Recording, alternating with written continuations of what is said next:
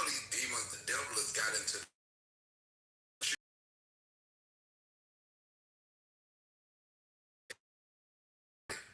Yeah, no. But I would say the firearms into DC shows that I don't think he flew on a plane with them because he just drove up. Guys. Probably because he was airing. You would not pick up your bags and they'd take them away, and so I think he did. He's at least been thinking about it for. I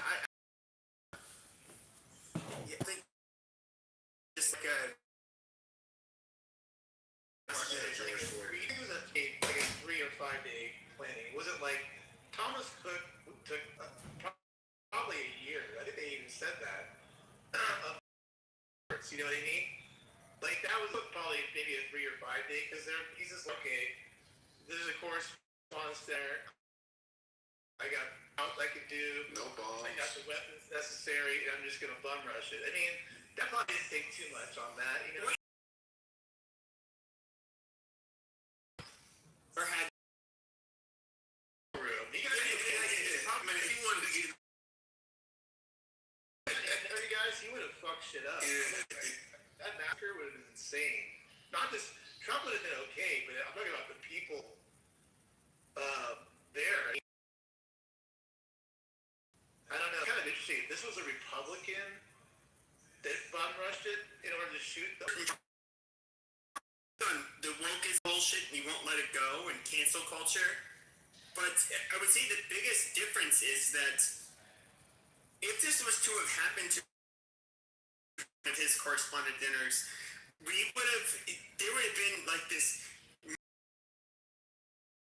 shut down hate speech and disinformation, and they would have of social media companies to do this, where it's like I'm saying, no, that is bullshit. You should not do that.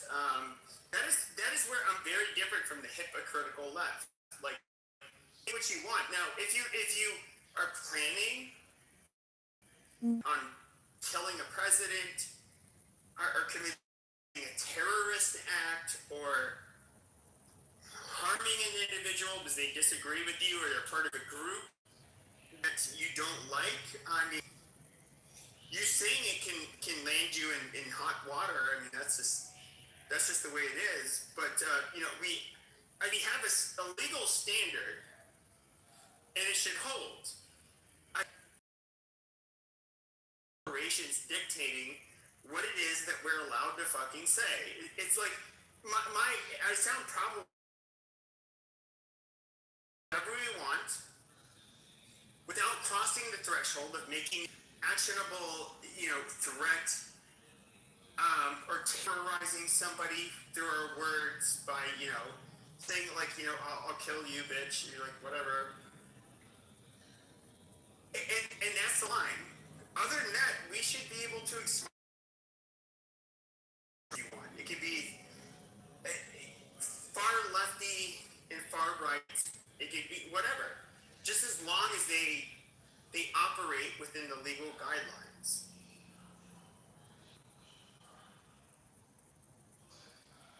Communist. That's a comedy. Yeah.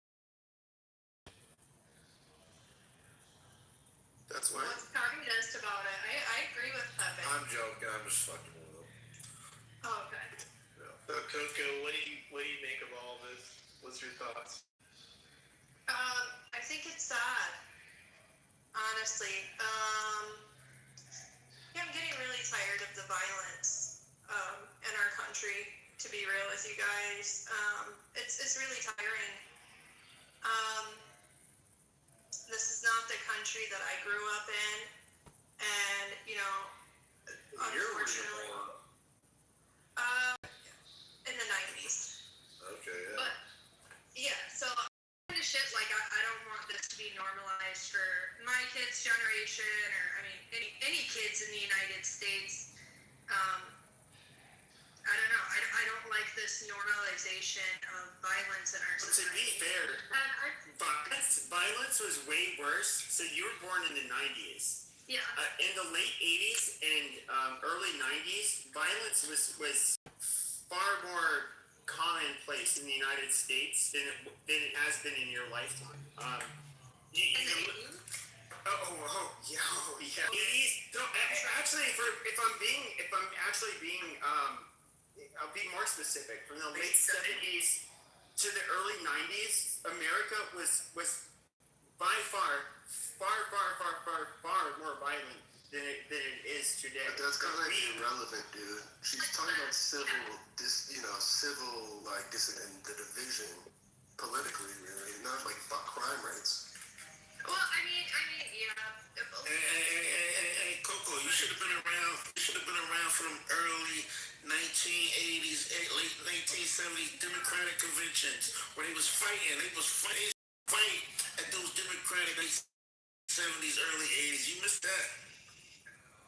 Oh, that's interesting. Maybe I'll watch some videos on that. Yeah. But yeah, no, I was born in the late 90s, so no, I wasn't around for all that.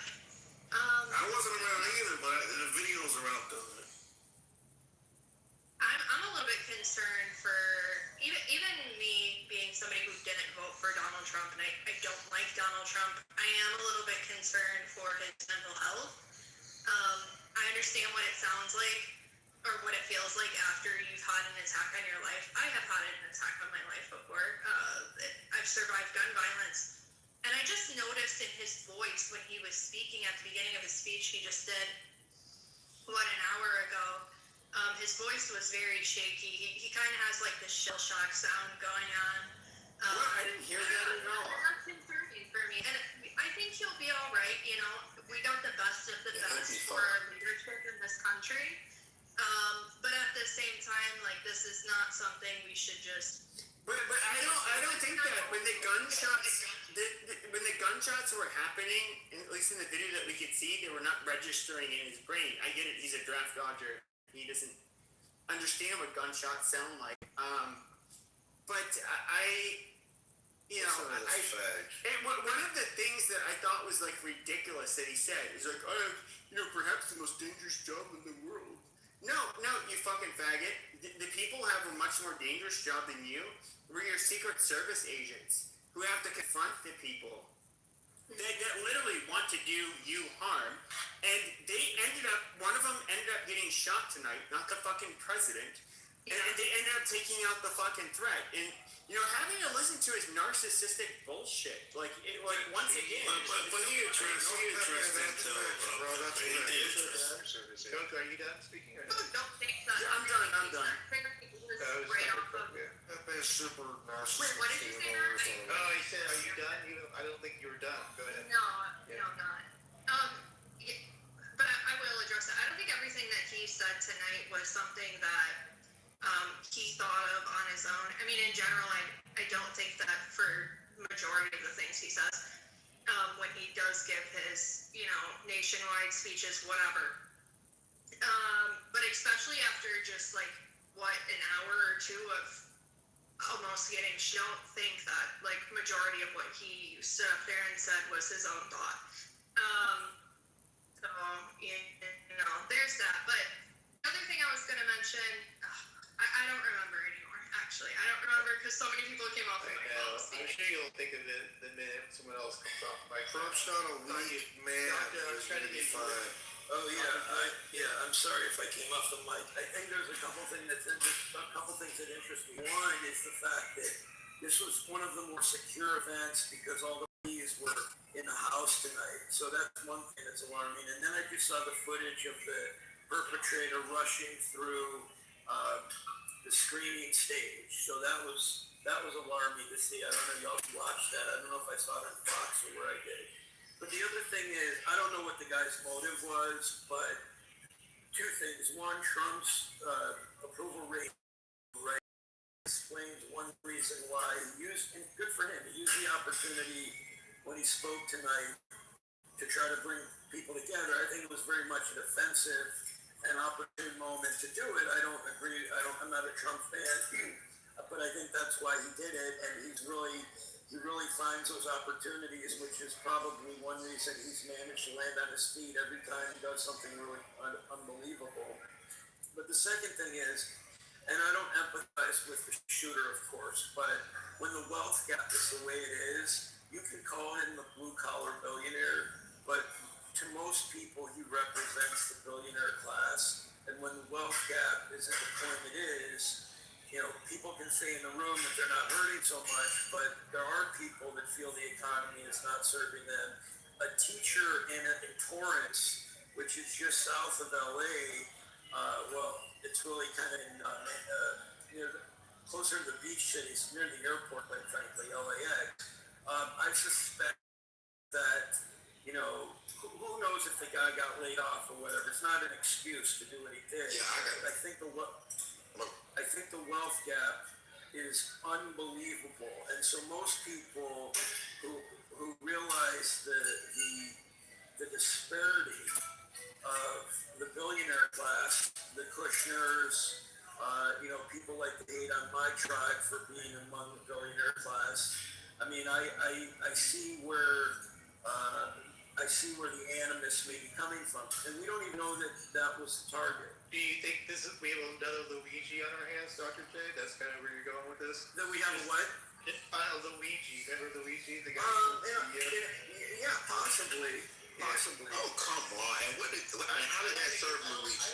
I don't go that deep into it. Yeah, I'm not there with you. Yeah, I don't know about the Luigi thing. I don't like that wealth gap. I don't like when the money is messed up, people want to hurt people. I don't care how big the wealth gap is, and it's gonna stay big because people are lazy, complacent, and they're too comfortable living their fucking average American life. All right, people who are wealthy are doing things that people who aren't wealthy aren't doing. I'm sorry. All right. Is that so? What are you doing? That's not how it works in your mouth. But that's not how it works. Yeah, exactly. So there's a great book that I recommend this Big Mod reads called Born on Third Base. And hey, I grew up privileged, so I'm happy to admit all the luck in the world that was afforded to me gave me opportunity. Whether I took advantage of it or not is another story, but there's definitely a lot of luck involved for many people who have seen the kind of wealth that Donald Trump has experienced. It's not to say that there's actually anything wrong with having wealth. What it's saying is when you see wealth disparity and you feel that you have no future, people do desperate things. Does it excuse it? No, but it happens. Hey, doctor, that's an interesting. Doctor, that's an interesting take, right? But what we know is the guy's from California, right? If this guy grew up in San Bernardino somewhere or out in the valley, right? I want to hear this wealth stuff, right? But if he grew up maybe, if he's homeless right now, then I can maybe take that angle. But don't give me that stuff when he didn't grow up, in Altadena somewhere. We're gonna find out. No, but what he's talking about, the wealth disparity, though, part of the problem is that it runs in families. There's a lot of nepotism that goes on. And again, when I say wealth, that's why I said we was gonna see his background. Yeah, go ahead. I'm not. Yeah, this guy was no idiot. He had multiple. He's not talking about wage disparities. Yeah, I'm not, and I'm also not talking about the most impoverished people who wouldn't be able to get in a car and have any resources whatsoever to drive across country or whatever he did. I'm talking about the fact that there are a lot of Americans, and it actually doesn't surprise me. Let's say all the PhDs who were laid off at NIH or CDC, those people have doctorates, but they're not wealthy. Just because you have an education, that's part of the problem in America. It's Trump's fault. It's that the education is not commensurate with the salary is not commensurate with the workforce. Education. Yeah. And that's not Trump's fault. But what it is it speaks to a great economic disparity. And if you're watching people on TV flashing wealth, and I'm not even saying Trump is doing it, anybody, you feel a disparity. So that's what I got to get. So it happens on the white side too. I learned things. Hold on 1 second. So, doctor, the thing is, going to be the different. People Hold will have on a differences, second. whether in Yo, Hanson. intelligence or I don't think you can hear me. No, you just don't get the phone. Let me go. Let me go. I gotta get still in your so you can't. I don't know if Hanson can hear me. Let me go. Hello? Just hold on. We got someone else going before you answer. Hold on, okay? My bad. Yeah. Yeah, real quick, doctor, I hear you with the whole disparity, but the bigger problem here is the fact that you brought it up in the conversation about the shooting. So that's the scarier thing, right? Because you make a bigger point overall, but you're responding to the shooting situation, so that has nothing to do with it. Like, No, we don't know what it has to do with, but if you categorically look at people's occupations, this may have absolutely nothing to do with it. It's just one thought is that if you're a teacher, if he was an entertainment lawyer and a Democrat, I would look at it a little different. As a teacher and Democrat, with only knowing that information, I'm only jumping to a conclusion that, hey, maybe that guy felt like teachers don't get compensated very well, and he lost his job, and a myriad of other things may have happened, but that could have been an inciting factor. so you're just saying it as a factor that he would do it, not any justification, right? I've not justified it once. I'm simply saying that I would be more hard pressed if it was an entertainment lawyer or a banker doing it, regardless of their political persuasion. That's all I'm saying. I mean, even people like us on the right, there's some of us, like myself, that it gets to a point, if there's enough of an income disparity, we would be willing, I would personally be willing to do things I'm not going to say on this app. I don't need to get my account clip. But Hanson, Like I what? cut you off. Yeah. Sorry, Hanson. Smartest day on the clubhouse. You're on. That was a whole bunch of bullshit that Dr. said. I ain't gonna hold you, Brad. So you're telling me because you're not even at the low. Hold on, Hanson. Okay. All right, Hanson, go ahead. All right, thanks. Yeah, well, I mean, doctor, I really like you, but I just don't think this is a logical pronouncement because the disparity. It seems that you classify any difference as disparity. Yes, but and yet you exclude the entertainment lawyer, but they can feel disparity too if they don't get the this year's bonus. If their neighbor is earning $1 million more than they did, well, people have envies. I mean, if that's a reason to shoot somebody, taking out somebody else's life, then everything would be permissible. We don't need a jail, and so that is no reason. Because this is. are you trying to make it a utopian argument versus a realistic argument? Shut up. But yeah, I don't know if you can shut up. Like, that's not the thing. People gotta shut up when a man was talking. Yeah, exactly. Yeah, so if this is reason, then anything could be a reason. And if anything is reason, then there's no reason. So the logic, there's a huge leap of logic to justify that. If that's justified, anything can be justified. But it's justifiable logically to undermine the plebs, the lower IQ, the underclass. Well, the thing is, it's not Any which way you see it. You have low IQ, and then but even the higher IQ, you have a difference in IQ. No, you are lower IQ if you're part of the underclass, generally speaking. That's a fact. Yeah, but the thing That is, could be. They are. Sure, but that's not the reason. That's not reason to shoot anybody because you can feel disparity, especially if you're higher IQ. That's the feeding is more acute. Because look, if you're low IQ, then you don't understand the difference, and then you don't see this disparity. And then but higher IQ is more sensitive. You're more sensitive. So sure, I'm just curious. Let me just say when it comes to the Civil War, That's a justification. when it comes to the Civil War in places like El Salvador, do you think the communists or the capitalists are the good guys? What are you talking about? It's Civil War. Who were the good guys? The capitalists So or the how is that communists? related to what we are talking about? I'm asking you a question. If you don't know, Is that's it fine. related or is it not? Yes, it is related. So I'm asking your opinion. How's it related? Shut the fuck up. You can decline to answer. You can answer the fucking question or decline to answer. Disrespectful. Shut the fuck up. Shut up. Come on. No, but I asked you a direct question. You got hit on that. Dipshit, you fuck off. Oh shit. No, you look like you retard. Who is worse? Who is worse? You are. The capitalist? No, okay. You know what? I have to go with Hans and eat Pepe up. Eat that nigga up. Eat him Yeah, up. okay, so once again, Arrogant and you're not defeating my argument. You're utilizing insults. So literally, I'm asking you, who are bad? Who are worse? Who are worse? Who are worse? you're the worst.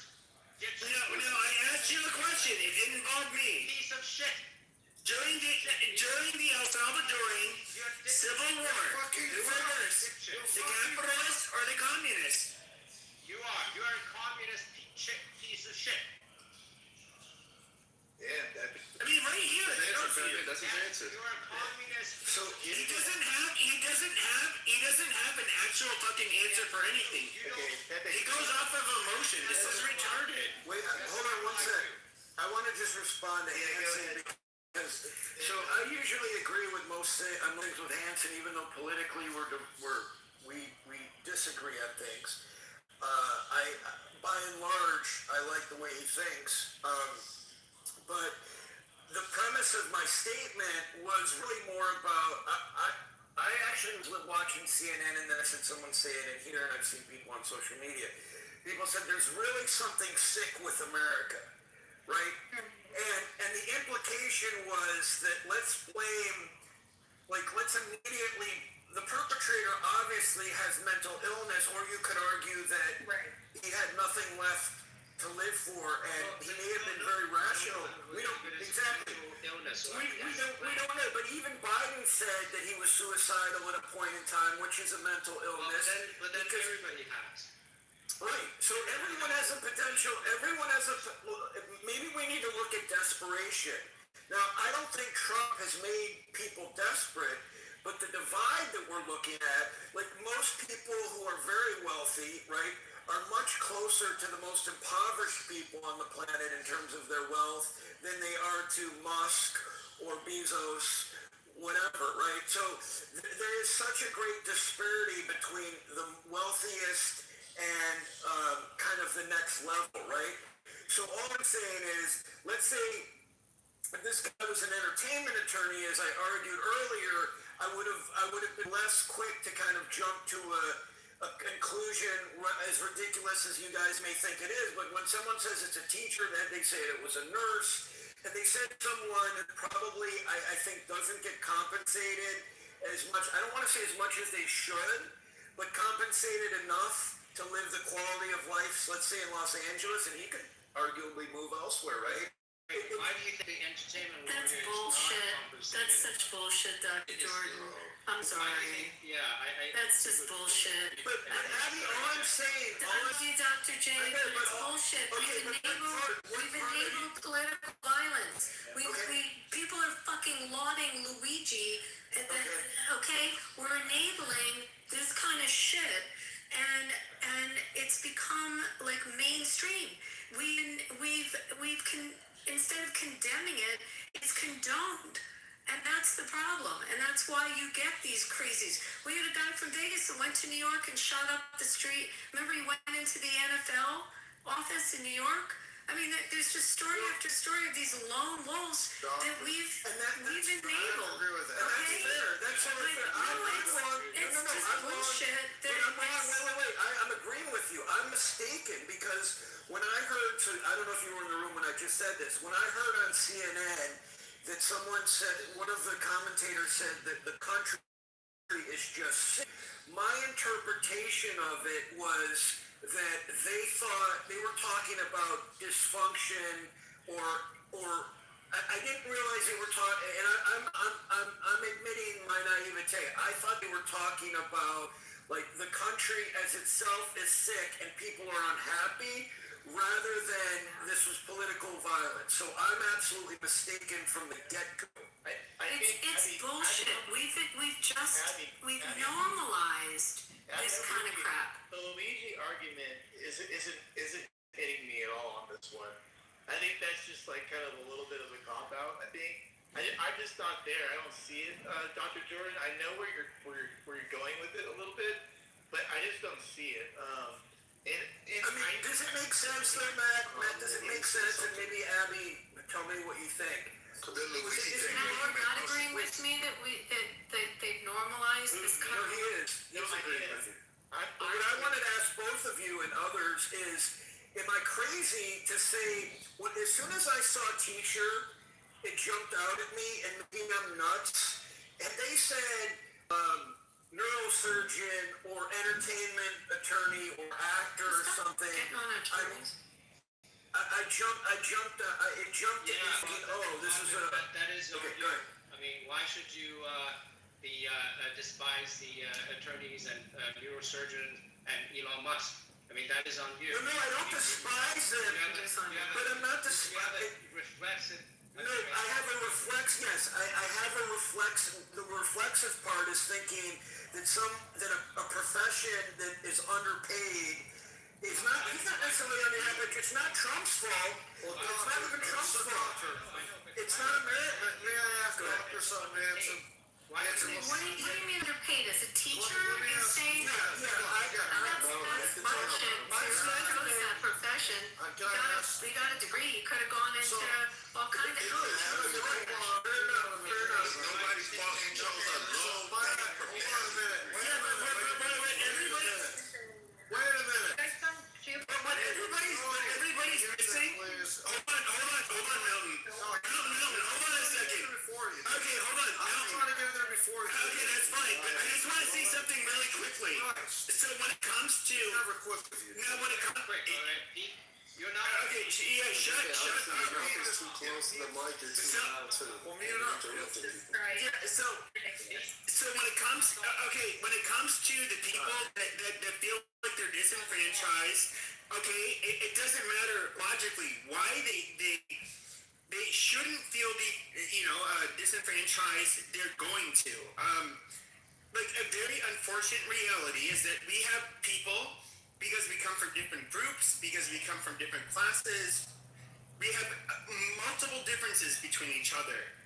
We are going to look at things through a certain lens. And of course, when it comes to, those, the haves and the have-nots, yes, there's obviously connections in who you're born, what family you're born into plays a lot into it. And yes, there's going to be a lot of people that end up really You would think that's a logic. disliking them. You would think that's a logic. It is logic. It is logic. Wait a minute. Pepe, don't you think that's not I'm trying really? to get in there. Wait, but can I just say something, Pepe? Pepe, it's really not. Pepe, it's really not what's happening.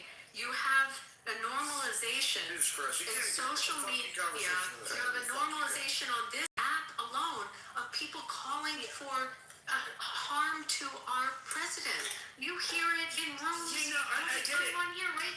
We've normalized it, and if we don't call it out, it's a crime, by the way. And if we don't call it out and say you can't say that, you can't do that, it's not acceptable. It's not acceptable to kill people because you don't agree with them. And if you don't call it out, okay, social media has amplified it. But Pepe, I don't think it's necessarily because someone's disgruntled in their position in life. I think people have had, there's been a class system. It's just we've normalized something, normalized violence this way. And we don't call it out. After Charlie Kirk was killed, and you saw the people like were celebrating that, I mean, you've got to call that shit out. And now our president, like, you have to say something. It's just wrong, and it's against the law. I agree there 100%, but I would say and this is just me being a realist. When people feel like they're being done wrong by a certain class or group of people, they are going to lash out. I think. Wrong all the time, all right? So Yes. I'm not. This is not. Stop. That's not. I'm not justifying. This is not me justifying it, retard. Shut up. Faggot always interrupt the wrong.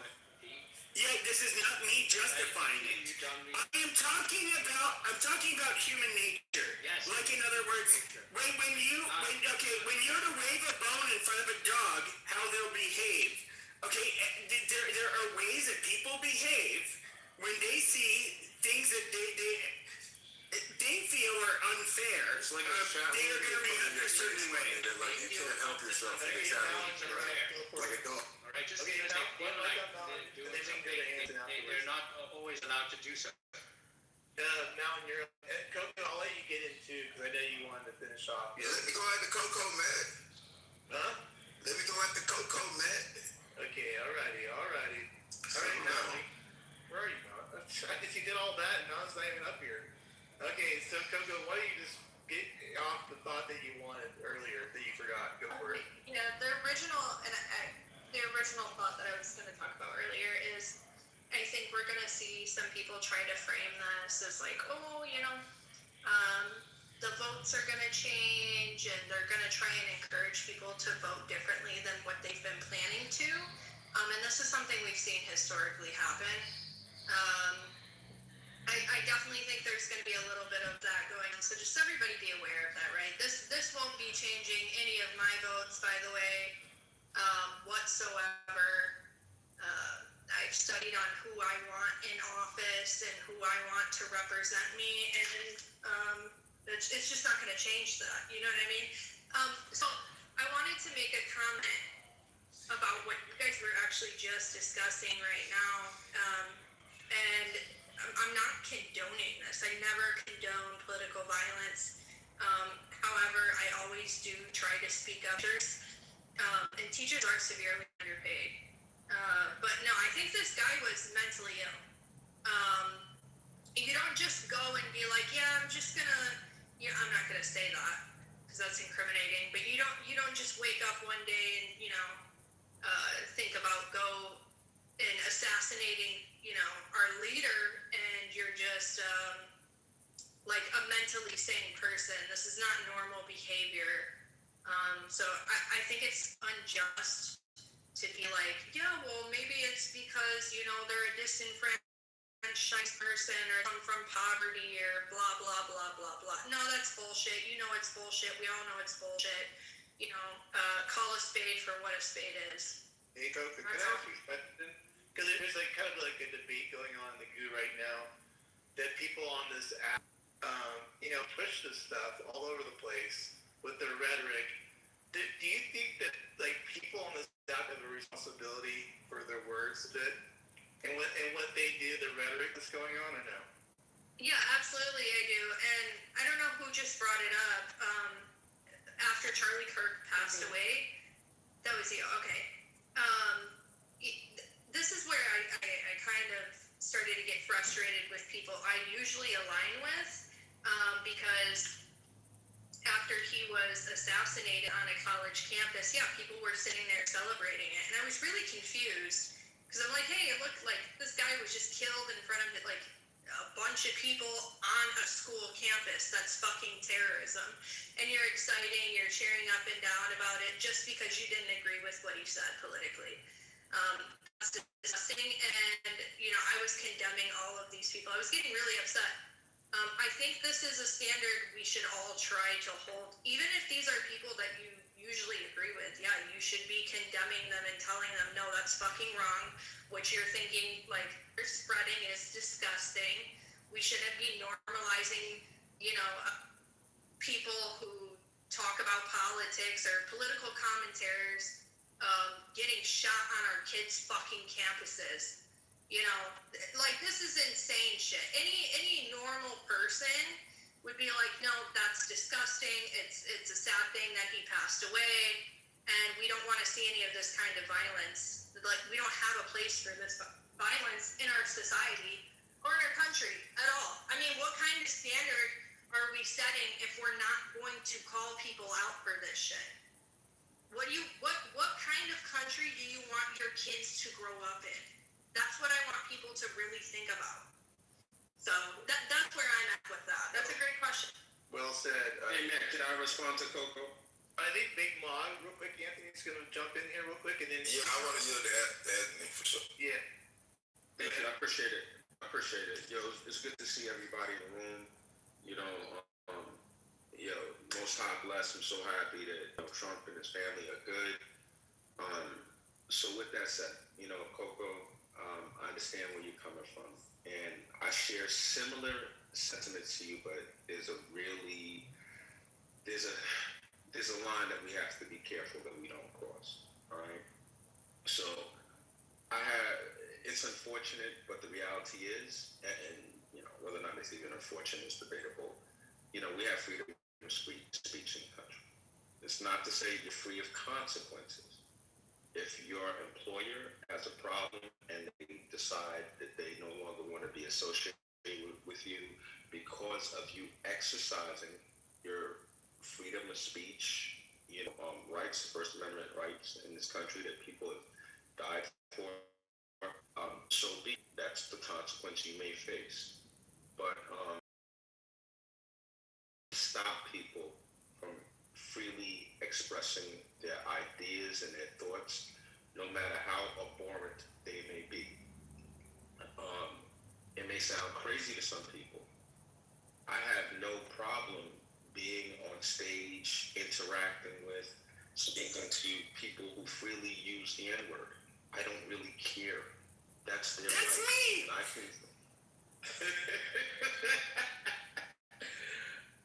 Why was this nigga so giddy to say that to me? Like, please stop. Yeah. So here's what's up, man. Ultimately, we have to. It's a really slippery slope when we start, stifling speech that we don't like, as abhorrent as it may be. That speech, somebody's going to eventually come for our rights to say what we want to say. So, I hate the stuff they say about Charlie Kirk. There's so many people that regurgitate information that they have, there's no basis for in reality. They've never actually sat down and listened to what he said in context. So much of the narrative is just poisonous and it's not true. But, like I said, I think we're going to have people to say what they want to say. I agree with you 100%. I think there's always like we can look at let's just say Hitler is to come in power. He's going to gas the Jews and all the people he considers dysgenic, whatever. And I think he's an okay person to rebel against and kill, assassinate even. There is a line, but what's ironic about that is they compare Trump to actual Hitler, which Hitler, I don't think anybody, maybe there's a couple people here, and it is what it is. They'd be against the people killing Hitler, but I think some people you can and should rebel and kill your president, like Chancellor Hitler. Sure. Yeah. Real quick, just for clarification, how many times does an event have both the VP, the president, the House Minority Whip? I think that's Mike. Actually, It's that's the Mike. whip? That's Mike Johnson, right? No, Mike Johnson's the Speaker of the Oh, House. I'm sorry. Yeah. The minority whip is Kathleen Clark. The minority leader is Hakeem Jeffrey. So how that doesn't happen? Well, the State of the Union, everyone was there. Yeah, well, they always keep one person. Right, the designated survivor, right, which really happens. But just for normal, just everyday events, just just events in general, that doesn't. They purposely don't do this. So this is very odd to me. No. Well, no, I mean, I put this in our chat. I went 2016, and I noticed this, and this was I haven't watched. I just got back from dinner, so I have to watch watch all of it, but one thing I definitely remember at the Washington Hilton was how crazy and crowded the hallways are when you're at the dinner. Throughout the whole dinner, there's like all these people that come into the building that don't have a ticket to go to the actual dinner, and there are a lot of members of the press, a lot of people that, and they're dressed in ball gown, like in evening gowns, and the men are in tuxedos, but they're not actually going into the dinner. It's very weird, but that was something I definitely remember from that event. So I'm trying to envision how this happened, of people coming in through security at the doorway, but they don't actually have dinner ticket, if that makes sense. Yeah, I thought Carrie Lake said that message, but it was a very weird situation with Yeah. the actual security of the event itself. It was a very strange thing. And by the way, it sounds like this guy was staying at the hotel. Because I was trying to figure out, I'm like, you just don't show up. He's a guest. Yeah, I just saw that too. Because I mean, obviously you have to know the pathway because they don't make that part easy to get to the ballroom. You know what I mean? There's like if you look at the video of the guys trying to find the shooter, they all go down different hallways and stuff. So this guy had to know like how to get to the hallway, like always, like. Yes, Yeah. but you, even if you're staying in a hotel, you still have to go through a whole security clearance to get into Right. the hallway area of where, outside the ballroom. Once you get past that, Abby, you have to know what you're doing. Yes, Right? yes. Because it actually defeats the whole purpose. Because like, if you go down the wrong hallway, you're just you're trapped or you're dead man. You know what I mean? It's just a lot of things have to go right to pull this off. You know what I mean? As you can imagine. But Joe, here I want you to get into here. Go for it. You want to jump in? Yeah. So I just entered, so I haven't listened to all y'all's takes, but I just want to mention to y'all that go on this app, that voted for Trump, or support right-wing politics, that the people on the left want to kill you. That's literally what this is another example of. You have to know these people want to kill you. And that's what we're dealing with today. We're dealing with a left that has absolutely no moral compass, and the ends justify the means. So they will kill you, they will kill Trump, they killed Charlie Kirk, and this won't end as long as they are out of power, because they will do everything to intimidate us. So just remember, the death wish is on you by left. Man, I agree 100%. It's really interesting that you say that, Joe. And I'm, whether I agree or disagree, you know what? Fuck it, I'll say it. I more so agree with you than I disagree. All right. Here's the thing, right? Yeah, don't hurt you signal that.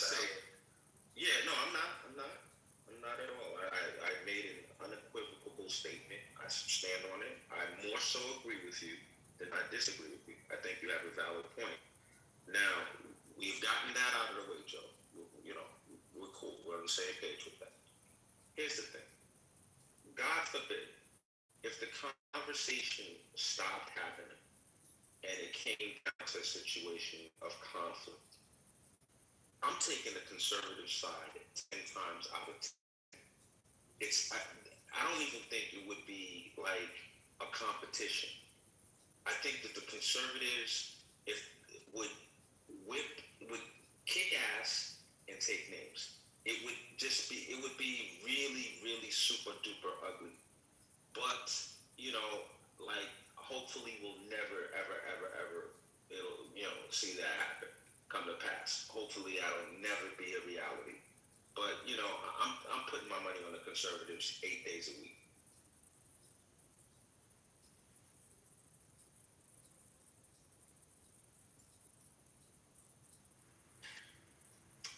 I mean, I agree with you, Anthony, on that. I think the left is pushing it. I mean, I just gotta put it out there. I mean, I think if you just push things too far, you're gonna regret what happens afterwards. I'm just gonna put it that way. I mean, I don't know how else to put it. As someone just said in chat, he's a duly elected president. If you eliminate that, you rip that from our hands, what are we left with? We have nothing left in this country worth being around. I don't know what that look. You know what I mean? But Matt, So- they didn't care. The left doesn't care about that. The debate is over. The debate ended about 5-6 years ago after they stole the election. How do you That's what explain we're Thomas dealing Crooks? We're dealing with I'll listen to they'll make it, try to make excuses. We're How do you dealing explain it? we're dealing with a moment that the people on the left don't want a country with us. They want to kill us. But why left should risk its reputation while Trump already community? Why Ali, did what he reputation do you speak of? what reputation does the left have? I mean, he's losing votes. He's in 33% popularity right now. Why left should risk it while Where did he's you get organically 33? Where do you get 33? I don't see that Yeah. number anywhere. internal? I don't know the number. Yeah, that's not the number. So And this is let's why this say is not that a was involved conversation. Trump already evolved past it tonight when he responded and said there's crazies on both sides. This is not evolved conversation. yeah, all good. So let's say the number was really 33%, like you're claiming. Yeah. Who cares? Are you suggesting that our president should lead our country based on poll numbers? Is that what leadership looks like? How about this? How about we get rid of the presidency and we vote in polls for every major decision that the United States, makes, and that's how we're going to run our country? Does that sound like like something that's realistic and feasible and makes a lot of sense to you? Or do you think there's going to be times that a president has to do something that's unpopular? Do you think that is that what leadership looks like sometimes? You have to make that difficult, unpopular decision that the people en masse in an electoral college landslide, in a popular vote win, made a decision that this is the guy that's going to lead our country. Like it kills me, cracks me up when you guys bring these poll numbers in. It has absolutely nothing to do with the price of tea in China. We don't care. Even if I don't think you're right, but even if you're right, who gives a fuck?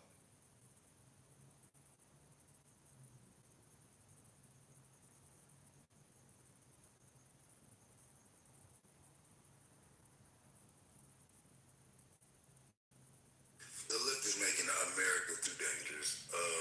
Something needs to be done about them. I know that there are crazies on both sides. I've definitely seen that so many conservatives do some of the most left-looking shit. But man, Charlie Kirk, this attempt, a lot of these things that I'm seeing are just show how godless and just how angry they are. I mean, nobody wanted to hurt Sleepy Joe. He wasn't the best person. He was given, special privileges to his son while he was doing crack and all kind of stuff, young girls. Nobody wanted to hurt Mr. Biden. Even though we didn't agree with him sniffing little girls in 4K, we didn't want him hurt. These people want our president hurt, okay? They're shooting at our president, okay? They're screaming gun control, and they're shooting at all the conservatives. These people need to be, they're another anti-American. They want the Islamic regime and Iran to stand. Like, who are these people? Don't forget also the people that shot up Steve Solis and the members of Congress at the baseball game. Add that one. Do you remember that as well? You see? Yeah, they got an anger problem. Yeah, they got an anger problem because they're just godless as fuck. Yeah, I see this is leading you guys down a dark path to eventually you'll have a new terrorist, and that's what I see brewing, and that's why when Trump acknowledged tonight, man, I have a lot of enemies. That's what he was telling you guys basically. and they in different places, high places, look everywhere. The way I carry myself, the way I talk. This is not a regular guy, and so it's an American problem. Bullshit. It was just 6, 7, 8 years ago. People were getting punched and shot at and killed for wearing a MAGA hat. Bullshit. This has been going on for a long time, Othello. It's bullshit to sit here and virtue signal and try and say we don't have to deal with the left's violence. And it's like, no, don't call it out as left's violence. It's an American problem, not a leftist problem. Bullshit. This guy will be a radical leftist teacher that was indoctrinating children in California that lost his cool finally. And we all know it's going to turn out that way. Exactly. So, and so here's the and thing that about that goes right? to the point of both sides. Thomas Crooks and this guy. Trump has a lot. He's a special character with a lot of enemies. Like, how do we know any of this shit when it's not been released? Okay, Like, so I get that it's hold on. It's already been released. Yeah. I get His voter roll's already been released, Marshall. I don't know. Yeah, but here's the thing with that, right? Like Stand down, either Bush. way, I think I think you guys are making unjust statements to say that it's not an American problem. It absolutely is an American problem. There's violence on both sides of the aisle. And to just ignore one side because you have a bias, because you vote one way that's gross. Like, what are we doing here? Hey, Joe, I have a question for you. You're a little bit. I want to respond to what Coco just said. Hold on. Okay, I'm gonna ask you afterward. That'd be great. Yeah. So here's the deal, Coco. That would be great. However, we have high-profile moments that people on the right have been killed and shot at, and Trump has. I guess we don't know his motive for Marshall's sake, but it's likely that he was attempting to kill the president or get at least near him to get a shot off. Right? It's likely. So when the right wing start doing this, I'll back down on the rhetoric. Fair enough. Thomas Crooks. The people on the right have been. Yeah, we're not going to debate Thomas Crooks. We know Thomas Crooks veered away from right-wing politics. We had his Twitter account. We've seen all of this information posted already. So it's bullshit. The left just tries to divert because they don't want to actually address the issue of the violence on. Look, it wasn't that long ago. These fucking animals were burning down cities. Okay, that happened. I can remember when they were doing this bullshit, and y'all want to act like it was people on the right doing it. Go ahead, Coco. Can somebody explain to me the way that Jake Lang voted and if he was a participant in January 6th and taking that smashing officers at the Capitol over the head? Can you My question to Joe was next, just so you're aware. Okay. So Joe, the question I had, you're a little bit older than I am, and you've probably seen some of the violence in the 60s and 70s. And I'd like to Marshall, I wasn't even born. I was born in the 80s. Oh, well, even in the 80s, do you call the violence, it's now, but my impression for the 60s and the 70s was that it was much worse then than it is currently. And the only reason I ask somebody older than I am is because I don't quite know the phrasing of that. I remember my childhood, but I can't. Yes, Marshall, I lived through it. I lived through two Kennedys being killed. I lived through Reagan being shot, Martin Luther King being shot. I mean, there were There's a lot more violence. Okay. So the assessment, it's not like we don't have political violence. We have it. I'm not saying that. I'm saying the violence of the time was worse than what we have today or less than today? When you talk about, when you talk about the violence of the time, we could go during the convention and look at that violence, right? Yes, ma'am. There are violent moments in our history. How many years back do you want to go? We've had, you're a historian. We've had violence. Do you think it's erupting more? I think we also have social media now, so information spreads so much faster. I think we are at a populist moment in our history, which means that the violence and the emotions are tipped up. Populism premises itself on what people feel, not what they know. And the majority of Americans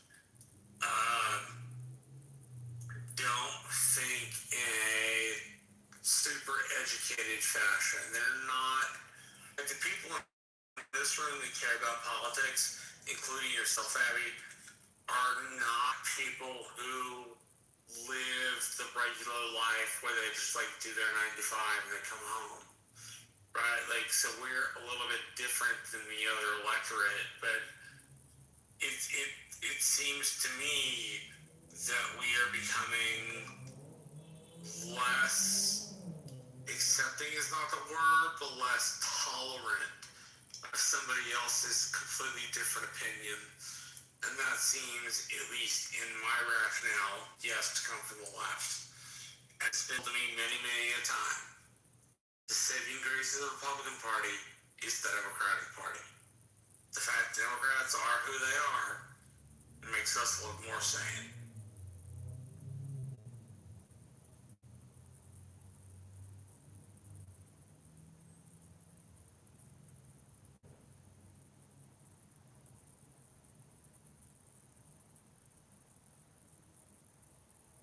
I suggest everybody go back and re-listen to Trump's speech tonight.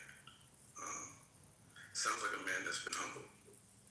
And we'll see what happens from here. But Othello, do you think he was humbled after Butler? Do you remember his speeches after Butler? no, I don't recall. Hello, do you remember what George Bush said on the evening of 9/11? Do you remember? I remember George Bush on 9/11, but I also remember Trump after Butler when he gave his speech at the convention, which wasn't that long after Butler. Do you remember that? And he had he's still wearing the bandage. Do you remember any of that at the RNC? Honestly, I don't remember, but he was very, as people see him as very bombastic and vocal, and he has that tenor about him. He was pretty subdued and pretty other people remember that? Gotcha. Yeah, he was still It doesn't surprise me. It doesn't surprise me.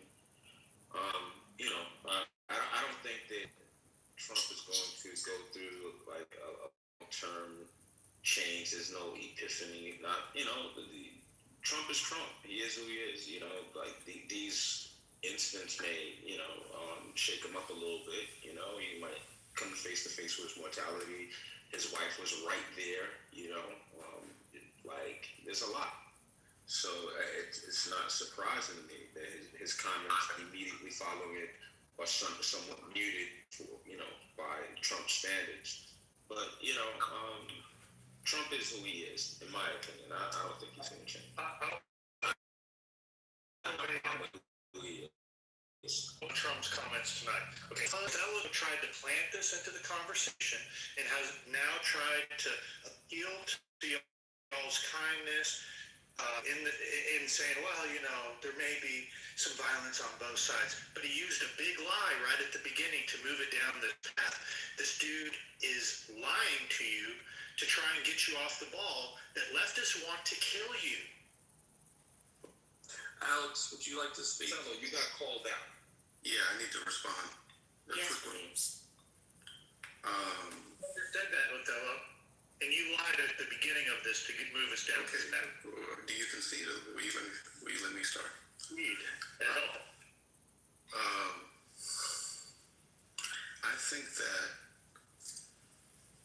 to push this kind of rhetoric right now is like you're already in a civil war in your mental realm, in your mind.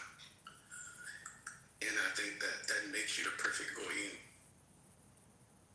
And so that's all I'm gonna say. Whoa. Did you lie? Whoa. That means that you take persecution to the H. I want to hear Alex. Before Alex goes, I just want to preface. I think I know where Alex is going, so I want to set the stage for this. So funny I say. I want to tackle this quote unquote staged event that we keep hearing that's going to start. That's starting to percolate from this room, and it will start percolating all over the place about how this was a staged event. So, Alex, take it away. Go for it. Alex, are you there or no? All right, because we have Ray. Washing dishes. We had Ray and we had Alex and Ray in the chat saying this is another scripted event. Or I don't think Alex said that, but he was hinting at. So. Do y'all remember when they were saying you need to take this vaccine because you're the problem? And now all these deaths are starting to roll out and turbo cancers are occurring. And we don't want to think the left wants to kill us. I mean, they were up telling, Biden said, he said the big lie about the vaccine, saying that it would stop the spread of it, and it never did. I mean, time after time, year after year, you cannot forget these events that the left wants to kill you. So ridiculous. So ridiculous. What is this sudden interest in the left wants to kill you because of this incident? It's such propaganda. It's crazy. It's really bad propaganda.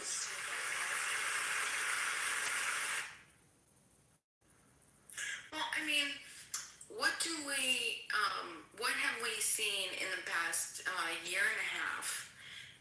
What acts of violence have we seen? We've seen the original first assassination on Trump. How did the public, the political sides, how did they react? We saw Charlie Kirk. How did each political side react? We've seen Mangione. How did each side react? We've seen, you know what I'm saying? Does anybody have any comments about those specific incidents? Either relation to political parties?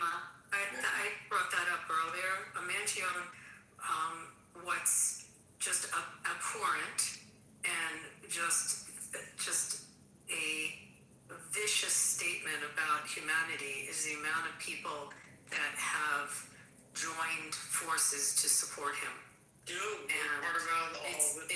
It's grotesque. And the fact that in cold blood, a man goes and shoots a father and a businessman in cold blood on the street, and you have people lauding him. So I mean, just on that one, I wanted to comment because besides the criminal aspect of a premeditated murder, that in other states would put him in the electric chair or firing squad, but just the concept that people accept that and justify it, and that he's got a groundswell of following, and maybe that's what Joe is saying. That's who are those people? Who are those people that are his fan club? Right. So I guess that's my question. And just to follow up with that, hold on 1 second, Joe. Just to follow up with that, what we do know is that college students were polled, and 50% of American college students empathize more with Mangione than they did the victim. Okay, so who is that 50% of college students? I don't know. Where's that poll? I've never seen it, but that's how I just want to point out there's only one ideology that calls for the death of the rich. There's only one ideology. It ain't the people on the right calling for the death of the rich. It's clearly the people on the left. And not not all people on the left are doing it. However, the extreme leftists do want to kill you. I mean, that's the pattern we have seen. Do you think, Joe, as the shift in the difference in wealth disparity, the wealth, the productivity, and wage percentage, the EPI said as of 2025, we have since 1979, the two measured quarters was 1979 fourth quarter and 2025 fourth quarter financial years. They were both measured, and our productivity has increased 93%, and our wage has increased only 33%. Now, I have a question for us as a society. When we look at something like that, and we see that, some of you have heard me say these numbers recently because we heard this, but 1% of America holds the same wealth, 90% of America, whereas 10% of America holds 93% of American stocks and investments. So, what are we talking about here? Is this going to only be a political left and right, or is this going to turn to as a revolution, a violent revolution, if we don't fix the structure of what we have here right now? Yeah, but the violence is Where did these numbers come from, Beamer? Can you cite where they're coming from, Beamer? Yeah, tell me which number you need, Abby, in the chat. Specifically on the equity holding, because are you counting in all the 401ks and pension plans around the country when you talk about who owns equities? Let's double check so I don't misquote. We'll drop it in the chat. Doug, you want to get in here? Go for it, man. Yeah, let me jump in. Thank you. So, to the people that listen, Mangione acted upon his own information, right? It's not justification for what he did. You know, people are fed up in America, right? You know, healthcare is a serious thing to some people. Maybe there are some people who don't have to worry about their healthcare. Maybe their healthcare is so proper and pristine. You know, they look at other people and say, well, too bad for you. You know, Mangione said, no, too bad for you, right? It means something to him that he acted upon it. Now, anybody's justifying his act. But the same way when America was fed up with Britain, they acted. It caused revolutionary war. That's what happened. When people are fed up with a thing, they are fed up. R. Kelly even said when a woman is fed up, ain't a damn thing you could do about it. And that's how Mangione reacted. That's how he reacted. It's unfair for people to hold these positions and wave their finger at people that make decisions in their lives because they're fed up. Now you might say, oh, we could have did it another way. You could have went to your senator, go to your legislator, and da-da-da-da-da. It's just madness, man. I don't think people realistically know what world they're living in, or maybe they're living in that's waiting to pop so they can drop back down to reality. I don't know what it's going to take, right? Until you're in the shoes of Mangione, let the justice system handle that. Stop trying to slander him for, being mad at the system. Done speaking. Don't slander someone who murders in cold blood and premeditated murder. Don't slander that. Are you serious? I can you show really you. Feel that way? I can show you. Watch this, Abby. I can show you pictures of men and women being burned and hung and lynched in this country. I didn't ask about anyone else. I didn't ask. What about it? But you don't want to hear that. Are you justifying in cold blood murder? No, don't see me. This man committed in cold blood, premeditated, first-degree murder on an innocent person. And you are. He's not innocent. He's not innocent? Are you was Mangione the judge and the jury to convict someone? What was he found guilty of? All of this in the civil order, if you undermine it by committing mass acts of political violence, that's the population saying the laws no longer apply. If you're in an state, and if the government you're under accepts that, then they're in the same state. Luckily, we have the government that's like, no, we can't do that despite how flawed it is.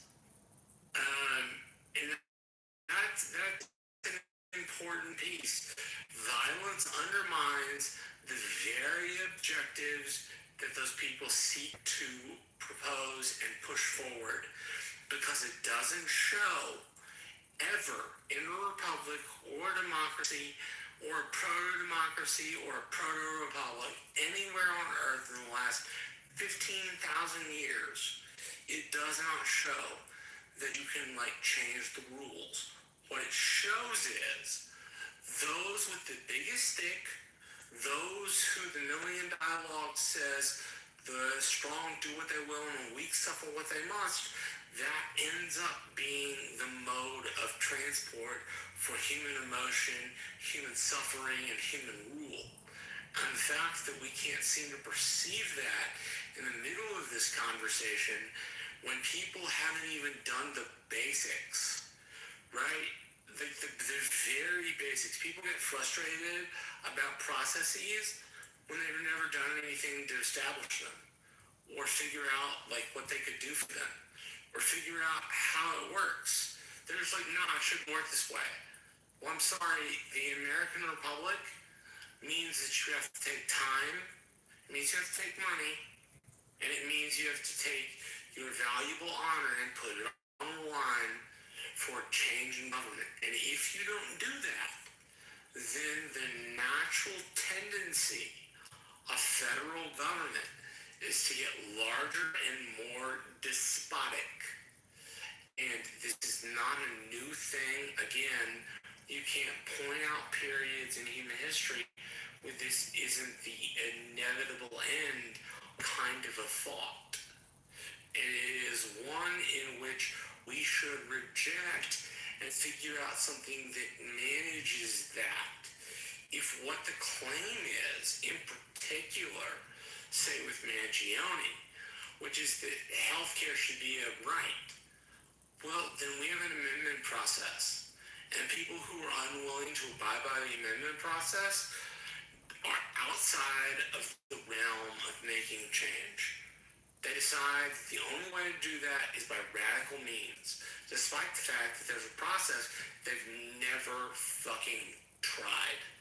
Okay. Never put an ounce into, never put any money into, never put any time into, just didn't do fucking shit. And then it winds up with people having radical opinions about the government, despite the fact they don't do anything to maintain the very government in which they exist in. Why the fuck should the government care about you if you don't care about the government? Yeah, I largely agree with you, Marshall. Let me just add, though, civil people that are upset with the system take people to civil court. That's what we do. Mangione largely was upset with the healthcare of his mother or something. I don't know the full story behind it. However, I get his grievances with insurance. Do what other people in civil society do, and we sue them. And that's how we handle our disputes in this country, in a civil country. However, we have leftists that believe the ends justify the means, that they will take violence into their own hands. Hey, look, it was only a few years ago that they were saying, if you had the chance to kill baby Hitler, wouldn't you kill baby Hitler? And they were referring to Donald Trump. And this was the rhetoric that they were talking about. This was in his first term. I don't even, have y'all been paying attention? They don't live in a civil society like many of us do, where we handle our disputes with the system that we have. Thank the founding fathers for the judicial system that we have. If we didn't, then the peasant class would have no great way to solve our grievances. But many of y'all probably have, you chalk it up to a shitty system. You follow a bunch of politicians thinking they're going to solve all your problems. Never take anything, into your own hands in a civil way. And then the ones that are extreme take it in a way. Believe what you're saying. I know what I'm saying. I don't know. Since Kennedy forward, or after Kennedy, Have you, Catalyst? No, the question is, have you civil war has been committed by the so-called right. What are you talking about? That's not the point. That's not the point he was making. He said leftists. I'm like, wait, hold on. He did say What are leftists. you even talking about? If you This bother is to what we're dealing with. what he said, People can't even understand what I said. This is the kind of drones that follow. I have no idea. If you pay attention and you listen specifically, he was talking about people who committed violence in the name of politics. Yes, he blamed the left because Luigi Mangione happened to be on the left hand side. Not the point. Don't Was the war in Iran? No, don't be big-headed in the middle of the conversation. The war in Iran a left thing? Oh my gosh, can you this is how the logic of the people on the left are. Catalyst, did you answer Joe's question? Catalyst, did you hear Joe's question that he asked you? He asked you a question. I made a Do you sue people or do you commit violence? Because that's how we handle grievances in America. Have you ever litigated, Catalyst? Have you ever gone to court and litigated a dispute? in your country. multiple times. Ray, go talk to someone. Joe asked a direct question. Have you ever litigated or if your neighbor did something? Multiple times. It was the people who were Catalyst. that's when you litigated it. So how have you gone to court to solve a dispute, Catalyst? That's what he asked you. For the fourth time, multiple times. And how has it turned out for you? Some I didn't. But as relates to this person making a blanket claim that individuals of a political ideology focused on warring or violence as opposed to litigation is completely. But Catalyst, that one of the argument, if you had listened earlier, he knows that sides had an issue, right? Extreme right was his bigger problem than extreme left. He simply said that violence was not an applicable solution to solving your problem, right? Maybe partisan on you. So let me jump in for a second, if I may. I think if Joe said there's a contingent on the left that is very radicalized and dangerous, that's a lot more palatable. Just as I would expect someone to say, yeah, there's probably a contingent on the right that is radical and dangerous, and it would be expected that the most radicalized segments of society are going to be more inclined to perpetrate some violent activity. Not always, but possibly. It's more likely, right? Even statistically.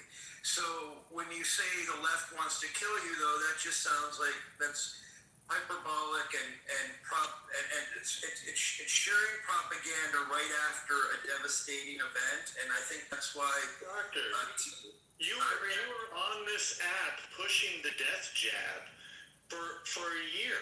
You were telling people to take the vaccine, and it's led to myocarditis for men all across America. And I'm not saying you're willingly a participant in deciding to want to, like, you're not as evil as this Cole guy or as evil as Mangione is. However, you carry the water for the left that wants to kill us. Evil? Are you? But what's interesting is let me just answer that really quick. I still believe that the vaccine is helpful, and that comes out of a background in really veterinary public health, quite frankly, where it's simple that if you allow disease to spread more rapidly, you're going to have more problems. So it's actually very simple. You don't even have to get into mathematical modeling, but that had nothing to do with my political ideology whatsoever. But I do think it's fair what Catalyst said. Hold on one second, Joe. Let me just say one thing.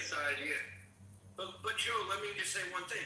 I think it's fair for Catalyst to say that, like, I wasn't thinking of January 6th, but it is a fair argument, I think, to bring that up as an issue.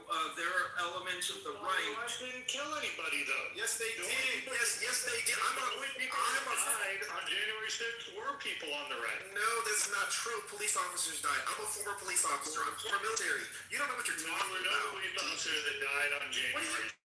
What? We have litigated this so many times on the. Yeah, Joe's correct. They did not die. You are wrong. So I have a question for Catalyst. Catalyst, you said you've litigated. Imagine you're Mangione. You have a degree from an Ivy League university. You're obviously a bright guy, went to Penn. Do you think if he harnessed his energy and got together a class action or a mass tort litigation or figured out a way to take his brains and litigate against United Health as opposed to planning a premeditated murder of the CEO? Do you think that through the system and through litigation and perhaps taking the incentive to gather people in the form of a class action might have been a more civilized way to approach a company that he had an issue with? No. You don't. So you think the only way was to murder the CEO? I think. Are you familiar with the Powell doctrine that's been taking place from a memo from 1971? It's a doctrine that the guy who ultimately Nixon put on the Supreme Court. This doctrine states that corporatocracy is to control all areas because the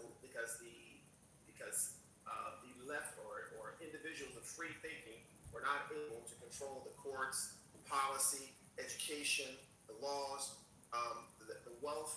Absolutely not. And I, as one that believes in a civil society, I do not think that had he gone through all those things you stated would have changed anything. These big pharma donate billions of dollars to their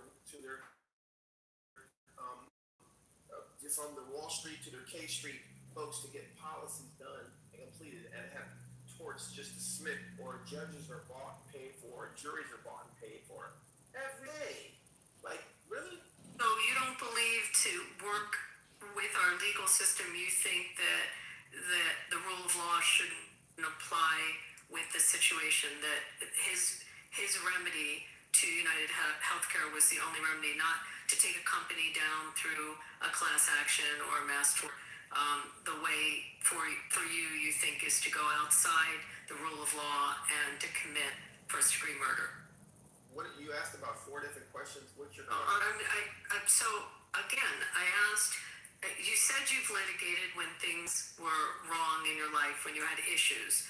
So did you think in those litigation moments of going after the defense? Were you the plaintiff in those cases? I do. I am not.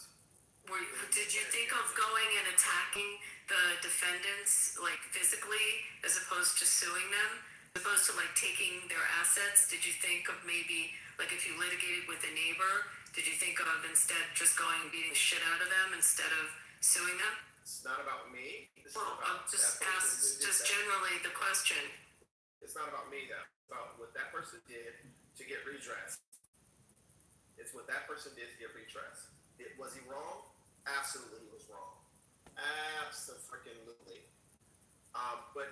But as far as having a class action lawsuit from a number of individuals to take down or change policies from a private corporation that's part of a big pharma entity that donates billions of dollars to have policies written, laws changed, things moved around like they did last year with the big ugly bill by changing a lot of the monies where things were allocated at the expense of tax breaks. Absolutely. It's unfortunate, but it happened. Do you think class actions can't take down companies? Can I ask a quick question? Go ahead, Marshall. Go ahead. My question is just like, where's part of the big ugly bill? I only ask that because I got a brother that works at Capitol Hill, and his budgetary stuff came in about $15 billion under budget. So I'm kind of curious, what part of the big ugly bill are you talking about?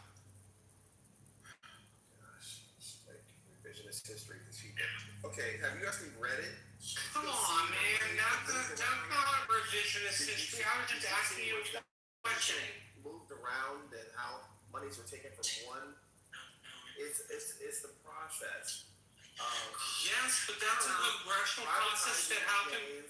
And subsidizing and the proletariat having the loss of subsidizing on them. Okay, the proletariat. Should we have killed the Enron people instead of just taking them? Abby, I got this. The proletariat is not an answer to my question. The question I asked was about policy. If you don't happen to know the fucking policy, did you read it's the fair. No. Did you Just say you don't know this. Just say you don't know the. Did you read it? Did you? Yes, I did. I happened to read it because I had a family member who worked on it. That's why I read it. Okay. So my question to you is, and the original question which you are dodging, is what part of that? Yes, you're dodging. Which part of that do you object to? No. Which part of no. I asked you the question ahead of time. You asked me the question afterward. Question is more pertinent than yours because you didn't. Yes, it is because you haven't asked me afterward. You asked me afterward. You didn't ask me before. You asked me afterward. So because you asked me afterward, you got to answer the question previous, which is what part of the big ugly bill are you talking about? What did you read it? If you read it, bro, stop asking if I read it. Tell me a part of this.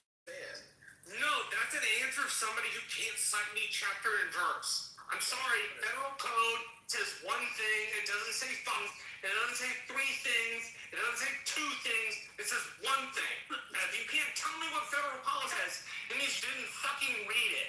Alright, hold on. Which is exactly the problem with people in your position. You don't bother to read the fucking text before you criticize it, because if you had, you'd have been able to cite me chapter and verse where it's fucked up. Because I can tell you where a couple of things were fucked up.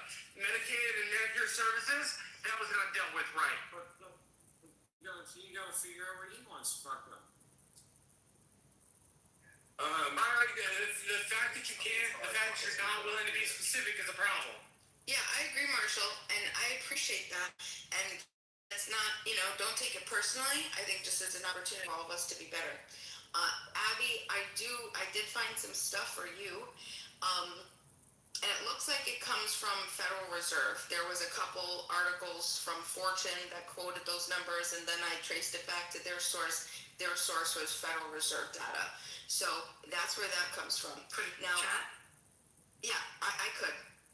And then the second thing, which I think is really interesting, I wanted to find the quote or the 50% of college students looking favorable, more sympathizing more with Mangione than they did with the victim. And I did find a couple polls on this. And what's interesting is looking through, I found a second. And what's fascinating is I think Joe has a point, but then the counter is also wonderful. Okay, so it looks like here. Let me see this. So this one poll. This is by. So there's an Emerson polling, and it basically is showing that people more on the left, and specifically younger Democrats, call for more violence with the anti-rich, anti-CEO violence type stuff. And then there was a Christian nationalist poll that was done, and surprisingly, 3 out of 10 Christian nationalists believe that political violence is necessary to save the country. So this is two sides, two interesting things to consider. I wonder what the size of that demographic is that they polled.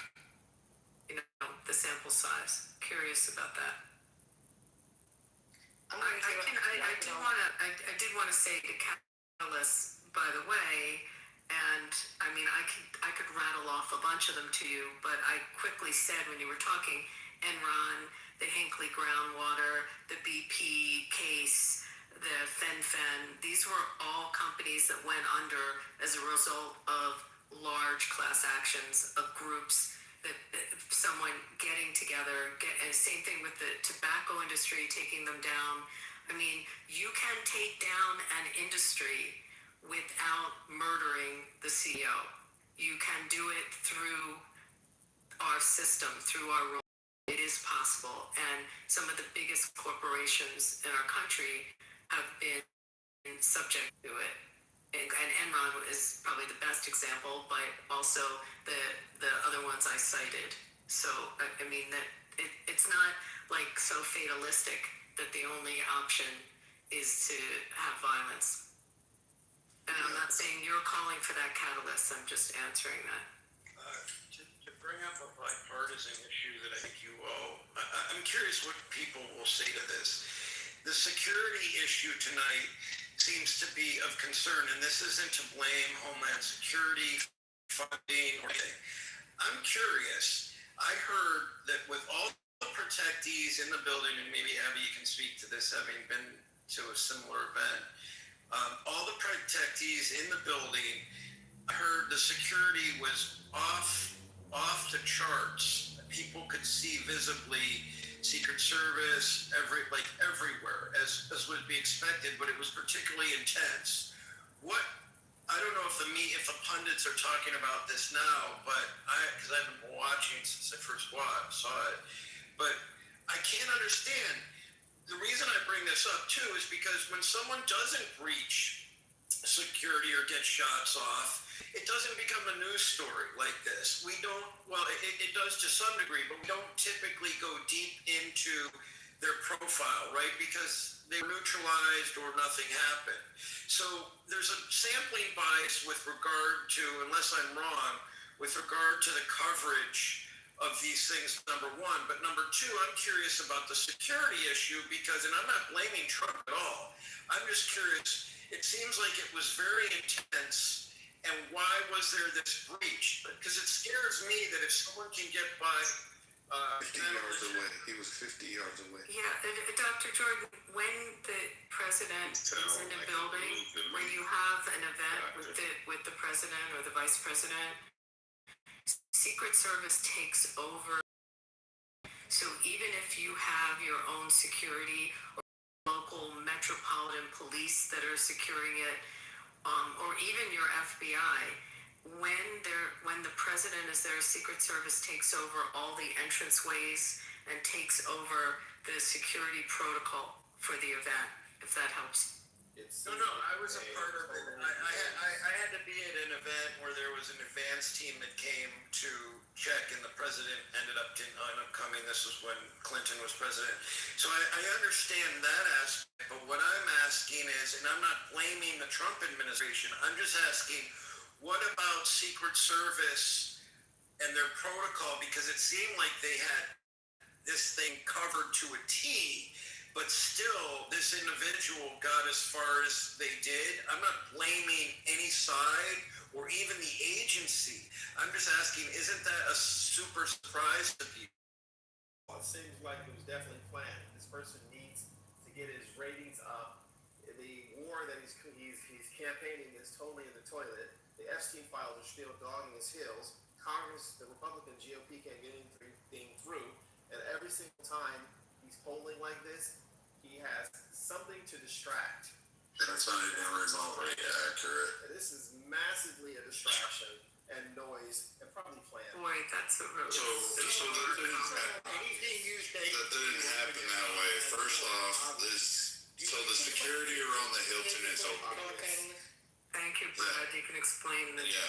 So the security layers, they're in layers, and they're set. The Secret Service controls the interior around the ballroom, and it locked it down, which obviously is evident by every video you could possibly download.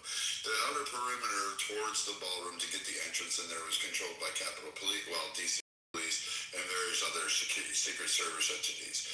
The assailant ran through from the outer perimeter, which is the hotel lobby area, and he basically went running past them.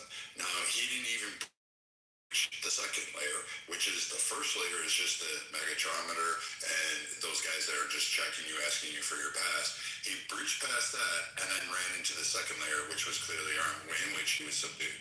So he didn't even get to the final layers of security, which would have been around the doors, around the ballroom, and sitting there on the wings on either side of the president and most of the staff there. It's not how it's set up, and it was designed that way because in the Hilton, there are other people that are there as well. There are other dignitaries, guests, and stuff, and people just staying there out of the blue. So they have access to that hallway. You're just not allowed to gain access to the other areas. Now, going forward, I can promise you that if there's ever an event held at the Hilton, they will probably have to be forced to lock down, which will be a shame because now you'll have to move the venue just because of the security protocol. But the security protocols that were enacted tonight did hold, they did respond accurately based on everything that's reported. And I doubt any idiot is going to sit there and tell me that some fucking moron running at full speed as fast as he can after he hastily put together a weapon managed to get a fucking perfect shot off to hit a Secret Service member in the chest through the armor plate at a distance that was safe, that didn't cause massive amounts of trauma while running. That seems kind of, well, I'm going to say either you don't know how firearms work or you watch too much Hollywood in order to actually do any of that stuff. I've ran with firearms, and I can tell you, I can't hit that fucking accurate at that range. Even at, I'd have to be like within 5 yards. But you somehow or another, people are going to throw a conspiracy together, and you just sound ridiculous when you actually meet people who know how this shit works.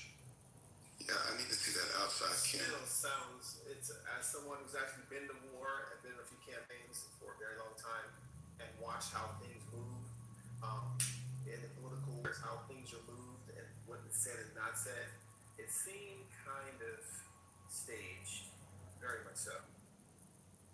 Well, and this is also why I brought it up. I don't necessarily buy into the fact that it was staged, but what I wanted to point to, and this again is bipartisan, quote unquote, I guess you could say it that way, is that, you know, if someone had hit a perimeter wall, it would have been newsworthy, but it wouldn't have evacuated. I imagine it wouldn't have called for evacuation. But because he breached security to the degree that he did, it became a much more newsworthy, obviously newsworthy story. I guess what I'm saying is there's a spectrum of events that we hear about every day that gets on the radar of Secret Service that they either neutralize someone, blah, blah, blah, but, you know, we only... The reason this got on the news the way it did is because it happened at the Correspondence Dinner with 2,000 people. It was a gala. Like, it was picked. Like, you're making weird assumptions and correlations that just don't make sense. No, but what I'm simply saying is that if the gala had continued and there was and something ricocheted off a perimeter wall outside, it would have made the news, but we wouldn't have gone. The media probably wouldn't go as far as to profile someone to the degree. Well, that's inaccurate as well, what I just said. But my point is, the depth of the breach always dictates the coverage that it's going to get, and of course that makes sense. What I'm trying to say is about the numerous incidents. But he didn't breach the layer. He was caught by the first layer. Like, he didn't even get to the second layer. Like, they swarmed him. It was done. There's videos online. You could watch the reaction. He never even got to the stairwells.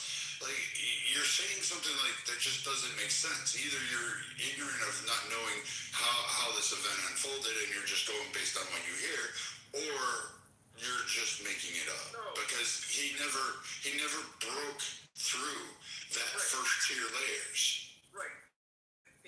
I saw the video where he gets through. He's running through the metal. Yes, he gets through the magnetometer. Yes, and then he stopped. All I'm saying though is that and they even talk about this on the news. I think if they put another set of metal detectors back by the entrance, which wasn't feasible, and there's also multiple entrances to the lobby, as I understand, then this could have been prevented. And I'm not saying it's entirely necessary.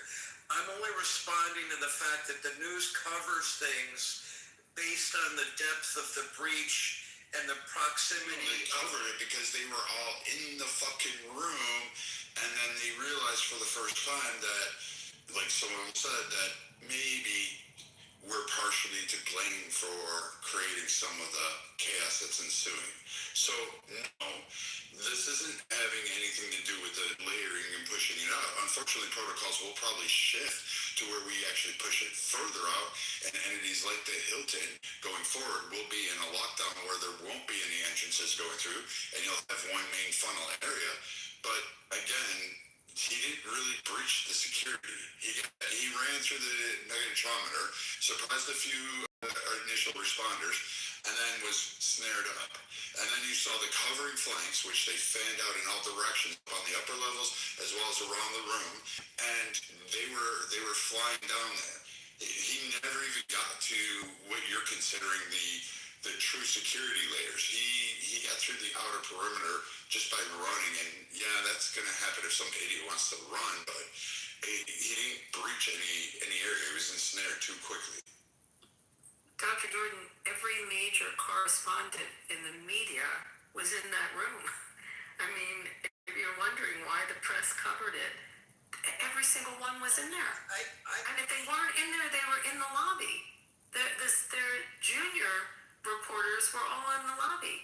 And every major reporter, every news outlet, from Reuters and AP, every streaming service, everyone has a table at that event. But, okay, so they're all in there. But are you saying that, let's say it was the National Electricians Association conference and the president happened to be speaking, are you saying that you don't think it would have gotten the coverage? And what I'm saying, so I understand, it's a very interesting discussion because, well, what I'm saying is that the media, for example, I do not have the first clue I did who went after President Trump. It was on his at the Mar-a-Lago at the golf club at the golf club. I don't remember who was at the golf course, who that perpetrator was. I don't remember very much about him. And you're absolutely right. Obviously, they covered this intensively because every major network, every journalist of prominence was there. But what I find interesting, though, is that here in Clubhouse, we don't tear things apart if we don't have that much information, right? So, for example, the incident that occurred where, sadly, one of the National Guard's officers or one of the National Guardsmen was killed, the other one shot at the corner of Pennsylvania Avenue, and I forget where exactly. What are you talking about? That was covered on Clubhouse for like a week and a half. And yeah, it may be that you don't find the same attention because it wasn't the President of the United States filled with 2,000 members of the mainstream media as well as other dignitaries. Like you had the Vice President and the President in the same room. Of course this is going to be top world news. That's exactly my point, Brad, is that there are so many variables, and you're talking about major issues, but there are so many variables that go into what I'm calling a security breach. I'm not trying to say that's accurate language. I'm just saying there are so many variables to how and when something gets covered that we lose some of our objectivity with regard to how we criticize the perpetrator, and they're all deserving of criticism and judgment, right? But in this particular case, this is going to stand out far more than, say, the guy who was on the golf course who fired toward the president, right? It wasn't, obviously, there weren't dignitaries in the hotel or on the course. There may have been, but it wasn't as high profile a venue. But the way we're responding to it is in accordance with how much the media can even access to cover, is all I'm saying. And maybe it's a moot point that I even brought it up. No, I don't think you understand what it was covered on his second assassination, well, actually technically his fifth assassination attempt. but some of the ones are just fucking retarded and stupid and never came to fruition. But this one, the golf course one, was like frontline news. Like it was sitting out there. Every media network covered it and talked at hours at length. In fact, correct me if I'm wrong, there was even an investigation in that. We had to figure it out. People talked about him. They researched his background, where he came from, the tweet of the month, and his experience and how he wanted to save you fucking Crane. All of that shit was discussed ad nauseum. It got boring after a while because everyone knew the facts. This guy is now the next line. He'll be talked about for a week or two, month maybe, and they'll adjust some security protocols going forward. But he too will go until his trial day, and maybe somebody will talk about it. The news networks will probably talk about it. But I mean, I don't know what you're trying to say. I think what he's trying to say, maybe Dr. Jordan, you're saying the sensationalism of this. Like, by the way, one of the assassination attempts that Brad's talking about, the perpetrator, the Iranian terrorist, was actually just convicted in federal court of the assassination attempt against Trump. But you're saying this is more sensationalized because it's a room full of media correspondents where it happened. I mean, it happened with 2,000 people in the room. The assassination attempt that the Iranians had was thwarted by law enforcement, but that was in the news, a week ago, a couple weeks ago? Yes. That guy got convicted. And Butler is still talked about today. There's still rooms talking about it, mainly because we lost a great American guy who died doing the one thing that you couldn't write a script for. He dove in front of his children, his family, and took those rounds and died. And he was a fucking fireman. A man who spent his entire career going in to save all of our asses in times of need. You couldn't script that. That man gave his life for his family. It's not sensationalized. It's just reporting the facts. Stopping the Iranian plot, yeah, it's on the news. We talk about it, and we're glad that they caught the fucking one. But I mean, these were 2,000 people that were just there for dinner and to hear Trump. And Trump was going to this one. He's been boycotting him. It's his first time back at him, and that's why it's such a big news, because Trump doesn't go to these. Well, you're right, but also Abby was on to what I was basically saying to some degree about sensationalizing the story. For example, let's use Charlie Kirk's tragedy, right? Terrible tragedy. But if no one been killed that day, the news coverage would have been far less intense, obviously, right? And we probably would have forgotten much more quickly than we remembered who the perpetrator was and what political ideology he favored. And so all I'm saying is there's a bit of a bias. Yeah, doctor. Hold on one second. Let me just say, Why is this distinction important? But when Alan, you finish what you're saying, answer that. Okay. So Alan, what I was saying is that the sampling bias is influenced by a couple variables in my relatively ignorant opinion, which is one, my perceived or the general public's perception of the breach, the subsequent lethality or fatality if any casualties are involved, and perhaps other members, and maybe a third variable would be the other potential targets at the venue. And in this case, it was very high profile because it was all the protectees and the journalists. So that's one thing. The guy fired shots off, and someone was hit, but it wasn't a huge casualty. So let's use my crude model just for a second. All I'm saying is that these variables go into how we perceive, how we bother to even discuss something. Like me, Brad, I guess you're right. We did talk about the second assassination attempt on the golf course on Clubhouse, but I don't think we jumped in with what side of the aisle the guy might have been on. So we absolutely did. His pro stance that he was saving Ukraine, that was just a bunch of bullshit mind fucking, and then people actually empathize with it. Fucking, you could bring out the sensationalism.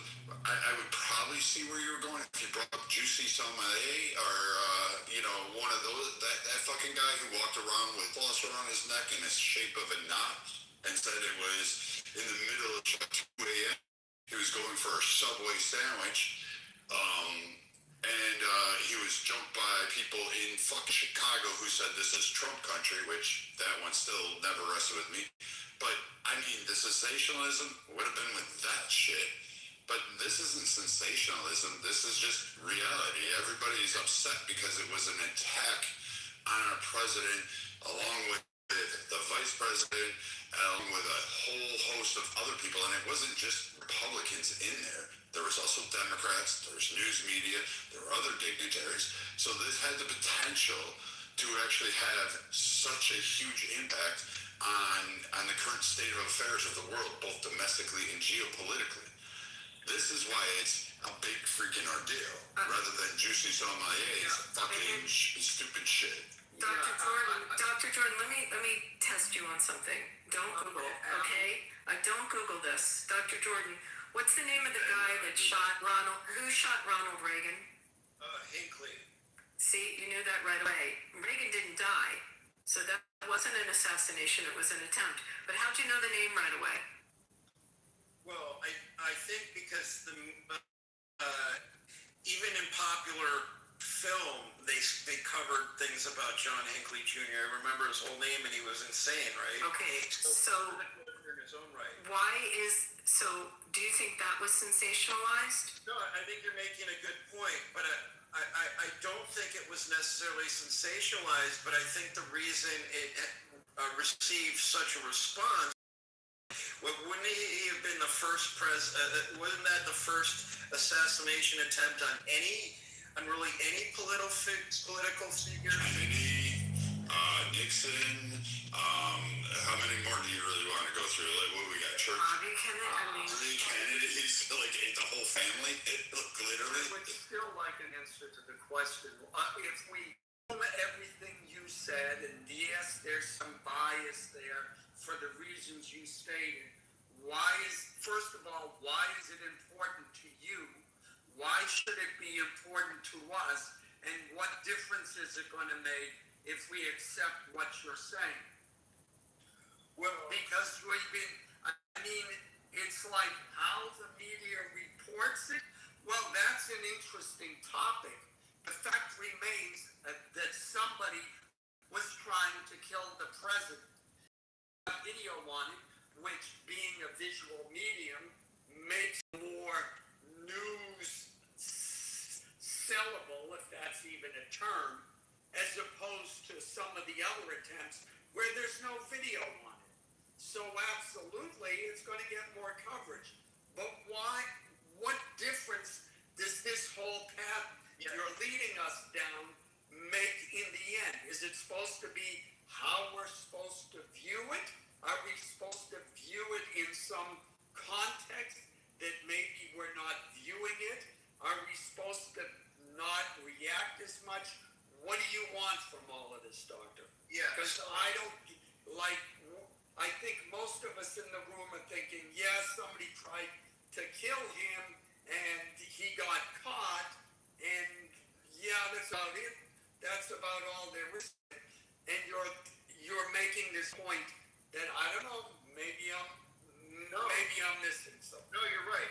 I guess what I'm wondering is, and because I questioned myself reflexively when I heard about this, I thought, wait, should I jump to the conclusion that it may be one side or the other, one political ideology over another is behind the perpetrator? That is what happened. This guy, he's been doxxed all through it. Even down to his $25 campaign contribution to Kamala. His tried and blue. Even his lectures and his social circle is all online right now. It's not even hidden. He's literally the definition of the leftist. And Like, I mean, you can obfuscate the violence that has been perpetrated on conservatives across the country for believing it, even to an extent Trump supporters, and saying that they've been vilified, from the kid Nicholas Sandman, who used to be on this app, who did nothing more than be a kid in a nervous situation while he had a grown-ass man beating a drum in his face, and people called him a Klans member, destroyed his future. But, you know, that was sensationalized not by the conservatives, not by anybody else, except for people on the... Like, I mean, if you're going down that way, it just seems like you're dismissive of the fact of what really happens. I'm not denying that. I'll even give Joe the benefit of the doubt and say, okay, let's say more people on the left hate people on the right than on the right hate people on the left. And I'll even say, let's say more people on the left are more inclined to want to kill people on the right. Let's just, for the sake of argument, fine. All I'm saying is, I'm curious about the reflexive nature of our thoughts. Do we automatically, like for me, I thought two things. One, okay, maybe this person is pissed off because his grocery fees are too high, and yet let's argue that it's not even Trump's fault. Let's say that he would have done the same thing during the Iraq War, right? If there was something that somehow influenced. So you're going to create another scenario? Like, I mean, he had enough money to drive across the country in his gas-powered fucking Honda Civic and purchase a firearm in the most restrictive state in the union. Oh, by the way, for all that gun checking, California, you guys should look up the state laws on how to get one of those firearms. And then go ahead, purchase that, but he couldn't afford groceries? Like, it makes sense to me. All I'm pointing The out, guy's a scumbag. Maybe that was a bad example. I was just trying to, I'm curious about the reflexive nature that I have when I think about this, which may be harshly biased, strongly biased, and then how other people are, and I'm not saying that people aren't thinking logically or rationally. I'm just curious, because this could all come down to something that we have, the likelihood is that you're right, Brad, and that Joe is right. That's probably the case. This guy is. We've already seen this before. Again, the baseball incident, Steve Scalise and numerous others that were wounded and fired upon. Again, I give you Nicholas Sandman. The kid out of fucking Kenosha, Wisconsin, or whatever it was. He was vilified, and then it turns out it's self-defense. And oh, by the way, he blew away a fucking pedophile. Who's gonna fucking cry over that shit? Like nobody, but he's the villain in that case. Your celebratory stance on Manicabi, for killing the CEO, destroying that man's family. I didn't like the CEO. I knew who he was. I thought he was a pompous ass. But at the end of the day, I wouldn't have stalked him to a hotel and fucking ghosted him like it was some fucking Call of Duty game on TV. It just wouldn't fucking make any sense to me. So there's like glorification of it doesn't make sense. And no one's for political violence, but as of late, when it comes to Trump and the people that support Trump, to deny the fact that they are the most targeted, when you had senators and congresspeople standing up on cars and at gas stations saying, you get in their faces, you don't let them have a day to work, when they lost their jobs, were doxxed, when their families were put in danger for actually believing what they wanted to be and having their freedom of speech and their freedom of opinion, and then you come up here and say, oh, it's just sensationalized. It wasn't. They had to live this fucking life. They had to endure those consequences. They had to suffer that shit. And they watched the guy that they voted with a clear voice, turning purple districts, purple states, breaking the blue wall, en masse, a sea of red. They voted in a voice saying, this is the guy we wanted. And you have now saying, well, we're just sensationalizing it and obfuscating the whole truth of it is that you're condoning the violence that is perpetrated on these people who are American fucking citizens who clearly don't have a right to have a voice because it seems to be that you want to take it away. First of all, I'm not sensationalizing. When this is done, I'd like to speak I'm curious about response, but I want to add one thing. And this actually supports your argument, quite frankly. So tonight I hear Wolf Blitz say, I was watching CNN, and I listened to Wolf Blitz. I'm not sure.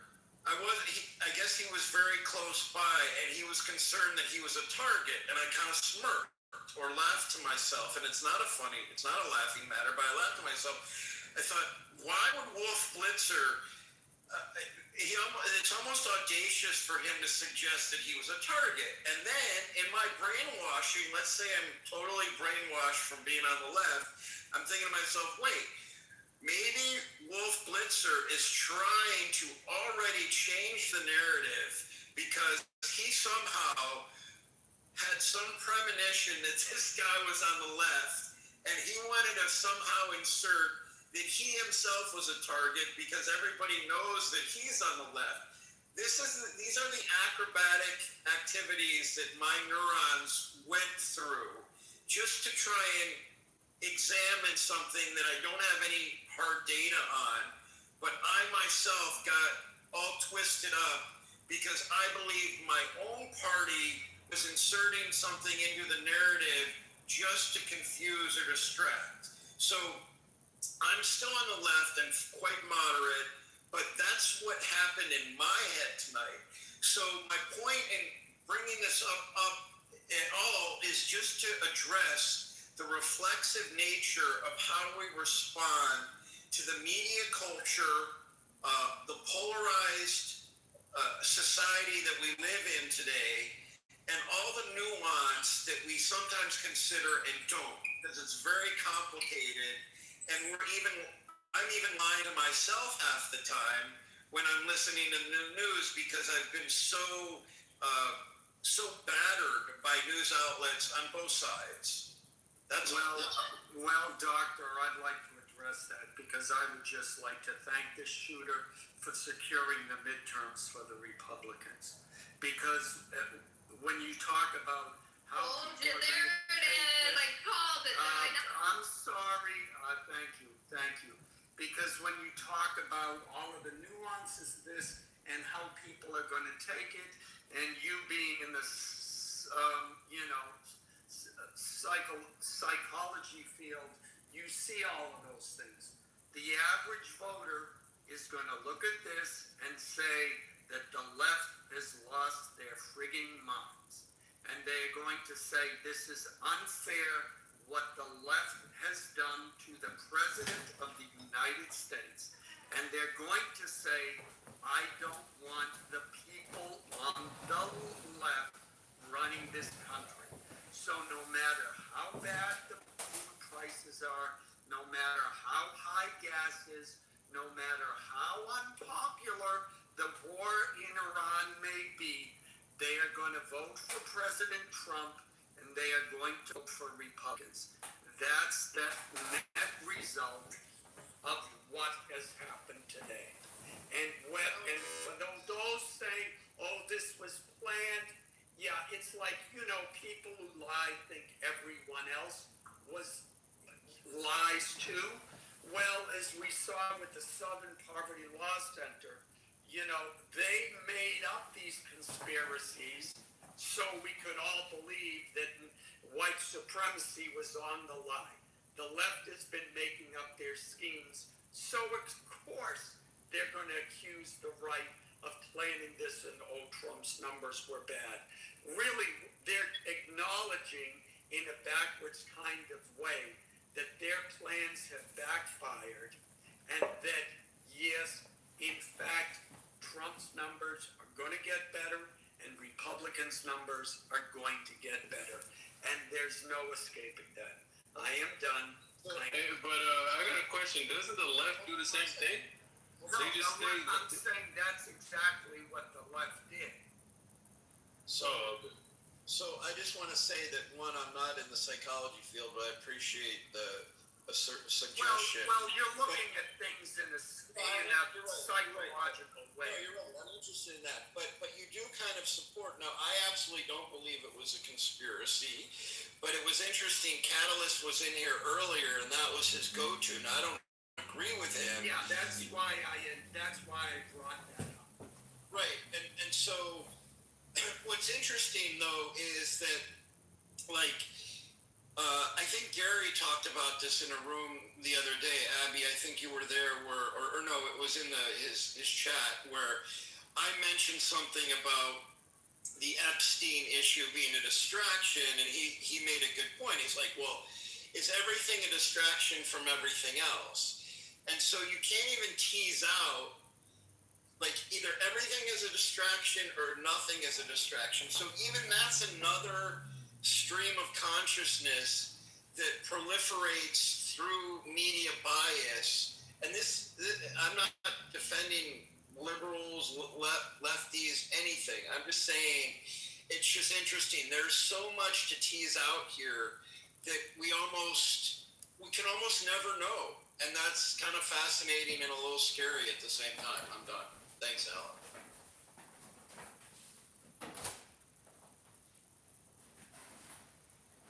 I think why it's so hard for people on the left to accept that they are the violent extremists is because of the rhetoric that has been spouted to them by Wolf Blitzer and by MSNBC for years and years and years, that it's the MAGA Republicans, it's the right-wingers, these are the extremists, so on and so forth. So it conflicts with their worldview, and that's what Doctor is going through right now, this struggle to understand why his worldview isn't as how I see it or how Brad sees it or other people.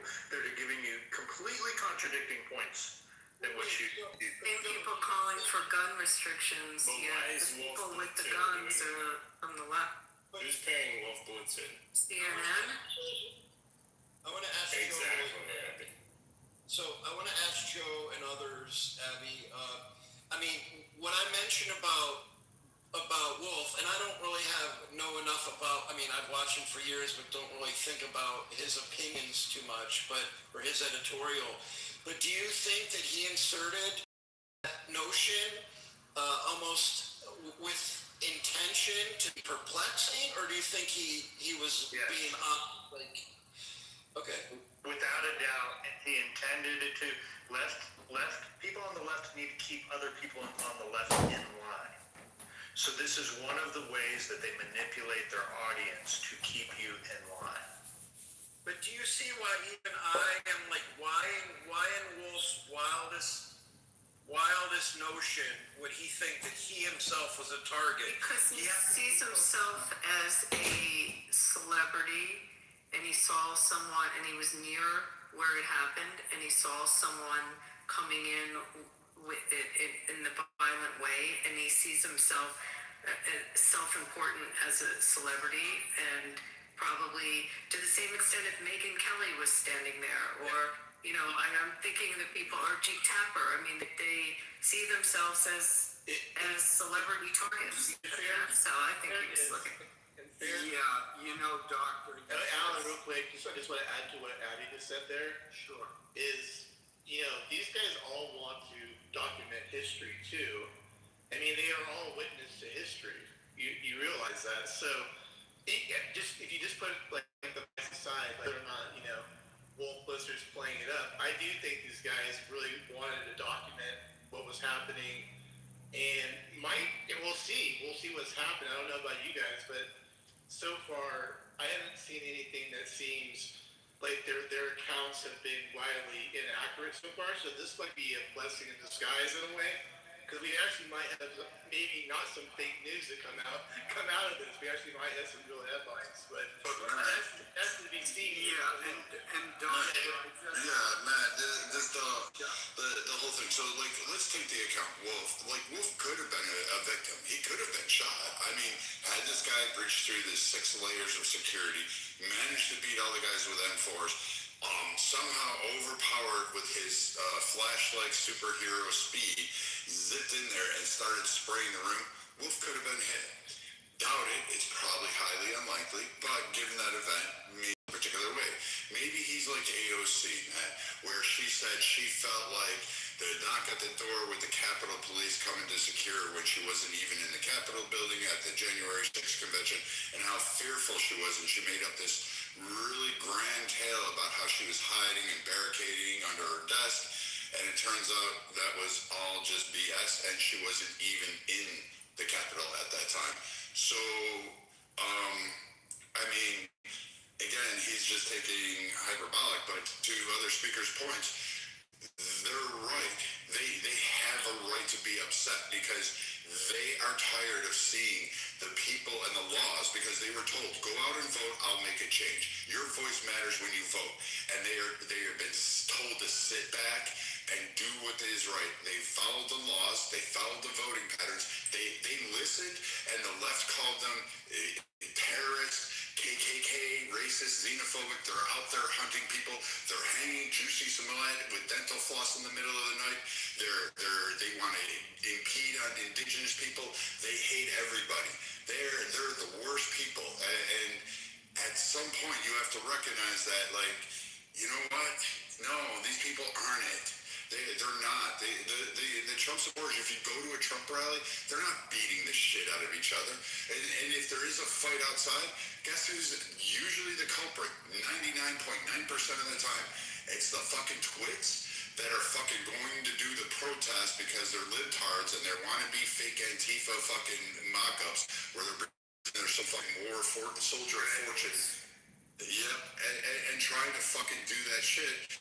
And then these guys have to suffer the consequences. Meanwhile, they get infringements on their rights under states. They get told that they're going to be doxxed. You have politicians now saying, oh, you wait, we're going to go around and figure out who voted for Republicans. They even were told that their service to the nation as a soldier wasn't good enough post-January 6th, and there were calls to remove Republicans from the fucking military by fucking politicians.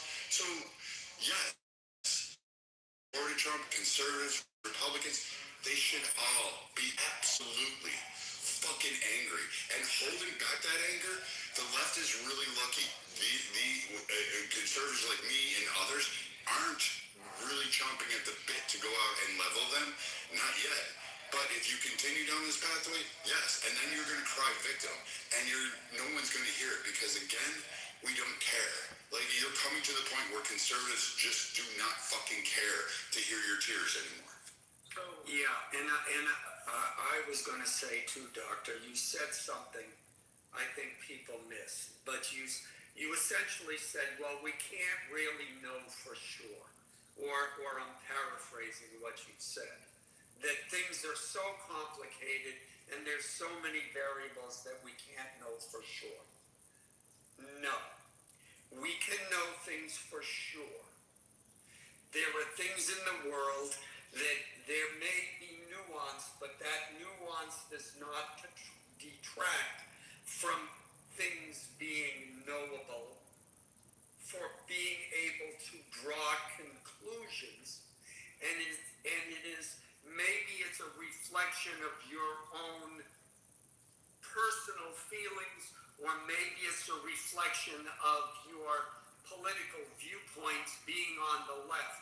But that is the typical, and I'm not accusing you of this, I'm asking you as someone who appears to be thoughtful, to question that very ideology, because that is the ideology that the left uses to confuse and obfuscate, if I said that correctly, now I'm not sure I did, everything. There are many things that we know. Oh, for example, there are two sexes. We know that you're either pregnant or you're not. We know that at some point you are born and at some point you will die. And the list goes on and on and on and on and on. But the strategy of the left is to question everything and to question even things that seem so basic that it's foolish, yet they somehow come up with some sort of academic justification to questioning why, I don't know, I can't think of a stupid example right now of things that they have come up to question, but the list goes on and on. So I would, for yourself, I would question why you think nothing is knowable and we can't come to any conclusions. Now, maybe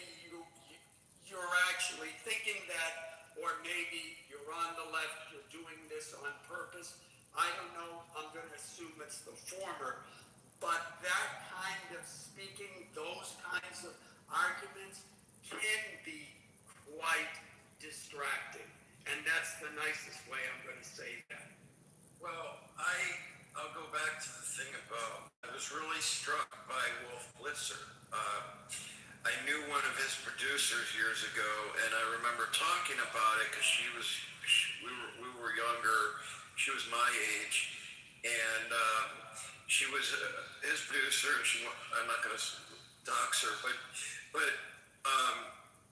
she's real savvy, and I always was curious. Well, what's Wolf Blitzer really like? Blah blah blah. And I always got the impression that I've never met. I thought he was a pretty objective, professional reporter. And tonight, and I haven't followed him that closely over the years, but I've just seen him here and there. But I was really struck by this because it was alarming, and maybe it's just it's so incidental, it's unnecessary to broach. But the fact that he said, I was worried over and over again that I was a target, and admittedly it was a scary moment, but then I rehashed it in my mind. I'm thinking, he is exploiting this opportunity. I hope not. But to think that he would be a target when there's hundreds of other journalists in there, lots of prominent public figures, the way that he said it was a little disturbing to me. And I'm not doing this to kiss the ass of... No, I believe him. He's got an abnormally... Yeah, and first off, you're not doxing Emily. Emily's pretty much a public figure anyway. She comes on fucking social media all the time. I know who she is. I know her too. Like, what the fuck are you guys talking about? I don't know. Dude, shut up. Yeah, Thomas. Get out of here, man. What the fuck are you talking about? Yeah, anyway, Emily doesn't care if you dox her. Her name's in prominent displays after every fucking news network channel anyway. She's on the screen 24/7. But she's even called him a pompous ass. She doesn't like all the shit he says. But at the end of the day, she still believes him. I've had talks with her. She's not a bad person. She's got a job to do. But she even says it's all, at times, it's, quote, your sensationalism that actually kind of conveys it. And she goes, it's a show, and I get paid to work on a show. The person I'm talking about now lives in Texas. She teaches she's a courtesy professor at a university in Boston, not one of the bigger ones. And she's married with kids, and she hasn't been with CNN for over 10 years now. But anyway, Wolf Blitzer's producer is Emily Atkinson. It's not like it's not unknown. She's gone on Twitter or Twitter. The reason She goes on X and talks shit all the time. But the reason I wouldn't want to dox this particular person is because this person is behind the scenes, and she wouldn't want people to know that she shared anything with me about Wolf. That's the only reason. It has nothing to do with her. You just said the producer, and I know M's the fucking producer. So that's who's producing. Like, you're not making sense again. I don't know. He's lost land, bro. We go pass that mic around.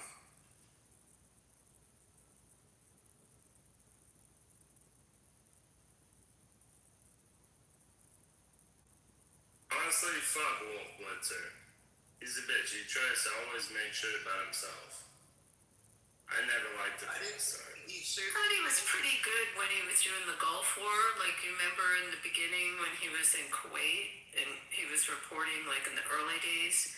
I mean, I thought he was pretty good then. True, but that was a long time ago. Yeah, I agree. It was a long time ago, but I gotta give him that, and that's kind of what jump-started his career. And maybe he's not irrelevant enough anymore, because what happened, which was kind of funny, was that people after he went on his diatribe or after his reporting, other CNN personalities and anchors said, "Wow, Wolf Blitzer's seen all kinds of things in his life as a professional journalist, and he's clearly very upset by this incident." And who wouldn't be if you were that close to being shot, I suppose. But they were even struck by his response. And maybe he is self-important. I didn't used to pay that much attention to him, but I'm curious if anyone saw Van Jones talking on that similar segment, because he called somebody out and I couldn't hear who he was talking about. If anyone saw that part, one of the fellow journalists on the panel. You were probably the only viewer talking in this room. There's been a bunch of Trump voters. If we watch CNN, come on, man. That I am is to assume. Well, Pepe might have been watching CNN. Joe, when's the last time you put on CNN? Oh hell, I couldn't even remember. I'd have to think about it.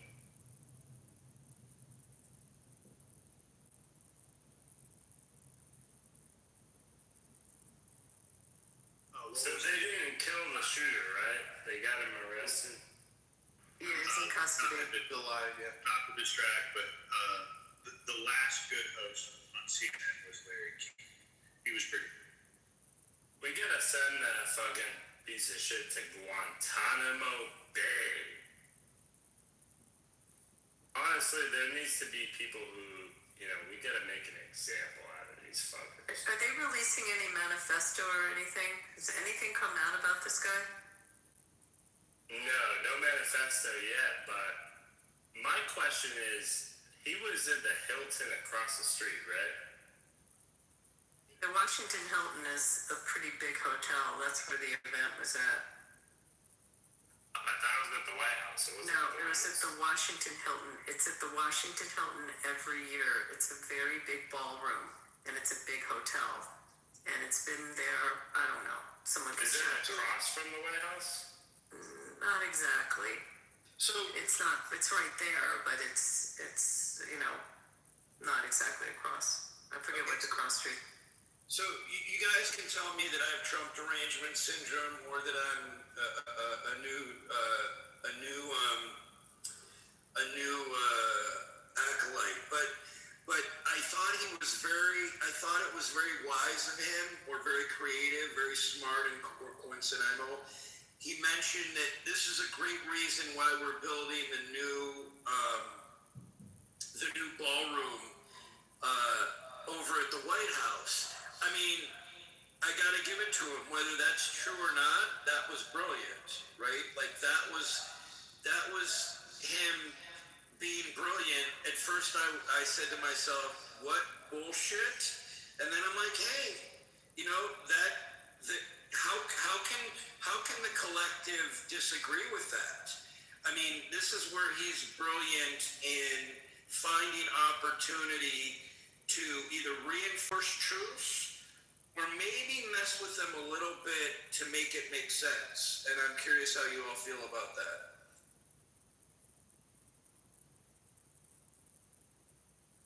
Well, he wasn't the first president to push it. Secondly, I always find this laudable. I guess it's privately funded, so it's not costing the taxpayers a dime. Secondly, we should have a ballroom in the fucking White House. We have heads of states from other areas. It's an easier place to secure. You can't get the mass of people there. There's multiple layers of security, defensive networks. It's very easy to control in that kind of area. I think Nixon asked for one. Ford, multiple presidents throughout time have tried to appropriate funds. Trump got it paid for by somebody else. And yeah, why wouldn't we? And furthermore, don't a lot of people on the left get pissed off when the president picks their favorite hotel, or because it was a campaign donor that they go and use that hotel for some kind of event that he's going to be attending, and they get all up in arms about him steering money, even though all presidents do this. I mean, now you got it at the White House, so now nobody gets the profit off of that, which, Actually, what's interesting is apparently some journalists who are Democrats boycotted the event, which I don't think actually, I think that was in bad form. But there's precedent here, and it's always been held here. If they did move it to the White House, They couldn't. It's too big. It's like about 2,000 people. It's too big. It's like closer to three. So it's what they're building at the White House will not hold this many people. It's probably always going to be in a venue like this. If it's not in this venue, it will be moved to the convention center. Do you know DC at all? Do you know the convention center? Ever been to an event? It's part like where the Marriott Marquis and the convention center are like one big complex. Like based on the size of this event, it will have to be in a place like I that. can't see them moving it to the convention. The convention center is just, it has more ingress points. It just. No, but they can lock that down. I know they do lock it down. Definitely lock that down. And same with the Marriott. Well, Marriott Marquis kind of, they're the same building and they have the walkways there.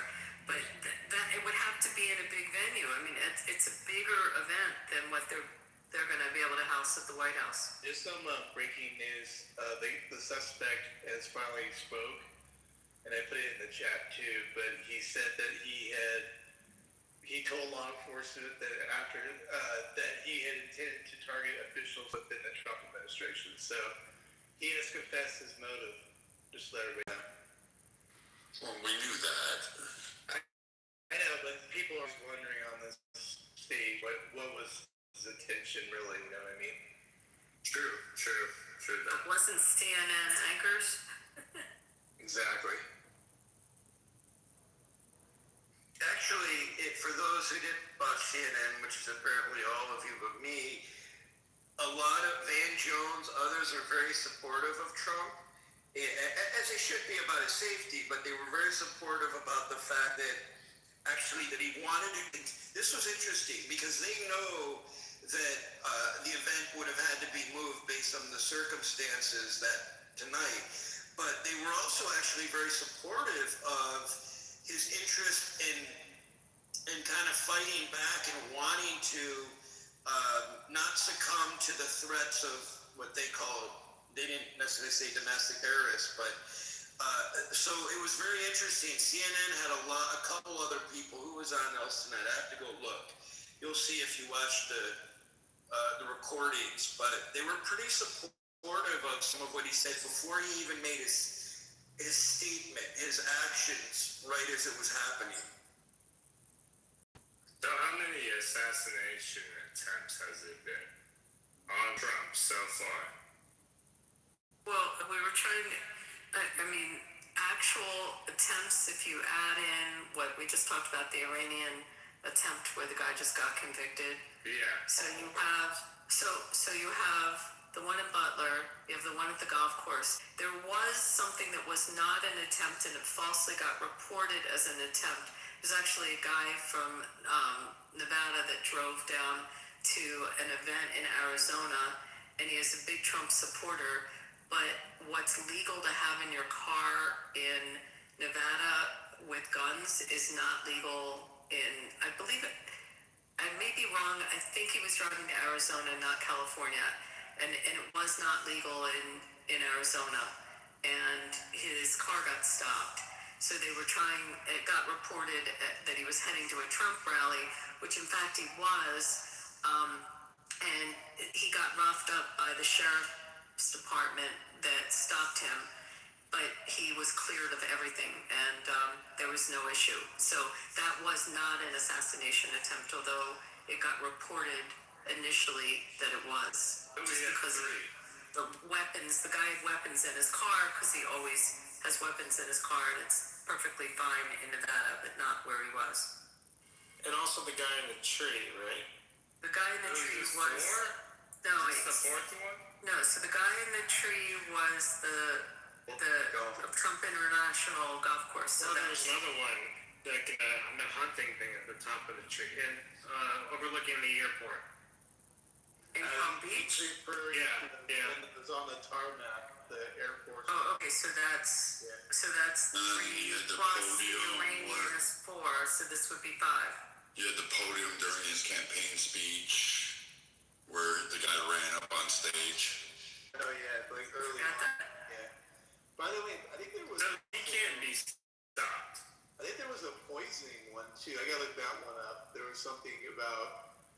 somebody attempted to do something with something. I gotta look that one up. But yeah, there's Poison? funny.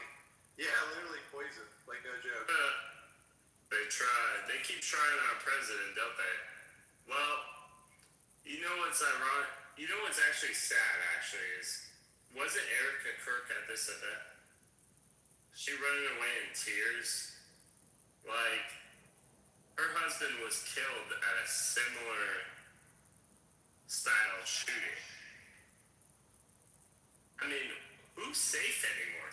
That's a real fucking question. Who's safe anymore? This shit is just crazy. This happened at our federal government event. But tomorrow or Monday, Democrats, Chuck Schumer's going to go on the House floor and say, well, it's Trump's fault. Did Bush Jr. have any during his term? He hit a shooter at him in Baghdad. He had the fucking sandals. I think, was he the one that had the grenade thrown at him? I think he might have been one. Or was that somebody else? That was Obama, maybe. Do you guys remember that incident or no? You said, I remember the shoe. It was overseas. Someone threw a grenade. I wish the president was. I think it was Bush Jr. And it just didn't go off. It was over in one of these, I don't know, like Croatia or something. I don't even know, some country like that. That was Bush.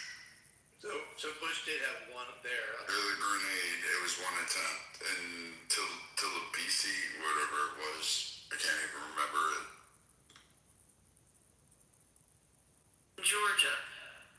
Georgia, that's what it was. And I don't think Clinton had any, really, that I'm aware of, right? It seems like all those guys get unscathed on anything too major. I just feel like sometimes there's an attempt, but with Trump, like when there's an attempt on a president, the Secret Service will like hunker down, they'll figure out any of their weaknesses, and they'll get back to like top notch. Yeah. But with Trump, for some reason, I'm not blaming the Secret Service here, but for some reason, going backwards, keeps happening. Yeah. No, well, first off, I was waiting till you finished. There's the guy who shot, like, I can't remember, he just unloaded at the White House when Clinton was inside, and then there was was it 95, 96 plot to kill him overseas. So he had 2 assassination attempts on Clinton. Could this be the new norm? I don't know. I'm just throwing this out there. It's just something that's going to be considered by every president going forward. I mean, just throwing it out there. I don't know. So far there's I think there's over 25 cases, successful federal prosecutions against people for making threats against the president and or his family, with enough evidence to actually jail them. So, I mean, that, like, for all the people online saying that they are, really happy or do some stupid things, just understand they're going after you. You just may not be caught today, but you'll eventually get caught. And I think when the Butler happened, what was it, like 15,000 cases are still ongoing for investigation by the Secret Service for threats against presidents in total, so that are still considered active. So, I mean, they're going through a long list of them. A lot of these leftists do want to see our president murdered in cold blood. Let's be honest. Because he's white. They want to kill him because he's white. It's racism. That's all it is. It's racist. Yeah, I mean, they really hate him. And a lot of them have no empathy, sympathy for our president. They want to see him killed. That's just a some real shit though. Some real shit though. Teflon Donnie is a threat to the white liberal, white nationalists that want to leverage and traffic in racism to get him up out of it, because he's really essentially exposing the different root elements of power. Even with the Epstein files, it exonerates him more than anything, but it exposes the power fault. Like, right, him saying about the cleaning out the moat, the things that he's doing, he's putting America back on track. And there are people that are fundamentally embedded into American fabric society that really want to take him out. And it's the people that look like him that traffic in racism. You haven't seen even this many attempts on Obama's life, right? So, like, what the fuck is it about? He got voted in That twice. is such a threat that so many people want to kill this man, and he's just trying to put America back together. You know what I mean? In my opinion, I've seen, in my 45 years of living, this is the best president I've seen in my lifetime. If we're such a racist country, why do you vote in Obama twice? And I thought they would try to kill Obama. With Obama, more than Obama was an operative though too, but Obama was to appease a certain demographic, a certain group of people, right? I mean, don't get it twisted, because the first and only time I ever voted was for Obama the first time, because he was black, right?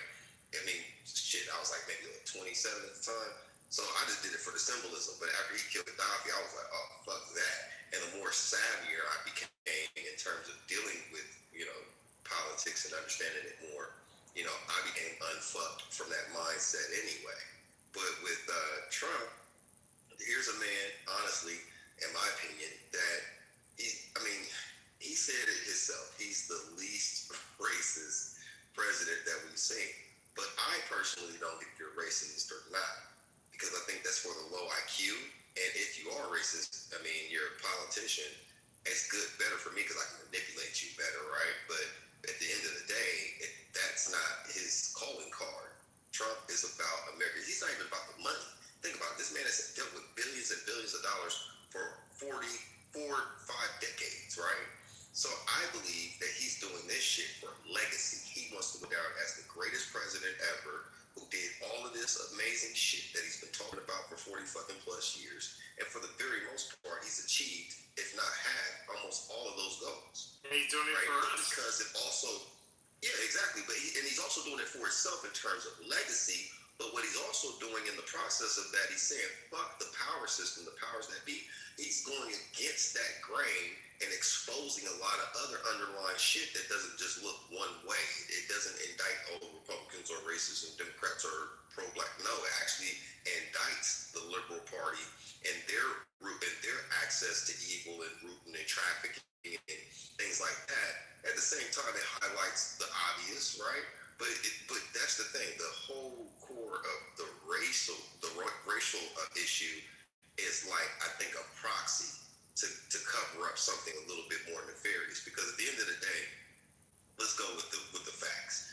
This guy doesn't give a fuck if you are Benjamin Netanyahu on air or if you're Obama. He will criticize. He tells you exactly how he fucking feels and what he plans to do about certain shit. And when he says he's going to do something, doesn't matter how long it takes, doing it, right?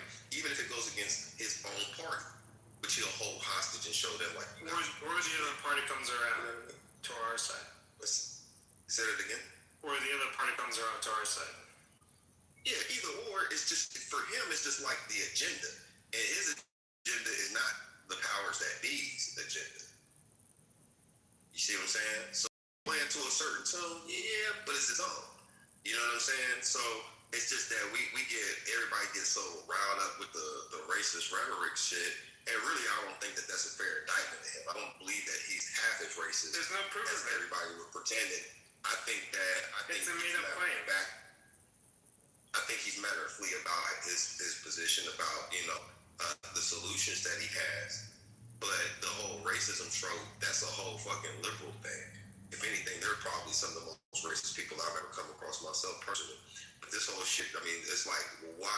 One should have to wonder, what is it about what he's doing that makes people really want to kill this man? And if you start really unpacking it truthfully and without bias, I think you'll get past a lot of the layering and racist tropism and shit like that and get to something a lot more nefarious. It's not just that. Like, what we have now is the fact that, and I'm not going to throw all the Democrats in there, because there are some that are just sitting there going, I can't co-sign the shit that's going on in the left, and they're calling it out daily. Fuck, you got you got Frankenstein about to cross the aisle. He's probably going to go independent, but I mean, he might as well just cross the aisle and just get it done with, according to the left. They've turned on him. You've got, like, fucking idiots like Bill Maher out there, and he's not an idiot, but, I mean, still, at the end of the day, you have this guy sitting there trying to, you know, like, push people and saying, where are the Democrats at? Because this isn't the party that I was part of.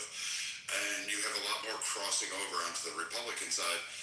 And I'm just sitting here watching this, and when the left loses, they do become violent. They do attack because of, if you hear conservative speech, you don't hear Trump, you don't hear Vance, you don't hear anybody really sitting there condemning and saying that the left is a threat to fucking your existence.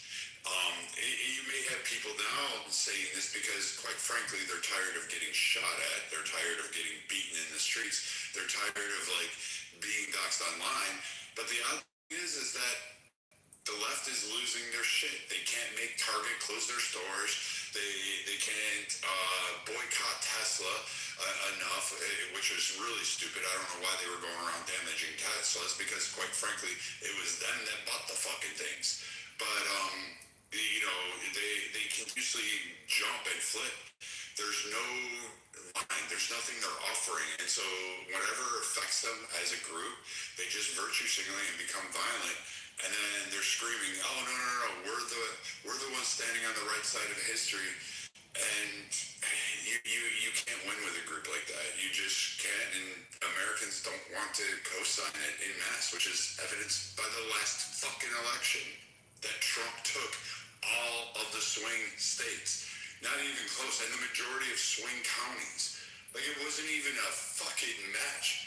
And it's just, it's weird. If they actually realize, like, hey, maybe our message isn't sinking in with the majority of Americans, maybe we're the ones that are wrong, maybe people would, like, hey, you know what, why don't you take a few years, figure that shit out, and then let's put reasonable people back into play. But the left can't do that.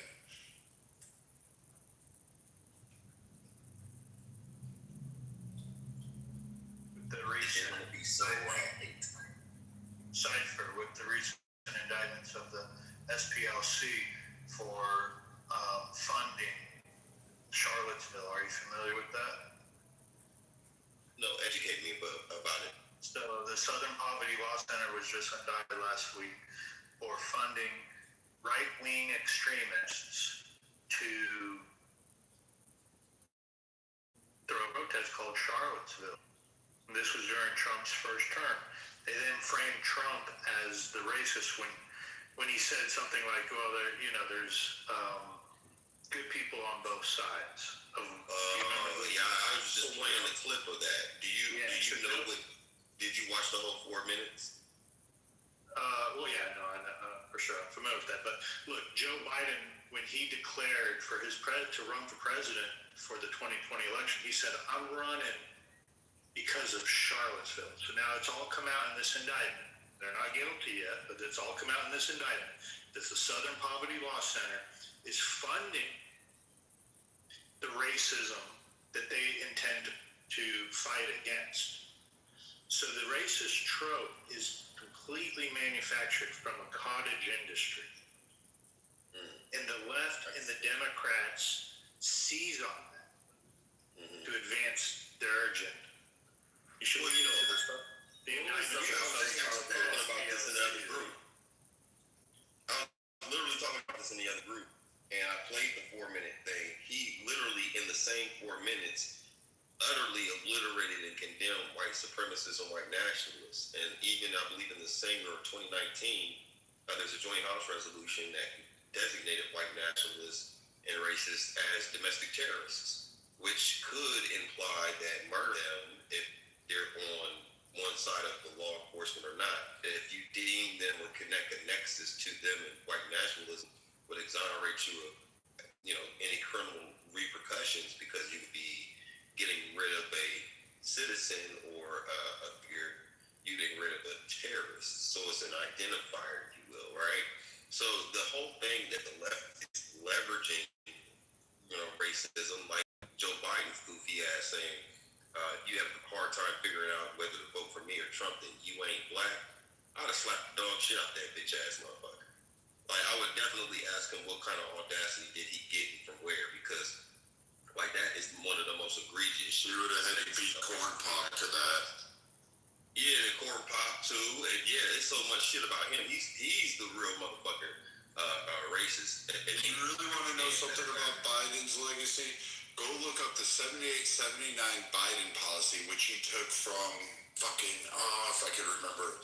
It's how he pushed for an allocation on schools for school funding. Yeah, school busing, yeah, I remember that. Yeah, all that shit, and how the funding actually worked, and how it actually promoted and actually allowed more segregation while it was codified under law, and denied funds to fucking black majority schools in the country.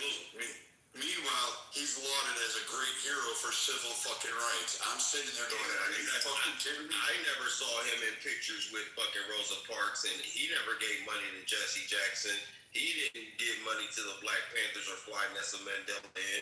He didn't sit with Michael Jackson in the goddamn courtroom on both trials every single day. He didn't house Jennifer Hudson and her entire fucking family after they were massacred for 6 months. I mean, it's just so much about Trump in his personal life that he didn't even never even speak on, which even lets you more know that he's not on that shit. He's been a part of the black community, or not black community, black culture in a sense, as the Wells S guy, right? He's even on the fucking Wu-Tang albums, like in the early 2000s and shit.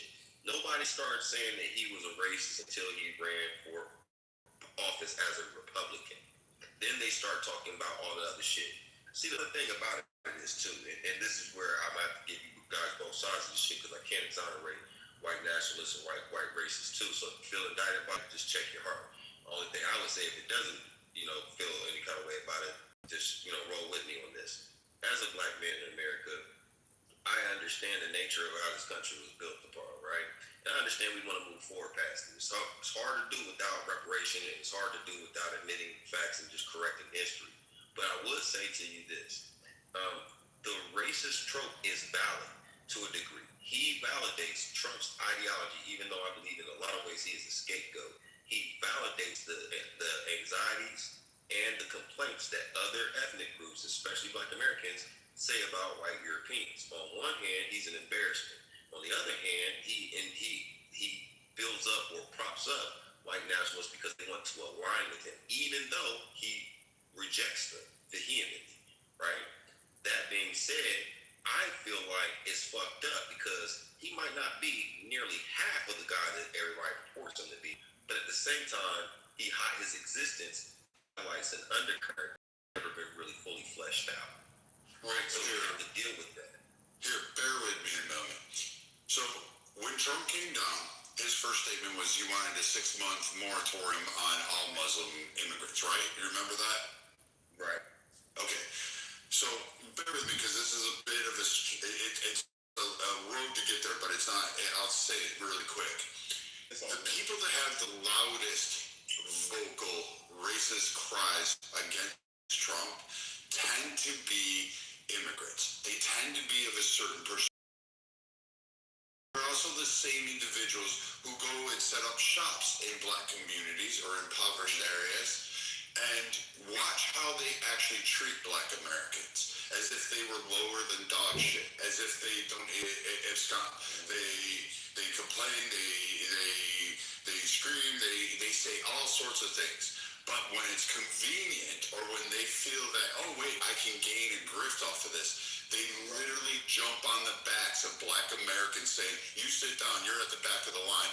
I'm the one that's being oppressed. And they jump above it, trying to take over and narrate the story of black Americans. And that's the issue I have with a lot of those tropes, like an Ilhan Omar.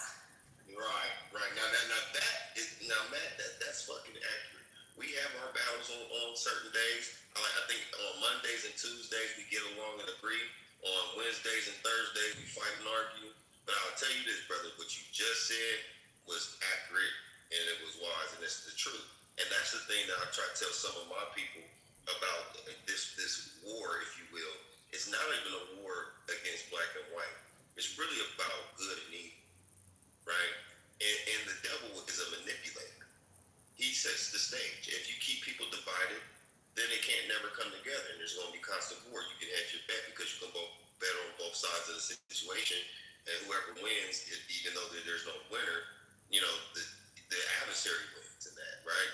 But when you're dealing with intelligent minds that can see the manipulation, that's why I'm not feeling no fucking kind of way, because I be thinking about the Democrats who be like, well, you should be outraged and you're an Uncle Tom. Well, why not let them know when they use that trope? I know you didn't read the book because the protagonist in that book was Sambo, right? So that lets me know that that's ignorant. But then the other side of it is, why do you want me to be so offended, right? Like people talk about Venezuela. Do you know the Venezuelans were happy about what Trump did? Iran, same thing. Nigeria, same thing. But they want motherfuckers to be outraged so you could leverage that to validate trying to assassinate him and his character, or trying to devalue the good work that he actually is and has been doing.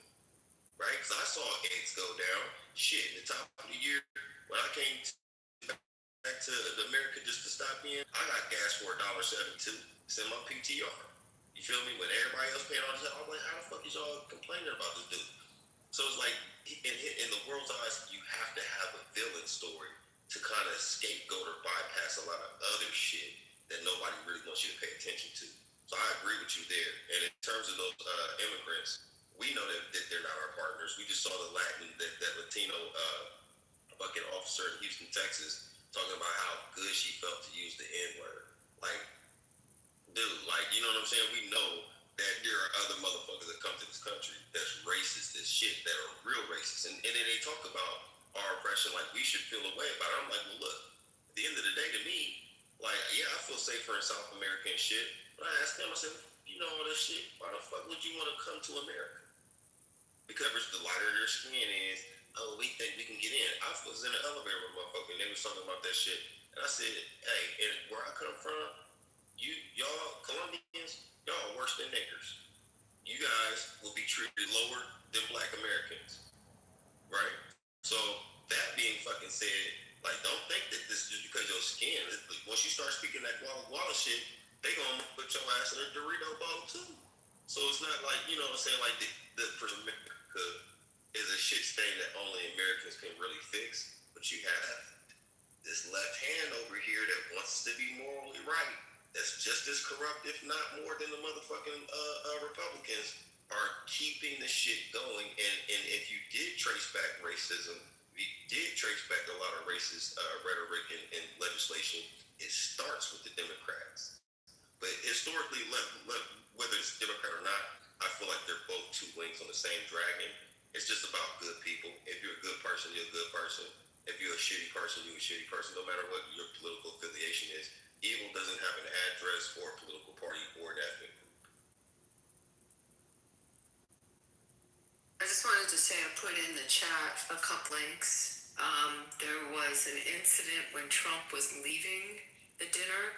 A woman came running out in front of his motorcade, going after the motorcade. There was a pro-Palestinian protest happening outside while the event was going on, and she was one of the people from the protest. I also put in the chat some of the protesters that were inside the lobby area, you know, that hallway we were talking about. Code Pink. Yeah, so I mean, one of the that also occurs is there's all these other parties that are happening at the same time and then leading into the itself. So that's why there's also so many people in the hallway. They're already in the building at like pre-parties, and you know, maybe the AP has a party. You know, different news outlets host different events, and so it's kind of like, imagine a convention center. You know, it's chopped up. There's the big ballroom, but then there's all these smaller rooms where they're having other events. So that also enabled a lot of the people to have access inside the building and these protesters. And then the third thing I put in the chat was the signage after he was leaving, calling for his death to him as a tyrant. What's Code Pink? Code Pink is, oh boy, get me on that subject. It's an organization, very, very left, you know, like a communist left Commies. Advocates and protesters that it's run by this woman Malia, I think I'm probably saying her name wrong. Medea, thank you. Yeah. And her co-founder Jody, who was married, or I don't know if still married to Roy. I'm so bad with names. It's Lee. Singom, that's lives in China. It's involved with the Communist Party, so that's where their funding comes from. And it's an extreme political acts group, and you'll often see them. This may sound familiar to you. They hang out in the halls of Congress, and they go after members of Congress, Senate, and try to corner them. This older lady?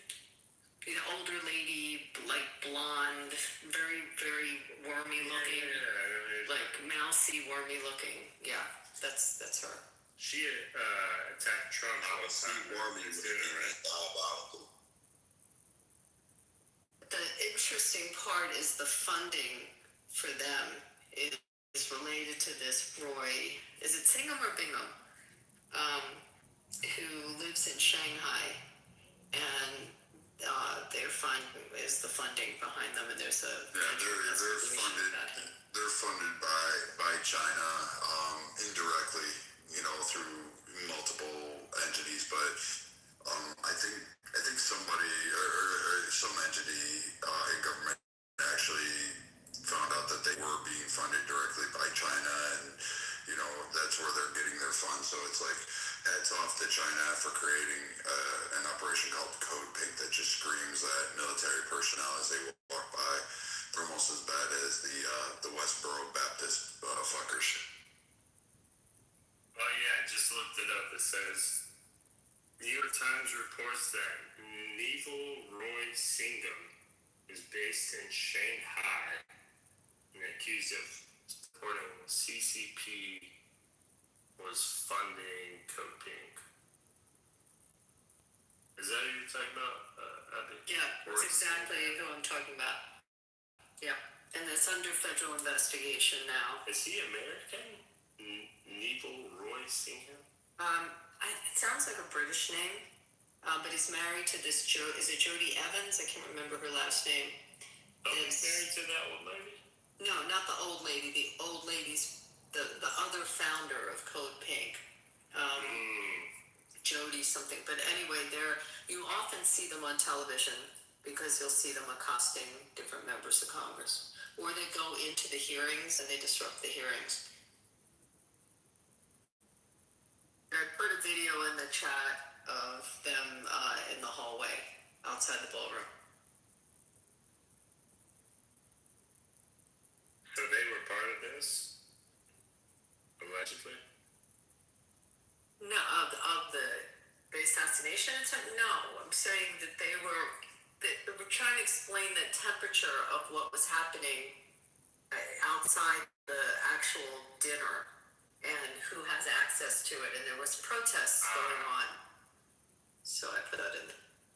Now, correct me if I'm wrong. Isn't this the fourth or fifth attempt? I think this is the fifth. That's what I thought.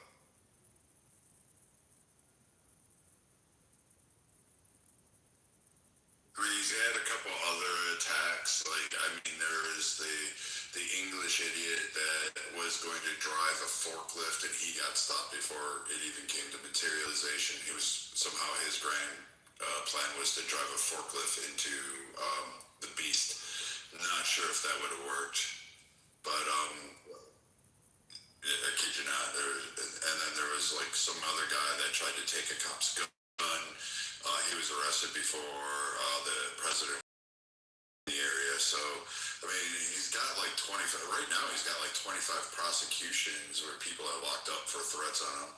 And, I mean, I guess maybe they'll start bringing back the ricin, letters that they used to send to Obama and other members. And I'm waiting for those to break out now. Wow. Crazy work, though. I forgot about the rice letters. Yeah.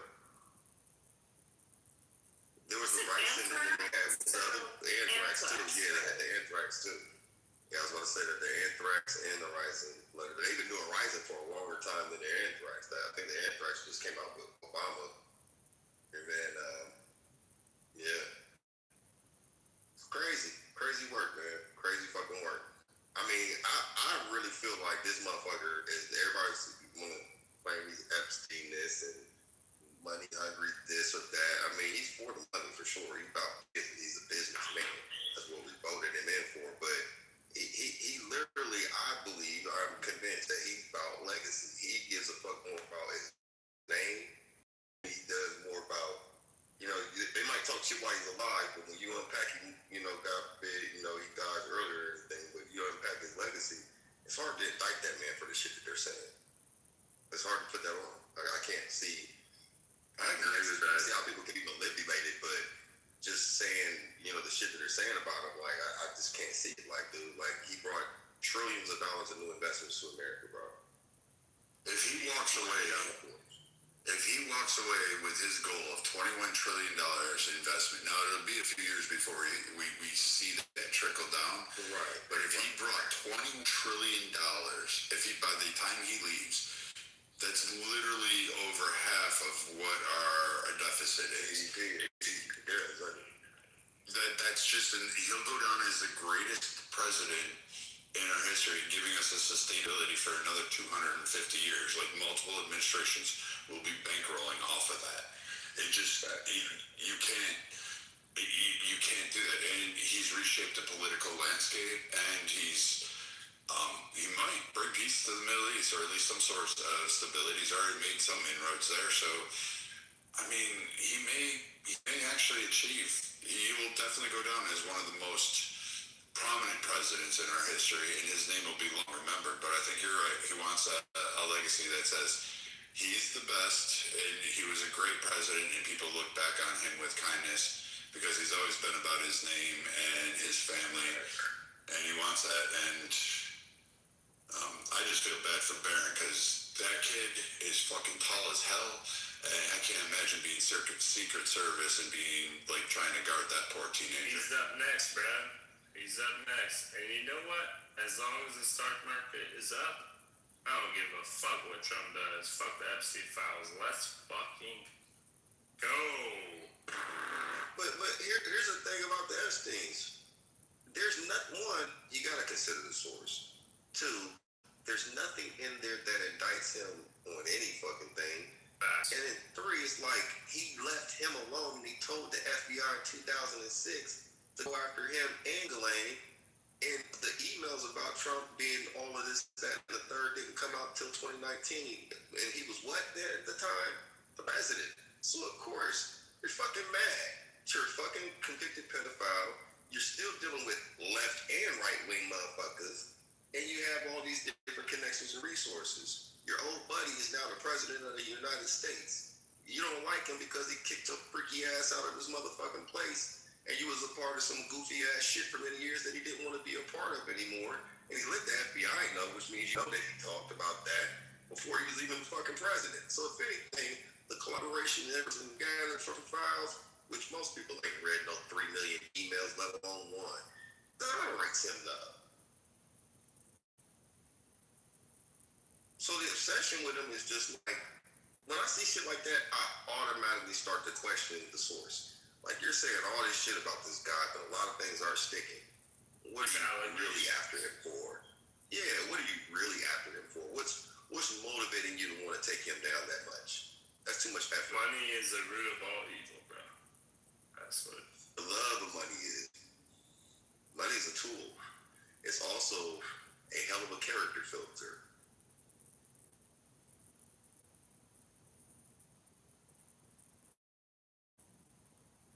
I see money do a lot of good stuff. What's that guy's name on Facebook? Zach something? That does it. He acts like he's poor and shit and gives people money. No, not Mark Zuckerberg. This is one white guy. I know who you're talking about. Yeah, he's a wealthy guy. He just walks around like he's homeless, and he's super cool. I like watching his shit. His content is dope and it's authentic to me. You know what I'm saying? And he be changing people's lives and shit. He got even the celebrity kids and the celebrities' kids are following him. Like that's a good positive thing, right? That's You know what I'm saying? So Money could do a lot of. No, he goes by Zeke or Zach something. I forget his fucking last name. It's like I can't pronounce his last name. Like the Savage type shit. I don't fucking know. But he's he's a cool motherfucker though, man. And at the end of the day, that's why it goes back to the point that money is not the root of all evil. It's the love of it. When it becomes your God and you'll do anything for it, that's when it becomes problematic. You know, I used to think it was money. I no longer, at my age, think that it's money. I think it's power. I think money is just a stepping stone to help you get power, but I think what really is the evil that we have is power. Because once they get it, they can't go. Look at AOC. She's done nothing for her district. She's brought nothing in terms of creation. She's boosted her portfolio, but she hasn't done anything for the people of that area. She's stomped on jobs. She stomped on investment opportunities there. She cheered on McDonald's, the mayor of New York, and now she's really good at making Instagram speeches, and acting like she's a victim. But she hasn't done it. But she craves that power. She isn't willing to step aside, and she wouldn't bite the hand that was making her the money. She never wants. She just sit in at Nancy Pelosi's office and then bent over and said, "Yes, dear Aunt Nancy, I'll take it any way you want to." And once she got her hands on that money, and once she got her hands on, guess what? Congressional seats, and it was able to get her Instagram likes, and she liked influencing. She liked that little semblance of power. But she can't win a Senate seat. Just like the chick from Texas that got defeated. What's her name? Jasmine. her goofy ass. I can't claim her, man. Like, listen, I love my black women and every damn thing, but that woman is an imposter. I have yet to see a true honorable. Not to say that they don't exist, but I have yet to see a true honorable, clearly righteous fucking politician. Like they're worse than drug dealers. There's drug dealers that got more moral compass than most of these motherfuckers. In fact, most of the most egregious crimes and indictments come from these people. Even the brother that killed him and his wife, while his kids were at home, Virginia and shit. Like Virginia lieutenant governor just opened the gun. Shocking on Crockett. You're not going to believe I'm saying this, but in some ways, I wish she had won that primary because the guy that she lost to. His politics and his policies are so far left and so disturbing. Tallarico, I don't know, again, if I'm saying his name right, but as nuts as she is, she's not as extreme as the guy that ended up winning that primary. And I never thought I'd be Jasmine Crockett, but he's pretty bad. Can you give me a contrast of the difference between their politics? With the gender affirming stuff, Tallarico's super far left. That's one issue that pops out with him, but I'll try to give you his main policy. He's like a Beto, only more to the left than Beto O'Rourke was. And Crockett, as a member of Congress, was not a squad member. She definitely, I agree with you on a lot of stuff about her, but she wasn't as extreme as the squad, to my knowledge. And someone can tell me I'm wrong on this, but I don't think she was. I don't know if you call her a squad, but the fact that she didn't win her election seat, it was gifted to her. And I'll give this, I don't like Al Green's politics, but I can tell you what, visiting Texas, here's something that Jasmine didn't do that Al Green does. There was a problem with pretty shitty apartment buildings around here. A lot of people were complaining about elevators, especially for those 55 and older communities. Most of these happen to be minorities or elderly, poor, impoverished areas. So Al Green showed the fuck up, even outside of his area. He took time out. He left the fucking thing to go down to his people. He showed up, he sat there and said, hey, these ACs have been off for a month, and he's sitting down there having a glass of water with a 90-year-old woman and listening to her complain, and he actually listened. Then he got on the phone calls, he called other people, he brought them in.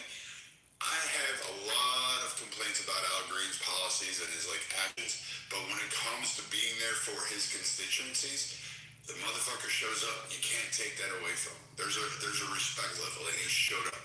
Jasmine never did that for anybody in her district. Never showed up to help absolutely anybody. Well, when you can manipulate the stocks, which are get rich doing that, and really not have to do shit. You have a whole staff that looks over legislation, and you have an agenda that you vote and follow, and you get paid six figures and get all this other shit and fanfare and yeah, it's an easy sell. That's why I'm saying some of the most corrupt people I've ever met are politicians. Bankers are second. The investment pool and the political pool. Oh man, that's just the jacuzzi inside of the hot. That's like the hot tub inside of the pool. Like they're both in the same shit. It's just, you know what I mean. Which one do you feel comfortable in? Yeah, it's like that. The girl out of Florida, 25th district, saying that she took donations. My name is James Sean Thomas the Fourth, 16th. Sorry, I'm playing on buttons. Yo, am I in a room? Can you hear me? You could hear me? Yeah. I'm just kidding. Who the fuck is that guy? Yeah, but anyway, it's like that congresswoman out of Florida that she just resigned, but she was going to face, they were going to remove her out of Congress, and she's walking around and saying, I never spent $3 million on a yellow diamond ring, and when they do the investigation, she violated like the laundry list of ethics, which I find laughable, but because probably all of them done it, but she's got the diamond ring on during one of her speeches and a couple other incidences while she's up at the in DC. Right. And she's like, and they're just like, here's a picture of you wearing the fucking ring. That's crazy. Talarico, one of the things he said is God is non-binary. He had he's had some radical stuff about, they're saying too radical for Texas. A lot of gun control. I mean, in a state like Texas, things like that. Being shit like that, he's gonna lose. Yeah. It's probably good that he's in, because Jasmine seems like she would have been more palatable than he would have been. But that's a good thing. Here's the thing, guys. We're not gonna pretend that America doesn't have blood on their hands and like karma doesn't exist. It is what it is. At the end of the day, I'm a fucking American, so I don't do them. It would be nice to visit China or even do business. It would be good if America and China had better relationships, honestly. I wish they could find a pathway for it. That would be nice if they could all get along in terms of money and everything else. But there's going to be things that are going to happen that's going to make the human race have to come together. I can see it. In our lifetime, there will be events that will force inflection points to where it's not going to be about black and white. It's not going to be about countries. It's going to be about the have and have-nots. And even then, it should be something to where I would like to see, where it doesn't matter as long as you're a fucking human being and you're a good person, like you're cool. But it's not, the world doesn't work that way yet, right? It's just that this shit is so divisive. And at the same time, I'm on this side of the fence. Regardless of anywhere I go in the world, I'm cool to have my blue passport. But I also know that my house is fucked up too. I'm not going to sit here and shine the finger at anybody else knowing that there's three pointing back at me, but I'm going to rather be on this side of the fence than the other. I don't want to live in China and be up under their rural political system. I believe in America, it is racism. It is some bullshit out there. In South America, it's fucking beautiful, and I feel safer there, but at the same time, same freedoms or the same infrastructure as I live in America. I see from a business opportunity or a business position that if America could get their house in order, right, internally, we would be better positioned to lead. And I believe, in my opinion, that that's what Trump wants to do. Whether he does it or not, or whatever the case, however anybody else frames it, I think that he literally probably shares some of the same thing. But America should lead that cause. Who else better, right? It's just, time will tell. Time will tell. And I'm not one of those motherfuckers that want to see, America's going to lose this war with Iran. I don't want to fucking see that. I'm in the house. Why would I want it to burn down? I mean, the American Empire is fairly strong. I mean, we get a lot of attacks, and it's weird. Everyone tries to emulate being America. They want, but they also stand there with their hands outstretched. They're like, yes, give me, give me, give me. When you actually start looking at countries and looking at it, like all this stuff, you're just like, wow, we really do pay for the world. We do subsidize literally the world and then protect it at the same time. So it's kind of a crux. Everybody hates you when you're on top, and they don't. And I always say this: America has the bottom. Yeah, right. But like America has no true allies. We don't have any friends. We'll have alliances based on convenience and monetary value. And as long as we keep doing what we do, we'll still have those, and we'll stay on top. And then eventually another empire will come, but we'll all be dust in the wind, and be forgotten about. You know what though? I agree with you, and there's a paradox to that though. Like what you just said, I'll go to another country and they'll shit on Americans, but love us at the same time, right? Where like literally some of the same people that'll be on my dick in South America because I'm black and American will try and shine on me in America. So if they come to America and they're white or white looking, they'll leverage that. Right? They're literally like, well, black Americans, blah blah blah blah blah. But I'm in your country, I'm gonna charge me 4 times as much. You're gonna invite me everywhere, right? When you come to there, you think that you're aligned with this, and they don't fucking like you. Like I had to tell them, I said, you're less than black people in America. Just because you got this skin, as soon as you start talking like guala shit, that's you know what I'm saying? You see how your people being treated on the news, right? So it's just like, but that's something that America has to get rid of. And I'll tell you this, Matt. If America deals with the issue of race for real, once and for all, then they'll be in a real moral position to lead. That's all they have to do. You do that, it literally would change the world.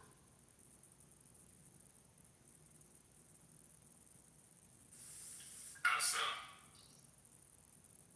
Well, it's the moral compass. So there's this always, it boils down to morals, moralities, and what's ethics, who should lead, why.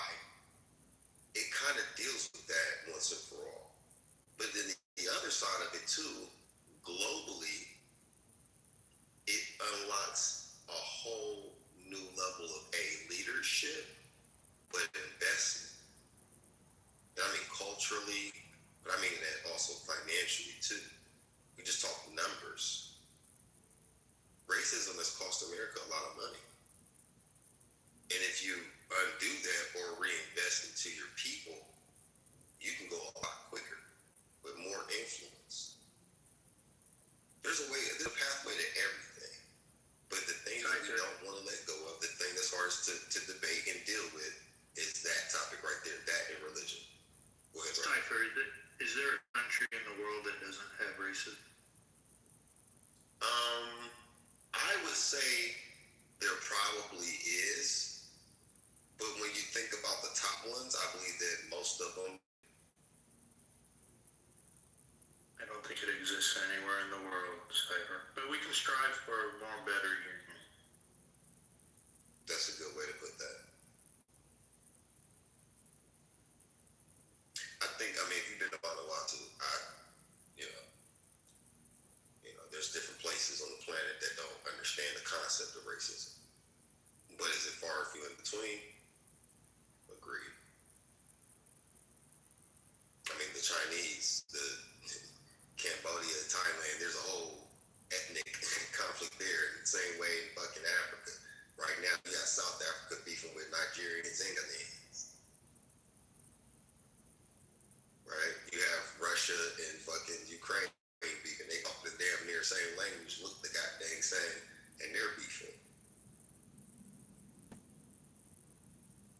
But there's something I honestly believe that this is all stuff is leading up to different events, and there's going to be something else that's going to happen that's going to make people question a lot of different things, and they're going to have to, it might be like the 9/11 event. I never saw that many people come together like that for a sustained period of time. I think the next thing after that was maybe COVID from a global glance, right? When 9/11 happened, I saw all people coming together to pull people out of the rubble and United America, this, that, and the third. It was for a good strong 18 months, I'll ride that way. I was like, oh yeah, this is bullshit.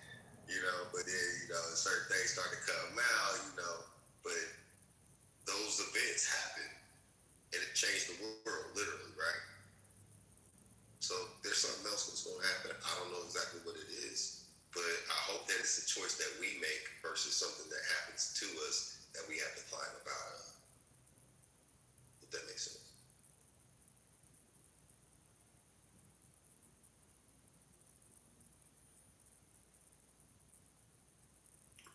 Yes, for 9/11, people came together. The political parties were still divided. Because right after it, the Democrats, and they shut up about this very quickly, they said, oh, it's our fault that 9/11 happened. And, and then they looked around and saw the rest of the country going, what the hell are you talking about? And then they shut up about it. But eventually that narrative came out. If we hadn't have interfered in the Middle East, then we wouldn't have had these problems. Narrative. Now, I don't want to debate that whole issue, but yes, I agree. Like when you look at the people on the ground and the support that the actual citizens of this country felt towards each other after 9/11. There was a sense in, we got attacked and we're coming together and we will, we're gonna do something about this. But politically, the Democrats went underground for a while, but they never stopped being Democrats. And the difference and this is conjecture on my part, but when you look at from the 1930s to the 1940s, the leftists, the neoliberals hadn't formed yet, and they were still, actually, never mind that, because I'm realizing then around, never mind that whole thread. I was sort of thinking off the top of my head, but, the two political, we'll just say the two political parties were more closely aligned, I think, during World War II. And certainly you had dissent, but it somehow seems different. I could be wrong on that last point, but... Well, I think, though, I get what you're saying, Alan, and I appreciate your perspective on that, but I really think that the original sin of America's was causing the divide. It's not a political party, right? It's not the Republican and Democrat. It's literally about good and evil. It's really about the both parties haven't served this country very well. They both have flaws. They both have a lot of things that combined together has oppressed their own people and other people around the world. That's the truth. There's a legitimacy in impacting their authority because they gotta remain on top, right? So yeah, the sins of the father is what they are. The karma that we carry now bear of the reputation of sin. Can't dismiss them. At the same time, it should not be the reason why you fail. It shouldn't be for the person in that position. I wouldn't be like, look, that was my granddad that did that shit. You know, I might have some of his ways and everything else, but I'm not on that shit. I don't want you getting mad at me neither. Yes, I understand that. So then it's up to you to fix it. What are you going to do about it? Well, I don't want to do about it. That's the problem. So you can't say that I'm going to be the moral authority of the world, and you carry this embedded hypocrisy that discredits your defense, so that those that indict you have a legitimacy to it, right? So you can then understand the aggression. To detach from that is to not be morally accountable. Yeah, Cypher, you and I disagree. We addressed. Yeah, that's fine. Yeah, that's fine. Yeah. I can still appreciate what you said, even though we don't agree on. I do believe that the government. Hold on, before you cut me off. I do believe that the government did something with 9/11. There's evidence that suggests that. I do believe that fucking COVID shit happened with China, America, and a whole bunch of other shit. You know what I'm saying? I feel that way about that. But it doesn't dismiss the impact. The reason why the world has a problem with American authority, though, is legitimate to a degree. Even though America could be right about their approach to certain shit, but if you don't have your own house fixed and you're not a moral leader of any goddamn thing. I mean, let's just be real. We are protecting our interests, and yes, we do look out for a lot of countries. Right? We do have influence. We did do some things for countries that we knew that were fucked up. We did some egregious things. We can't ignore that, Alan. Only thing I am saying, the focal point of what I'm saying is that doesn't mean that you don't have a right to self-determination yourself. You have a job to do to stay on top. Right? We have a job to do. I'm an American, a real American, by blood and by work. By every means and stretch of imagination, I'm a real fucking American. But I can't sit here and say that the house that I come from ain't got blood on the walls. Doesn't mean I want you to come and burn it down. I appreciate the degree to which you look at it. The problem is, from my viewpoint, is the obsession with the sin, to use your term.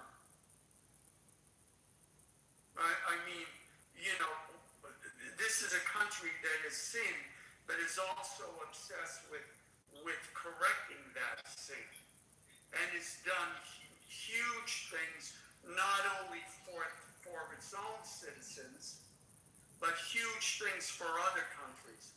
You say, well, they've done some things for other countries. No, they have done a lot of things for other countries at the expense of our own country multiple times, more than any other country.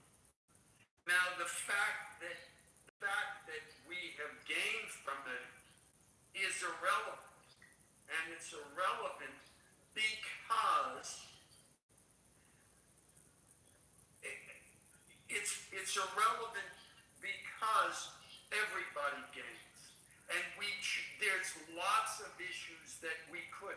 What's irrelevant, though? I missed that part, brother. I couldn't find the words. There's lots of countries with lots of issues that we could have gained from, and yet we chose whatever the particular ones we happen to choose. Right now, we could go to China and say, well, we don't like the way you're treating your Muslim population, and we're going to go to war over it.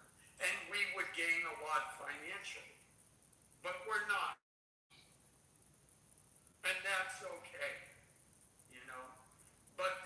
But when you say the obsession of the sin, what do you mean by that? Can you go in on that area? Let me put it another way. The fact that you claim that we don't have the right to have any kind of moral authority because of the sins of our past, I think is defeatist thinking. Those sins, why? Explain your thinking. Let's start with number one, the sins like what we did in other countries. Okay, like when I was in college and after college, it was all about what we did in South America. Well, the Soviet Union was fucking with South America. We fucked back. Who would you rather have? Who would you rather have taking over your country? The Soviet Union or the United States? So to say, the left portrayed that as this great sin of America, and we have, I've heard those endless debates. I'll give you a contrast to that really quickly. Do you mind if I give you a contrast? I just want to have a conversation with you too. I want to hear you out. Let me Do you mind? finish the thought. Okay, gotcha. That was I'm done. That was considered a stain upon the moral authority of this country. Mm-hmm. No. And you know how they won that war was poisoning their own citizens and criminalizing them and fucking up generations of people who are again coming out of other traumatic issues like the funds from trafficking cocaine to your own urban neighborhoods and creating laws to lock up those people that makes more money. Like you created a financial flywheel based off of demonic actions of oppression on certain groups of people to win that war and influence. There was a war. I don't think compass this. Iran-Contra scandal was the determining factor in that war. Well, no. Hear me out though. The funds from it, the proceeds that kept the engine running, was seeded from that, and that directly fucked up my communities. It wasn't seeded from that though. Where did the funds come from? No, the Iran-Contra scandal started when Congress, that whole thing you're talking about, using cocaine to fund the war against the Contras, started after Congress cut off funds to them. Right. So what does that have to do with my point? That didn't seed the war. The war. Okay, it was already war. I get what you're saying. Correction. Yeah. I'll agree with that. But still, it kept the engine going. Is what I said too. It kept kept that going. So what I'm saying is that is an egregious fucking that right there is you should give reparations for that alone. And I'm not begging for reparations. I'm not one of the motherfuckers that are like, oh, I need reparations. I think it's owed and all that other stuff. I think it's legit and it's definitely a debt that's owed. But we can go with just that right there. Like that is something where a country should be like, I did fuck up about 50 years or 40 years plus of a whole generation, like people, a whole demographic of people locked them up. I created laws behind it. I destabilized neighborhoods, broke up families, and made money off of the abortions and the foster children and sex trafficking them. And it's all kinds of nefarious shit that's involved in that, right? And it's never dealt with the sins. So no, you are not a legit moral authority on anything. You're just in the position of power. And because you're in a position of power, of course, you want to protect that position, right? Because like Matt said earlier, they don't like you when you're on top, and they don't respect you at the bottom. Yeah, but does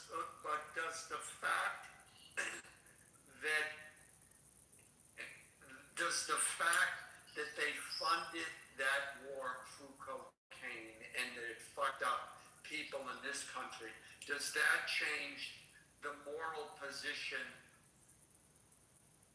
in the war in South America? That doesn't change the fact. No, it doesn't. It literally does change it. Because now those countries are they're benefiting. A lot of their export is that, and they've been dependent on that for 40 years, and now you want to cut it off. You should have never started. I'm talking about the issue of, American influence versus Soviet influence. But the Soviets weren't trafficking drugs. No, the Soviets just wanted to completely, oppress the people of those countries. In what way? Which is worse, getting people addicted on drugs or completely oppressing them. Well, how would give me an example of the policies the Soviets were trying to enact? Well, would you want to live in the Soviet Union in the 1960s? Educate me about it. I was born in '81. Well, if you don't understand what communism is about. I do understand it. I want to understand it from your frame point. I understand what it is. I just want to understand it from your viewpoint. I'm talking about it from an objective viewpoint. Okay, me too. So I want to understand yours. Okay, communism is bad. Why? Gulags. Why? Solzhenitsyn, read Solzhenitsyn. Yeah, thank you, Miss McKella. By the way, I should remind you, I'm an American, and I prefer what I got set up for myself right now. Yeah, I just want to understand your point, so I'm challenging you by asking why do you feel like it's bad? You would have nothing set up for yourself. Let's start with that. You can be an entrepreneur in communism, right? No. Oh, you can't have a private industry like that's backed by the government? Like being a government contractor? No. It depends. If you're in Can't China, do that in communism? Maybe in China, you can do that. That's like open market communism. It's a little different. Maybe less than 1% of the population was able to engage in those activities, but that's because you were the party elite. That's it. But everybody below a certain tier gets paid the same, pretty much, right? Nothing. Yeah, you get. Let me ask you this: if China is the second wealthiest country in the world, right? Yeah, China's not the Soviet Union. Yeah, okay. Cypher, let me put it another way. Okay, because when I was a kid, okay, one of the ways was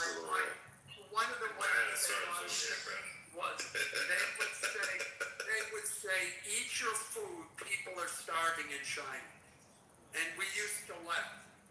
What they were referring to was, I forget the year, but I believe it was Mao Zedong decided that China was going to have the Great Leap Forward. So we forced all the farmers to change their farming equipment and modernize them to manufacturing equipment. They stopped as a result, they stopped growing food, and within 5 years, 20 million people died. And that happened twice in China. That's communism. So we can start there and work our way down. But what do you call America? America's a what? A capitalist system of or I thought it was a republic. Well, the Constitution. We're talking about multiple things here. We're talking about the type of governance it has, and we're talking about its financial system. In communism, they're both tied together. I never knew another country that sold their own citizens their death warrant. Say that again? I never knew of a country that sold their citizens drugs.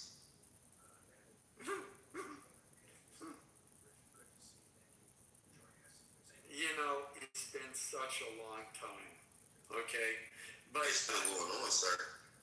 Well, look, it's funny. I was just watching Dave Chappelle talking about the opioid epidemic and his perspective on it. And I love Dave Chappelle, but when I hear about when he compares the opioid epidemic, which affected mostly white people, and the crack cocaine epidemic, which affected mostly black people, when you go to your doctor and your doctor prescribes a drug, you assume the doctor, you're going to a doctor which you assume has training and is licensed and is sanctioned by the government. If you go to some punk on a street corner and buy a drug from him and you don't understand that it's illegal and it's bad for you, that's on you. I don't care how that drug ended up on that street corner. Same way with the crisis in the white community. What's this shit called? Fentanyl? No, well, the issue with fentanyl is that it's put in drugs and people don't know. Now, if but people buy it on the streets illegally, and they know it. Now look, if they're taking fentanyl and they methamphetamines, ketamine, ice. Yeah. That's a very big problem. It's killing tens of thousands of people a year. Yeah. You know what, Cypher? I give you that point. 100%. 100%. If you're going and buying fentanyl directly on the street, yeah, it's on you. It's on you. Yeah. But in my example, it was the comparison between the opioids, which at the time that it happened, it was people who were getting prescriptions, from their doctors, getting hooked.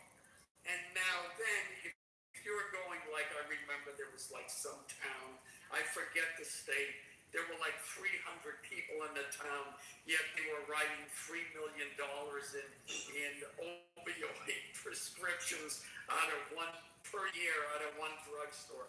That's on you. That's on you, I mean, you know that in 2019, summer 2019, JP Morgan boat got caught with 20,000 metric tons of cocaine. Do you think that they were going to a suburban neighborhood or an urban neighborhood? Well,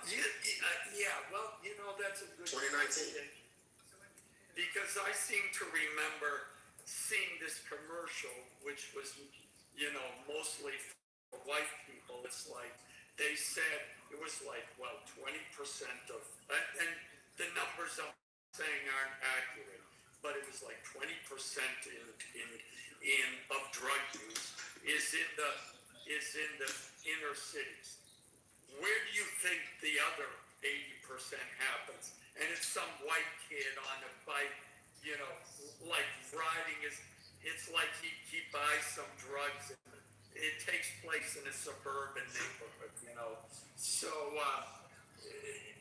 I think by the numbers, I'd be curious to see what that is. But I mean, look, we're getting. Say that again? I was saying the sins of the father are still within the son. It never went anywhere. So that's when you said the obsession with it. The reason why I went through that line of questioning was to say that it never went anywhere. It's still here. It's part of the fuckery. The reason why America is not as great as it could be. It's never been as great as it could be. That original sin has never been addressed. I don't agree with that. Cypher, who's forcing any of those drugs? Look. You said forcing? Yeah. Oh no, it's called. I mean, here's the thing. You're right. Nobody is forcing. There is accountability on the other side of this. Let's be honest. Here's the thing. When you create the conditions, you can't blame the byproduct of those conditions for the environment you set. It's to be expected. It was designed that way. It was designed with the intent of the output that you see. So it would be clinically, mentally unwell of a person to judge that which they create. It's a physician's recommendation. Cypher, look, I don't disagree with that.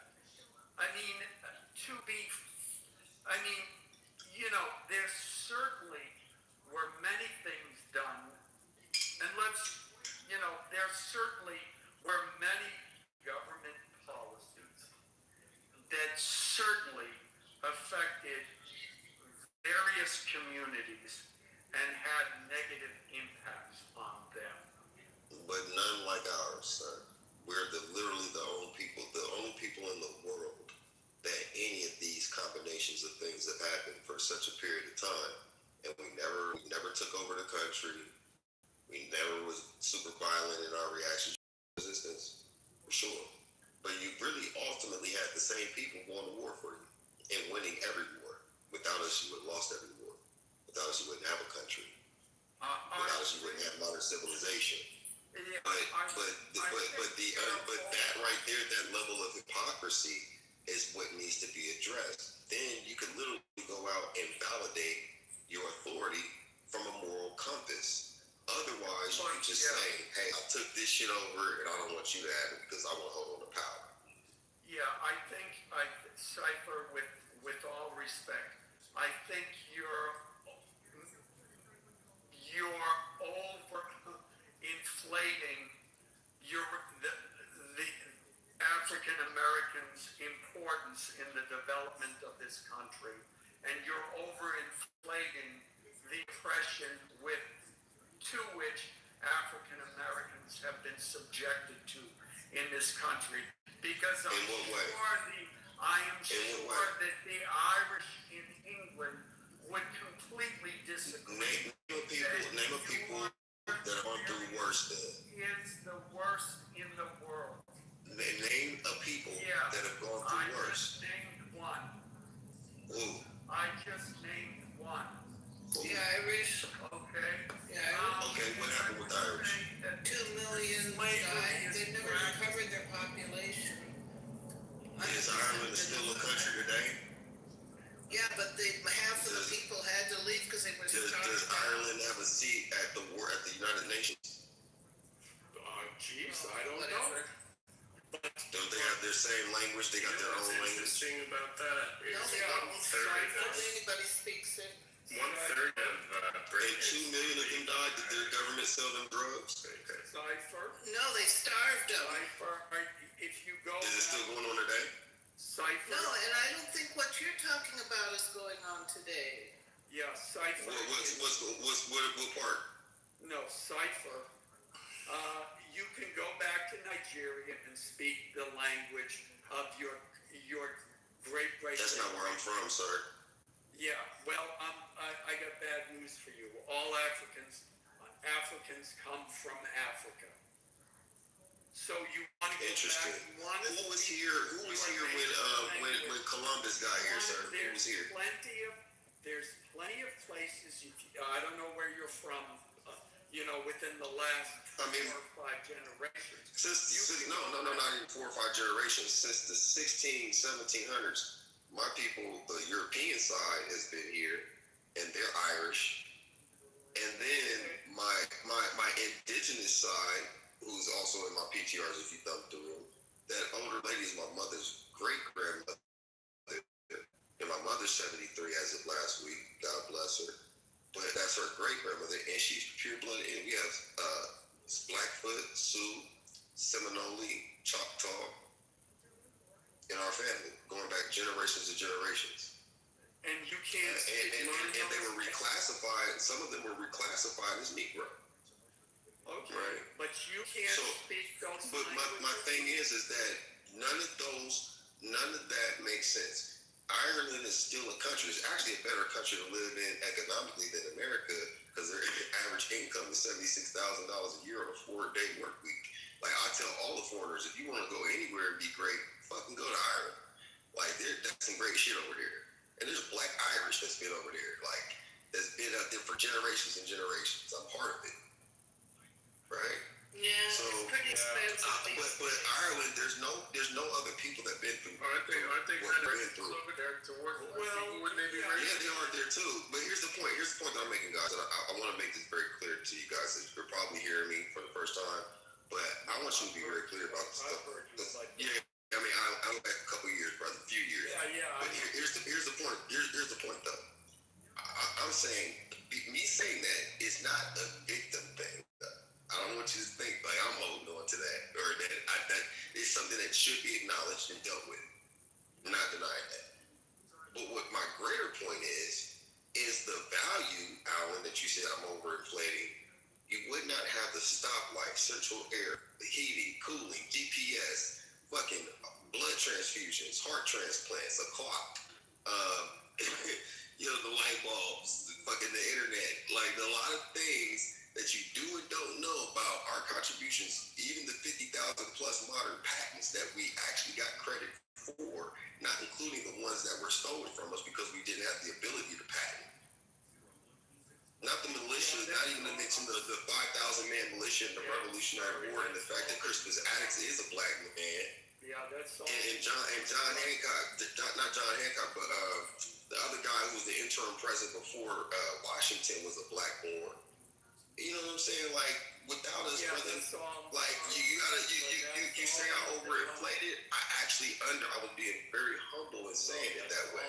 Sorry, And that being the same, but at the same time, Alan, that's what makes America fucking great. Is that even though that this happened to these people, we still managed to be the 8th richest people on the planet just by way of spending. Our own shit, the pain that we went through is a catalyst for success, and it speaks volumes to the God that we serve. Yeah, sorry for let me say. Because only we could do that, right? Every one of those. And we're Americans, though. That would make y'all look good, too. Okay, I'm sorry. When you look at the actual claims and the people they speak, been debunked. If they didn't invent them, name one. Let me think about this one. Like you look at the light bulb. No, they credit with the light bulb. When you look at his patent, it was an improvement on the manufacturing process to manufacture filaments and it's like 20 years after Edison invented it, or it's an improvement on some other process. They were not the creators of it. Now you want to know where are you sourcing this from? Where am I getting it? I think you're pulling that out your ass. Look up the patents, and that's what you find. Now I have a few of them. Yeah. Now, when you look at the list, you come up. The ice cream scoops where there's like a gear and you do it. That they invented. That's one. The other one is the idea. What about that, sir? What about the mask? The other one. What about the stoplight? Refrigerated trucks. What about the airplane? Oh, so it wasn't the. What about the car? Yeah. Like that? Yeah. I'm sorry. Wow. Yeah. Interesting. Well, you know what though? It's interesting though. I'm talking about the good and the things that we've done that made America great. Yeah, and literally trying to shoot it down. Hold on. Like, look, pay attention to this. No, let me finish my sentence and I'll go back on mute. You literally are shooting down everything that I'm saying that makes us great, but then you want to be the moral authority of the free world. And you too are in it. Because what is that? Issue, what are you doing? Because the issue is. We're both Americans, right? Yes. So, and as an American, you have to debunk my shit, huh? Appreciate the contributions. It doesn't sound like you're trying to downplay it. Well, I can appreciate them, but that sounds like you're trying to downplay it, though. If you appreciate it, why are you downplaying it? Of all of that is you owe us, therefore you have to pay us back. No, that's the moral thing to do. Yeah, we've paid you back $11 trillion. And when the Jews in Germany got $11 trillion? What is $11 trillion? What do you mean? I think it's $20 billion. Who paid Black Americans $11 trillion? Yeah. When? Hey, not too much on the Jews, guys. When you look at the war on poverty and the civil rights programs, which $11 trillion is what you said. When you look at, yes, they went to both white and black poors and white and black people. And when you look at the proportions of how much money went to African Americans, and remember when both those bills were signed, okay, Johnson was surrounded by the black leaders of the time. The number you come up with. Do you remember what Johnson said about black leaders and black people? $11 trillion. $11 trillion. Man, listen. Yeah. Hey, you know what, Alan, you don't have to defend it, brother, because the more you do, the more you discredit yourself, brother. Here's the final point. I'm interested in solutions that actually work. And now we're 6 years. We're talking about it and you get uncomfortable.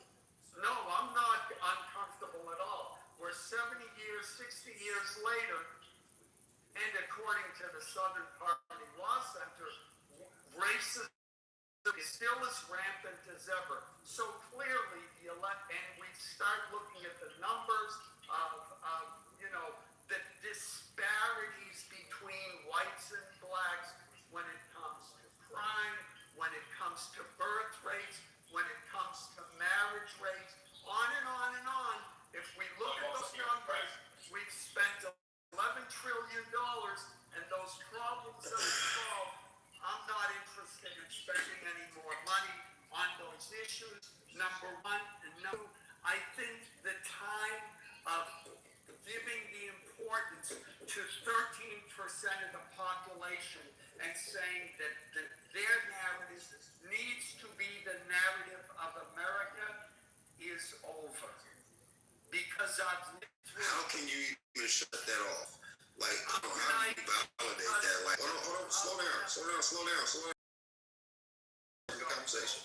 So if you're saying that my people, 13% of the population, which we're far bigger than that, but 13% is what you call us, a number, right?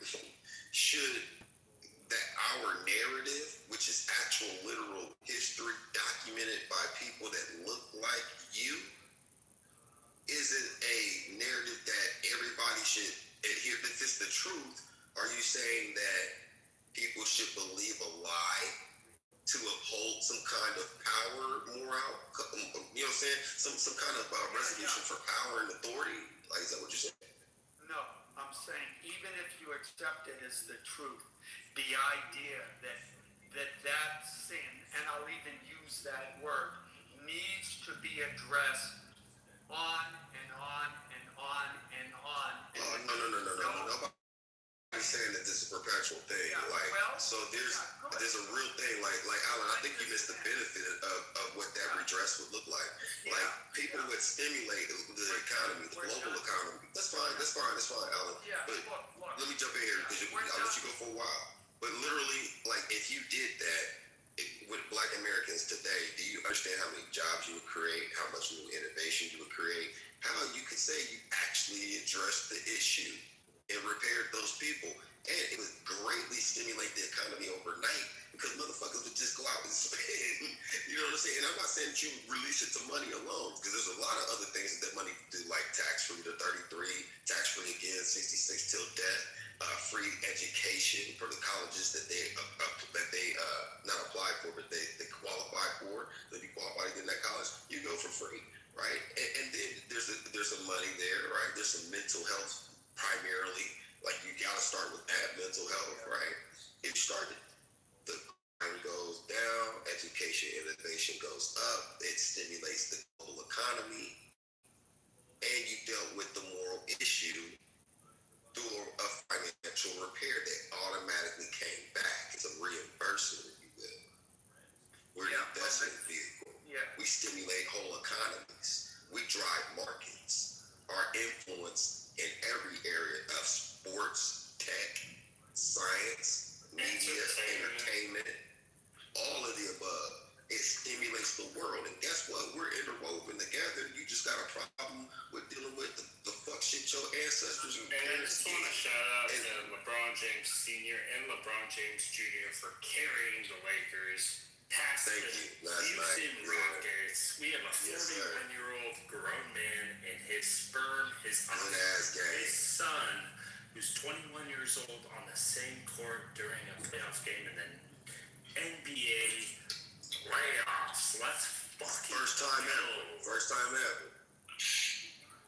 And he generates billions and trillions of dollars and just influence globally. So He I'm just saying, generated money like, for Cleveland, Ohio, which is almost fucking impossible. Let's and I'm from the, I'm not too much on the O. I'm from that bitch. I'm from Mountain View. From Ohio. Shout out. Oh my Yeah. You know, OH. Clever. Yes, I sir. know. Yeah, well, If you can bring $1 to fucking Cleveland, Akron, Youngstown, you're a fucking legend. LeBron bought a few of those. Yeah. That was He crazy. brought the first ring. Brought the Cavs ring. He brought that Cavs ring there.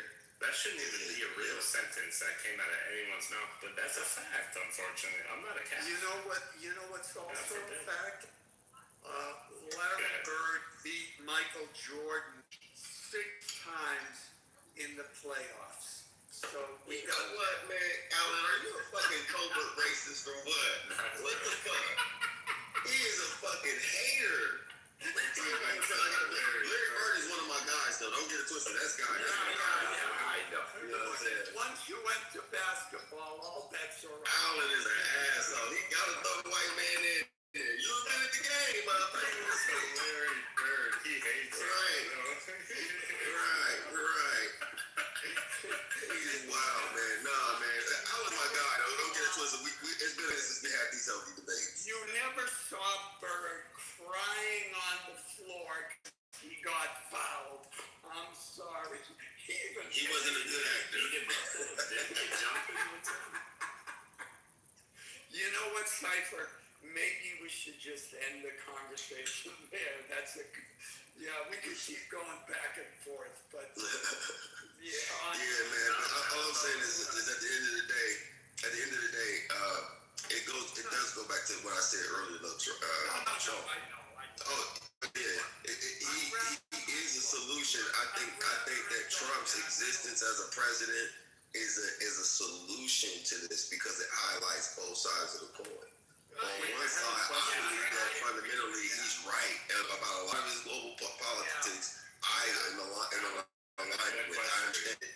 But hold on, let me finish the sentence, brother. But the other side of it, though, it just highlights the undergird of what everybody else is complaining about. And that's why I said it serves as a utility pocket or pocket knife because he has many different vertical sides to it, right? And it can cut either way. Yeah, I can see that shit. But your argument though, Alan, is that you don't want to deal with that though. And that's where we disagree. Alan, let me ask you something real quick. Alan, did you see Zoran Mamdani's statement about the Armenian genocide yesterday? And if so, what are your thoughts? I need to know right now. I think every year that there are certain politicians who come out and say, yes, I support the Armenian genocide, and I'm sick and tired of hearing it. They're pandering to the Armenian population, and when the fact is, first of all, no one in the Middle East cares about what some mayor of New York has to say about it. And second of all, the United States has never lifted a finger when it actually needed to do anything for the country of Armenia. So it is exactly what it is. It's pandering and nothing more. But do you think he's pandering to who? The Armenians in New York City? Yeah, that's all he's doing. There's probably more Turks in New York City than Armenians, though. Probably. I don't know. I'd have to. So what does he win out of that? What does he win? Mayor Adams was like deep throating the Turks. Well, yeah, and when it comes to that issue, some land on the side of Turkey, some land on the side of Armenia. That's what it is. But yeah, look, they get a certain amount of votes because they will make that statement, and then some Armenians will be, oh, he understands us, he supports us, we got to vote for them. I just thought his statement was like very deep about the Armenian. You never hear that of an American politician, No, well, maybe you're more so because he's got some more notoriety. So the fact that he said it, he got, people notice more, but hell, I've heard that before. I give more credit to Kanye West when he went to Armenia and making people aware of that more than anyone else. He had a concert though, that's true. Yeah, and the fact that he's there with Kim Kardashian, and now all his fans who've never heard, first of all, they've never heard of Armenia. They might not have even known that she was, half Armenian at least. And now he's giving a concert and they went to the memorial. Yeah, I give him more credit than anybody else. Shout out to Kanye West. I like that. All right, Howard. He gets credit for his song. Just like all of his fans who maybe did not know who it was, possibly. Hell, Hitler. Who, Kanye? Yeah, He apologized, bro. He apologized. Well, I'm just wondering. I just wanted to see what he thought about that, since we give him credit for. We thought that the beat was hard as fuck, but we know Kanye has mental health issues, bipolar. You know what I mean? So we give grace, as we would want people to give grace to us. So.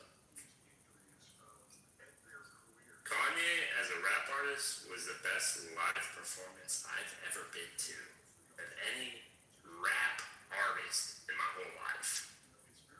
Okay? You understand? How many performances have you seen? I've seen him once at the LA Coliseum.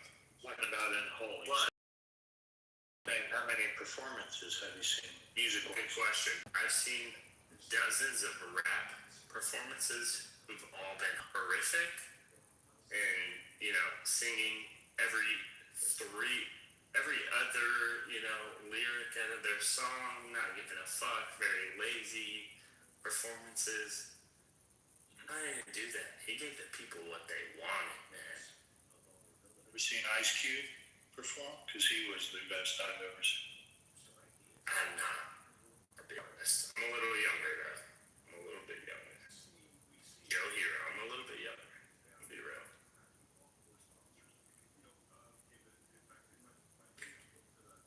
This is an ignorant question from a woman who's lived through the 60s and 70s. And what do you think of black music being taken over by rap? Do you think there was any kind of conspiracy there from the music business? If you're going to talk about... That's a deep one. That's a deep question because,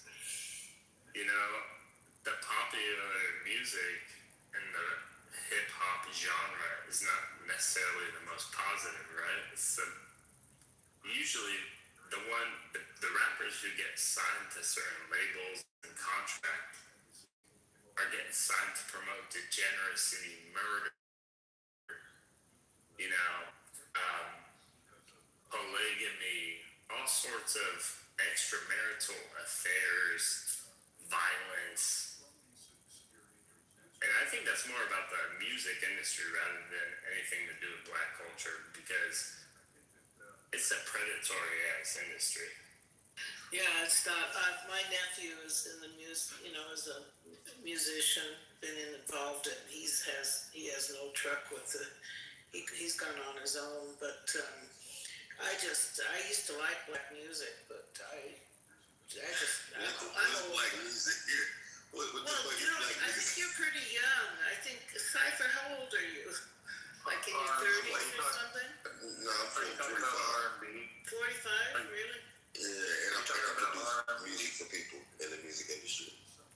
produce music? So Yeah, I did for Busy Bone, Jada Kiss, all of that shit since the '90s, 2000s. I've been on tour with Janet Jackson and Genuine. I've met Jay-Z a couple times, but I don't know him. But Cameron, Diplomat Records, who's had the same management. And I never did like say a bust of rhymes, but the real shit you get when you bust out my rhymes. But what do you mean by that's the fact that you. Let me ask Michaela, are you referring to like 70s R&B? Yeah, 70s, 80s. I mean, when did rap take over? 90s? 70s. 70s? Started in the 70s. It was later. 73 to 78. No, really? Yeah. There's actually my father had an album called Rap back in 1969. 1969. Yeah, well, I guess I did like the R&B. I mean, that's. Well, I mean, but you realize that the music, you do realize that the artists are expressing their perspective of life, right? And you guys have created an environment that produced this. Yeah, if you find a rapper from the south side of Chicago, he's not going to be rapping about, country music and, oh my God, I just took the fucking kids to school. He's fighting for his life. Yeah. I think maybe what Alan and I have in common is that we're older. And we've heard this kind of, we've known about what's happened to the black culture and black people for so long. We're waiting for, and we saw things getting better. And then, to be honest, Obama came in and sort of reignited. Here we thought, oh, great, we're really improving. We've got a black president. And then it just like reignited for the younger people stuff what they had never heard of or something. They didn't know about their history. So now they're focusing on the tragic history and not realizing how much things have improved. But one thing I do. How old are you again? How old are you? 75. I'm 75. My father would have been 76. 77 Do you think year. the three strikes rule was an 73. improvement? Do you know that they grew up in southern Texas? Your father? Are you familiar with the Great Migration? Yeah. From the south what do you know to the about north? Mm-hmm. Yeah. From what My years? sister-in-law is black. She went from the south to Chicago. Boom. And my people went to Ohio from Texas. Right? Now, that right there alone for thousands and tens of thousands of people to migrate out of the South from early 1900 through 1970s, right? What the fuck kind of environment were they living in to where that had to happen? Terrible, and they got out of it. And they expressed themselves through music, and things continue to happen. Breaking up the families, busing, civil rights, killed their leaders, killed their leaders, and residual and rippling effects. It perpetuated all of this, and then you exploited it and made billions and trillions of dollars off of it, and then blame what you don't like. I have to sometimes be humble too because I come from what you would call the old school, and I've made beats. I got shit on YouTube. I was in the streets for real, and lost that opportunity, and now I've been in business for 23 years. But at the same time, like that experience for me back then, I seen the change. So I have to, when I run into little brothers sagging and shit, I don't come at them like, oh, now certain shit I just can't get with. Like, get out of the way. You know what I'm saying? Get out the way with that. But I tell them about the sagging pants because my generation was the ones that put it forward, right? And I asked them, I said, like, you ever been to prison? And like, oh, yeah, I'm like, look, and on the yard, that means you're advertising your ass, right? And then the second thing, if you had to run from the police or an adversary, you're not going to get very far. And if you have to fight, probably get your ass beat because you got to keep putting your pants up. So I apologize to whomever ill-advised you, young brother. It's not to your advantage to have your pants sagging. Men wear belts, okay? And I always get a good feedback. Now, that's my responsibility as a young black man, right? Because I can't blame them and think that the environment that we create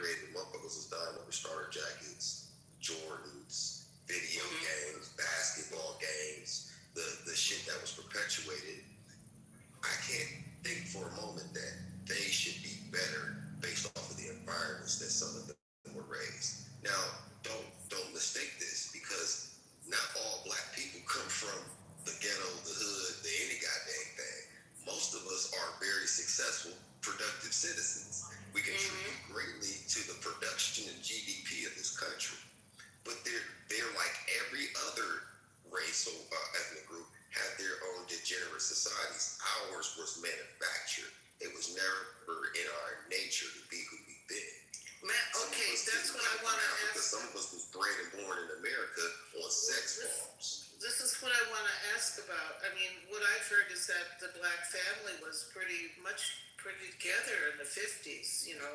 50s to the 60s, 70s, 80s. Manufactured to destroy the family, black family. Absolutely. Yeah. Think about it. So, But it so happened there's also actual. to the whites too, you know, because the sexual revolution, that's what was the 60s. You guys took part in it. See, you're passing the poor whites and the poor blacks. They literally rock together too.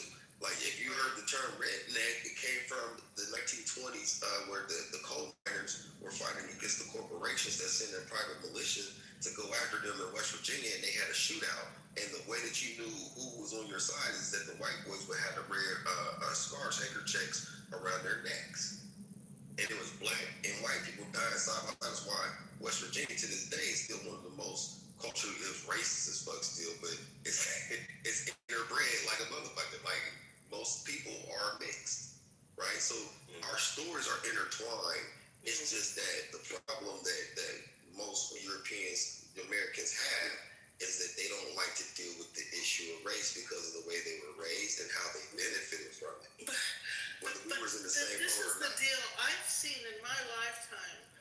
The racial relations just improved so much, and I for you to keep focusing on that and keep saying, I mean, it was getting better and better year by year. When was it better though? When though? That's what I'm asking.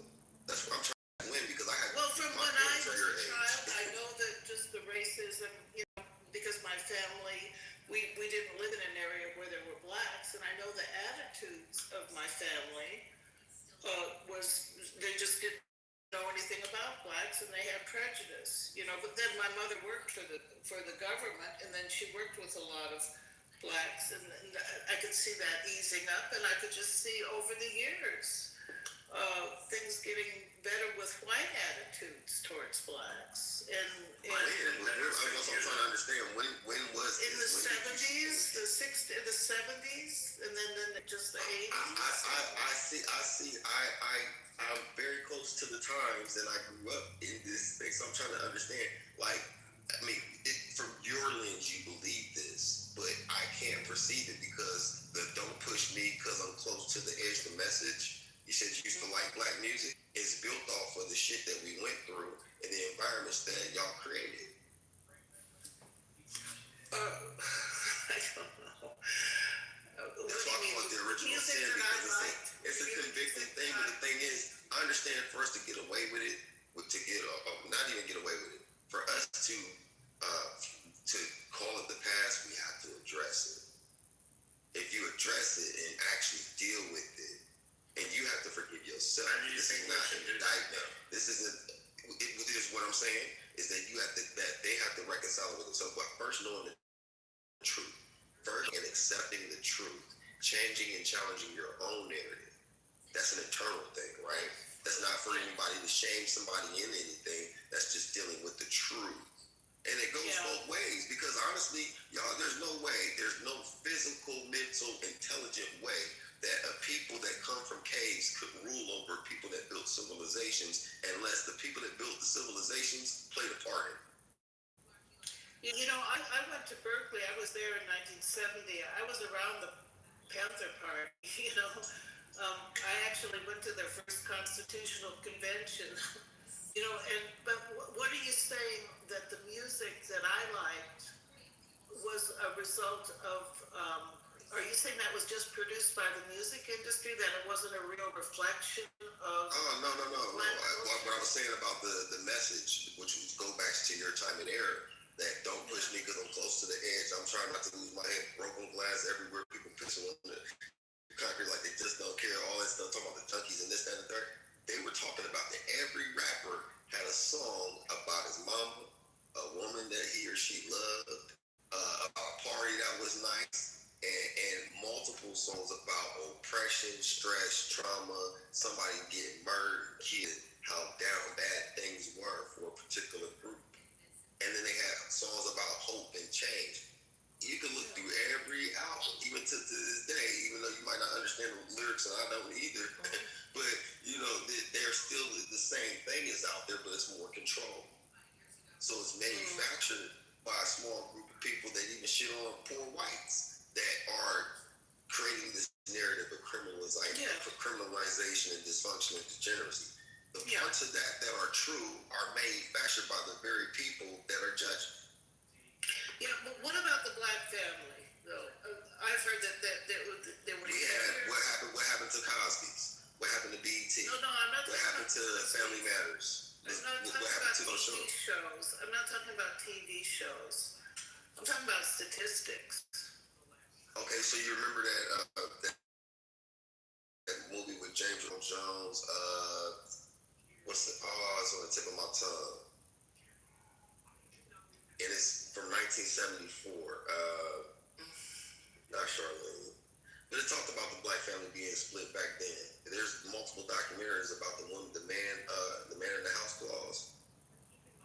Oh, okay. So you're talking about maybe the welfare stuff. You can't get the welfare if the white women are the biggest recipients to this day from welfare. White women were. That's what welfare was for. It was for no, but the black family didn't need welfare in the 50s, or they were relying on it. No, they weren't. But they couldn't get good jobs neither. We know. Yeah, but they were together. And they were more. Yeah, because they didn't have drugs. They didn't have drugs going into. They didn't have drugs in their community. So, they didn't ship them into war. They didn't, and they didn't also. Drugs onto them. I mean, that was the Reagan administration who admitted to. Well, no. It's the heroin, the cocaine, the heroin, all that was before. Was it Nixon or Reagan? Well, no, I mean. Why did the people go for it? Listen. You're asking questions, just here to answer, right? Yeah. Like literally, it created an environment where you're seeing death, murder, you can't get a job, you're seeing all kinds of shit happen to your people, and you want to be nonviolent. Some people deal with trauma differently, don't they? They get depressed. They get on drugs, especially when you make. Shut up, nigger. Shut up. Right? So when you create an environment, you can't get mad at the output if it's calculated. Wait a second. What got worse in the 60s? If in the 50s the black family was together, more successful, more financially. You killed their leaders. You oppressed them with law. You beat them. You mistreated them. You're saying that the 60s was good for black Americans. So you're saying that the 60s, the civil rights movement, caused just an upheaval in expectations or something? I mean, I think it had all kinds of effect on the whole culture, which we're still suffering from today. I think we have to look back at that, not way back to slavery, but what happened? Nobody mentions slavery, man. Our conversation has been everything after slavery.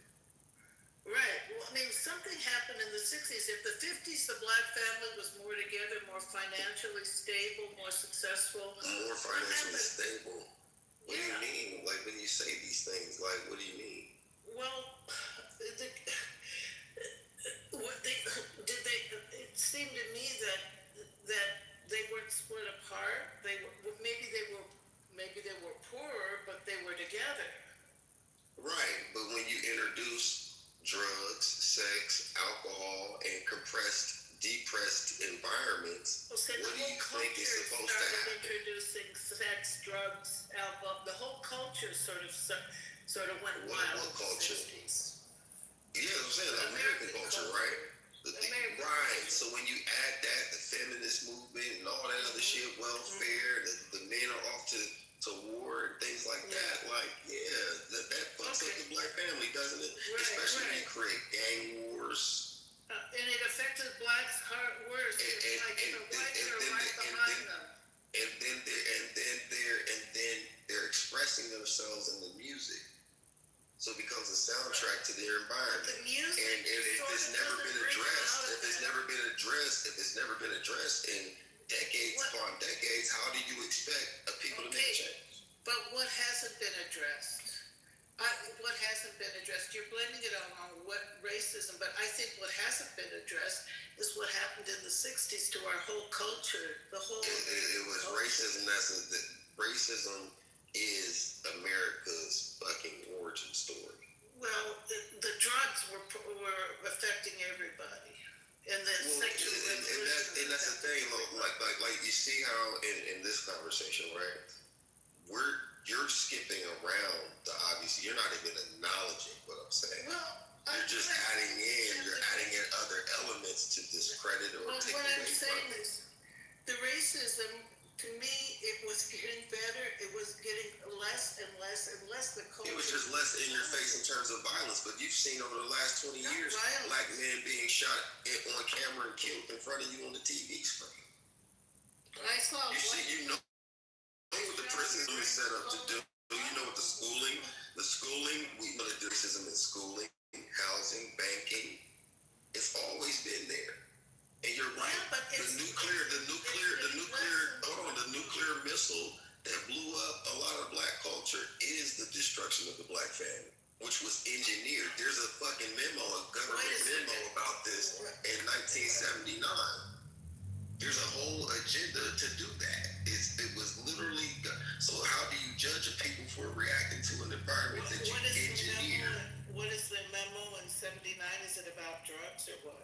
What's it about? I'll pull it up in a second. What's it? I'm just wondering. As we're talking, I'll pull it up because I am in front of my laptop. But my thing is what is the cognitive dissonance? Is it that much? I mean, this is the sins of the father. This is the thing you have to deal with, the elephant in the room to get over the hump. If you don't want to talk about it no more, it's not about talking about it. It's about doing something to fix it. Okay. Because it's not just because. Hold on. It's not just because that you're white. You need to fix it. I would go after, me personally, governments and big pharma, not big pharma, but big companies. Because they're the biggest benefactors. If you are a corporation that benefited in any kind of city group, insurance firms, all around the goddamn globe, and private companies, and those would be the main motherfuckers that would have to finance this. In my world, I was going to say, I think that a lot of white people don't feel guilt or whatever personally because they went from the South. My family came here, after, they weren't in the South. They came to South Dakota, from Ireland. They weren't a part of, we don't have, and I think probably a lot of white people today their ancestors had nothing to do with slavery. What? You keep saying slavery. I said everything after slavery. What is your... Okay, so after slavery, you're talking about corporations? Not even corporations. You can go before slavery. It was corporations that created slavery. You know what I mean? Like, it was always there. You know what I mean? People benefited. You know what I mean? So, but here's my point, though. My point is this. My point is this, love. Hear me out. I'm asking you a question, though. When did your parents come to? You said they came over here from Ireland. When did they land in America? Actually, they did. Some of them, my great-grandparents came in before the Civil War. They came. Okay, so so they were here during. They went to South Dakota. What was going on in South Dakota? There was no slavery. They were farmers. They got land. How did they get land? I don't know. Probably land grabs or something. Land grabs from who? Probably the Indians. Who were what? Sioux. That would be my people. That would be my people specifically. Yeah. Sioux, Blackfoot, Choctaw, Seminole. Yeah, and they were all reclassified as Negro. Oh, please. You should look through my PTR, literally. Look through my PTR, just look through it. You'll see a picture of my mother and her great-grandmother.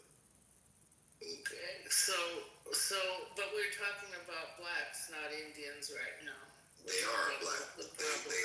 They are black. If you look at my great-great-grandmother in my PTR, go to my PTR and click through. You see an old picture of my mother and her great-grandmother.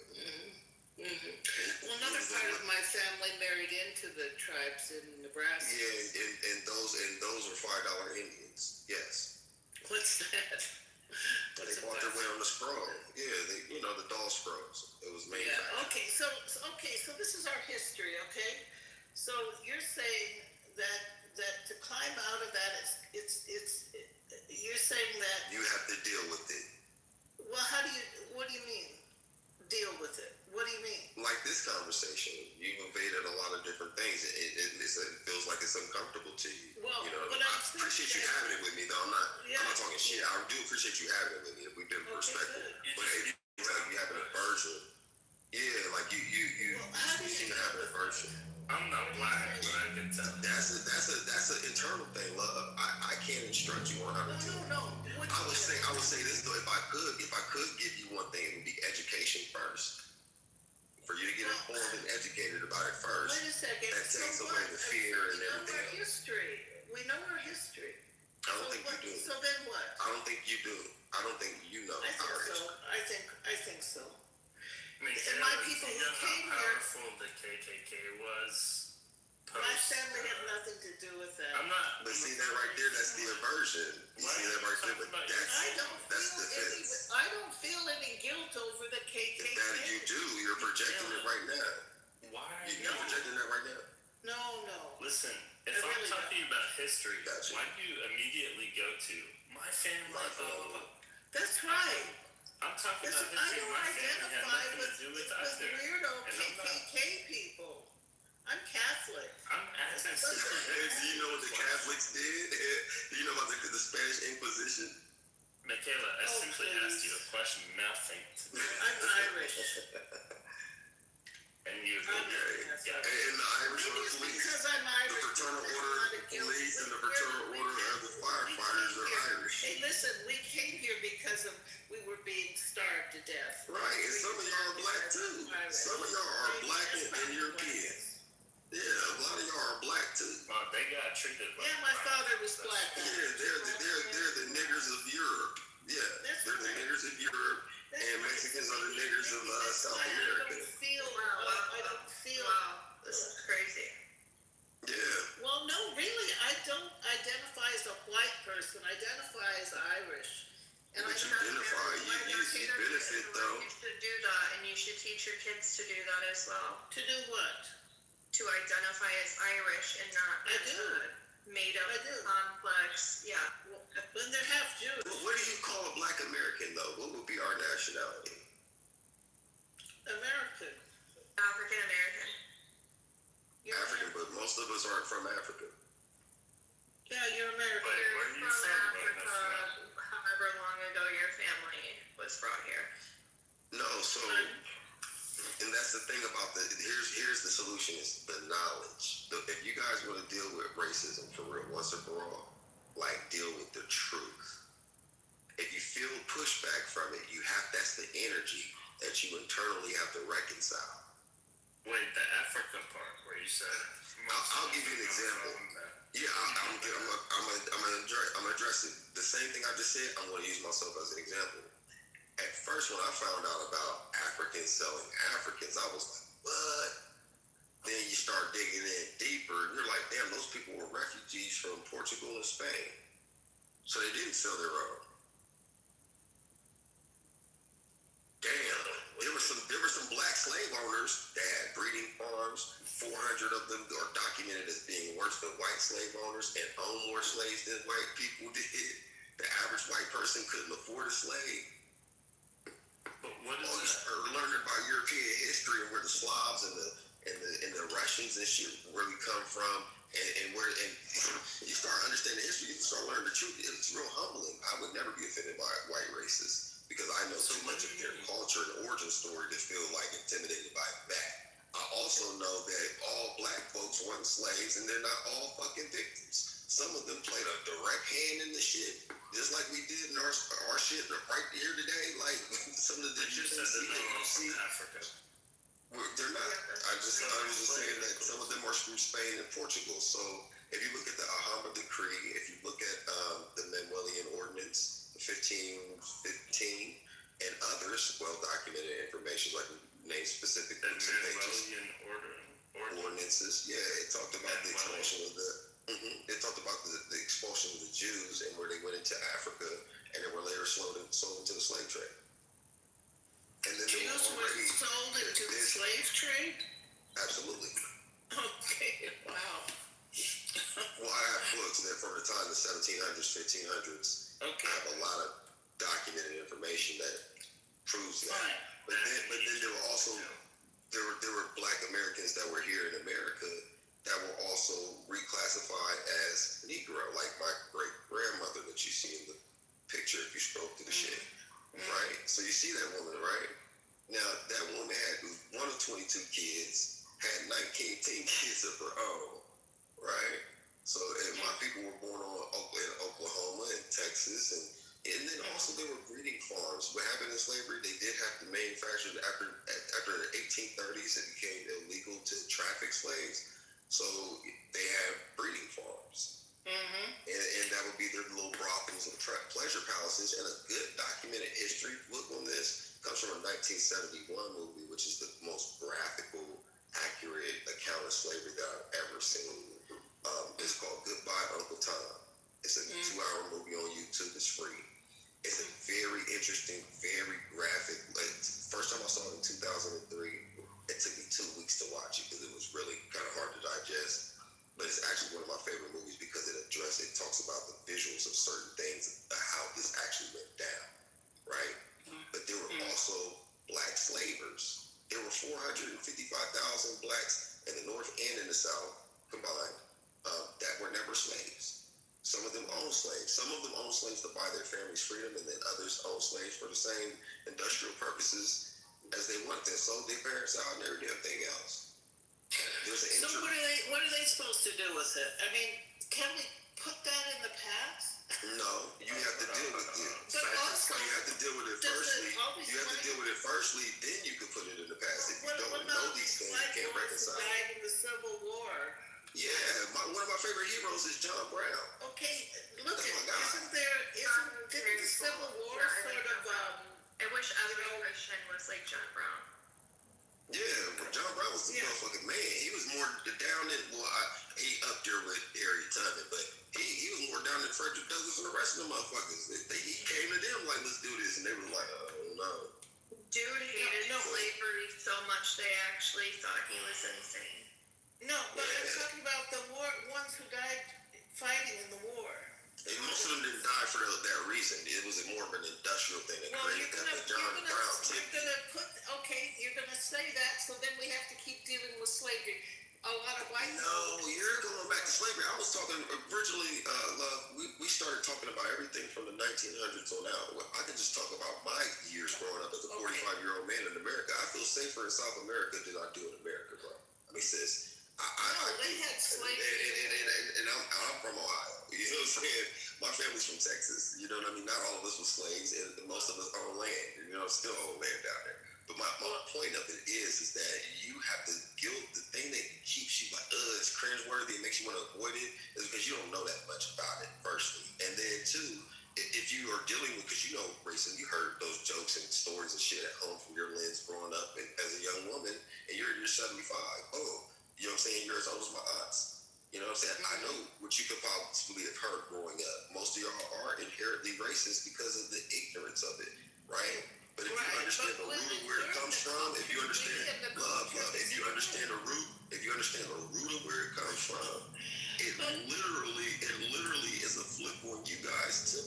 Because white Europeans also suffer from racism. Hey, listen, but we got over it. No, you didn't. Oh, that's what you say. No, that's what I know. It's still an issue. Oh, they're making it an issue. I don't think it's not an issue for me because I'm dominant. Listen, even in the room, if anything, you can consider me as Django. You know what I'm saying? That's more of my character archetype. I don't know what throw a little Tupac in there, you got me. I'm saying this, and love, I'm gonna get out your way because I hear you want to come in. I'm gonna get out your way. I just want to tell George Michaela real quick. Michaela, you don't know enough about my experience, but you don't know enough about the real history. And when you contemplate that, it's off-putting, it's jarring because you've been sold a lie. So racism, my definition of racism personally is the personification of ignorance and fear. Once you get over it by learning the truth and reconciling it, then you can move forward. Because I'm not worried about slavery or the past. Yeah, I mean, I know the history and I'm doing things to change that narrative, but at the same time, I'm focused on the future too. It's just that's what's keeping America stuck. Go say so. Yeah, I think there's a lot of things that are keeping America stuck. I don't think it's only that one story, but I definitely think that one story is holding, I don't want to say holding our society back, more so our society is allowing ourselves to be bound um, by not actually doing the work to move forward collectively. And I really hate, by the way, Michaela, you just made a statement. I really hate when people do this. And they tell people when they're talking about their own story. And I usually hear this when it's like a Native person or a Black person talking about their own history. Someone else will say, yeah, well, get over it. Or we got over it. But it's interesting because when I heard you talk about your story and where you come from, you're Irish. You brought up some of the horrible things that your ancestors went through. But when somebody else is talking about it, it's okay. Well, get over it. I am over it. I don't hate the British. Okay, I like the British. That's really disingenuous. But I'm sorry. Go ahead. I'm just saying, like, show courtesy to others the same way you would like to be shown. You know what I mean? Like, if I just interrupted you and you brought that up, and I'd say, just, get over it, that's not a great way to go about things, so. Okay, so. Just food for thought. Yeah, I understand he has his point of view, what he's seeing. But he doesn't know my point of view, what I see in other white people that I know, I see the change in the white people I know, and that I've rubbed shoulders with throughout these years. Michaela, those people may have been like, okay, we're not pro-slavery anymore. We're not pro-Jim Crow anymore. You know what? We're not even racist. We'll work with Black people. We might, be friends or have family with Black people. But does that change a system or a whole society in terms of coming to terms with what we've done historically? Even take the Irish, for example, right? Their whole language was wiped out. That's right. Right? That they weren't even allowed to speak that language for so long. It was nearly wiped out to this day. Right. Most Irish people don't know how to speak it. Yeah. Yeah, so there's a legacy. There's basically a legacy that happens through oppression, right? I hate to sound so fucking like a liberal leftist piece of shit, but it's just reality, right? It's just a reality that there's legacies that happen and are affected by this. And one of the legacies of slavery turns into Jim Crow, turns into horror for a lot of Black families. There's some Black families that are just well off and they're fine, but I know, the criminal justice system, from Jim Crow to today, it's it's damaging for a lot of people. You look at the Nixon administration talking about how they flooded their neighborhoods with guns and drugs, and these are poor neighborhoods, people who don't really have much. The effect of that is crazy. And then the 3 strikes rule. A lot of my Black friends never had a father growing up. Not because their fathers weren't around, but just because they were in prison for 3 strikes. And it's like, oh shit, you only had your mom and your grandma, and they have a whole different relationship with the police than I do. I was thinking we could go do this, that, and the other. And my friends are like, no. Those cops are there. I'm like, so what? Oh no, they have a whole different, you know what I mean? I don't know how to explain it, but it's like, it's a whole different history, relationship, that has never kind of been dealt with. It's still there and it's just pervasive. It's kind of and I think a lot of the rap music is, for me, I might be ignorant, and I'm sort of divorced from a lot of things, but to me it's like things were getting better, and then it's like that, the culture of maybe drugs and guns or whatever, that was sort of extended through that, the culture was it was kept going through the rap music, through the resentment and the anger just kept going and going. There couldn't be healing. Why does the music record labels only promote that kind of music? I know. Why? I know. And who's running those labels? I know what they're doing. Who's running those labels, though? Well, I'm not going to blame some ethnic group, but I think there is. But it's nefarious. Even in let's say like entertainment in Hollywood or music. Forget the music industry, like television or movies. All of Hollywood, yeah. Yeah, it's like it's all fucking degenerate. It's just That's like right. Black people are gonna be typecasted as like thugs. You know what I mean? That kind of shit. Well, Hollywood has done a number on the whole culture. I'm Catholic, and I have become very well aware of what the sexual revolution has done to our culture. But what about Hollywood is just Spanish done a number Inquisition? on all of us, huh? What about the Spanish Inquisition? Well, what about it? What does it have to do with America? I'm talking about Catholicism. It's the Catholic Church. Oh, you're gonna get into it? No, I'm not gonna get into that. Nobody's doing that. I'm just asking you about it. Like, what are your thoughts about it? It was run by the government, the Spanish government.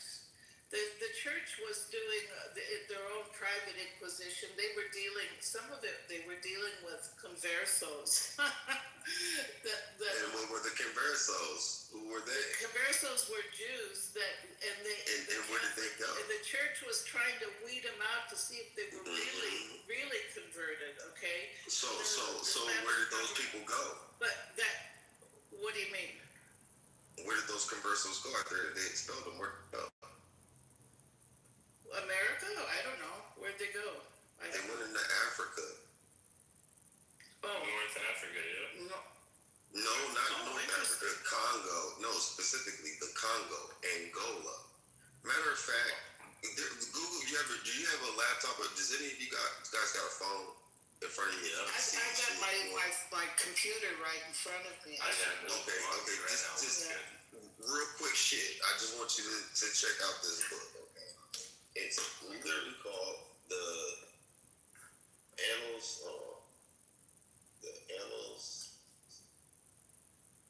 of History, Literature. And so what did they do in Angola? What did the conversos do in Angola? Wasn't Christopher Columbus a converso? That's a whole nother story right there. But these people, they went into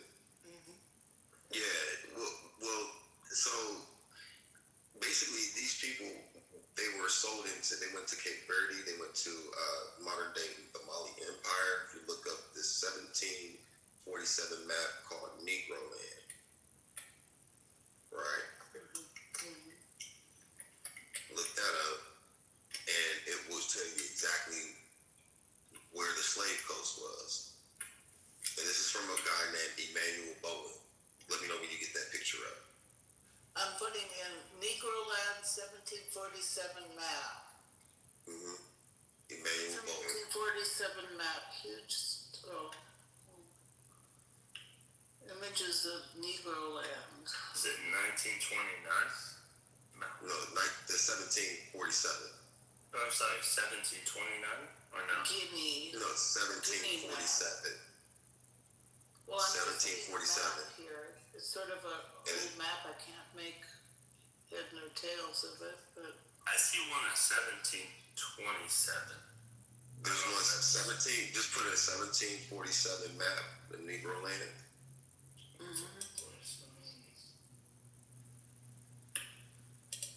Do you see it? Yeah. Oh. Do you see where it says Slave Coast? Slave Coast. Right there, Guinea, right below. See where it says Slave Coast? Zoom in more and see if it doesn't say Kingdom of Judah. It's the Republic of Party hates America. It doesn't say Kingdom of Judah. Yeah. No, it says, Zoom in. It has Weta in the middle, and they have a northern and southern kingdom that says, yeah, Weta, and it has a northern and southern kingdom that says, I see Lagos or Lagos. do you see where it says, do you see where it says Slave Coast? It says Gold Coast, and it says Slave Coast. Yeah, I see Slave Coast. Okay, zoom in on the Slave Coast. Zoom in on where it says Slave Coast. Do you see Weta, and do you see Kingdom of Judah? I see Weta. I see. And right above and below, it has Judah. No, I don't see Judah, bro. Where's Judah? If you see Weta, just go up or down, and you're going to see Kingdom of Judah because it's mentioned there twice. I don't see. Is this Hebrew Israelite stuff? It's not Hebrew Israelite stuff. It's called the truth. Oh boy. I don't see. Yeah, look at the Manuelian ordinances. Wait, let's stay on this. Where's Kingdom of Judah? I don't see it. Why I see Weta. Who cares about that? Let me change my Why do you PTR. support Israel? Why do you support Netanyahu? Why? I don't support Netanyahu. Fuck you. Nobody's talking about that. Yeah. The problem is you are King not. City. See Formosa. I'm about to find it in my and change my PTR to it. I'll help you out. Yeah. The bottom barrel fucking garbage. So you guys were talking about the KKK. Where? What was the conversation around that? KKK is a new NAMBLA, which is a new MAGA. The KKK basically. What is NAMBLA?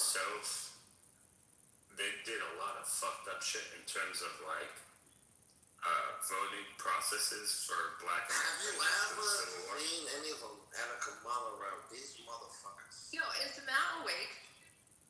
Nah, it's Oh, okay. So you didn't get rid of this guy? Yeah. No, I was just curious. He's noise. My bad, Beaver. Leave it to KKK did a lot of damage post Civil War. What were you saying about the vote for black people?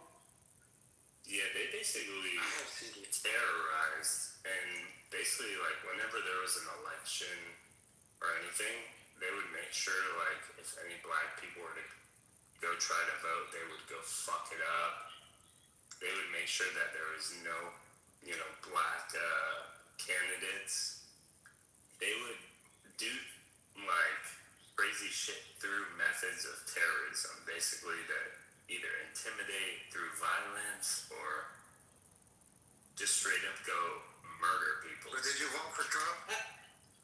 They also went after Catholics too. I sent my kids to a Catholic school here. Listen to me. And Irish.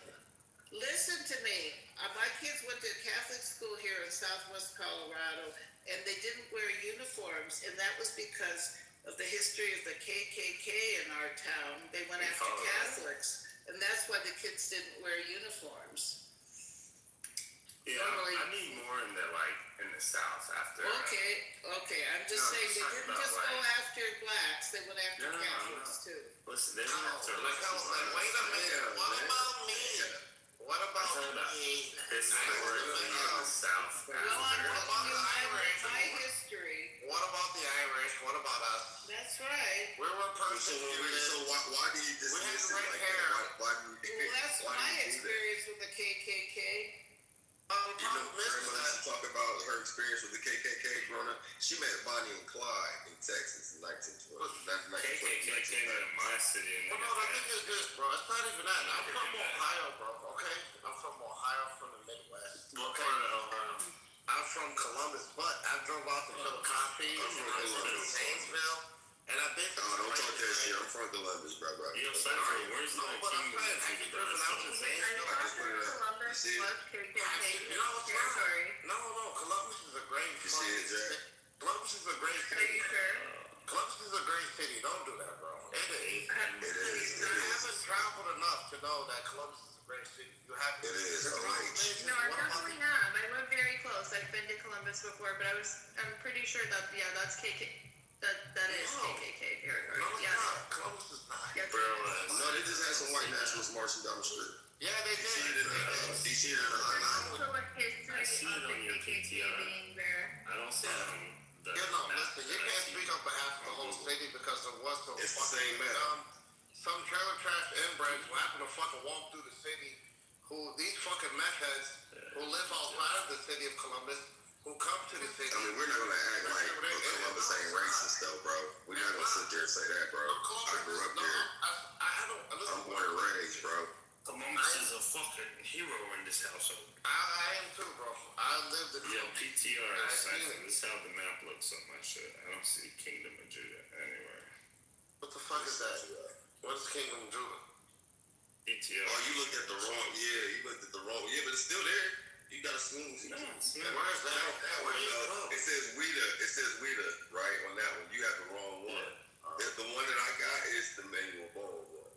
If you go into it, it says it's 1747 Negro land map of Negro land. I see. It's Manual Bone.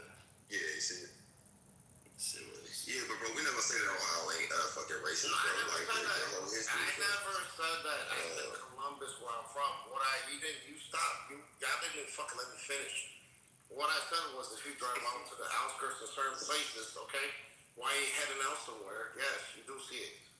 But the problem is that they're so focused on what people in the city are doing, and these cities are being destroyed. You know how many fucking meth and fentanyl, drug abuse, all this shit is destroying the fucking rural Ohio towns. They're so focused on the city, and all these drugs and all these opioids are destroying your shit. You can't go to a bathroom without seeing a poster about some sort of opioid addiction and somebody help. This is what happens. Who's making them do You it? focus on what everybody else is doing, and you're so fucking gung ho about what you lose focus on what the people that you voted for, right? Because all that shit it's so fucking red. Outside of Columbus is red. Athens, Chillicothe, Zanesville, but that's where all the fucking you never see so many more drug addicts and opioid crisis happening more than anywhere else. When I come back home, bro, I moved to DC, bro, and when I left Columbus. When I come back home and I go to Columbus on the west side, you know what I'm talking about? You know Columbus. Oh, yeah, Sullivan. You know what I'm talking about over there by Westo, Hilltop. Hilltop, zombies. These people are zombies, man. And I'm like, what the fuck is happening to the city? Because people are. I mean, they invested like $200 billion in it, though. They're modernizing the West Side now because of. They are now. I guess who gets to move out, right? Because before that, it was poor white people who lived in the west side of Columbus. Yeah, that's the bottoms, the south side with the bottoms. Them white boys down there, boy, they are some real white niggers. If you want to talk about some nigger shit, them white boys down there, boy, they don't fuck around. Yeah, but they are the descendants of the Confederate people, right? Who essentially moved to Ohio. Same way that there was a migration that happened from the south of Mississippi River up to Chicago and Milwaukee. So that's why you see a lot of. So it's essentially the same thing. The problem is that I'm fucking poor because of you. My life is terrible. I'm an alcoholic. I'm a meth head because of black people. I do drugs because of black people. My life is terrible because of black people. I'm an alcoholic because of black people. My life is awful because of black people. This is those same people who have never amounted to shit, and they all blame somebody else.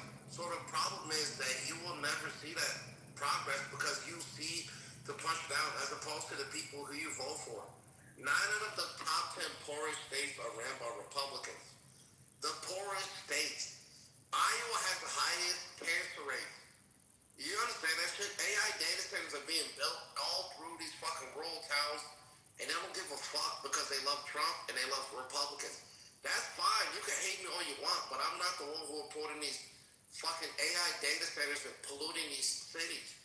And that's the problem. People have this issue of looking at someone else to blame where you punch down as opposed to fucking looking up.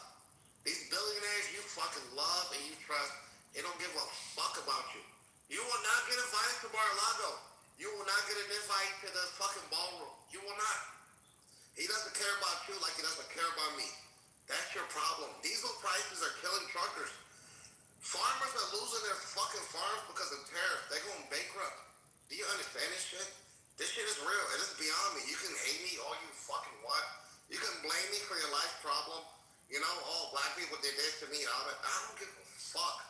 You understand this shit? It's bigger than this. It really is. And that's the problem. I'm just being honest. Hey, you know what's interesting? Something you brought up, and I've also noticed this as well.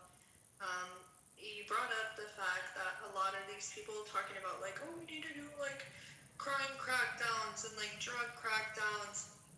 Well, if you look, and this is the pattern across the entire country, is they're only going to cities that voted Democrat,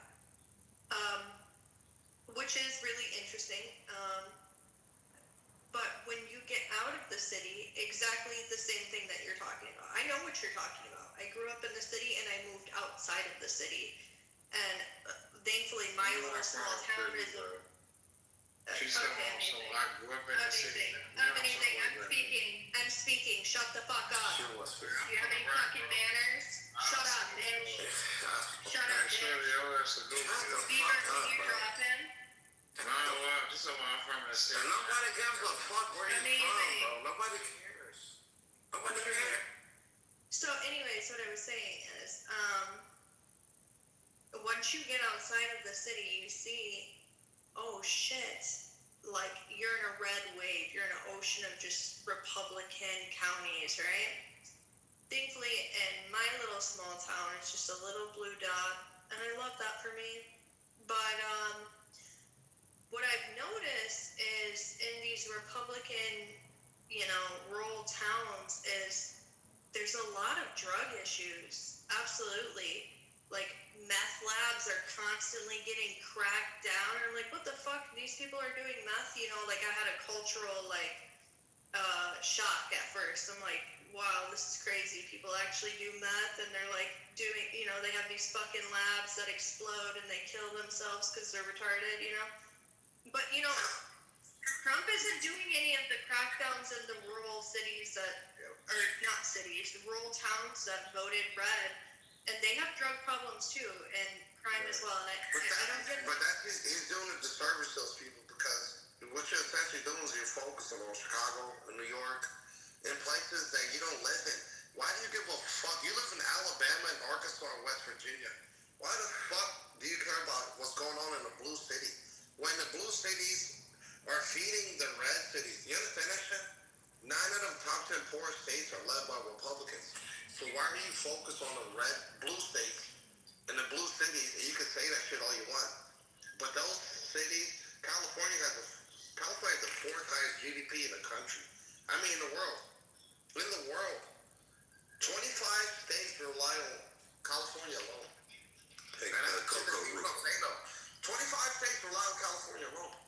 And I'm not from there, I'm from the Midwest, so I see this shit. I'm from Ohio. I drive around, I go to cities. I drive to Indiana, I drive to Ohio, I drive to Wisconsin, I drive to Minnesota, I drive to West Virginia. I drive to these places, and I see what's going on. You can hate me all you want, but it's not me who's preventing you from getting what the fuck you need to make your life better. You can blame me, you can blame whatever. I don't give a fuck. I promise you, it's not me. I don't think nobody's blaming you. The problem is they want to look down as opposed to who the fuck. Why is Kerry getting fucking subsidies for moving to Mexico instead of building plants in Indiana? Why is the Foxtrot building fucking plants in Racine, Wisconsin instead of leaving to Mexico? And that's the shit they don't question. That's the shit because it's so easy to say, oh, you a fucking Democrat. I'm not a Democrat. I'm not none of that shit.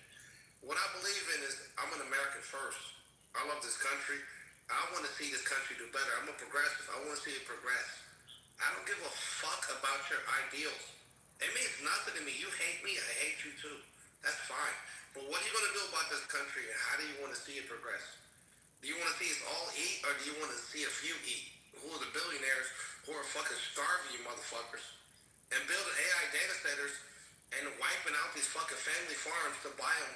BlackRock is buying all these family farms. So is JD Vance. It's a fact. Somebody got to say it to them, bro. It's happening. Yeah, but somebody has to. Farms are going to be obsolete. And they voted for this shit. They voted for this. Slow down. They voted for it. Literally, somebody's making a profit, so nobody's taking this shit. BlackRock Somebody's making is. a profit. BlackRock is. So, but hold on one second. You don't know look how many family farms they're buying up, bro. Yeah, but I understand, bro. I understand. You can't get mad at the person.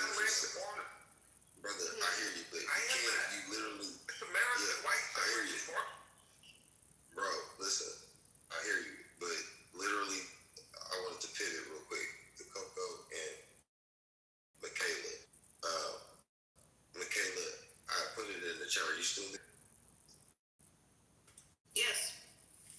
Okay, Coco, are you still there? Yeah, what's up? Okay. I wanted you to see the link. Did you get the link that I sent you in the chat? No, I didn't see it. You might have to scroll up just a little bit. I'm gonna see if I can drop it again. It's like maybe 5 minutes ago. I found it. Go to page 141 for me. Okay. Let me know when you get there. Now, Michaela, I want you to pay extra special attention to this because this is one of the stronger evidences that I was telling you about. I got others, but you want to go follow that link and go to page 143. When you get there, let me know. I wonder if the other brother was still in the room though, too, because he goes to 143 or 141? 143. Wow. Or it might be 141. Hold on. Michaela. That's her name, Michaela. Yeah, I think it's 143. Coco, are you there? Do you see it? And I'm scrolling.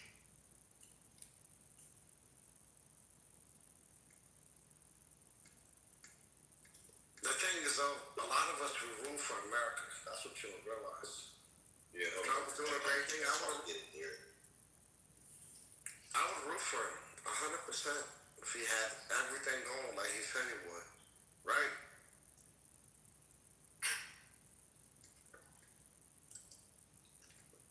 Yeah, I fuck with Trump. Trump doing the No. I said if he was, Cypher. If he was what? Doing what he said he was going to do. What did he say he was going to do that he didn't do? What the fuck are you fucking kidding me? I'm just asking a question, good brother. Where the fuck have you been? Anything wrong with the world? I believe it is 141 though. Love. Yeah, it's fortunate. Why are we in a war right now, bro? Why? Hold on. I think you already know the answers. Why is gas at $4 a gallon? Why is diesel at $8? Well, I mean, it's just temporary. What about Paris, bro? It's temporary. Shut the fuck up about this temporary bullshit. I don't want to hear that, bro. Why is it always the average American that has to take this temporary pain for this necessary gain? Why is it the rich people? Why is the billionaires? Why is it African American? Why is it not the fucking rich people? The billionaires have to take this hit. Why is it the average American motherfucker? Why average? Yeah. Who's taking it? I mean, you're choosing to buy from it. Yeah, you're choosing to buy the gas. You know, it's a lot of shit to this, bro. The link that you put in there comes up to 143, and I'm trying to search for 141, and I can't get to it.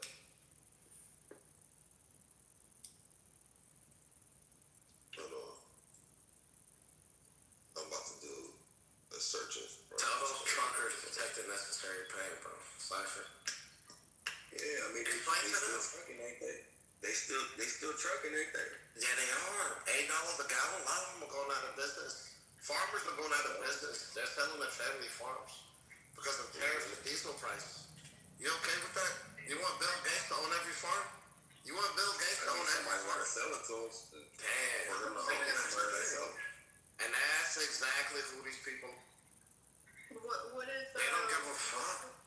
They don't give a fuck about America. I promise you don't care about America. Chill. That's the fact, bro. Chill. Okay, but like you are just like I don't know. That's a lot of energy. How do you sell your family farm? Bro, I didn't sell no family farm. I don't know what the fuck you're talking about. You gotta chill. 1798. Oh, hold on. This one's supposed to be 1783. Hold on, y'all. Yo, I don't know what That's my bad. Hold on, that's my bad. Same thing, but just different year. Hold on. My mistake. Matt, Coco. what's the topic? I just got back. You guys still on? What are you guys talking about? I don't know. I just came back and I don't know. This conversation's all over the place. Okay. So I'm just trying to educate 1783. about my history. No, just go. Okay, it's put 17. It's put 1783 on the same joint, and then go to page 143. He's trying to make Michaela feel guilty about slavery. Oh no. They trying to make her feel guilty. That's wild. Yo, wild. Don't feel guilty about that. You weren't there, Michaela. And it's actually 141. That's fucked up, Michaela. Yo, I think Abby is sleeping with her mic on. Here, I'll lead her. She's making sounds in her sleep. That was fun. Yeah, I went off that link, bro. This is too much. I ain't gonna lie to you. I'm doing all that. You could just tell me whatever you want to tell me then. Yeah, now I'm about to put the link back in there, and I'll read it out loud real quick, because this was a conversation I was having with Michaela about the Spanish Inquisition. So what happened with the Trump shooting? I don't know. I was watching the Yeah, so I asked her if she knew what it was, but it says this, and I'll let it go. But it said the Swedes, the Danes, the Brandenburgers, the North Americans, since 1778, and the Spaniards in their trade have built and increased, not only by the Swedes and the Brandenburgers ceasing their navigations to the coast of Guinea, but to the annual demand and supply of more than 100,000 Negroes, recruits for their own colonies. The author confines his relation to the first Negro trade that carried by the Portuguese and the Spaniards. Gonzalez and his first Portuguese, who in 1442 returned with the Negro slaves purchased instead of right, who had till then been carried off by merely more violence. But soon after, the Portuguese became better acquainted with the African regions and their valuable productions. Prince Henry founded the first Guinea company that settled the factories and fortresses in and got the exclusive privilege of trading with the Arabs. The trade soon increased to that in 1455. Not less than 700 or 800 Negro slaves were annually exported to Lisbon. At the length of the Portuguese in 1471 discovered the Gold Coast. That was the map that we talked about earlier. And ever since, intercourse between Portugal and Guinea was continued. The Portuguese endeavored to exclude other nations from Guinea, which had till then the rest of the European navigators were, in spite of the papal bulls. Let's go into the thing. Papal bulls and the reports that indiscreetly spread to the pretended dangers of the coast, striving to get a share of the profitable gold trade. The discovery of Gold Coast served indeed yet more enlarged the sphere of the navigation of the Portuguese and the slave trade, but it forced them to extend themselves to the coast and the settled colonies of Congo, Angola, and other places that they had till then neglected. Prince Henry's colonies were enlarged by his successor, King John II, in 1492, expelled all of the Jews, not some, all of the Jews, to the islands of St. Thomas, which had till been then discovered in 1471, and the Portuguese settlements on the continent of Africa. And from these banished Jews, the Black Portuguese, as they are called, the Jews of Luango, who are despised by the very Negroes they are descended. This is published in 1783. By the very Negroes they are descended? Descended, yes. So so you had the Lancados and the Degradados. The Lancado Jews were the mixed European black Jews who had the vernacular to be able to middleman and arbitrage with trade black Jews. And those Degradados were basically dark-skinned Negroes that were settled in those colonies. And from that map that I showed you, which they called that place the Kingdom of Judah, that's where they were trafficked out of. They called that place the Slave Coast. And they So came you're to saying the America. Jews trafficked the Africans? Is that what you're saying? Yeah, it's well documented. Yeah, boy. But it was also for the Spanish crown. The Spanish crown wanted them out of Europe because the Moors and the Jews started to fight against the Spanish Inquisition or the Spanish time. This is back in like 1300s. This goes back to the Papal Bulls and all that shit. So we were talking about a lot of Catholic. What was the Papal Bulls are, and that's where the Emmanuelian ordinances come into. This was the expulsion of all the Negro, Spanish, Portuguese, and were in the conversos, and those were the places where they were sent. That's what the Papal Bull was about? The Papal Bulls there are multiples. Our name specifically, the Emmanuelian Ordinance, 1521, Book 5, Title 1 to 112. And then also there's John Ogilvy's America book that came out 1671, and Africa 1670, that talk about the Hebrew origins of American inhabitants. So that they had black Hebrew people that were in America. So this isn't about Hebrew Israelite shit. I'm saying that they're right. I don't like how they do things, and I'm not religious, but they're historically right. And there are specific things when you mention that you're from Ireland and that you have that you're Catholic, as if that exonerates some of the ignorance of black experiences, which, mind you, I didn't talk about slavery. You started bringing up slavery. I was talking about everything after slavery, as to why there should be some kind of repair and or conversation that moves the needle forward about the original sin. If you understand the background, if you ask, well, how do you fix it? I said through education. If this nuanced information, you go down this rabbit hole, you'll find out a lot of interesting things that will make you feel a certain way about it, adversely, maybe. And then I think the more you learn, the less you feel responsible for, because you can see all the dynamics. This is what keeps that shit going. You said the more I learn, the less I feel responsible for?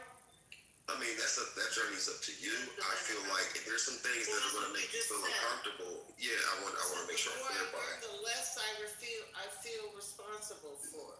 No, listen to what I'm saying in full context. The more you learn, your journey about that is up to you. You might feel jarred by a lot of different information, but I think the more you learn, the more you continue on that journey, you'll feel less of that, because then you'll get the full picture.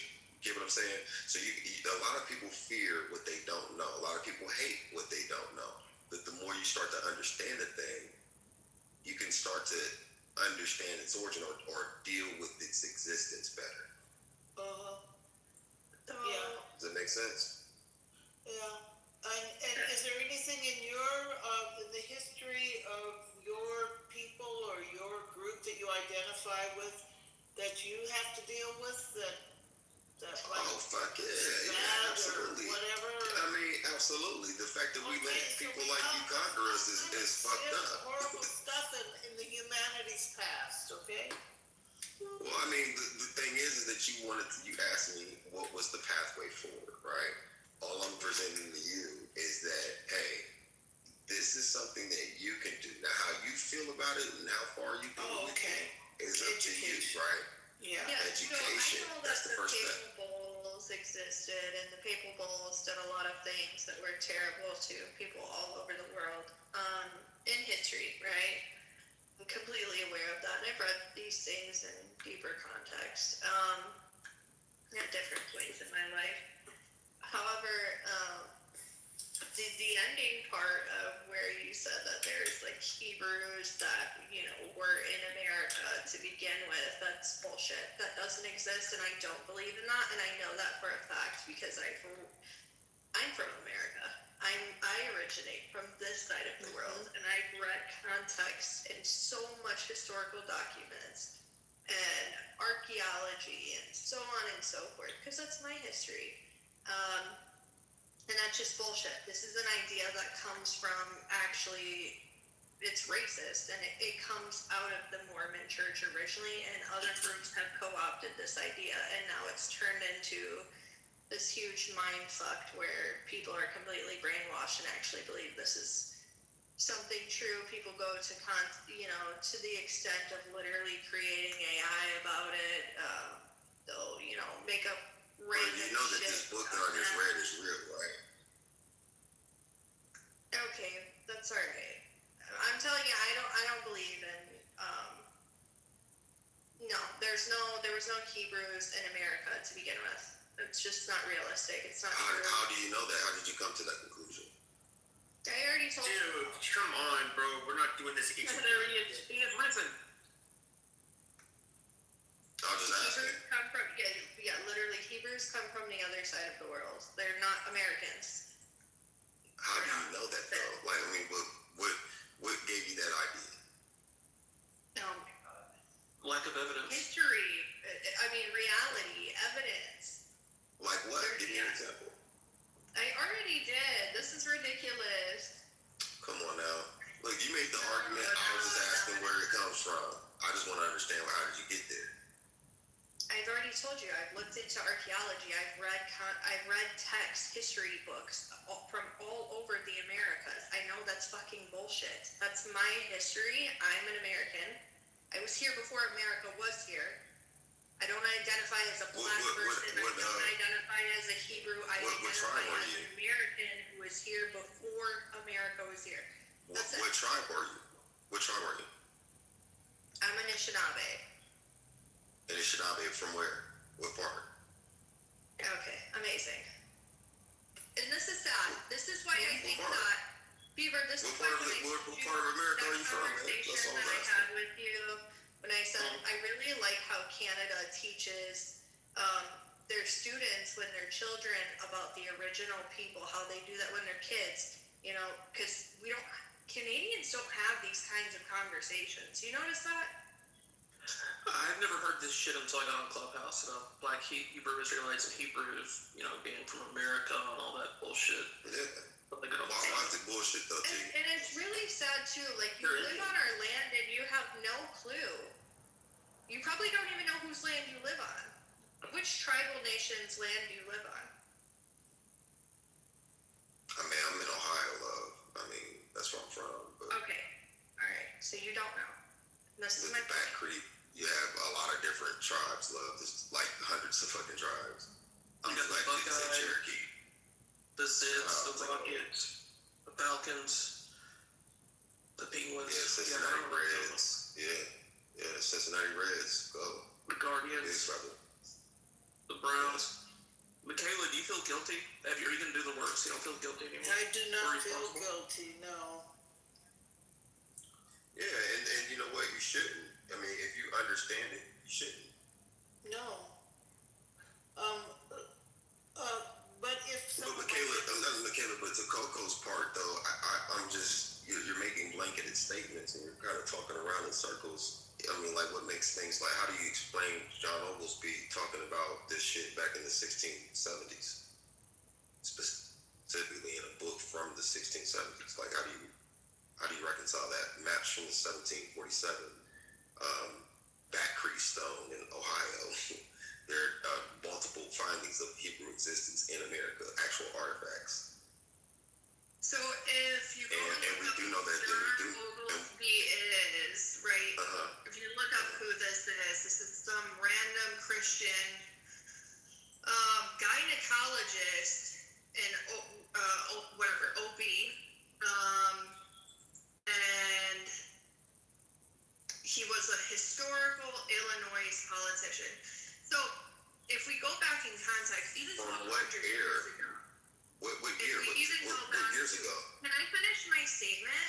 I was just asking what year to make sure we're talking about the same person. Okay, what year are you talking about? I just said it.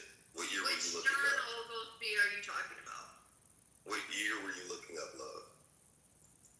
I literally just typed into Google. What year are you talking about? Why aren't you telling me the year I asked you? I just typed into Google John Oglesby. What year are you talking about? I said 1671. 1671. And this doesn't sound like a Native American to me, by the way. You're so offended. No, I think it's hilarious because you're trying to tell me about my history and you're like rewriting. Well, it's my history too. I mean, it's my history too. John Oglesby, a 17th century Scottish cartographer, geographer, from London. Amazing. So a white man from London, probably a part of the, what is the other church called? It's not the Catholic Church. It comes out of England. It was your opposition. Well, he's just saying, you've never read this book, but just so you know who John Oglesby is. It doesn't matter. It shows that Hebrew-speaking people were documented in the Americas before the 1700s. You don't like that. Why do you have such an aversion to that? Funny? It's funny because you're quoting people who came over here and made up all. But that's from the 1671. Are you going to just keep over talking me, or are you going to actually let me respond to anything that you're saying? My apologies. I'll go on mute. Okay. So you brought up a document by some European man from the 1600s who's not from the United States. White people, you're not from the United States, right? Okay?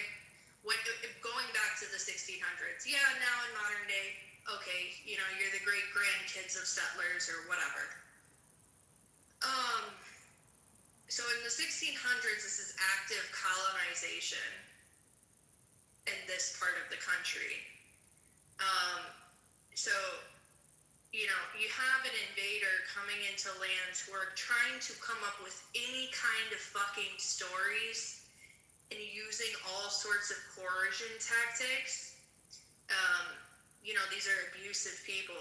Obviously, they committed the worst genocide of all time. Making up a story to basically erase the people whose land they're on so that they can have a claim to the land. This is not anything new. This is like very textbook, settler, erasure. I mean, anybody who has any sense at looking at history would say, yeah, I think that's some fucking bullshit. How would a white man from London who's colonizing America in the 1600s know what a Hebrew is? Right?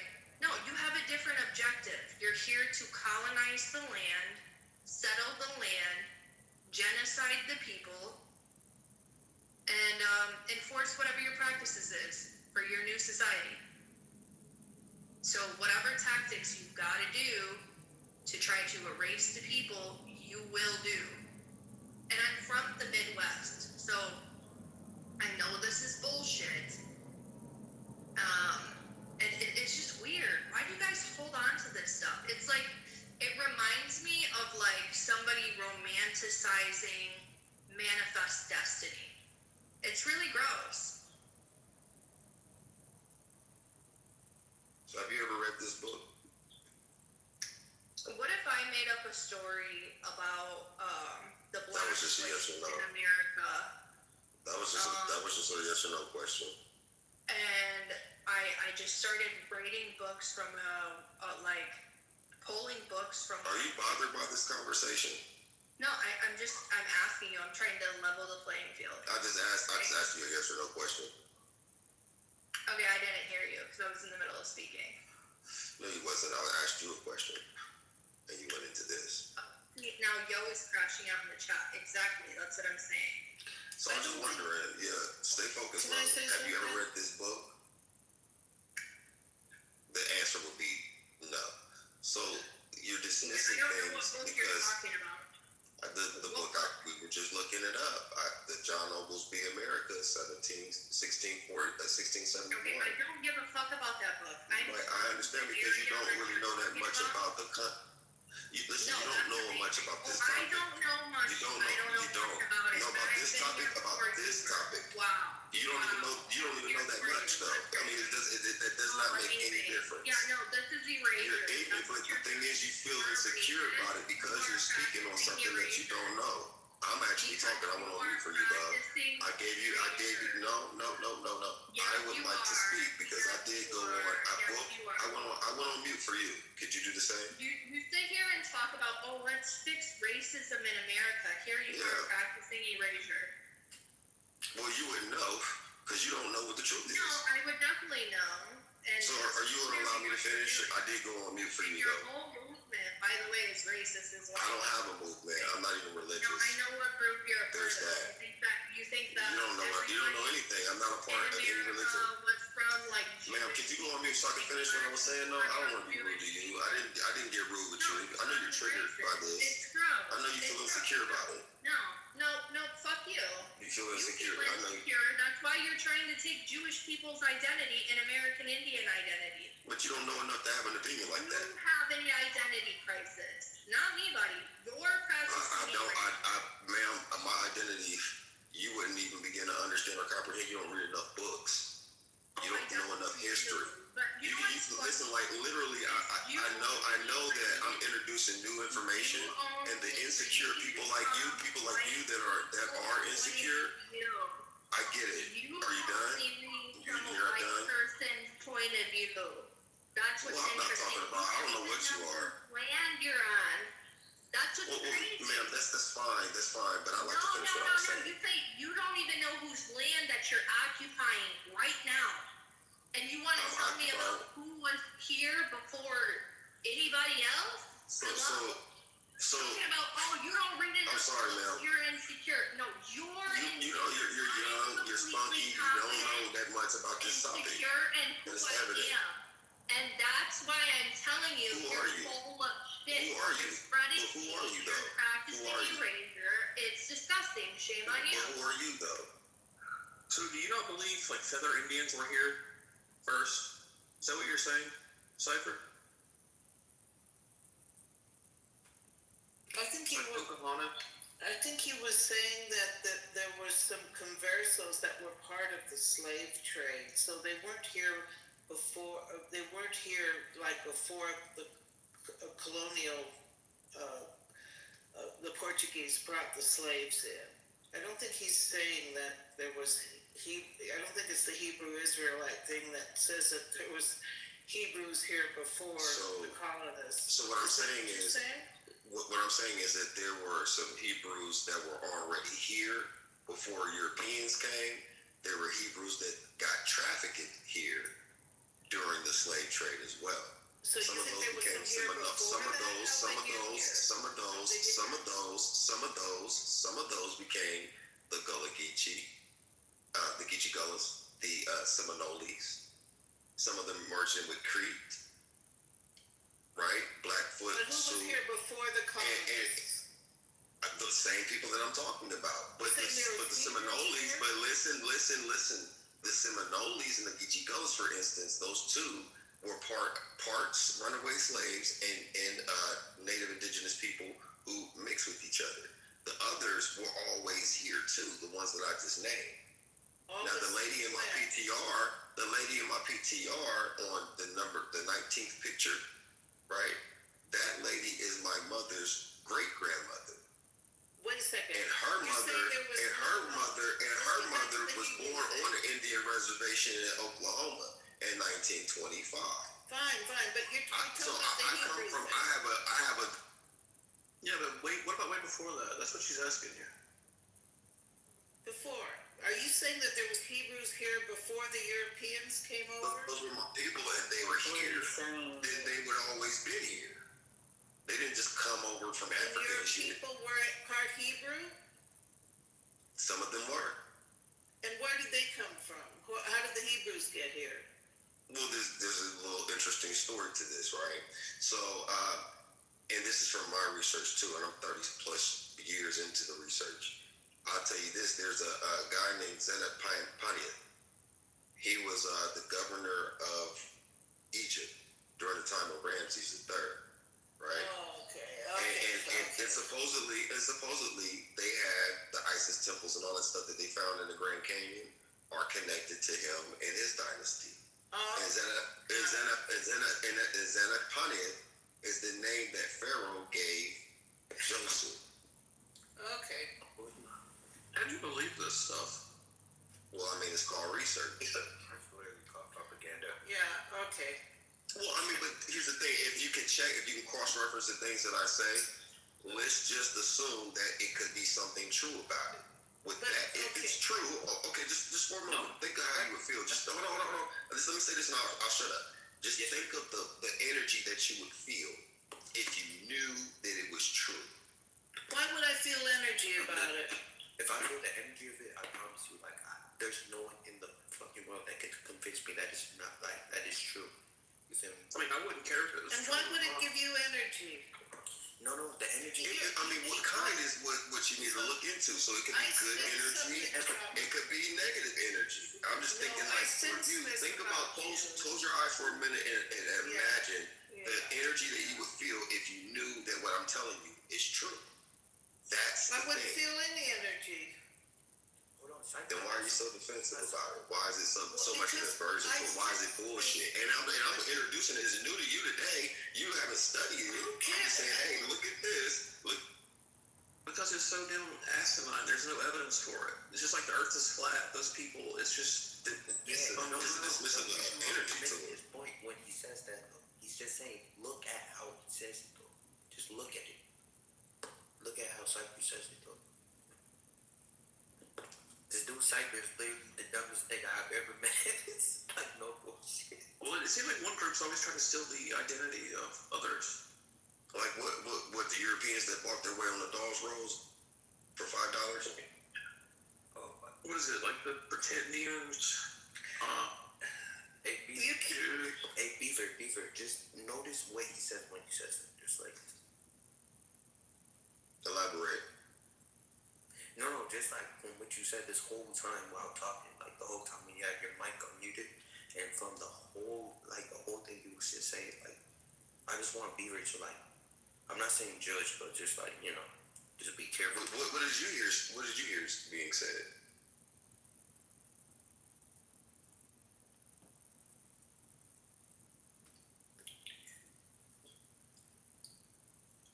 Can I say something? Yeah, go ahead. Yeah, I sense this from Cypher. Going back, he wants to go back and say, oh, this people did this and that people did that and this and that and this and that and this and that. And that's supposed to make us educated so that then we can go, to me, it has a lot to do with resentment and blame and lack of forgiveness and a lack of forgiveness? Yeah. You don't think that people like to kill people? What?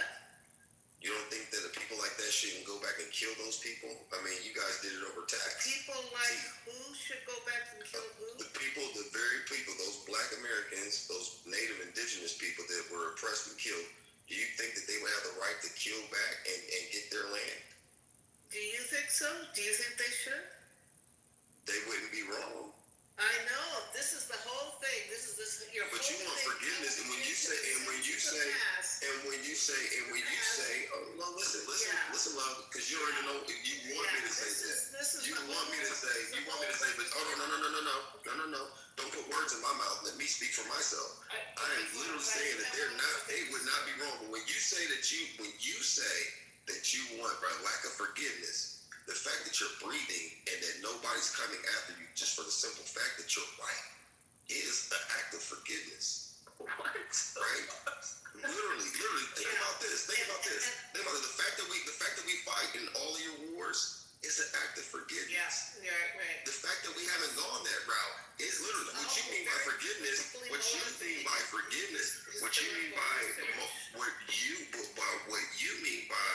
a lack of forgiveness is that you want to be exonerated. Okay, look. Because you feel guilt. Hold on. Wait a minute. How can she get your forgiveness? What could she do to be absolved of this horrific thing that she's responsible for? That happened way before. I didn't say that she's responsible for it, but she's willfully ignorant because she doesn't want to deal with the truth. And if you had to deal with the truth, it's like, it's not some. So the truth is if that he these takes people over are this, and we did that to far them. from you, Okay, into so her mouth like 5 times when she inhaled it, would that absolve her? say that again. This is so absurd. No, say that again. What did you say?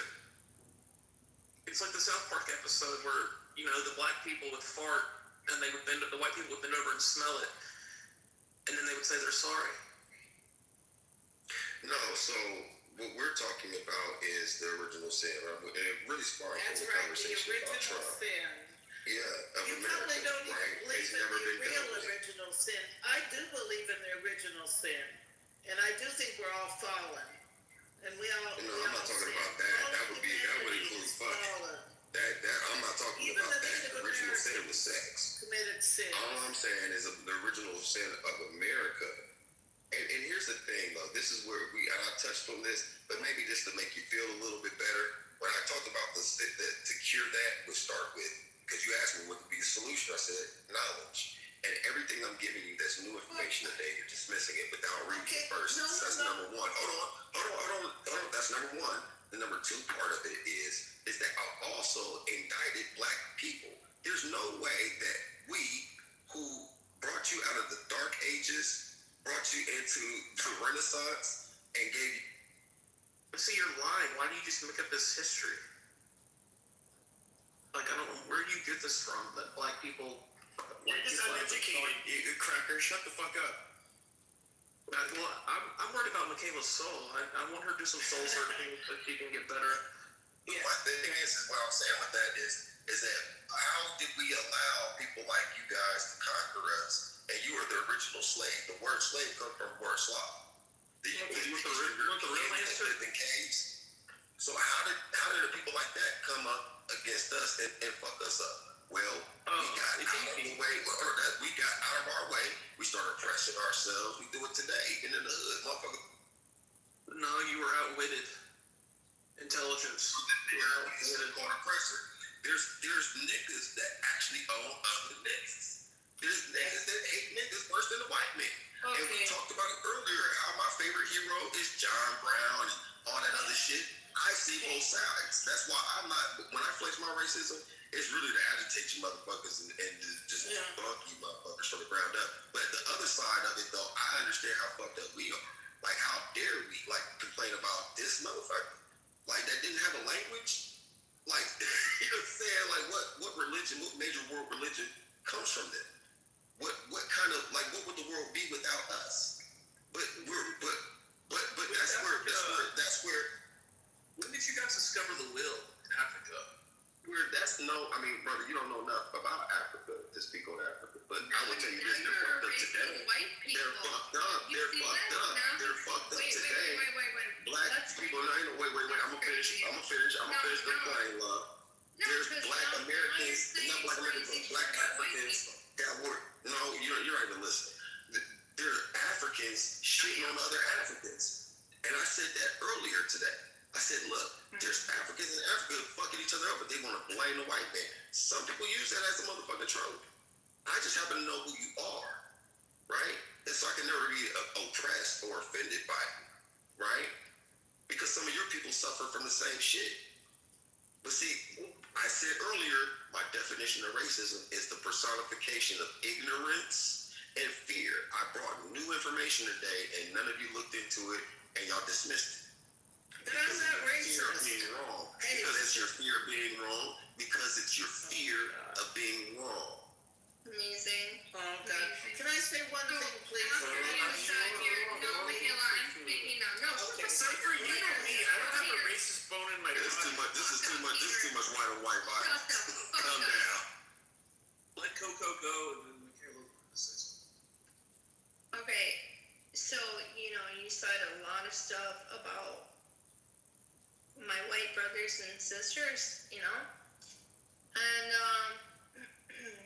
might poke fun at white people here and then, but I don't hate white people. I'm just not a fucking hater. It's not in me. I don't hate black people. I don't like racists, though. I'll tell you that. And I don't like erasure either. And you're sitting up here, you're criticizing everybody about, you know, you're racist and blah, blah, blah, blah. But you're actively trying to erase Jewish people. You're actively trying to erase the American Indian. And now you just try to erase white people. And you just made a claim that all white come from Russia.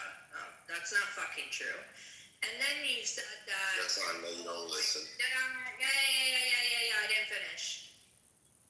Okay. Yeah. Tell us how much you don't know. Then you made the claim that white people had no language and no religion. Now, I know that's not true, because white people, I've studied your history. I said, what world major religion did they I'm not create? done. White people, I've studied your religion too, right? So... Fucking study. What major world religion did white people create? Wow, you didn't say that. You didn't say that. You didn't. You just told me. You don't listen. Mormonism? That it didn't have a language. You definitely have a language, and you're speaking their language right now. You're not even speaking your native tongue right now. You're speaking the white man's language right now, English. Hello? The white man's language? Do you know what the English language comes from? It comes from an older version of English. Which comes from what? White people. White people? Who is Yes. white people? Oh my No, God. you're What is repeating white it. people? Why do you believe It's those white things, white people? Okay. I thought that the English language is an amalgamation of Spanish, Arabic, German, all kinds of different languages and root words. Actually, it's not Arabic. It's German. French, Arabic. I mean, Arabic. Arabic word would be science, geology, all those things. So Those you are just named. yeah. So you just named a bunch of white people. Cipher. I think you're Muslim, right? No, I'm not. I'm not religious, man. Okay. But he's Sorry, Coco. Go ahead. No, not religious, but No, it's just funny because you said what white I'm people. It biblically doesn't come based, from though. white people, and then you start naming a bunch of groups that are white people. It's just weird. Like I don't What know. about white people? What did you say that I said about white people? You just said, oh no, English doesn't come from white people, and then you named. I never said that. I never said that. I said, where does English come from? I said, where does English come from? No, you did say. You lie more than you think. You lie more than you think. You need to think before you speak if you're gonna lie. Here's what I don't get. If whites are so inferior to blacks, then you taught us how to bathe and you were superior, then why is the scoreboard? I didn't say that, but that's true. Why is the scoreboard, what the last 500 years, what have you guys done? The scoreboard is pretty lopsided. Okay, where does GPS come from? Whites. Who created the math algorithm that made GPS possible? Hey, Why not? before you guys, I thought I had my Go turn. look her up. She's a black woman. Michaela Britt. Yeah, I just quickly want to say that when we were talking earlier about the Soviet Union. Yeah, y'all got an issue with dealing with this issue. Y'all be getting triggered and shit. That's y'all only downfall. No, I mean, y'all reveal yourselves when these conversations come up. No, you triggered me when you didn't know anything about the Soviet Union, communism in the Soviet Union. What? Your focus, your history. I asked you a question. Purely I know exactly what it is. No, you didn't. You didn't. You said, didn't they have entrepreneurship in the Soviet Union? I asked you if that exists. Yes, it does. Right. Okay. You found. Those are the people that usually break out in the system. There. Okay. Your focus is. I see where your focus is in your historical research, and a lot of it is on ethnicity and blame and ethnicity and blame. Yeah. Bias is your focus. Yeah, and That's interesting. How did you? Where did I blame anybody? Probably it's sort of a communist. Where did I blame anybody? I said black people let themselves down. Matter of fact, I would say this. This is interesting. I really do believe this. I believe that if you pull the hood off of the actual powers that be that create this racism shit, I would not be surprised if it was a nigga. Well, anyway, I think that you have a certain focus, but you do not. What do you think my focus is? You said it's ethnicity and blame. Where did you get that from? Yeah. The fact that you didn't know about communism. What did I say about communism? I asked you a question about it. You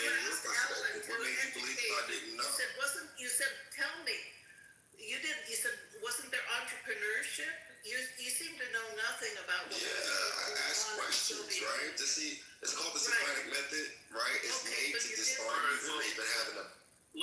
Let's go over the most influential inventions and advancements in history, and then we can all throw in and say what they are.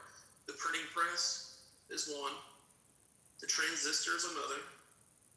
The assembly line, the automobile, the airplane, the internet. Those are Wright brothers. Let's see, what else is there? That's the vaccination, modern medicine. What else we got? Who's this? Light What are you talking bulb, about? telephone, telegraph. What else? The steam engine. Okay. Now, all these were made by white people. Oh, really? Yes. Look up black inventions. Yeah, peanut butter, the doorknob, and the sock. No, you didn't Google it. I want you to Google it. It's all fiction. But this is the willful ignorance that I'm talking about, though. On your part. No, not at all. Not at all. I'm just asking you, can you look up black inventions? Just Google it. Yeah, I could. It would say something about the elevator, the stoplight. Let me keep going. Some black girl in NASA during the moon launch. Like, it would say all these little, like, contributions. Why aren't you looking it up? Why aren't you looking it up? What makes you feel so inferior about your position that where you don't want to look that up? I've already What makes you feel so insecure about your position and where you won't look that up and read it out loud, just like you did that I'm other not shit? insecure about my position. I'm That was very stolen. secure. That's why I just listen That was to all stolen. Name a patent that you didn't steal. My name was stolen. Okay. Name a patent that you didn't steal. Did Henry Ford steal the assembly line? Name a country that you didn't steal. Did Einstein steal the theory of relativity? Is Einstein black? No. Oh, you didn't know. Well, so he's black now? He's black now. You should look him up. You should look him up. You should look up Picasso. You should look up Picasso. You should look up Alexander Dumas. You know who Alexander Dumas is? I just want to know how you guys like. Do you know who Alexander Dumas is? Novelist. Who wrote what? What books did he write? I forget. I don't know. I've never read them. I just know. Three Musketeers. Oh yeah, right. Yeah, one of those big books. And check this out. Check this out. His daddy is the one that won all the wars for Napoleon. So why are And you he was Haitian and white. Why are you telling us all this? Because you guys don't know that much. And that's what makes about a lot of the things that I'm saying. No, again, you're focused on ethnicity. Cleopatra was actually a French woman, and France was around in the BCs. It's Macedonia. And I'm really a Viking, right? I'm really It doesn't matter. We can give you Cleopatra. Vikings invaded Ireland. She's one of thousands that you would have to go through. Like, what do you need? Why are you getting louder? Oh no, I'm entertained, especially by you. Yeah, Donald Trump is also a Haitian man. Michael Jordan, I thought he was German. He's a Haitian man. See, you don't know that much. You don't read. I didn't know that. I thought he was German. Dale Earnhardt Jr. was a black dude. Jesus was definitely black. I forgot Tupac is white. And what are Americans? We're a mixture of everybody from all over the world. Yeah, we're human beings. Mm-hmm. A lot of you I question your humanity. Yeah. Oh, really?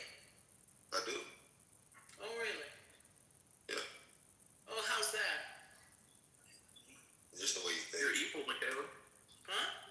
You're evil. You, and not necessarily Michaela specifically, but I know. white Europeans and Americans, That's why I you're question focused their on humanity. ethnicity. Not at all. Not at all. Not at all. Yes, you are. I said white Europeans and Americans, which will be that melting pot that you're describing. That's something I question certain motherfuckers' humanity. Cypher, if you order, say, a $40 meal on Uber Eats, and then your driver pops up and it's a white guy with a mustache, you tip zero, or do you actually give him a tip?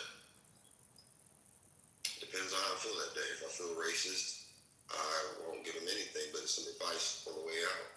If I feel non-racist that day, let's say it's 79 degrees, and when it hits my balls a certain kind of way, then maybe I might give him, $5 in pesos. Maybe in pesos. Can I tell you a little story, Cypher? I had a boyfriend who was in the IRA, and he, I was all for all that stuff. He dropped out of the IRA. He left. They had him infiltrate the British Army. First, they sent him to Cuba to be trained as a teenager, and then they sent him to infiltrate the British Army in Northern Ireland. And he got to know the British soldiers there, and he thought, I can't blow these guys up. And he fled to England and never went back. And I met him in America. Interesting.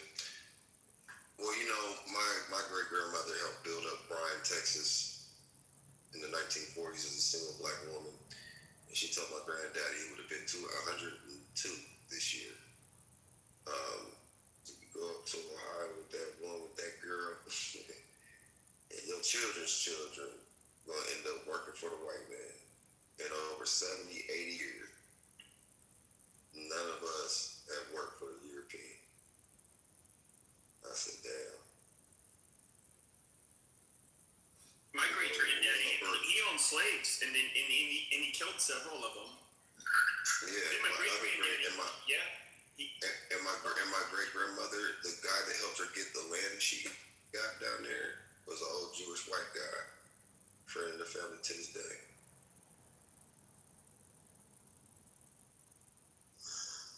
I can hear the hate. When you get more knowledge, it's hard to hate a motherfucker when you know their strengths and weaknesses. Yeah. It just makes you feel a little bit more humble about being a human being. That's right. That's what I'm trying to say. Yeah, but you gotta get people there, love. That's the whole thing. Like, listen, people that look like you bear that fucking thing, just like we bear the whole criminal, black people, this, that, and the third. But y'all don't never look at yourself. You know how dysfunctional your children are. They emulate us. Yes, I do. You know what I mean? Like, what the fuck? Like, and think about it. You think I'm proud? Hold on. I gotta get this out. I gotta get this out. This ain't even for you, but let me get this out. I don't like the gay community. I don't support the gay community. And I hate the fact that it doesn't matter the ethnic group of the ethnicity of the gay, overly gay guy, whatever. They always emulate ratchet black women. And I'd be like looking at my sisters like, y'all see what y'all be endorsing over here? It could be an Asian motherfucker, sassy and sissy as hell, and he's emulating a ratchet ass black woman. Now understand that deep down that black woman's mind, her mama might be a bed woman. Somebody in her bloodline could have been Shut the fuck up. Somewhere down her bloodline, her mom could have been raped or been on an incest farm, because they used to have breeding farms. And some black people owned slaves. Some black people had breeding farms. Some black people had more slaves than whites. There were black Ku Klux Klan motherfuckers. There were motherfuckers. Hold on, there were black Confederates. There were black Confederates. So we played a part. Yeah, so you call impolite to other people and at the same time you expect somebody headshot this motherfucker. No, exactly. This is your level of respect. Calling other motherfuckers at the same time expecting respect. Asshole. Okay. So check this out. There's people that, like we said about Trump, there's fine people. You have this just because of being American. There is an element that you see of black degeneracy that is wired and engineered to be that way. If we understand it, we could be like, hey, I'm not excusing bullshit, but I can't judge them as a people because most of them, A, are not like that. B, are hardworking and contributing people, and they have an excellent group, a place in history and in society, and without them, we wouldn't be as great as we are. Now, if you have aversion to that, that speaks to what you don't know. If you I can know don't that have central air, aversion to it. heating and cooling, central air, the gas mask, the stoplight, the doorknob, the iron board, this, that, and the third. People, black If you people, can't white acknowledge how great we are, right? White people, black people. Right, yeah. Everybody, what I'm saying is see that right there, that's your aversion to the truth. What I'm saying is that if you're great, you're great. It has nothing to do with your ethnicity. Yeah. Because you can't sit here and talk about how fucked up. You can't sit here and talk about how fucked up America is and talk about black degeneracy without talking about the people that created the environment. It's called humility, right? And if you lack that, then that's a lot of part of the fucking reason why we're in this position talking about it today in 2026. That gave you this right. United States was too strong to give you this right to disrespect others at the same time expecting respect, United States was too strong, not fucked up. Too strong. Peter, that's really deep right there. You just, you're planted a seed, I think, in this room. That's fucking super dope. It's so deep. Michaela, you just made a statement a minute ago about the Irish culture, and I don't appreciate that. So What's that? What's that? Yeah. What did I say? Like the Irish culture is fine. Like people in Ireland, they still speak the language. I didn't say anything about the culture. I love the Irish culture. Okay, I'm Irish. What? Amazing. You said that you don't like how your culture has turned out in response to cyber. Oh, I meant America. What's the origin of the Irish culture? I'm curious. Do you guys know where that come from? Gaelic and Celtic. What is Gaelic and Celtic? What's the origin of that? Where did they come from? Indigenous people of Ireland and their cousin island or brother island. The guy just won the fucking national championship in Augusta. Rory. He's from Ireland. Oh, period. Yeah, you want to hear it in a row. So that's great. That's great. What natural resources come out of Ireland that the world depends on? Fish. Potatoes. Rainbows. Dope corn, Lucky Charms. Leprechaun. Beef. Like now let's tell the truth. What does the world depend on?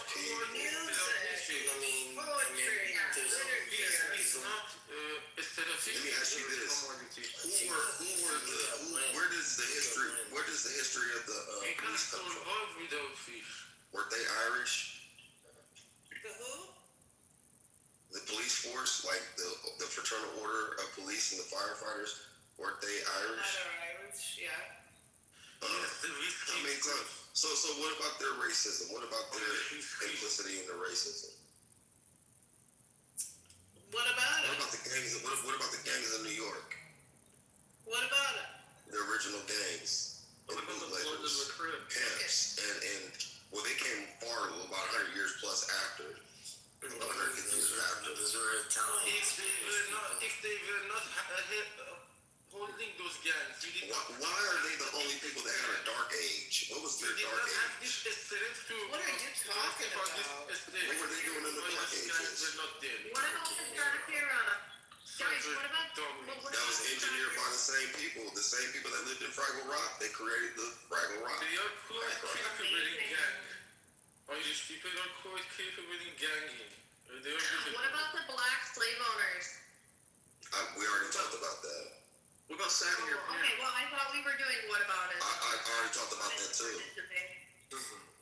I talked about that at Lightem.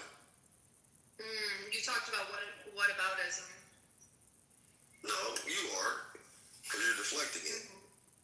Y'all don't like to deal with that, and that's the thing. The sins of the father.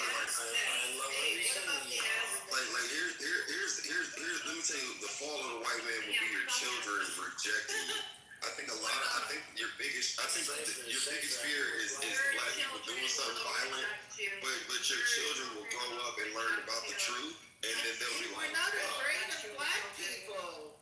Yeah, the difference. Here's the difference. Your children will not at all. Your children will reject you because they'll grow up and they'll realize that, oh, my dad has a fucking identity crisis. places and I wasn't rooted in anything that I actually come from. Versus other people in the room who do practice their actual cultural practices that have been passed down What generation makes you think I'm after confused and you're not? Well, I know I'm not. Because you're over here speaking I can tell How that do you you're know? confused How because do you you know? started talking about American Indians coming from Egypt and then coming from Hebrews. It doesn't make any fucking sense. Why is that so hard for you to comprehend? Because it's not realistic. You are like. Have you ever heard of the Kincaid?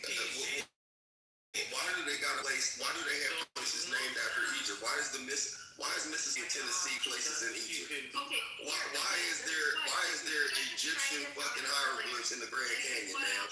This is what I'll tell you, right? You don't know that much. Confused about this earlier. No, you don't know that much. You think that American Indians are Egyptians. You're fucking retarded. Just for the name of the So here's the thing. There's The name of the country is much bigger than your mouth. Okay. Amazing. Thank you. So there's places all around the United States that were renamed by colonizers. Is that not my name? Do I need to explain further, or do you grasp that concept? Have you ever heard of the Hebrew Decalogue stones? They are not Indians. And where they were found? You know what I think? I think Cypher, if you just converted to the Latter-day Saints of Mormonism, I think you would belong much better there. Why would I do that? Than whatever you're doing, because this is the. Why would I do that? What do you even know? What are you even talking about? You have. But no, I just asked you a question and you danced around it because you don't know that much. I'm asking you, have you heard of the Decalogue stones? They were found in America, man. Explain that. Okay, yeah. How do you explain that? How do you explain that, though? How do you The explain Hebrew that? Decalogue stones. Oh, the Mormons? Yeah. You talking about the guy who was a fraud and a con artist? Said that he found golden. Joseph Smith? Yeah, Don't that's say what that it's about my going prophet, on. bitch. Dum dum dum dum Watch your dum. fucking mouth, Pepe. Pepe. Anyways. What about that? How do you explain that? Yeah, you're going off of a con man's religion. And by the way, if you go further into that religion, You don't even know. You're not even smart enough to look it up in real time. You're not that smart. Oh wow. Oh, you're not that smart. You're fucking stupid. You think that American Indians are Egyptians. You're retarded. I didn't say that. I didn't say that, ma'am. But the Los Lunas Decalogue stones is a large boulder hidden in the mountain of Los Lunas, New Mexico. Inscription of the commandments of Paleo-Hebrew discovered in the 1930s. Wrote about how black people are more sinful because they are black people, and because of their sin, they are unpure, unholy people. And in order to make these black people white, you need to make them white. So how do you make them white? You infiltrate their families and you have kids with them. And this is the same ideals, this comes from the same person, the same ideals that you're quoting about Hebrew decalogues. It's fucking amazing. Did you know that thing existed, though?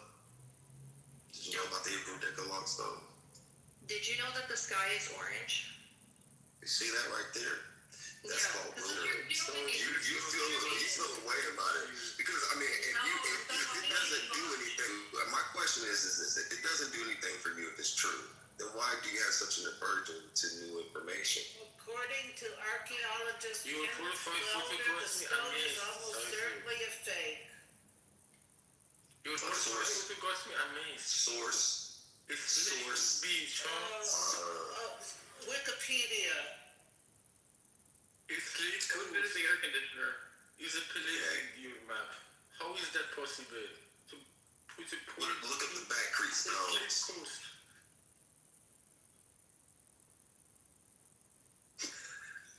Man, tonight was a crazy ass night at And what does all of this history do for you?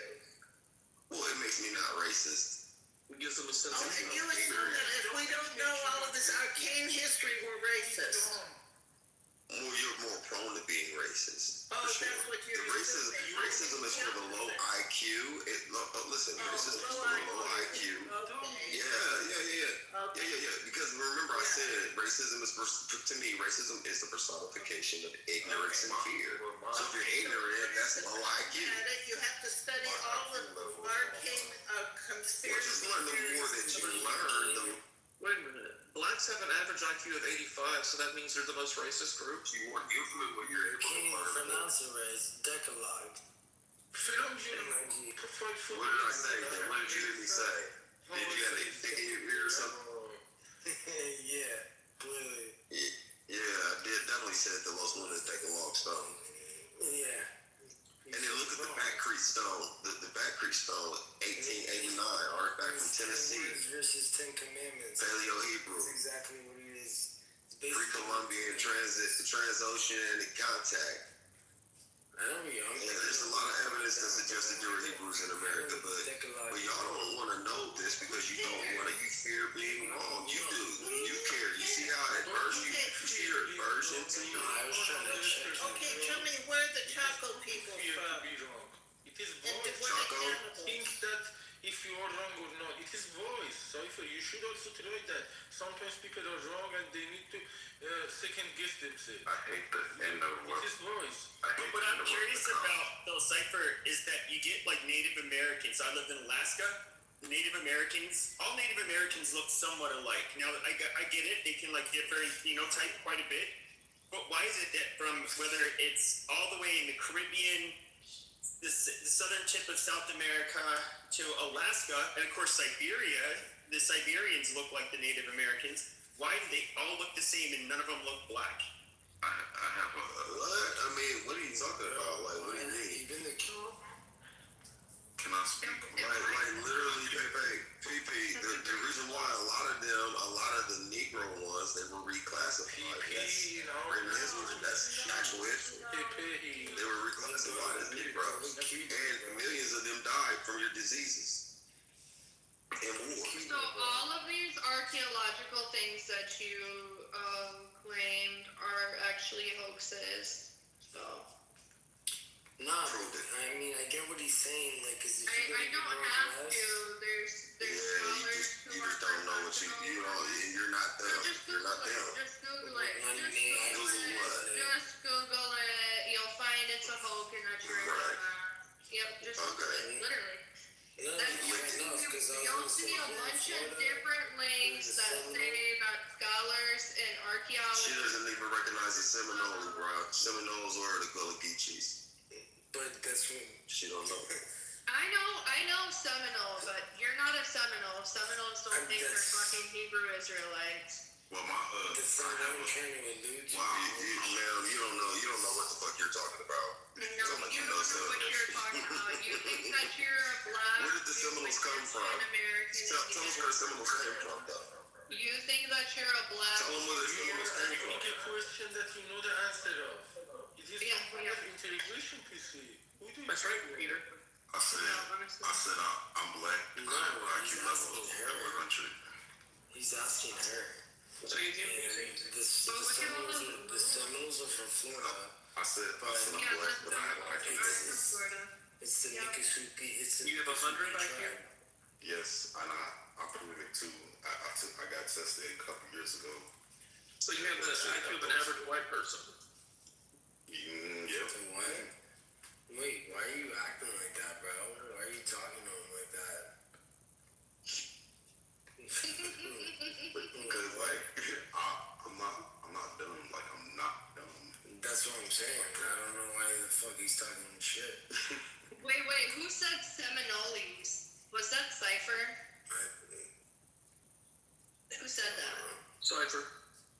Yeah, you don't even pronounce the name of the fucking tribe right. You're not a fucking Seminole.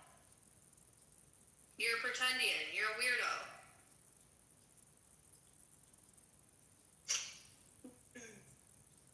It's gross. And it's Miccosukee. It's called insecurity. I get it, baby. So let's say Seminole. You're so insecure that you're calling Seminoles Seminoles. If you were Seminole, you would know how to pronounce your family name. You know, it's crazy. The family, they get nice. An outsider talking about an insider like he's an outsider is a paradox. That's what's interesting, because I'm an actual Native American and you're not. So it's funny. That's what you said. No, that's why I'm on your ass like this, because you're gross. You're practicing erasing. No, you like eating ass. That's why you're on my ass. You're not right about anything you said. Are just rolling in their fucking graves because you won't honor them. And your ancestors are embarrassed by your OnlyFans. Your ancestors are, I don't have an OnlyFans. Your ancestors were maggot food. You go by Pocahontas. Pocahontas. Okay, you go by slave. No. Martin Luther Cream. No, Martin Luther Cream. Say it right. I had a dream. Martin Luther Cream. Okay, porch monkey, no problem. Porch monkey. That doesn't offend me. Do you understand? If you shave a white man, what he would look like? You shave an ape and his back, and you see what he would look like? He look like your dad. You know what I'm saying? Like, you have more Neanderthal genetics in you. You have more Neanderthal genetics than anybody else on the planet. My dad's not black. Ma'am, you have more Neanderthal in you than anything. No, I don't. You have more Neanderthal in you than black dicks. Because I know you like BBC. That's disgusting. You're gross. You should go fuck yourself. Coco, you said you're from Canada, but you're from the Midwest too, or? No, I'm not Yeah, from she's Canada. from all over. She's trans. Okay. Yes, yeah. But your tribe is Shut the fuck up, bitch. Hey, Kendo, get up here. This guy's, he's claiming to be Seminole, but he can't even pronounce Seminole correctly.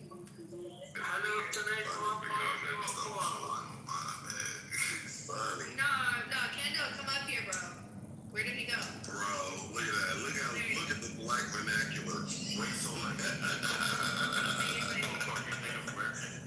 can't even help it. She's a lot out of There's gonna be some of that and Kane Burlows. Some of that crap. And then he also said that he's... Wait. You said who? Cypher. He also said he's a Egyptian. Oh, that's the Brody.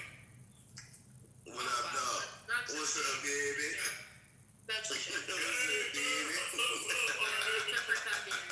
Shit, you know I'm in this motherfucker. Yeah, I'm taking their ass to school, bro. They have an version to a nigga right now. What's good? Oh, yeah, that's what it is. Yeah. It's not finna be, absolutely not. I'm out of it. Hey, Coco, you know what? I do that to certain people, you know what I'm saying? We already know. He from the Midwest, you better stop it. I don't know if this guy's practicing a race. Fuck, this one, nigga. What? That's what she said. She think I'm a pretendian and niggas need to get over slavery. Niggas need to get over slavery and shit. We have identity crisis and man, this nigga was talking about man, the aisle and everything. Money first. I'm not finna get off of my butt. You think I'm finna fight in front of these white people? No, we ain't doing that. Hey, see all good. I'm over here talking my shit now. Cause they done woke me up. Smacked the pixie cut off of Michaela before I fucking got there. When did you record? Well, I just went, how you doing? How you doing? How come you're keeping so quiet? Are you there? Oh, damn, Alaska white ass wanna pull up next to me. No, I don't wanna hear that. Question. No, you know what? How you did me the other day, little mama? No, that wasn't my fault. I didn't say anything. I was asleep, and then... I said no. No, I was asleep. I didn't know if you were a bitch. I just had to be quiet. I'm sorry. I see how you do me. I hear you want, baby. I hear you want. Well, you'll see. Oh, I'm not pleased. No, don't be angry at you. I'm not gonna be nice. I'll make up, yeah.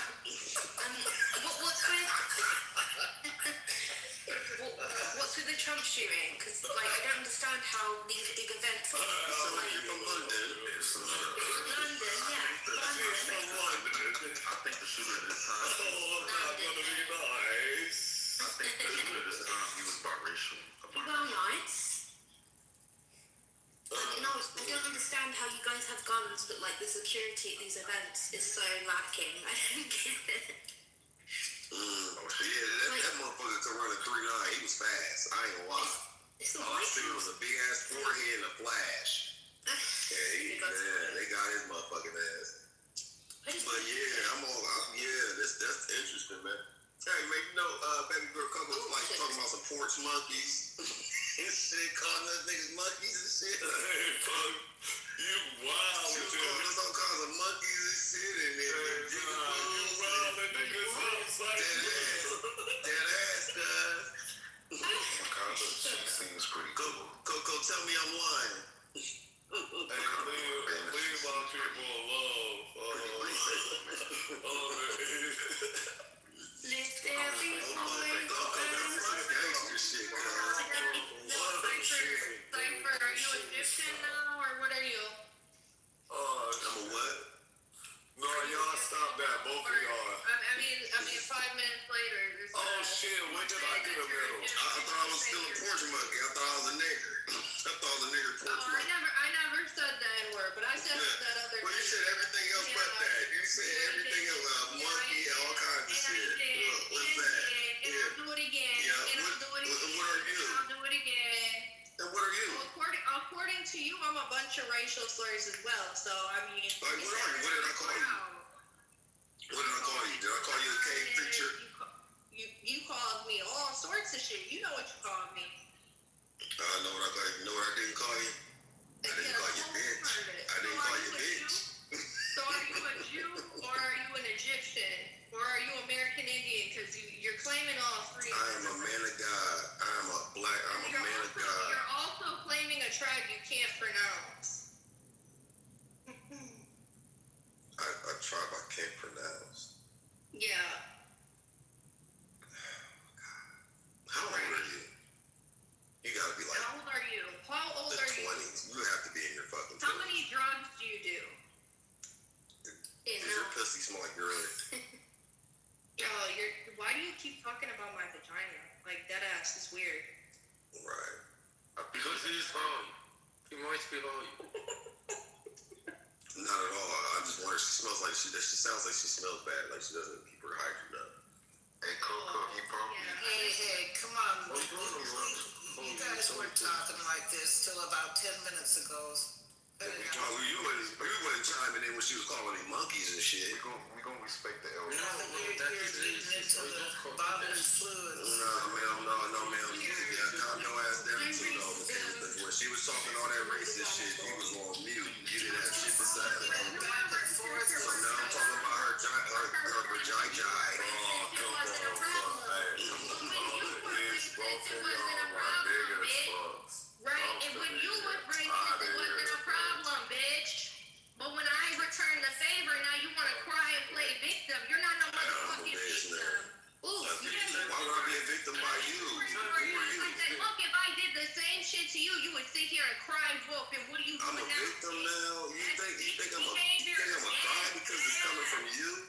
You're a dead ass. Is that another black vernacular that you stole? You want to cry, race? More dead ass. Don't do it, right? Creature is talking black vernacular so well. I promise you, I'm finna get the fuck out of here. Go figure out your identity. Thank you very much. Let's respect the elders, y'all. Well, whatever. Look, it's like too early in the morning for y'all to be sexual-strated.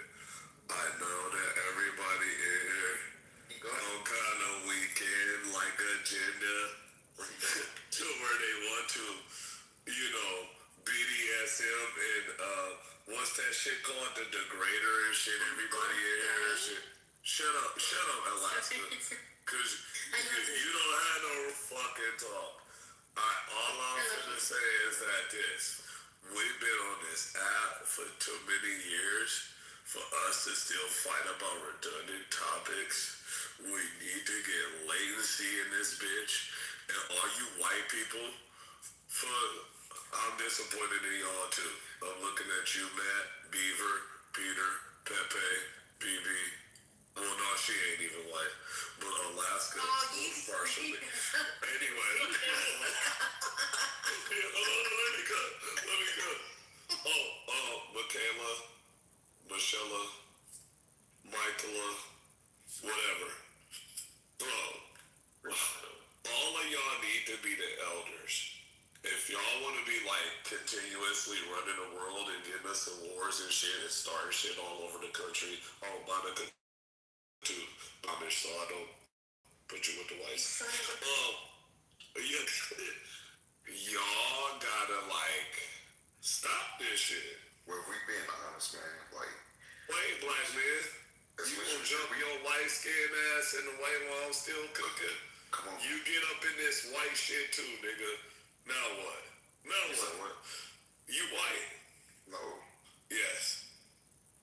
I'm not white. Oh, no, okay. You can't change it. Anyway, all I'm saying is, yeah, like, y'all gotta know how to de-escalate some shit. And y'all de-escalation tactics on this bitch is poor. I'm disappointed in all of y'all. All of y'all experience and all of y'all goddamn longevity and all this other shit. Y'all not even using it. What are we doing? What are we doing? What are we doing the fuck here? Okay. I'll let you Michaela, you want to jump? Or what are we doing? Yeah.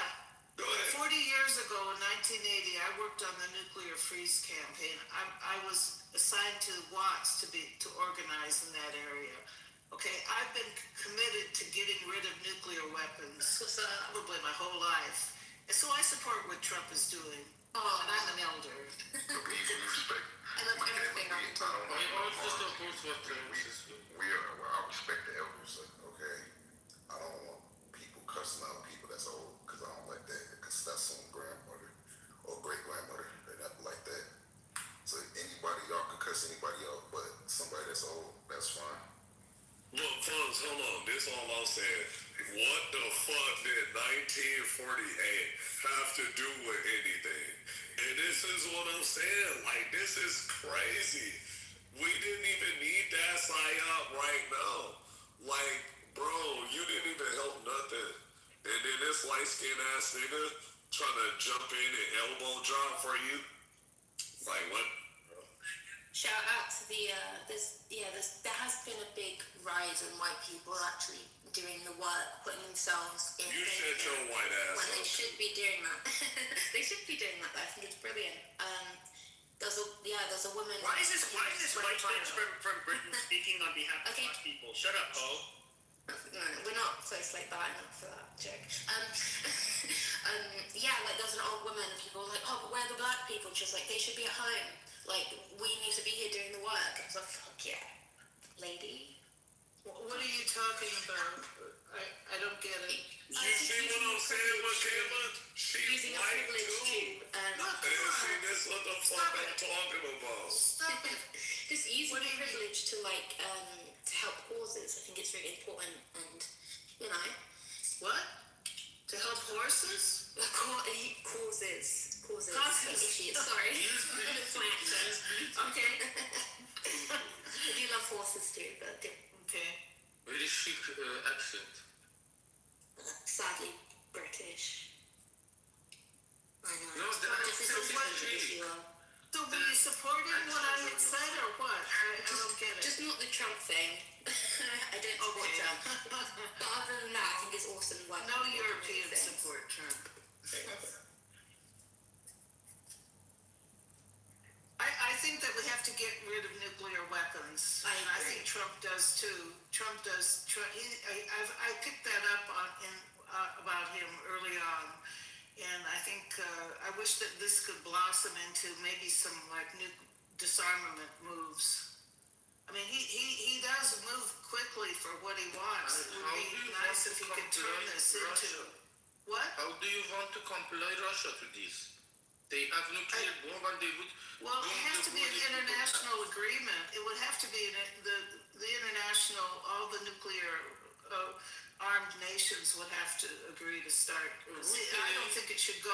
I don't agree that any more nuclear weapons should go to any more countries. I don't know how Pakistan and India got the nukes.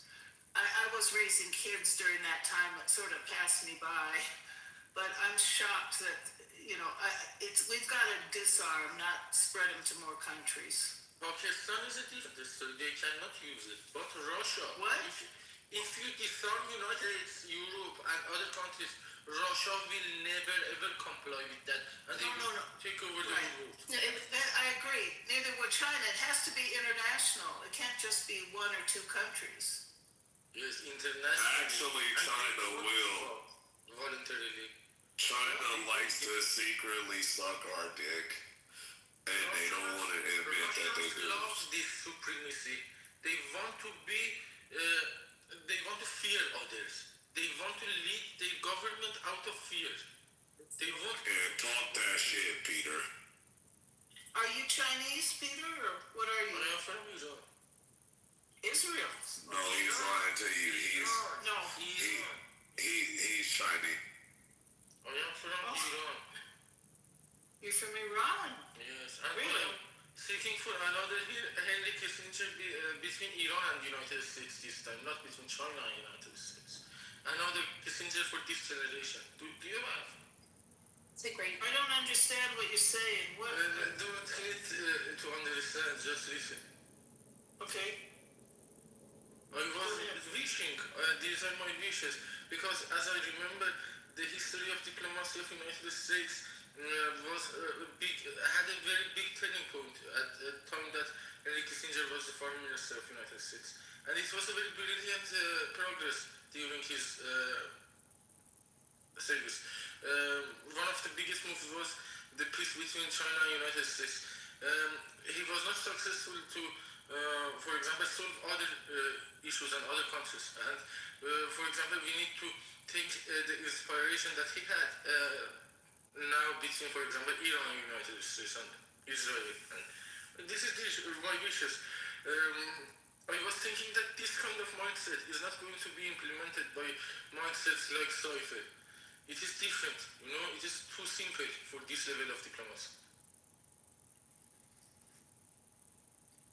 But what happened as a result of Kissinger opening up China is that now China became the manufacturing center of the world, and the whole Western world has become dependent on China and enriched China. But also, China also needs this. This is some kind of mutual need to each other. It is not something, but because they are populated countries, they have a lot of capacities, and it is undeniable to be strong. They will remain strong if the competition is fair, because they are two populated countries. They have a very big collective power. So they are the second power of the world. It is undeniable, I think, because they are too populated. They have much more population than US, Europe, and things, but their power is still lower than United States. They are loyal to the United States, you said? No, their power is lower than United States. Lower. With this level of population, they are 4-5 times more populated than United States, but they are not as strong. They are weaker. The first power is United States, undeniably. Do you think we should have disarm our nuclear weapons? I think that they won't, because they love this supremacy. They want to see countries like Iran, Turkey, and Egypt from upper positions. And for example, they do not even choose voluntarily humble position that sometimes United States put themselves in. They love that supremacy. For example, if countries like Russia see you from upper position, they want to destroy you, extinct you. But if United States see you from that position, they are much more humble and they want to coexist. This is two different concepts that brings me to a table with United States rather than those who want us to see us like that kind of position. This is my choice, and So you're Iranian. Do you agree with what's going on with the war? I think that it needed to be handled this way because mullahs make these choices. They had they made their choices and they made it like this. Now they need to take the responsibility of what they did because they were thinking that they can do this and go away with that because they are strong and nobody will face them. Now they are being faced with the ultimate power of the world and they are being taken, it is a big shock for them and this is a big level of accountability for the government around the world. If you machine gun your people, you have no chance to stay in power. And even if you are too strong, you are done. Yes. So how long have you been away from Iran? I was here since October 2023. I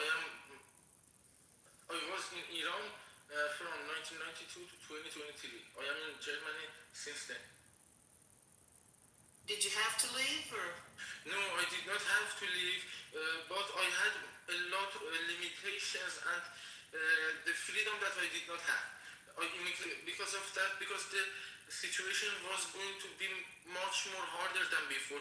They were coming step by step to much more private issues that you have. Even during the last decades was not this strict. They are implementing those laws differently on different people. This is totally unacceptable because this is a tool to suppress people. Some people come out and walk in the street freely without a scarf. Another person with more covered position is taken out of the street. This is some kind of discrimination between people. This is not a code. This is something to hit people and make, for example, to suppress them. This is something that needs to be dealt like they deserve to, I think. They need to be out of the decision-making processes. We need our country back. Yeah. Do you still have a lot of friends there and family that you communicate with? My own assets and family members are there. I am alone in Berlin. I came here to see how it is, to progress and to tap my untapped potentials.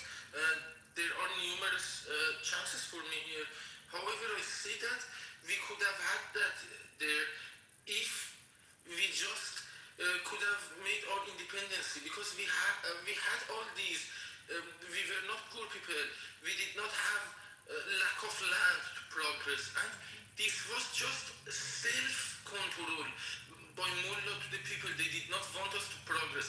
Because of that, I am expressing clearly that if Russia puts themselves in that position of governing another country with colonization, they would try to extinct them, like they did in Iran during 2 decades. But when their name came out surfaced, when their name came to public, they are getting the heat from that. Before that, their hands were hidden inside the power. When they were exposed, for example, 15 years ago, after the 2009 presidential elections, we figured out that this is the Russian influence into our election. Really? From that time, they are taking the fall. Until now, they won't experience the Tehran with peace under their colonization. I promise them. We would escalate it to make this planet out of the orbit if it comes to that point. It is my father's land. Yeah. So do most of the people? Do you think most of the people in Iran want to change the regime? Yes, and that's the reason that they cannot access simple Google search. Because if they access simple Google search, if they access their Gmails, they would be able to send the evidences that you need to kick the mullahs out in 48 hours, to come in all in. But they even deprive the people, engineers, hospitals, and all the infrastructures to not use even simple Google search. They take very big monies from privates, and they take all the information, for example, the place of birth, the date of birth, where you live, and everything to give you a simple Google search with a very hefty amount of money. And that is something that can be done just by those Russians who think that they are supreme. They are different from other people. Yes, Russians. Exactly. Mullahs who are impostering Russians. I mean, Russians who are impostering mullahs, because the mullahs in the time of kingdom, in the last governance of Iran, were influential, but the special party for Russia inside Iran, named Tudeh, was not legal in Iran. The Iranian people closed the doors of their parties. They invested their assets inside some specific and particular branch of mullahs, and historically, the United Kingdom is the founder of mullahs in these modern days. I don't mean that Islam was not there, but since 150 years ago, the kind of management of mullah was changed, and they were positioned and based in Iran. They were founded by British and United Kingdom. And during the last 60 years, the assets of Tudeh party was also redirected to that.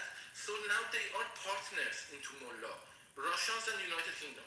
United Kingdom tried to save Americans to not kick out mullah from politics from that front, and Russia is inside.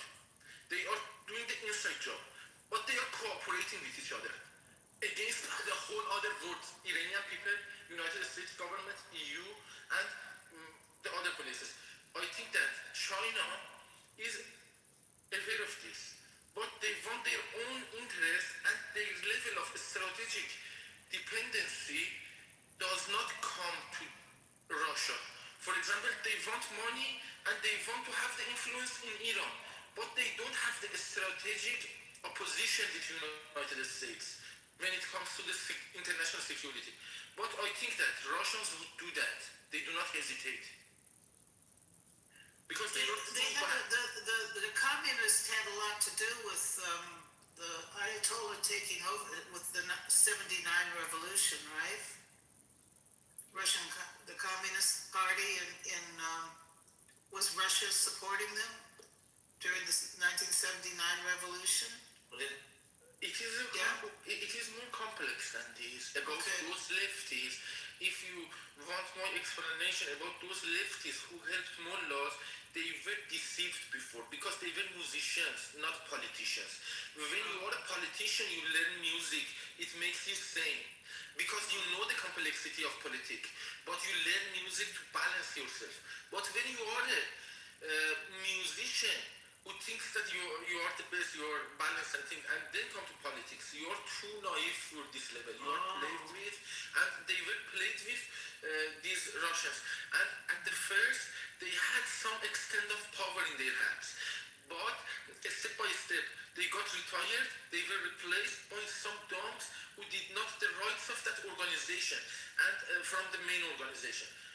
For example, when you are from the state benefit organization, when you are retired and replaced with a dump who do not know the history of this organization, and the main organization would be able to manipulate you if they want.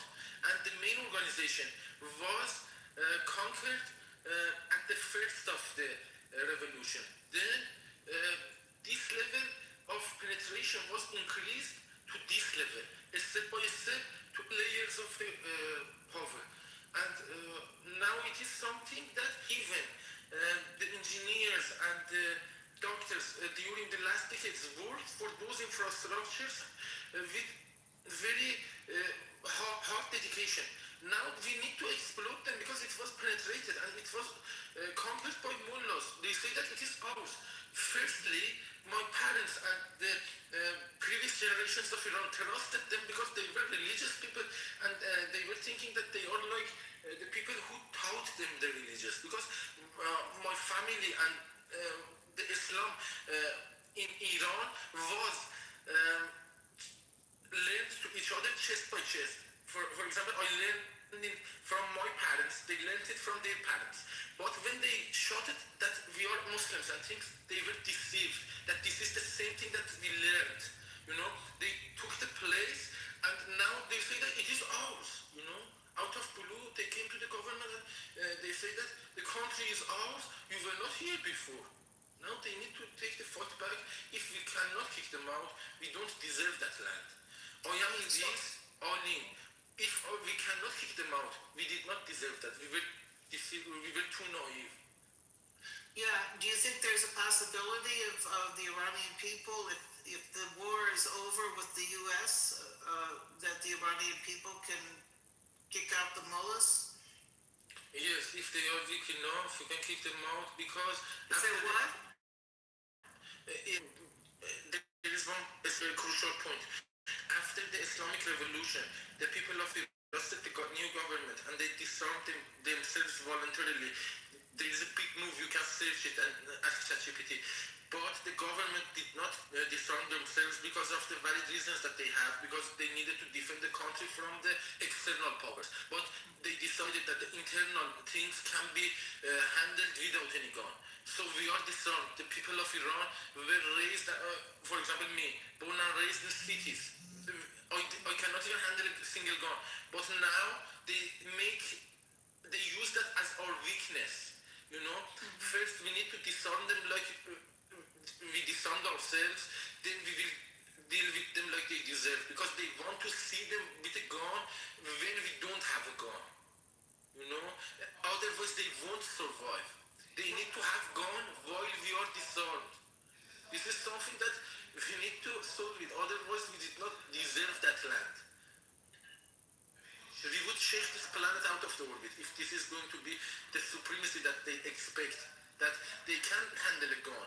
But the people who are living with you cannot handle a gun, cannot have the allowance to have that. Or cannot stand that. So what are you saying?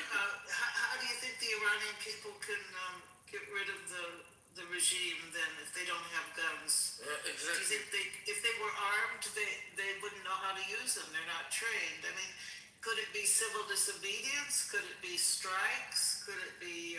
I think that this disarming needs to be implemented. This army needs to be weakened. We don't need a big army in this modern day. We need to be able to defend the territorial integrity, and we need to make sure of that. For example, how the army of Germany after the World War became. They are well capable to defend their borders, but they don't have another army. Iran also needs to follow this lead, I think, and become one of the alliance of the Western alliance. We need to align ourselves with the mainstream. We cannot be against the other places. So who's going to disarm them? The army or the IRGC? There is an international alliance right now, and we need to take them accountable, each one of them. For example, United States is willingly in this, and they are the best side of this alliance, in my point of view. They do this willingly, but others, they are weaker and smaller. They see from their own position. They are not as strong as United States to make this kind of independent stances. For example, countries like European ones, they need the energy from a Strait of Hormuz. They are in a much weaker position. So we need to understand them and help them make their stance clear. Because if they are under threat of lack of energy, they cannot express what they want. Because people of Germany, people of Europe, people of United Kingdom, all of them are human people. If they are under good condition, if they don't depend on that, if their survival is not depend on that energy, they would make humanitarian positions if it is their choice. We need to let them make their choice, I think. Boy, so it has to be the international community, Europeans, and to Chinese too, maybe. Chinese people, when it comes to this, they would come with United States again. But when it is in the, for example, less importance of their own principles, because they have their own principles. They act with their own principles. They are not out of principle like Mullah does. For example, if they have a code, they would implement it equally to the society. If they have a stricter code, it is their choice. But the code is similar everywhere, in all around China. So these are wise people. If the strategic security of their principle is under threat or is under question, they would shift their positions like a wise person, I think. So maybe you think the war needs to keep on going on. If the U.S. can't get more support, maybe they have to keep going and just disarm the mullahs themselves, or IRGC. What about the MEK? Are they an issue? The MEK? Sorry, I don't know them. You don't know them? They're sort of communist leftovers, I think, from the revolution. Inside Iran? Yeah. Well, maybe they're outside. Yes. Yeah. I know them.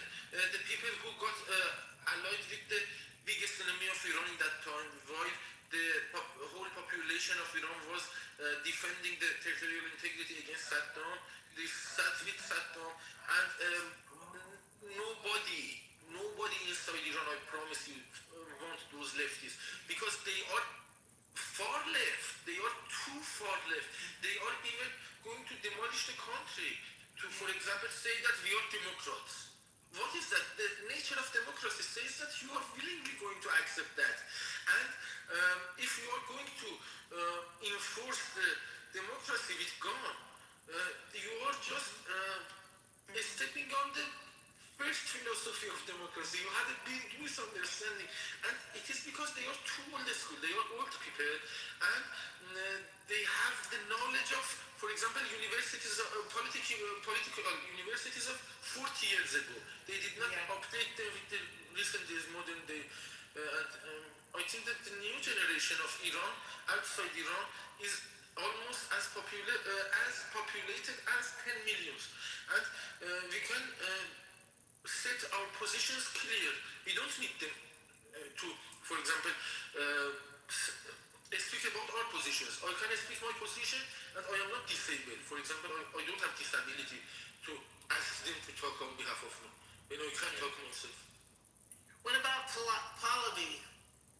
Pahlavi is also a victim like me, I think, because he was born and raised until 16 in Iran, and he was born and raised in a situation that was extremely changed afterwards, and it was out of their expectations. Even the kind that he's resilient in my point of view, because he could have survived that, and he is still loyal to the nationality of Iran after that level of humiliation, threat. His family members committed suicide, but his element is strong enough to stay on his own principles. I see him as a loyal Iranian, and he's one of us. I think he is one of us. However, putting whole responsibility on him, it is a big deal. It is a big country. Iran is a big country, like, for example, Turkey, Egypt, Pakistan. No king is possible to take over the country and say, this is my property. This is too big for you. No, but he says he wants to go in and head up an interim government that will lead to elections. Yes, if the level of accountability can be guaranteed, if he can be questioned by people like me, if I don't receive this kind of emojis when I talk about the level of accountability, then I love him. But the people around him, for example, they were trying to play smart. They are pro-IRGC spies who are descendants of the deceased Hashemi Rafsanjani, and he was too influential during the time of the Islamic regime's governance in Iran, during the peacetime of Islamic regime's governance. And they have a lot of money and resources. They are outside the country. They made a big shell around him. We need to first break the shell. The people like Zarina Abad, Max Fakhari, who is other name is Askarulali, and these are around him. Until they are around him, I don't trust the speeches of Prince while I love him. That is something that I am supposed to do because I know who they are. If this doesn't change, they want to change IRGC to Garde Javidan. They just want to change the title, And we need to change the concept. Pahlavi's going along with that? He's surrounded by IRGC people who are reformers or something? Pahlavi is out of the country for the last half a century. Right, you said that he's got IRGC around him? Or spies? Yes, he has a bunch of them. Because at this point, he needs to get to know them. Because he cannot distinguish them. Because he was not in the society of Iran during that half a century. And, for example, he cannot distinguish me with another IRGC member. While both of us come out of Iran. He needs time to process us and the time that we don't have at this point. We need to have, for example, that level of knowledge and the data that we have, and which is also cross-referenced with other references. But he needs time to distinguish. He cannot distinguish between people inside Iran. He needs support of people like me and the people who were also victimized in their mind. And we need to, for example, speak up, and he would judge who is the honest person. But until I can speak with him, and the other side also can be able to clarify their position, they don't let me question them to Pahlavi. If you see him as the leader, I need to explain my side to him, you need to explain your side to him, then he will judge independently.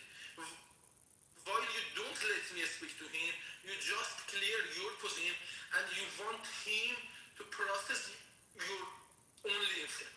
This is some kind of bullshit that I am standing to fight with. He's been in Germany a lot. Were you trying to talk to him or? No, I think that the shell around him won't let me. Even my security is not guaranteed when I go to that places. I don't participate in that because I am politically active in Clubhouse and I don't feel safe to go out with them. I go out with myself, I wear my own hoodie, Woman Life Freedom, and I do it alone because I don't trust them.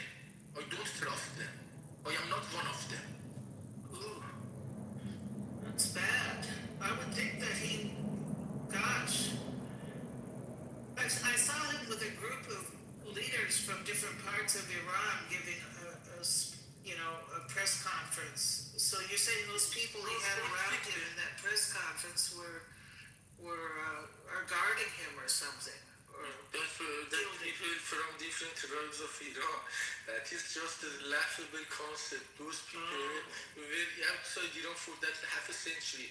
They have some memories from 50 years ago and before that, and they are from that tribes. But now they have no clue what's going on with that tribe inside Iran. So how could he communicate with the right people inside Iran? I am also already having my Instagram account, and sometimes they get online. I understand when the time the internet is a bit opener than before, or who can access the pro-internet with a lot of data that they have to give to the manipulative power of Iran. And I can see that, for example, in the political diaspora especially.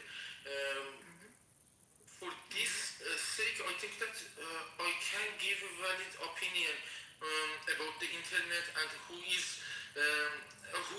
whose allegiances lies with who. Mm-hmm. So, are you in your 20s or how old are you? I am 33, 1992. So you just left there just a few years ago. So you have a lot of contacts and experience. I know all the details. I know if you ask each and every details. I learned English by political context. For example, I was watching CNN and I was learning, for example, English from Christian Amanpour or Farid Zakaria. Somebody else goes and watch some other concepts. For example, this guy cannot deal with the level of reasonability that I have. He just want to interfere because they want the independency. They don't know how and they have no clue for that. When somebody comes to speak up, they just out of some naturistic feelings like feel jealousy and things. They would rather to demolish the country rather than speaking. Let me speak. You know, this level of selfishness is unbelievable for me. That is some kind of treason in my point of view. When you are not able to, when you did not spend enough time to learn, now you do not let the other person who studied about that talk on behalf of yourself. Who asshole you are. You are ready to demolish the country, but don't let me speak. Interesting, no? This level of bullshit. They are setting another standard. Are you talking about somebody here in this room that yes, is trying to talk over you? Oh. Yes, this guy was a Kurdish guy, and from the language that he was using, he was too dumb. He was separatist, and he was not those kind of Kurd that we have inside. That's right. The separatists, the Kurdish separatists, are the downfall. They care more about their issue, their separatist issue, than Iran, the freedom of Iran. It seems that they'd be willing to create a civil war or something. However, this problem is not just for him. It is for all the political diaspora of Iran. When they cannot speak themselves, they won't let any other person to speak, even if they speak better. This is the biggest weakness of opposition party of Iran, this level of selfishness. And even a lot of those people, jealous people, chose this prince just because of that. Just because if you are educated, then you cannot take a better position. You know, to change the script to what it was. For example, don't let us enforce the changes like we want. They just want to change the name from IRG3 to God Javidan. And to keep the layers of power like it was, like manipulation that Hashemi Rafsanjani did. Exactly, they are making the shit. It could turn into a big power struggle there, you know. Since they are disarmed, it is not a power struggle. When they are asked by their own community members not to bullshit, they cannot bullshit. When they are not asked and when they are not taken accountable by their words. For example, this guy spoke like this. Their other fellow friends do not say that don't do this. We are under existential threat. This level of jealousy is for kindergarten. You don't belong on this international political stage. They don't face them with this, and this is the consequences. Yes. Well, I really appreciate talking to you. Huh? Go on. I'll let somebody else talk. Anyone else want to talk to Peter? I was just gonna say they're saying you a liar in the chat, Peter. He sounds very very with it or logical or on top of things. I wonder what they think he's lying about. Exactly, that level of jealousy is undeniable. And I will stand the test of time like I did. For example, when the time that I made this account in the clubhouse, they were always in fight with me. They were calling me IRGC, spy and thing. I came to this point to talk to person, step by step, and they have always made barriers in my front, like in the real life. But I focus on myself and my security. I am in Berlin, and they cannot, for example, hack my account. They cannot apprehend me and think I can speak up. Then the time will solve it. Who is who? It seems amazing to me that Pahlavi would allow himself to be surrounded by, you said IRGC people? Some kind of IRGC. They are not direct member of IRGC because they didn't need to, but they have a lot of connections inside and their existence depend on that. For example, a person named Max Fakhroi, he's one of his best friends and he's one of his most influential friends. His main name is Mohsen Askarauladi. He lives in Spain and he made the government of Spain under his influence to face United States. Now you see that Spain is making positions against United States. It is because of the hefty wealth that he has inside Spain, and he put even the government of Spain under his influence. And when it comes to that point, he cannot deny them. And he needs to process them and expose them correctly like they deserve. And this is a big gamble.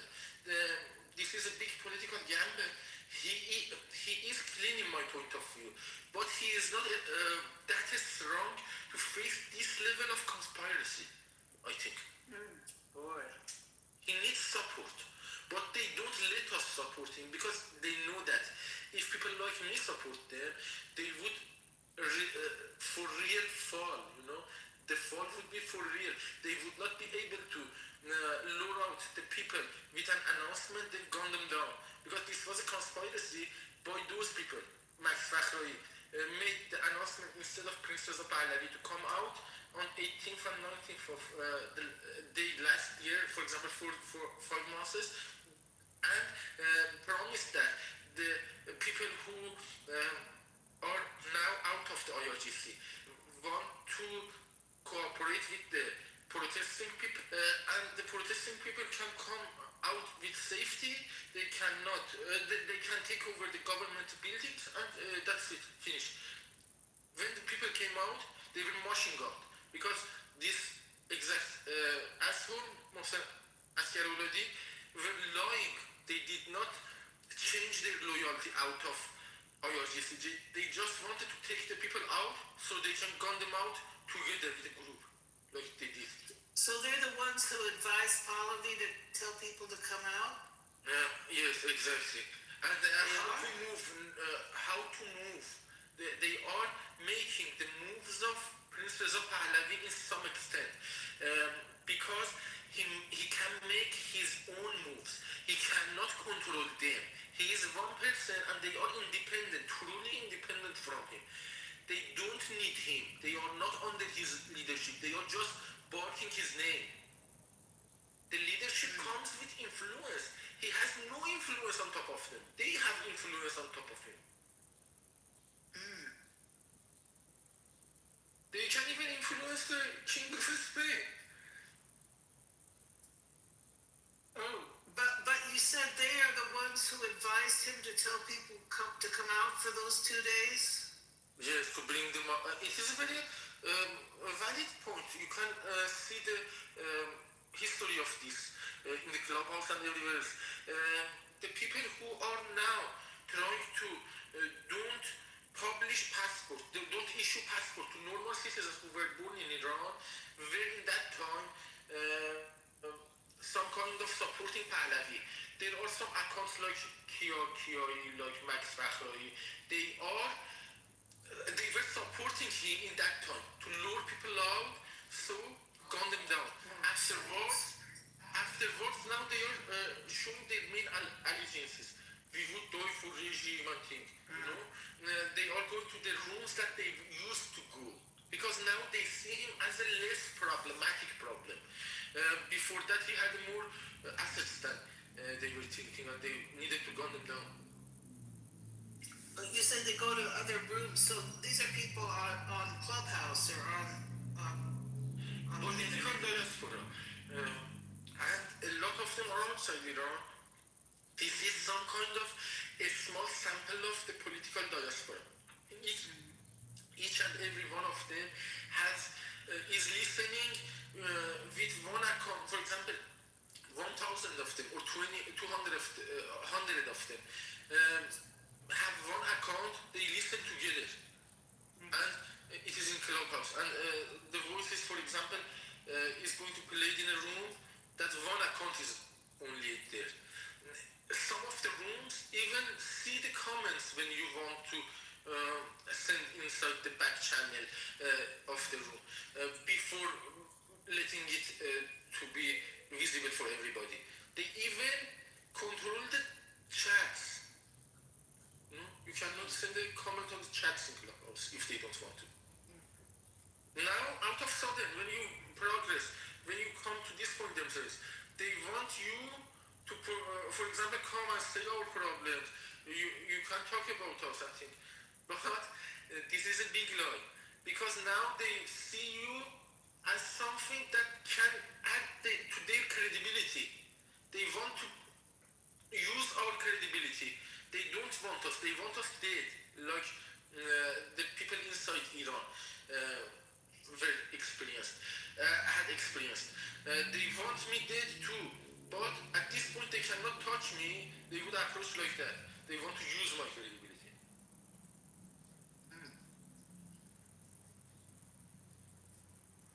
So you have credibility. You're not just a lone wolf. No, as much as one person. For example, okay. If one person is good, they want it. And when it is new, they don't want it. They would remove, blog, they don't let the comment, they would kill even. And when you are, for example, when you have some level of credibility, they want you to be with them, to use your credibility, but they would have conspiracies behind you, like they did to their own people. For example, how they killed their own Hashemi Rafsanjani, how they killed the children of those responsible. For example, these people are not even have soft spot for their own children. How would they explain me? They would kill their own children. For example, Mohsen Rezai, one of the main IRGC members, killed his own boy in Dubai. Hassan Rouhani, another reformist, who is populist, for example, more popular than others. He killed his own son with self-gun. Another person, Hamid Rasai, he says that what kind of music do you play in your car when you go to another place, when you are inside car? He plays the speech of another mullah for his children. He doesn't let them listen to music. If they want to listen to music, real music, they will kill them. They will say, you are out of the circle of Islam. You need to listen to this. They need to be safe. They need to keep their sanity. You need to play them real music. You know what kind of terror they are under? By the terror, I mean the scare.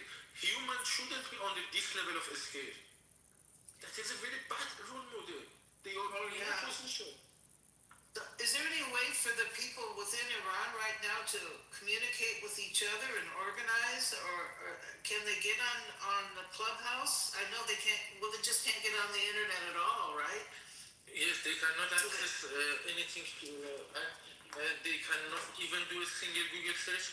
For example, last night I was online in the other room for NIC, for National Congress of Fakhrabad. There is a couple of guys from inside Iran, and they paid a huge amount of money to let them have, for example, 1 gig. For example, $200 for 1 gig of internet, so that they can come with VPNs into the stages. And with a lot of information that they asked them for before giving this price internet. So people have to be just communicating with each other just like the old-fashioned way. There are some internal internet that is under heavy surveillance, that is under it is full of bugs. For example, if you want to call them with video call, you need to have a SIM card from inside Iran. My sister needs to, for example, call with roaming to them to ask the code with SMS. Internet, then we would make a video call. You make a video call, the voice is not coming. The voice is coming, the voice is not coming. Sometimes it says that you cannot even call him because we don't want it. There are some bogus messages that you cannot even believe, errors. It doesn't explain anything. It says error, we don't want. And this is some kind of bullshit that I cannot stand in this world, especially. A simple Google search was available for me since I was 8. If they want to exclude us from simple Google search, we would fight to death. I don't see if I'm disarmed or not. I cannot go back to Iran or not. We need simple Google search. If you cannot provide that, if you don't feel safe for country to not have a simple Google search, you don't deserve governance. It's simple. If you cannot, they say, even if you consider their excuse to say that this is because of security, if because of security you cannot provide a simple Google search, you don't deserve shit. Go. Well, they know that you guys would be communicating with each other. I mean, Google search is the least of the problem. Well, I suppose it hurts businesses there and all that, but yes, people need to be able to organize and communicate with each other. It's gonna, well, before Google, before the internet, people were able to organize. So, gosh.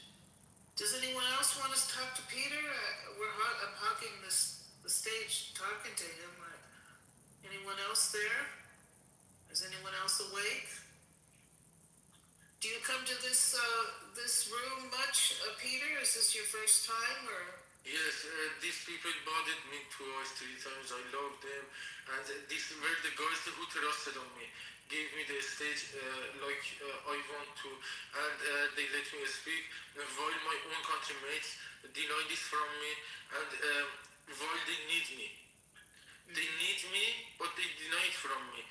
But these people do not need me, but they let me speak. This is very admirable, and I love them. Thank you. It's really good to hear you. I've been following this since things started just after Christmas. Watching all the time. I watch Tusi TV. Do you watch him, Mayer Tusi? No, sorry, I don't know that. You don't know who that is? Go on the internet, Tusi. He's from Iran. He's in England, in Britain. Tusi is some kind of religious preacher, right? No, he's not religious. He's been in Britain since he was, I think, young. I don't know if he was a teenager or what. I think he's in his 30s. But his father is still in Tehran.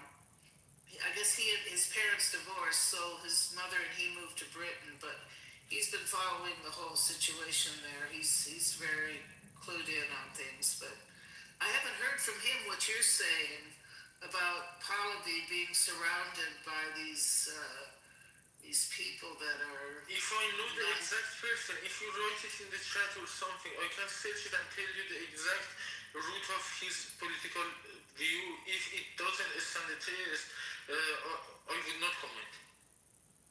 Tusi. Can you spell it? Yeah, Tousi. And this is a general family name. What about the first? This Tusi, a lot of Tusis are. Yeah, that's his last name. His first name is Mayar, but just put it in, Oh, Mahir. put in This is YouTube. good. Okay, let me Mahir. He's on YouTube. He has, it's called 2C TV. There's a free part on YouTube, and then also you can subscribe. And then also I've been watching Iran Revolution live with Goldie Gamari. She's a Canadian. She was in Parliament in Canada, but she's from Iran, and her family left there when she was young. And then she has another guy on with her. Pardon? He is not a bad guy. He is somehow like Pahlavi because his information is not current. He does not know the complexity inside Iran, and he might also approve my point of view if I think he speak. would. If Yeah, I I think he speak. would. And also Goldie Gamari, she's on. She might want to talk to you too. Tusi's a little bit higher level. He's been going on Fox News and stuff. But Goldie is.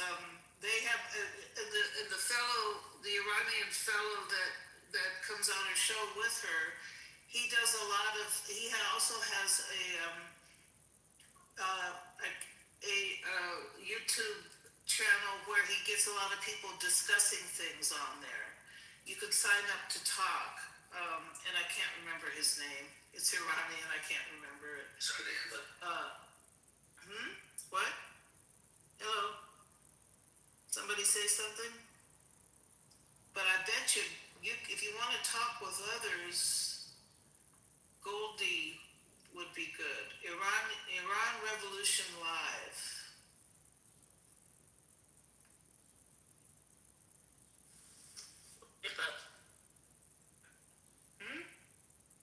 Goldie Gamari. Yeah.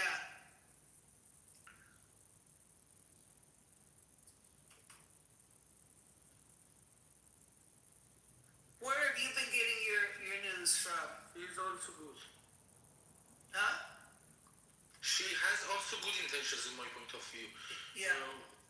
Yes, the intentions, however, is not enough, I think. Yeah, they do a lot of rah-rah, stuff. Just, I remember when the shooting started, for those 2 days, it's like she couldn't even, she says, let's not cover this. No, we have to keep positive. We have to keep positive. She couldn't, it was just, she does, they have a lot of music and videos on there but she's on for hours a day. Hours a day. But I think that I can also help with these guys. These are positive guys. These are positive guys, Mayor Tusi and Goldie Gamari. I don't see them as those spies like I see in others. However, I am thinking that I can also be in that. I can also help them with my ideas.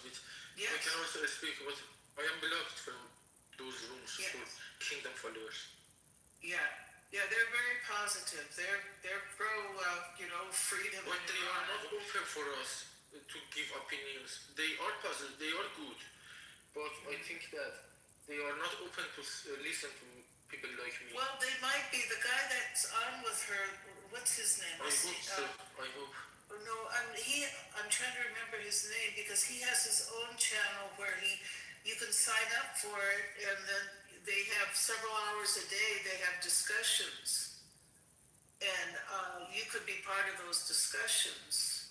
I followed them now on Instagram, and I will see how my comments go because I'm going to comment on each and every post that they make to see if I take any attention or not. Yes. Hey, it's really good talking to you. I gotta go to bed before the sun comes up. Thank you very much. It was truly constructive for me. Good. Very good. Yes, thank you. Thank you very much. God bless. Praying for you guys. Best wishes.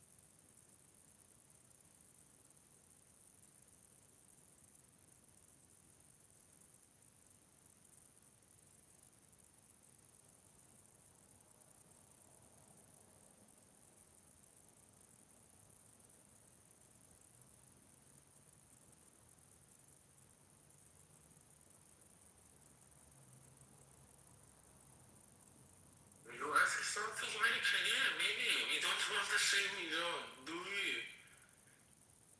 I think that you are in the. I don't know what to say.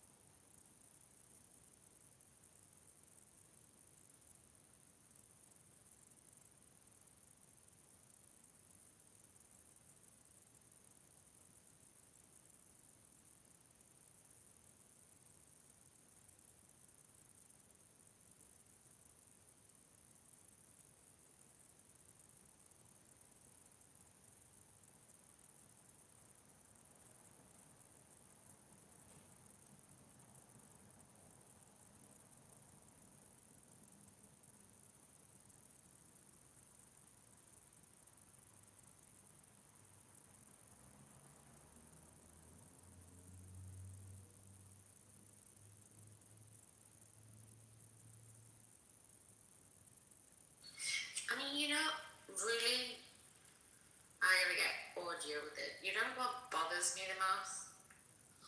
It's like,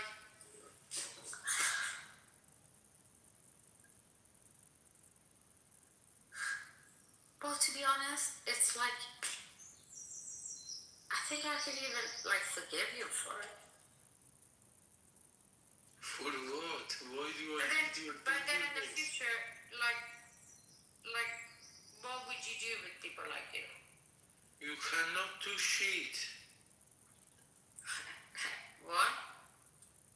What will you do with me? What makes you in that position? Why do you think you can do shit? I love the IRGC is coming out of me now. You are really interesting. Really No, interesting. I'm not gonna do anything with you. The Kurds are gonna do all of that with you. No, no problem. And Leave that to me and how many Kurds It is not your had the concern. IRGC been killing over the past 50 years? It is not your concern. It is between me and Kurds then. If you don't kill me and Kurds will kill me, I would have to talk with them, not so with that's you. it. Like, Iran gets liberated, it's like future Iran. Like, what would you do with people like you? If you could They're have also done something, ready to go. you would Like, have killed me. Germany's gonna send you If back. you could, you would. That's the point. You would not find a chance. What would I do? Like you did not find the chance by now. You will never ever find the chance. I'm 2,500 years The audience, but I old don't. type of person. Because I am strong I'm enough to 47 overcome years myself. You know?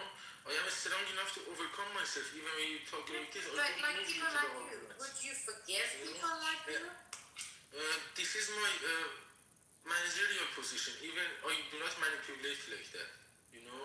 Even I cannot, for example, when I have the choose button, move to audience, I don't. I will listen to you. That is something that you don't have. I guess like what? Even your parents don't have this level of ability. You do not voluntarily excuse people, but I do. That is the difference between me and you. Well, but like you say, like you hear a shrug, I am not in like discussion with you. you're infiltrating. I am not in discussion with you. I am just answering your bullshit. No, I mean, well, you're not, because I'm asking, what would you do if it was you? I mean, we know what you guys do. You just execute without trial. Me execute? I cannot kill an ant. I cannot handle a gun. Execute? What do you say? Who do you think you are talking to? Yeah, but by your purpose, do you know how many you're responsible for having been killed? You need to find somebody from IRGC to point that. I see that day, the other night, you saw the Korean guy like Chinese. He removed you from the room. He was Korean, from South Korea. He had problems with China. You saw him as a Chinese. Now you are seeing me as IRGC.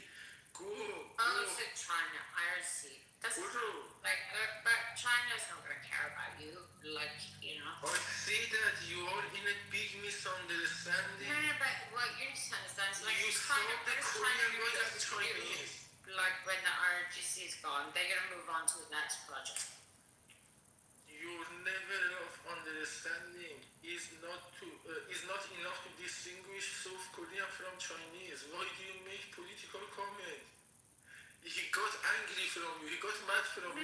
But I mean, it's like first, like the top ones, like one by one, they've been eliminated. So it's like, even if anyone was gonna like go abroad and take a bunch of money, there's no one left. But like you think, like China's or Russia's gonna give people like you asylum? I say that China and Russia would use the talents that would distinguish the difference between South Korea and China, because they Or you think you're talented if you're sitting here having this conversation with me and then Germany let you?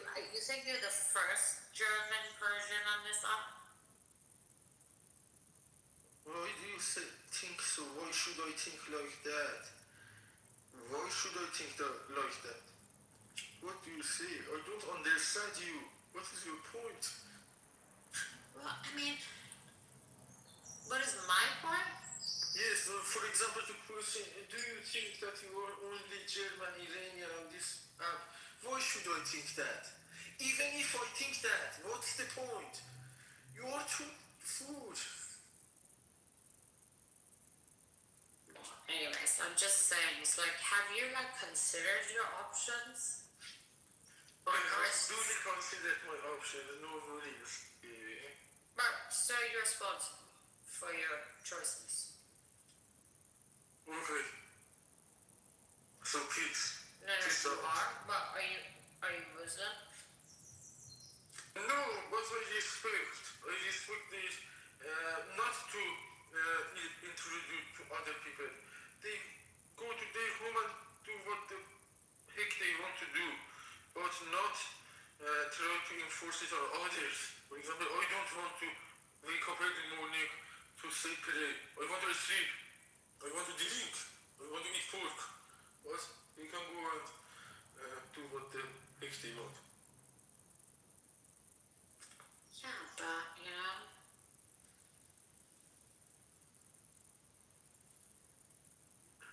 Now it's the point that you don't have anything to counter offer in this discussion, so you use the accusations of illogicity. No, I mean it's not an accusation.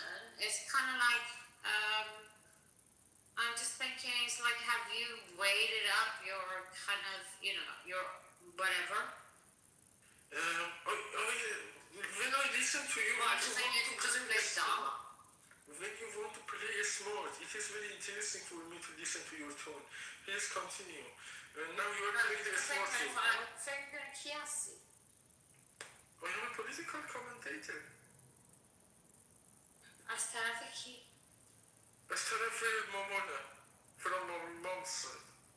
I have family. My mom was a secretary of a school. فکر شما رو اجازه دادن so they can keep an eye on you? Yes, I think I don't have a problem to having eyes on me. I have no problem. It was valuable people. They would like, you know, risk losing. I was grown exactly for this situation because I was grown in Tehran under a lot of چطوری؟ چشم کل کشور رو من بود. من بچه سعادت آبادم. هر جا میرفتم به من نگاه میکردن. داشتم برات میسو؟ No, but I was under their attention. They wanted to see me. They wanted to, and I am used to that. You know, you are not used to that. You are not used to take that pressure. ایرانی‌های اصیل رو میشناسن که مثل تو نیستن. ایرانی‌های اصیل. I don't know. I don't know how to answer you not to be racist. Because if I try to answer to you, you would not be happy, you know. but it is some kind of racist. I am not willing to disclose that with you because if I want to defend my originality, you would not like it. ولی یه Others ایرانی also won't like it. اصیل مثل چیزش حرکتاش مثل توه. ایرانی اصیل چجوری حرکت میکنه؟ How does original Iranian move? How do you describe that? We would diversify. You were thinking you know something to extinct us. We would diversify on the forest. چجوری فکر میکنی؟ Okay, چیه که تو نمیفهمی؟ We have survived the whole history as the longest history of the governance on the country in the whole This is only 47 years old, by the way. Iran, I am from a country that has the oldest history of the being under the same flag. You understand that? I come from there. I'm one of them. I don't need anymore. Yes. I don't need to be special. No, I am one of them, and I know that. میتونست باشترفه ولی که چیز rejected کرد. Because you don't have any other concept than this. نه. You need to just به خاطر که conquer fear. تو ارزش اونی که You are racist to talk زیرش تو racist. بودی هیچ وقت تو نفهمیدی.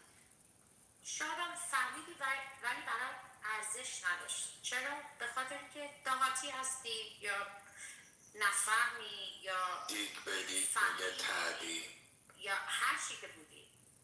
ولی اون هر چی که تو بودی wasn't that innocent به خاطر که خیلی از پشتی به خاطر این. بیبی بین تو پیره کیر پیره تو دهن تو. Why not? Why not? Yeah, why not? Yeah. Sure. That's a lot of power. این خودش کسخلا ولی بین تو این کیره این تو دهن تو. Do you want to play a song for you? No, I don't wanna. هر چی شما هستیم ولی من فرق نمی‌کنه. All I know is that this woman is wasted, guys. Whoever is listening to this, she's not Persian, she's not a true Persian, she's fucked up.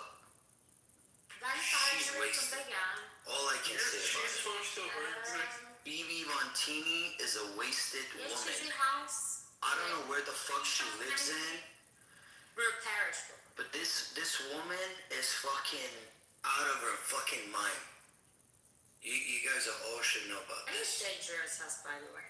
کردای این کار اصلا نکرد. Yeah. شما کی هستی؟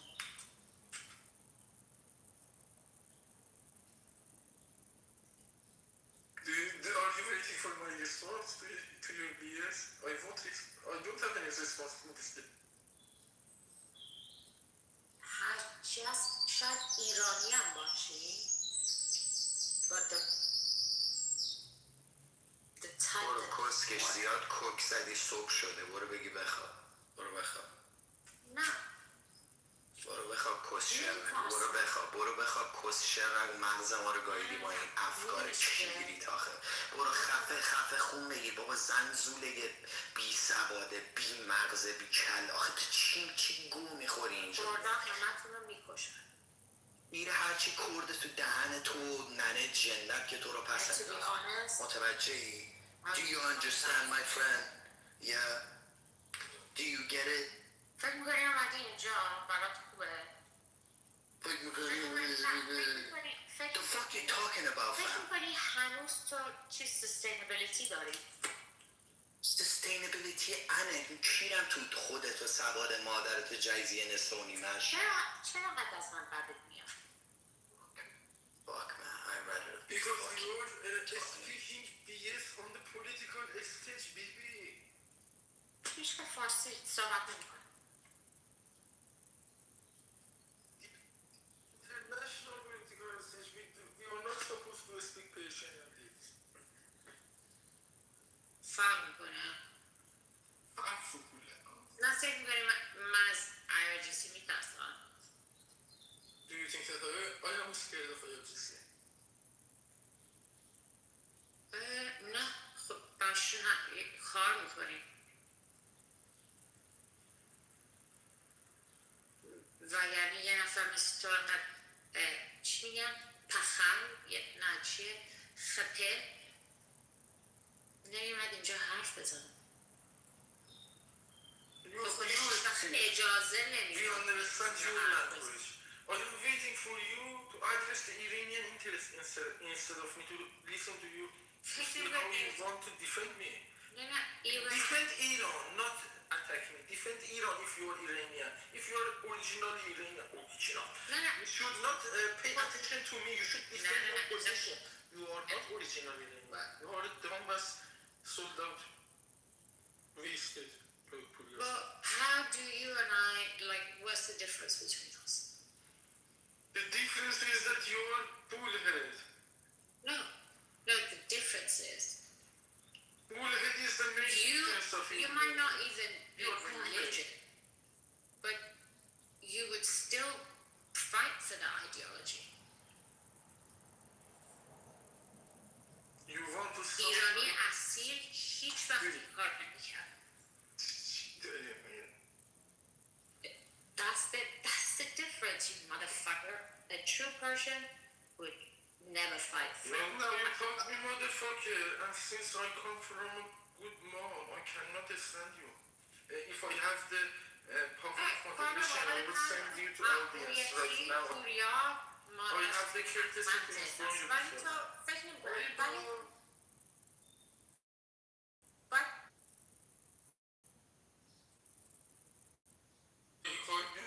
She called me motherfucker. I cannot stand on the parent this accusation. If you say I can bring her back up.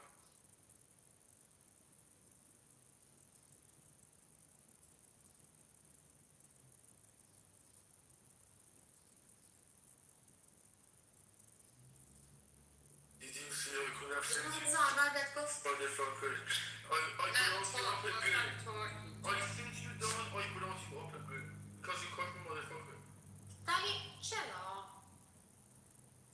You see? پوریا یه چیز دیگه است. یه چیز دیگه خواهم.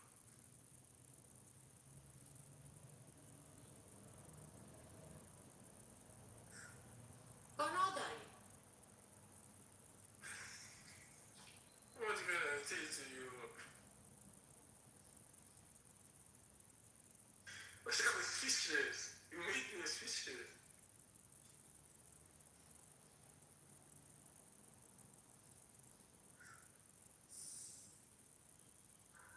پس چی بگم؟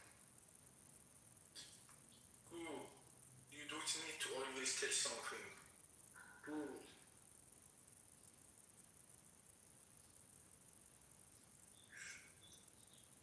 تو این کار نمی‌کنی. پوریا یه چیز دیگه است.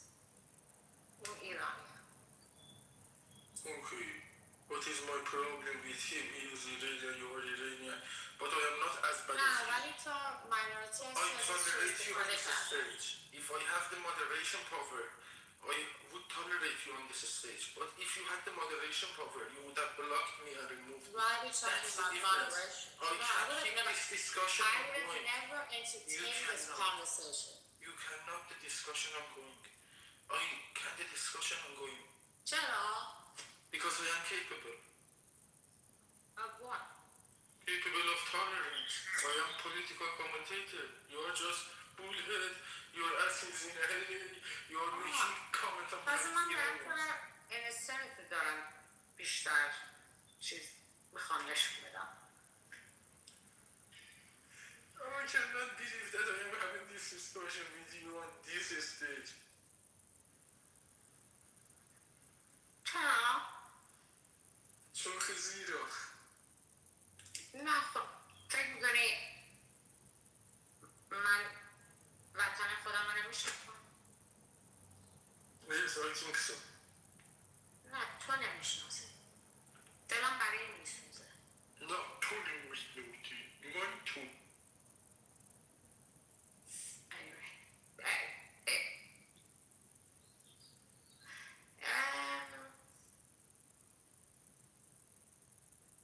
ولی it's not a game by the way. یه خورد به خاطر همین میگم یه خوردم خورچلی. به خاطر که نمیدونی چقدر serious هستی. من سریس هستم خیلی. نه خیلی هم نیست. خیلیه. ولی چی بدبختیه؟ بیپولیه؟ یا no other options? I love my country. You cannot understand that. You cannot understand because that level of patriotism comes from the homeland. You've never been. Hi Peter, how are you?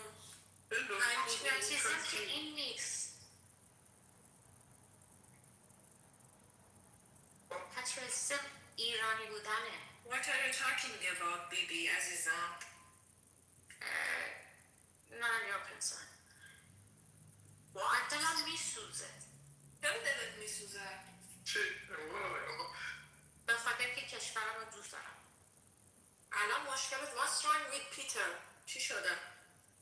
پیتر هم دوست دارم. Oh, interesting.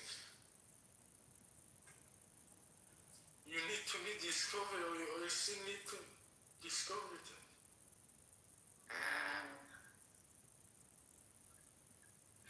ولی فکر میکنی این وری you matter any more than you would have the other way around? نه باطلت کردم. I don't know what to say, how to defend myself. ولی حتما یه گیفتی داری. Yes, yes. ولی اونو مثل یه طول سو استفاده کردن از استفاده کردن. Hey, Bill. دلم برای این میسوزه. No problem. ولی میدونم وقتی یه نفر to this level میتونه brainwash باشه.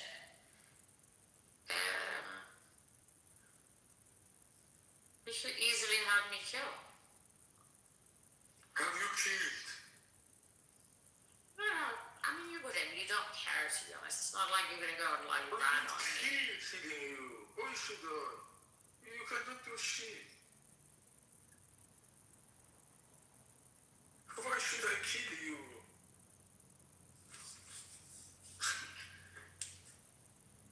Yeah, but that's what I like you because you have no idea. Exactly, I have no idea about you. Yeah, exactly. But anyway, so it is, you can't like. دیدین وقتی شاه رفت چند نفر رو کشتن.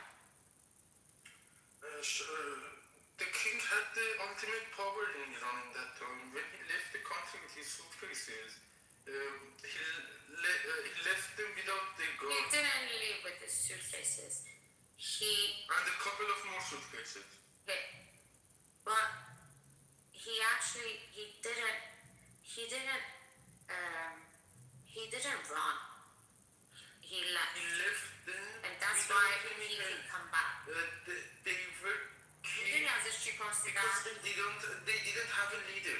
They asked him, do you want to stay and fight? He said, no, I'm not going to kill my own people. But his own people was also That military was people were killed.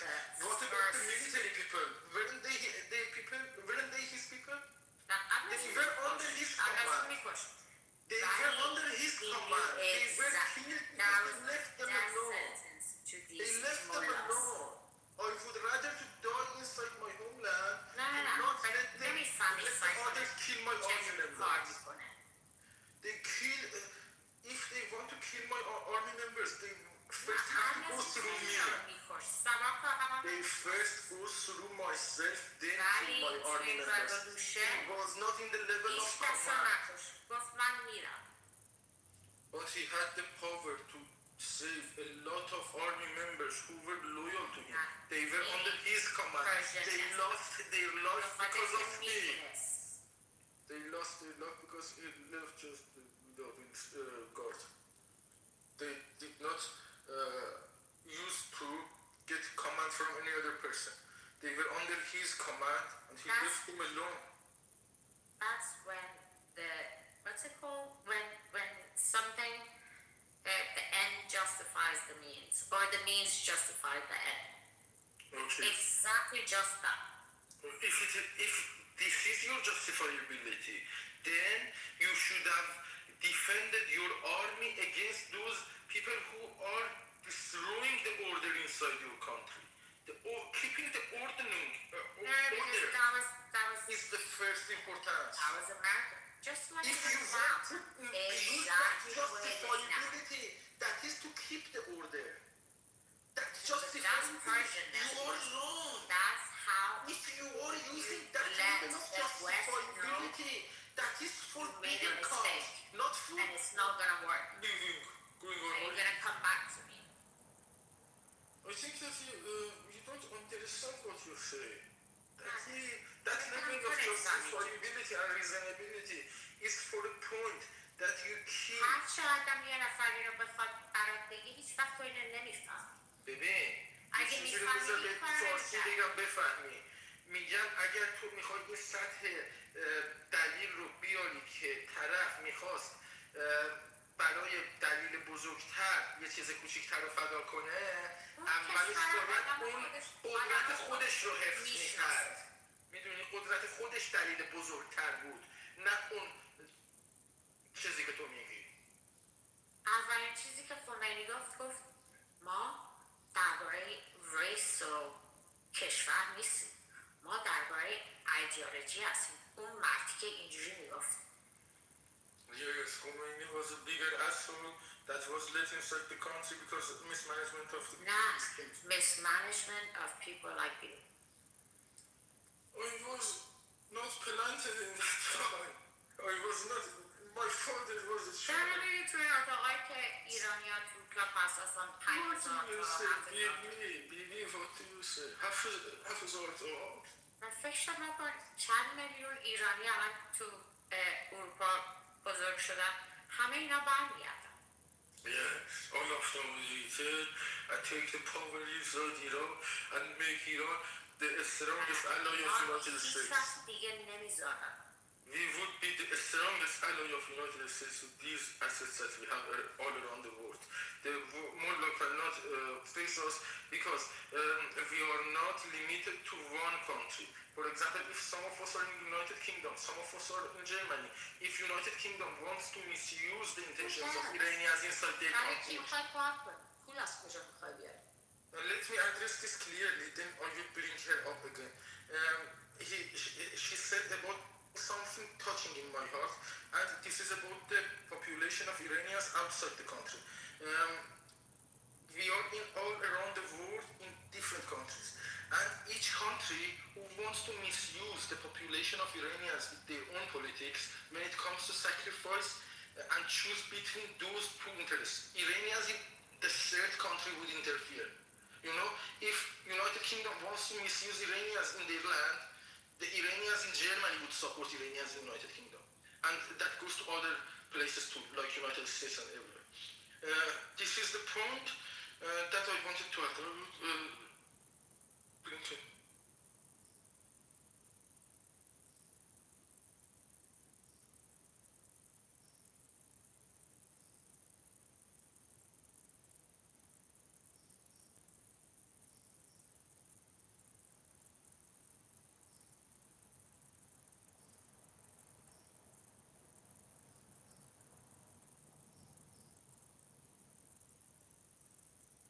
Did you understand what I said? Can you have this level of reasonability? Are you more valuable asset than me, or not? Did you listen to what I said? حتما که هستم. ولی You could have not started this what I said. نمیدونی. اصلا نفهمیدی چی گفتم. من هستم به خاطر که میتونم تو رو کمک کنم بفهمم.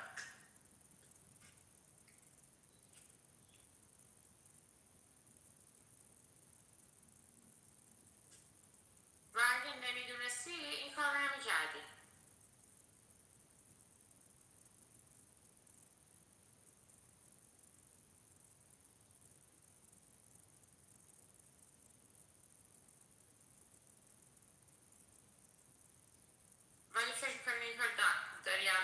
کنی بهتر از اینه که حرف منو گوش کنی.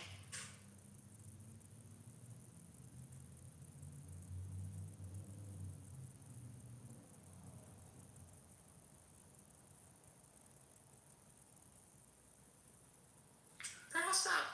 Like, we didn't used to have these issues.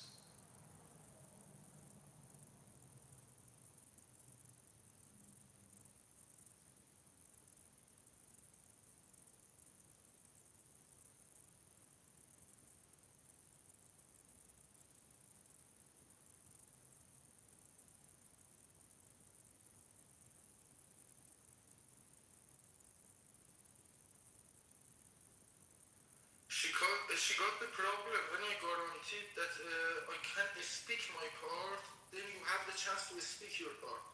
She did not want me to have that chance. She left that because she could have not stand that opportunity that I had.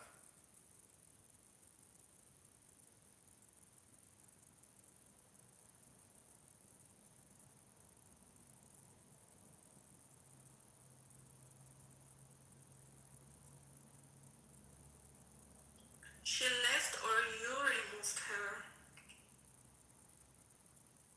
Peter? I did not even move to audience. She left. What was happening?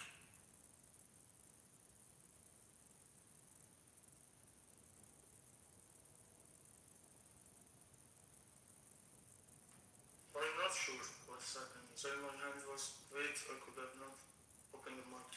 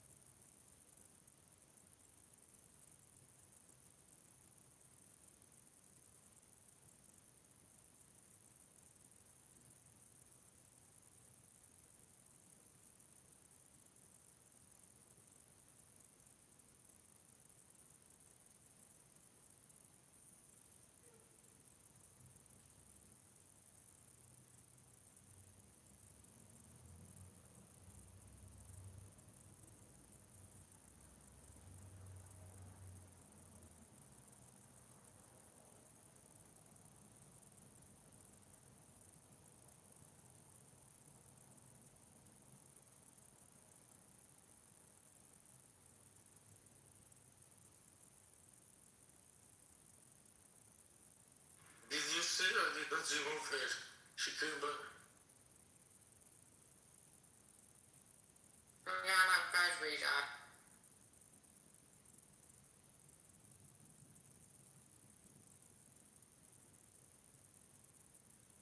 were we?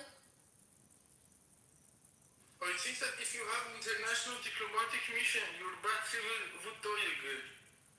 Since this is international political stage, this is not important for you. Everybody's sleeping. Like, what's international about this? I don't know. You say. I mean, also, like, I don't care. میترسی. But anyway, that's got nothing to do with it. Escrever from what? From what?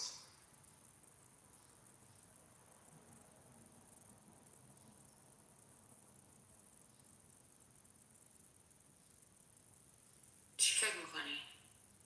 بابا بیا برو تو پارک یه 4 تا از این حرکت های کیوکوشین و کاراته بزن یه ذره سبک بشه این عقدت. برو یکم جفتک بنداز. anyways.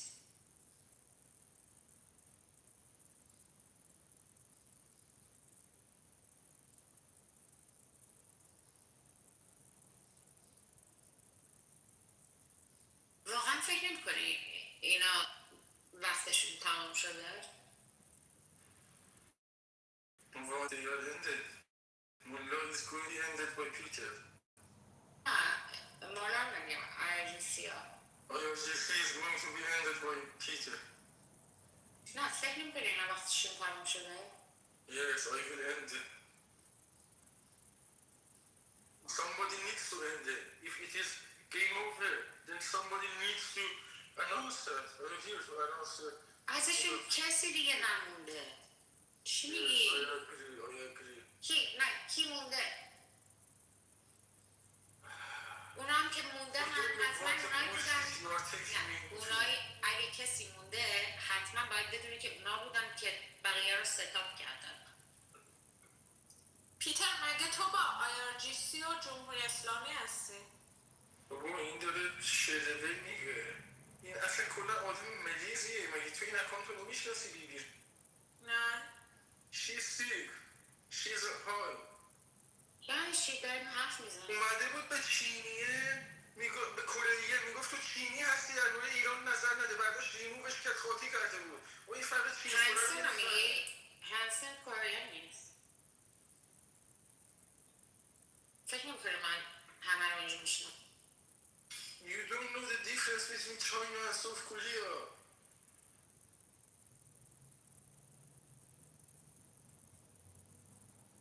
Yeah, what's the difference? Exactly. You need to Google it. That is not for this stage. That is for kindergarten. ندید پوتین رو چیکار کردن؟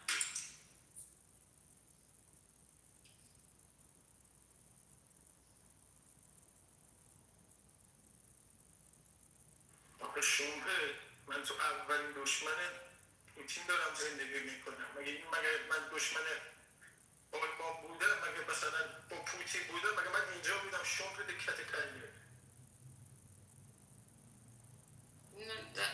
چی نداشتم گفتم؟ در نظر دیگه پذیر سیاست رو بگیم مگه سیاست انقدر complicated؟ Either it works or it doesn't. یا برو بازی تو کن یا برو کبرکای بازی کن خب داریم حرف میزنیم. آخه واقعا داری حرفای سبکی میگی بیبی برای این استیج نیست واقعا میگم به تو من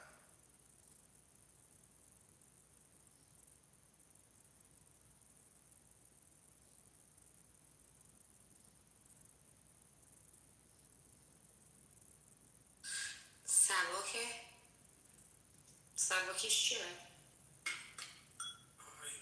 Why don't you just agree with me?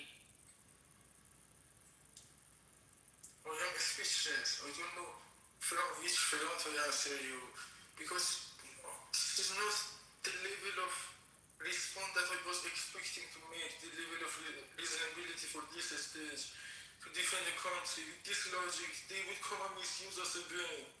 With this level of mindset that you have, with this shortness that you have. You are not for that stage. I promise you. نه You are ولی not یه an چیزی هم athlete. بهت بگم National بخوای wrestler. You are میگه a elite athlete.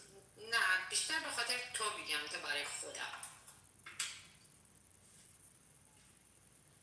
خاطر تو هم جوون ایران هستی whatever اگه یه کشور آدمای خودش نمیتونن توی اپ بشینن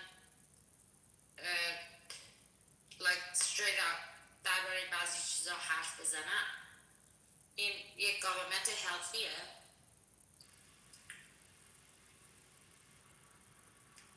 Can't you find the IRGC members to ask this or should I answer this? I am against that. میخندن ازم By default, you put me in the position of IRGC and you think that you are the smartest. By default, بگم به چی بعدم فکر نمیاد میکنی باهوشی نه؟ باهوشی درباره چی هست میخوای مثلا ذکاوت به کار ببری یا این چیز چیزه مثلا بگی نه من تو که میخوام IRGC بپرسم هستی بیا اگه تو هموطن من من هستی چی تو رو بگم نه من فقط میخوام بگم ببین اگر اوکی میخوای یه چیز دیگه بگم من دلم میسوزه که این آدمایی که انقدر کیپبلیتی داشتن برای بعضی چیزا اگه یه جوری درست اینو استفاده کرده بودم به نفع کشورشون به نفع وطناشون like wouldn't that be better for اینم all of باید us به تو جواب بدم آخه من نمیدونم چی بگم چی بگم ترکی تو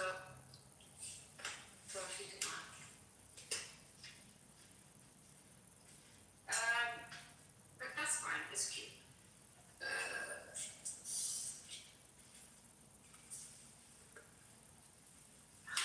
چی باید بگم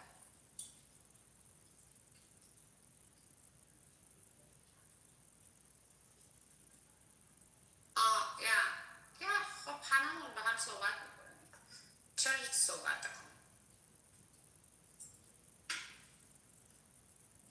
ولی نمیتونی جوانهای خودتو اینجوری بکشی it's like هیچ I don't کدوم کشور این کار میکنه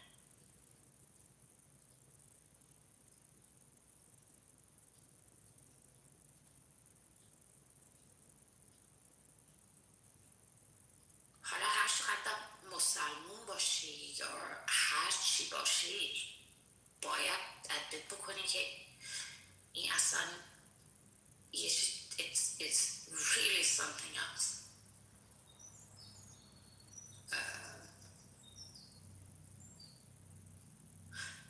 ولی that's the problem with ideology unfortunately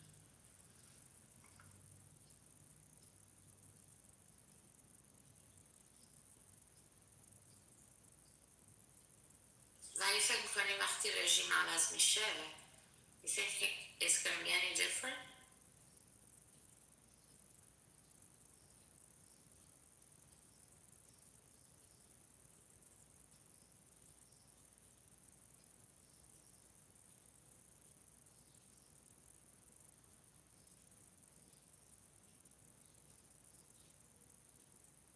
How old are you, Vivi?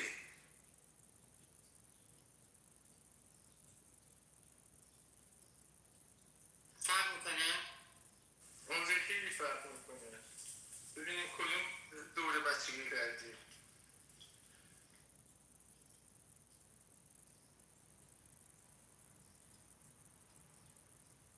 ایرانی هستم جان؟ جون how cute ایرانی هستم خب منم ایرانی هستم 33 سالم ولی چه ربطی داره به سن ایرانی هستی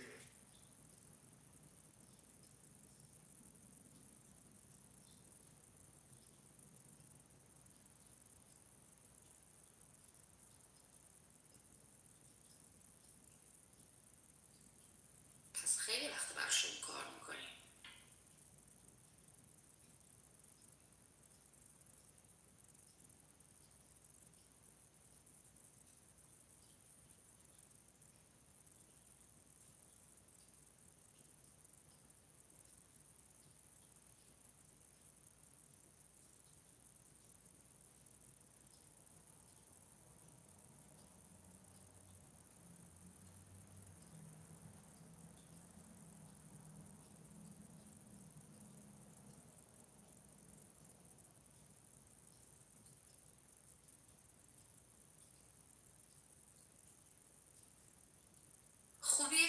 که میتونن تو رو ریسایکل بکنن. ریسایکل بکنی؟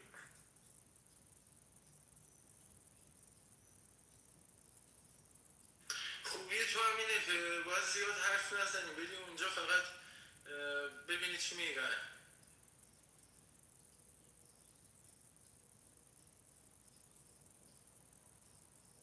ماسل هستی دیگه، میتونی ماسل تو استفاده کنی اگه حرفی کامند درست بهت بدن.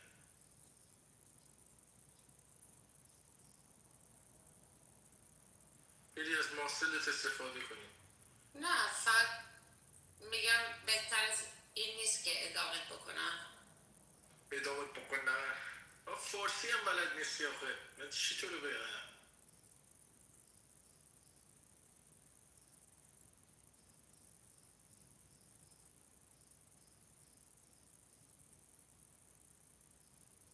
انگار اصلا بیخیالی. برای جالب نیستش من الان میتونم تو رو ریموف کنم موف کنم ولی هیچ کدومو نمیکنم، با اینکه میتونم بکنم الان. فکر میکنی اگه من فکر میکردم میتونستی کاری بکنی این کانورسیشن رو باید اگه میخوای چلنجم کنی ببینی میتونم یا نمیتونم میکنم. میخوای امتحان کنی، میخوای ببینی چلنج میخوای بکنی که من میتونم ریموف کنم یا نه. اگه میخوای اینو چلنج کنی بکنم. فکر نمیکنی already here Germany deported میکنه همین حرف که زدی؟ فکر میکنی سمارت هست؟ دیپورت میکنه ها؟ جالبه. آخه بیشور من مقیم اینجا، من تو بیشتر اینجا حرده به خاطر تو منو دیپورت کنه. چقدر تو شومپتی.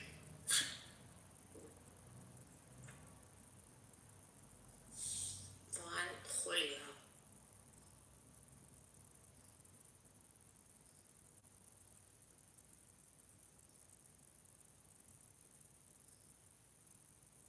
چرا دروغ میگی؟ چه دروغی من تو رو بگم؟ من چه دروغی دارم میگم؟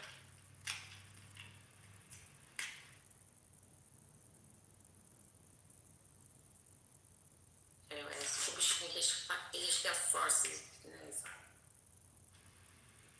Exactly. And you are using that language to misuse others, huh? No. Not let them know what you are saying because you are not based on your codes. You want to use. اگه باید فارسی صحبت بکنم اگه نکنم بگیر تو میتونی این چیزا رو بگی. You cannot say. I can speak in the PhD level and study in the PhD level in English. PhD چی خوندی تو؟ من چیزهای زیادی خوندم بیبی. یه چیز من 33 سالمه، از 5 سالگی دارم میخونم، از زمان زیزیگولو به بعد. نمیدونم دیدی یا نه، من دیگه دارم درس میخونم از زیزیگولو دارم.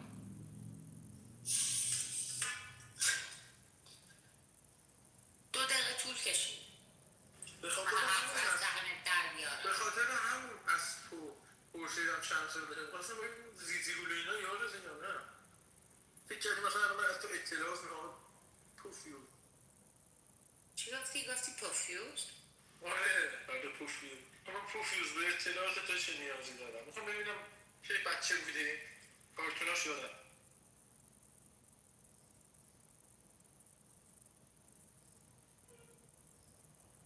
نه من خواستم اطلاعات تو رو بفهم.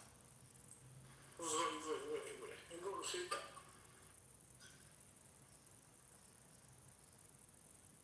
تو بیار منو ترور کنی من میذارم تو منو ترور کنی. من چیکار به تو دارم؟ چون بالاخره یه سری چیزا هست که 100,000 تا مثل تو هست. ادب اجازه نمیده بگم. کی به کی اجازه نمیده؟ ادب به من اجازه نمیده یه سری چیزا رو بگم اونجوری که دلم میخواد. متاسفم. میخواد فوش بدی؟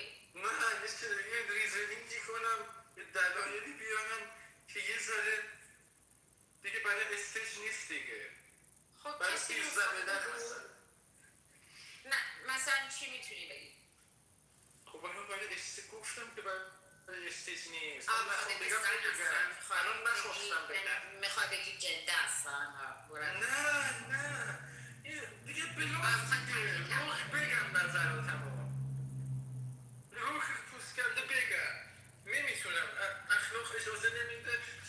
اجازه نمیده آقای روکو پوشکنده بگم. تحریکم بکنیم. نه نظرمو بگم. نه یه نظراتی دارم نمیتونم بگم. نمیدونم چی نمیفهمی؟ نه اصلا یه نظراتی دارم با همون دیگه تا حالا تو این شرایط نه تو میتونی چه نظری داشته باشی ولی اینجا جایگاه نداره. به جز اینجا تحریک نمیتونم بگم. کردن چه نظری میتونی داشته باشی؟ یه نظراتی که تحقیر نیست ولی بر اساس واقعیت یه جوری تو بشنویش جالبه برات ولی نمیدونم جالبه یا نه ولی یه جاهایی رو تاچ میکنه که نشمیده قبلا. کجا؟ تاچ میکنه.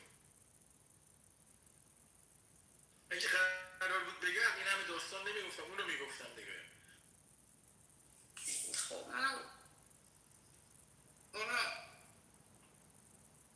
نمیخواست بگی ولی گفت نگفتم هنوز نگفتم خیالت را اونو بگم برای جالب شب باشه.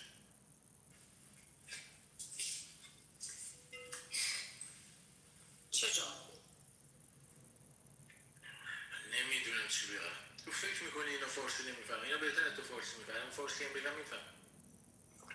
کی؟ چه فهم؟ تو ایرانی داریم با هم حرف میزنیم. آره داریم توی پارک حرف میزنیم. فکر نمیکنی نرفتی پروفایل رو میبینی فکر میکنی اولین IRGC هستی باش صحبت میکنم رفتم تو اتاقشون تازه دوستم داشتم. خب به خاطر همونه دیگه اونا فکر میکنی یه اونا فکر سیستم تو هم منو دوست داری؟ میبرن و پشت میکننش بیبی اینا توی اینجا دستشون بهت نمیرسه دوست دارن. من دارم روی که پوسکنده بهت میگم دستشون میرسه کردنه. نه تو داره کی رو میکنه؟ بابا اون IRGC رو میگم دستش به تو نرسیده مهربونه از دور مهربونه تو رو بگیره میکنه. من دارم راستشو میگم به تو. الان فکر میکنی اینم دارم اون حرفای دیگه هم بگم مثل همونه بلانته بعد برات جالبه میدونی این ولی واقعیته همینی که میگم واقعیت تو رو من میگم. برو از بابات بپرس الان داره از پشت خط به تو میخنده بگیرتت میکنته. من دارم به تو میگم بعد اون نظر دیگه من مثل همینه واقعیته ولی جاش توی این استیج نیست. ولی فکر میکنی وقتی رژیم عوض میشه اونا اینا رو نمیکنن. بابا این آمریکایی ها که نمیرن فیزیکی بکنن اونا واقعا میکنن یعنی کردن رو میگم. میدونی کردن یعنی چی؟ یعنی ایرانی با ایرانی فرق میکنه شروع کنه آره فرق میکنه. من معلومه نمیکنم یه نفری که به زورم برسه چون بخوام بتونم بکنم برم بندازم. چی میگی تو؟ یعنی اینجا جام نبود که من تو برلین و شهروند برلین برم. ولی تمام اینه که بهتری نکنی ولی بعضی ها رو بهتری نکنی بهتر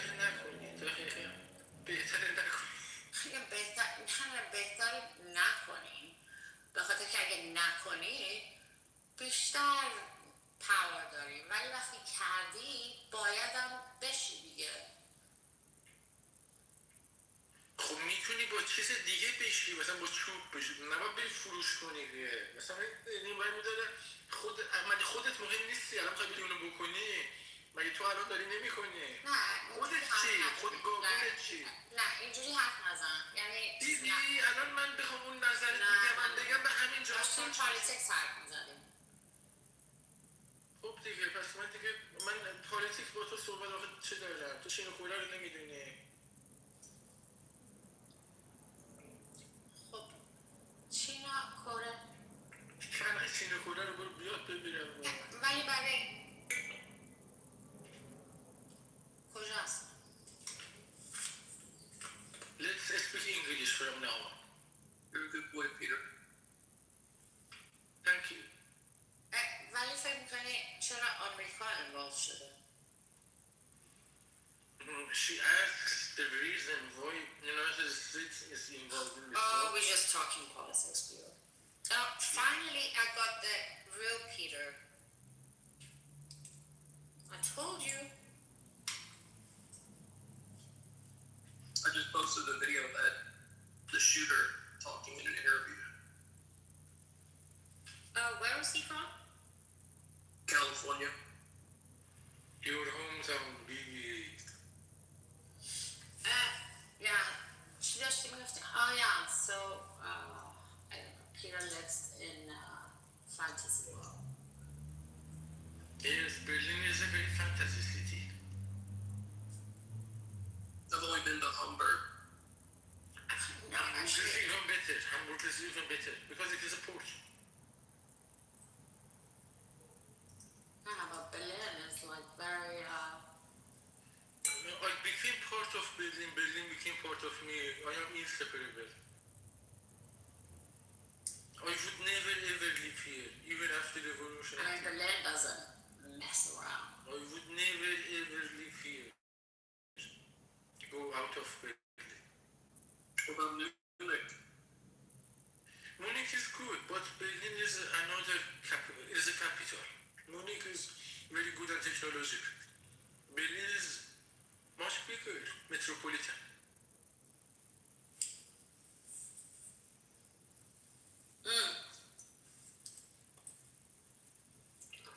Yeah. Isn't Pioneer in Berlin at the moment? Yes, the Berliner people are hospitable to everybody, even that high profile politicians. They don't escape easily. Mel, are you disappointed Trump lived? Trump believed what? There was another assassination attempt on Trump? Well, the gunman didn't get close, but I think that was his objective. What happened? There's news? I haven't even looked at the news. You haven't heard? No, what happened?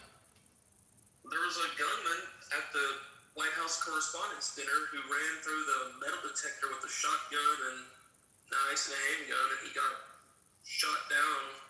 There's like 6 shots, but he survived. But they had to cancel the event, and they had to whisk Trump away. And Secret Service came up and grabbed him and rushed him off the stage.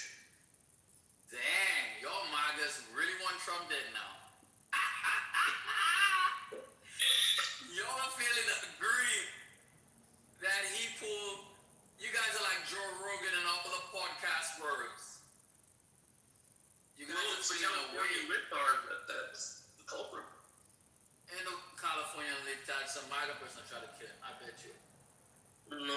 I don't even know, but I'm sensing that's what it is. I mean, wasn't he like a mixed race?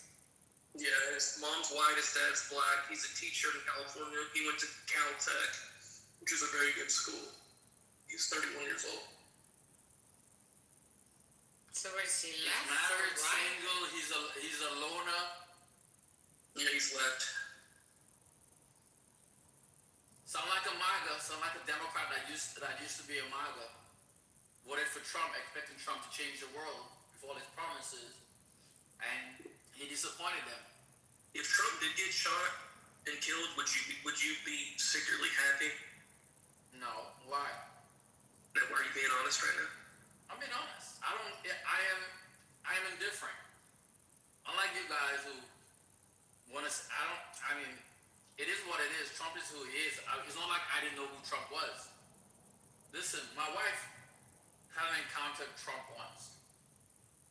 When my wife was in college, undergrad, she worked for, I'm not going to mention the guy's name, and he used to host a lot of parties in New York. And then, so Trump got a friend of his to get him invited to the party as a plus. He went to the party. So the friend called my wife and I tell my wife, hey, I have a friend of mine who's coming, blah, blah, blah. His name is, Donald, whatever, Trump. My wife was like, okay, so my wife ended up putting his name on the list because my wife was responsible for putting the list. She was like the assistant to the guy. Yeah, but he's a reality show host. But that's before that. Baby, hold on. American people straight after Hold on, Obama. baby, hold on. Let me get to it. So after, when Trump showed up, my wife's boss looked at her and said, how the fuck did he get on the list? And that's in the fucking that's in the fucking 90s. Like, how the fuck did he get on the list? And Barry goes, well, call and put him on the list. He goes, that's the last motherfucker in New York I want ever invited to one of my parties. This is a fucking creep. So that's my wife's personal interaction with Trump. So my wife had to go and ask Trump to fucking leave the party. So my wife kicked Trump out of the party. Told him to leave? Huh? She actually went up to him and said, I need you to leave. Yeah, she ran up to him with her and said, hey, because the guy was it's a pretty famous guy. And he don't give a fuck because he was a guy that everybody wanted to do business with. So he vehemently hated Trump. I don't know what the fuck Trump did to him. Trump stole his girlfriend or whatever. But he told him, I'd get that fucking creep out of here. That's the last fucking person I want you to ever add to my fucking invite list. Why do you think he got elected? Because Americans are racist and they thought that Trump would be the white savior. Trump is the white savior. He's a call every time black people make any progress in America, they have what you call, the backlash, the whiplash or the white lash, they call it. White people say, oh fuck, we're losing this motherfucker.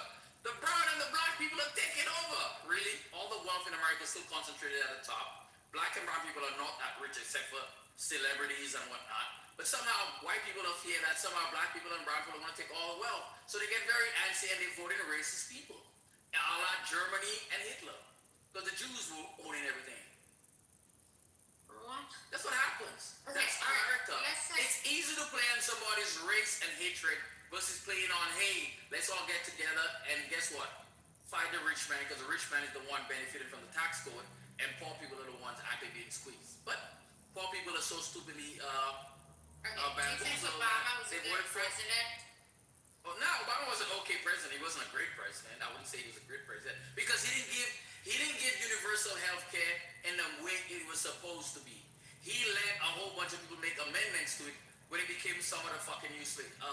It's a healthcare policy that some people who had healthcare didn't have. Yeah.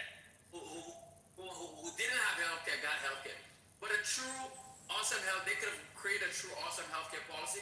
Because listen, I'm a retired military. I'm on like three healthcare plans. Well, four really. When I look at my job, I got TRICARE. I could go to military installations. I could go to the VA. But you think and I could also inexperience but good intentions is enough to lead the most powerful country in the world? Yeah.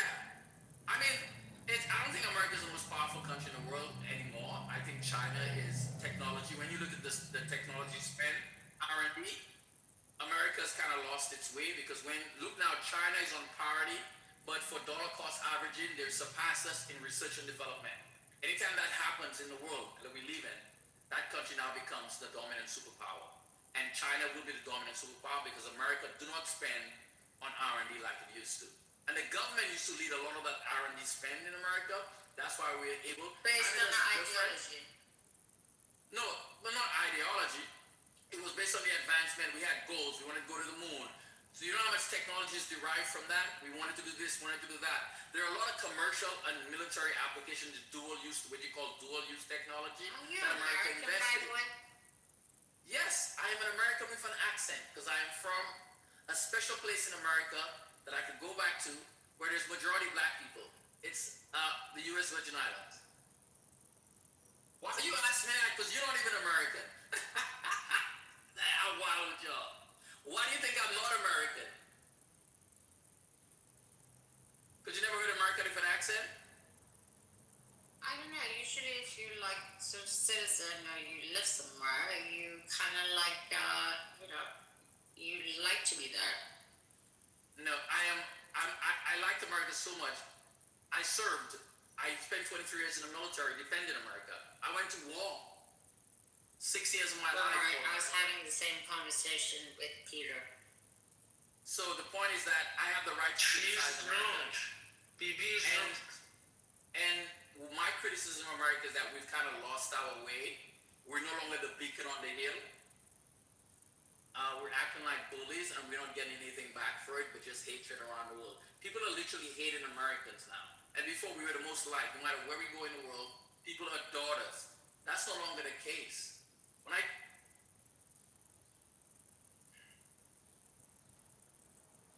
love you, ML.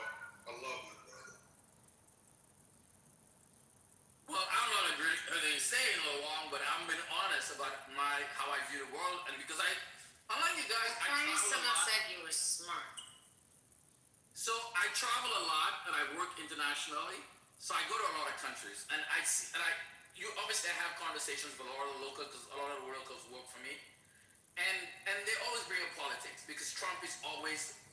As soon as people find out that you're an American, it directs straight to Trump. Don't pass go, Trump.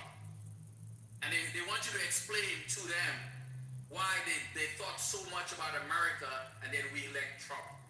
They're lost, they're confused, and they want you as an American to explain, to deconstruct what happened. Because they cannot seem to want to, they cannot comprehend what if it works? Nothing is going to work. But anyway, I'll be right.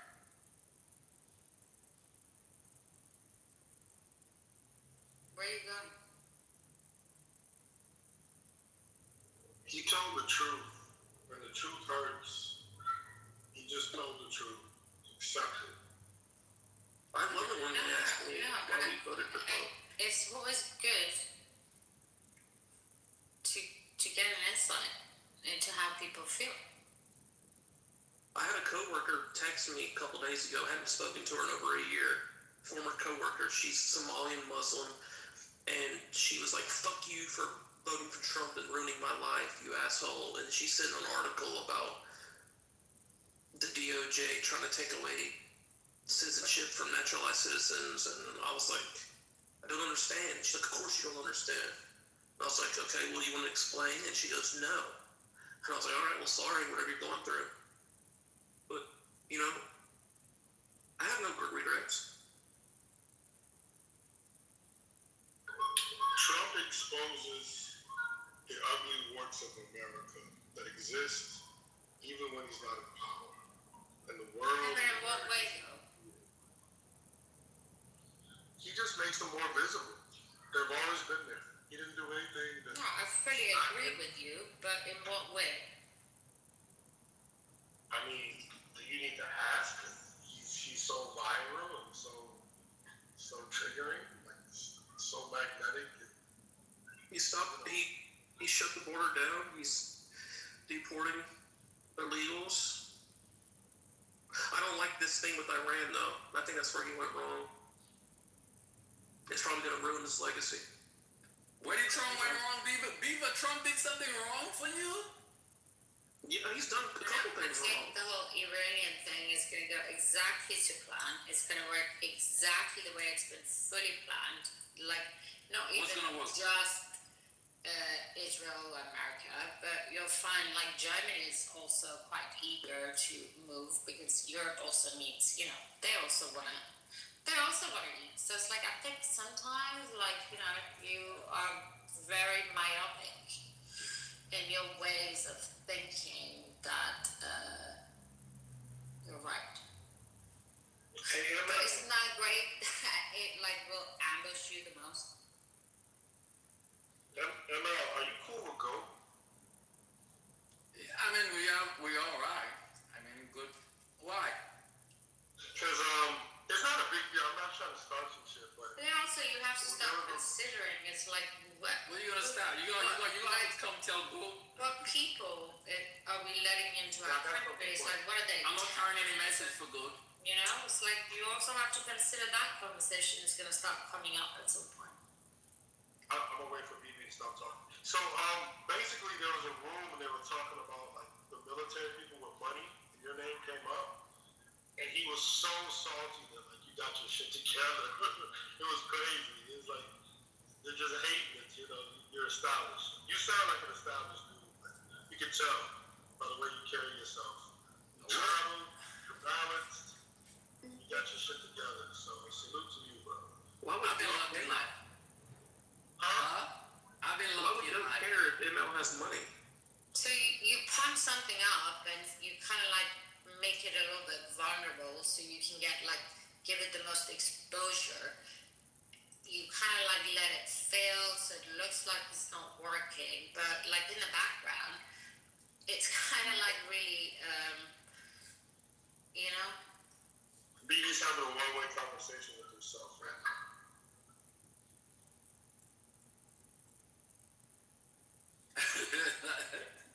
Yeah, I just don't see why GOAT would care if ML has money. That's weird. What conversation y'all trying to start there? No, it was about just like how much, like sometimes people in the military can make, and he was really like, he was kind of like tripping, like that. People can make 300,000 or whatever, and then your name came up. He was hating, but it's not a big deal. Nah. People just mad. They mad that you can't get it. I understand. Life issues. It's like Peter here. He's Persian, right? To think like he's the cutest pro like liberating Iran, whatever.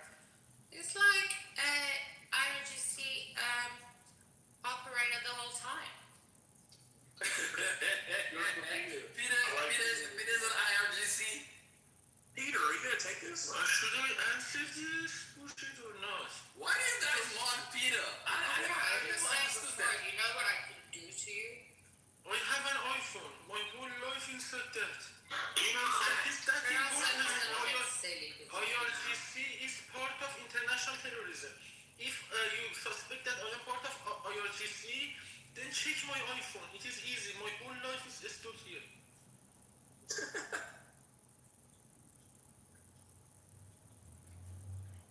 Peter, you said you were mute, Peter. So, apologize if you be accused. No? Are you brave enough or not? She said you're cute. I mean, does it? To be honest, I don't really mind either way because it's, you know, I feel like you could have also not been. I mean, but there are some people that you just think, you know, you couldn't. But then also maybe that's your, what's it called? Your niche. Hey, Bibi, are you Israeli? But I mean, it should She's take Iranian. me like 2 minutes one-to-one to figure that out. She's Iranian living in England. She's pro regime change. She's in LA, this Bibi. No, she's in London, I thought. Iranians in London? That's a fast stretch. LA, I could believe. Tel Aviv, really. No, I'm joking. But I used to work with an Iranian Jew actually. If she was in United Kingdom, she was much more politically aware than this. She would have recognized the difference between China and South Korea. The other guy in the other room removed her because of, she said that it is related. He's saying that Chinese Hansen is Korean. Isn't Hansen He was Chinese? from South Korea. He was from South Korea. She did not understand the difference between political. Hansen is Chinese.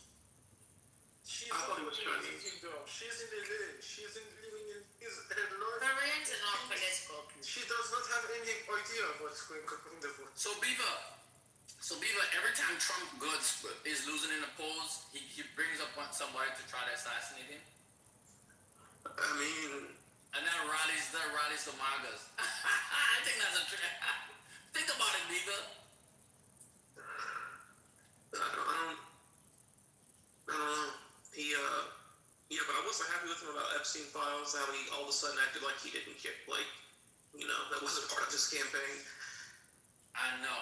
That was wild to me. He's telling y'all, I know y'all dumb fucks really believe that, but it's the Democrats. They don't want to say that. We didn't see anything about Epstein file. You guys have that in your fucking head. I was like, are they really gonna fall for that? If you say you're gonna do something, you fucking do it. You don't just all of a sudden act like, what are you talking about? That's a hoax. Why are we talking about the Epstein file? So, Well, you said you would release it. you guys didn't believe Elon Musk when he said that Trump's in the Epstein file. Well, I mean, he's in the files, but I don't think he did anything wrong. Hey, He just talked about the children. if I have to take a bet on if Trump did something wrong, knowing what I know about him, I would say he did something wrong. Well, okay, let me rephrase. Illegal. I think so. Temptation.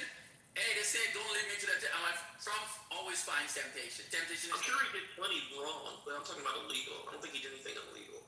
As far as that. If you're a pedophile, you're not gonna go. Dude, you cannot be that close to Epstein and don't do anything wrong. I believe Bill Gates did some shit wrong. It's not sounding like you. I Fucking don't even Andrew. know if you say it because you Oh, somehow like, baby, believe you're baby, on do you have or any you self-control? are running with it. Because you like having a conversation with yourself alone about No, because you're too stupid to understand. It's not going to work for you, and in the long run, it's going to like damage you even more. It's going to set you back much further. That you Who's she should having a even know for conversation yourself that I'm trying to protect you. She's projecting. She's talking to Who's she having a conversation with? So Beaver, man, what else, man? The war? Are you in favor of the war? I'm the war. America first. I'm torn because if we struck Iran for our interests, then I'm okay with it. But I wouldn't be against it so far. But if we did it for Israel, then I have a huge problem with it. But I don't know what the case is. Somehow I kind of come to realize, but then I shouldn't tell you because if I told you, then could you make a difference?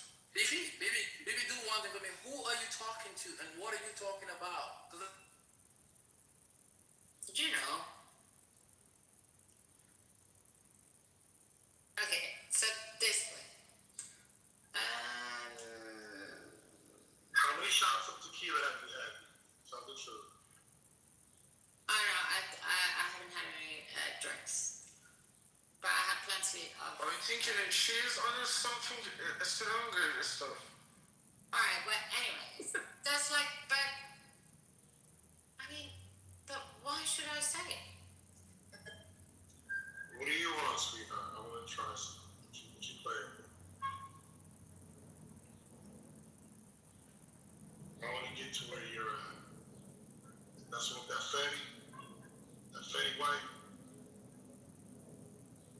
All right, let me put it this way. So it's like you get pushed back from the left, because they have their own agendas with you.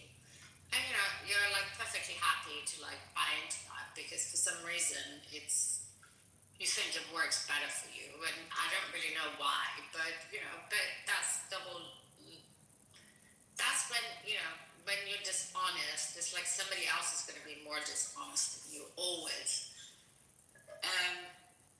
Okay, so that's like one comment. But then, you also have like the Hispanics within America who's also pushing to take over somehow your spot. And by trying to be exactly not like you and be like a little bit opposite. But then as Americans, it's like you really don't want that because, you let them one foot inside, they're gonna like fucking colonize you. So somehow that's somehow a little bit of a good deterrent to kind of like keep that there. Are you in Afghanistan, BB? You sound like you're in a giant poppy field. Yeah, but this is when stupid people try and like rule the world. And they kind of like, deliver it.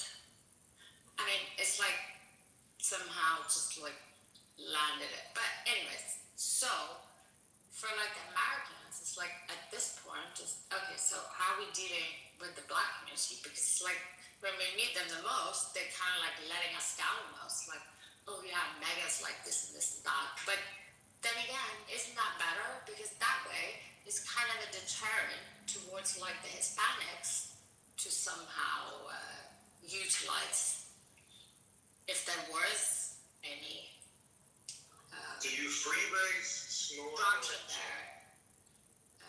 So, like either way, but the thing is for the Americans, because they're kind of like actually good people, they kind of like lost touch of how to, consciousness, but also because they've grown, they kind of like feel a bit guilty, but at the same time, they don't get confused with stuff. But the thing is, it is what it is.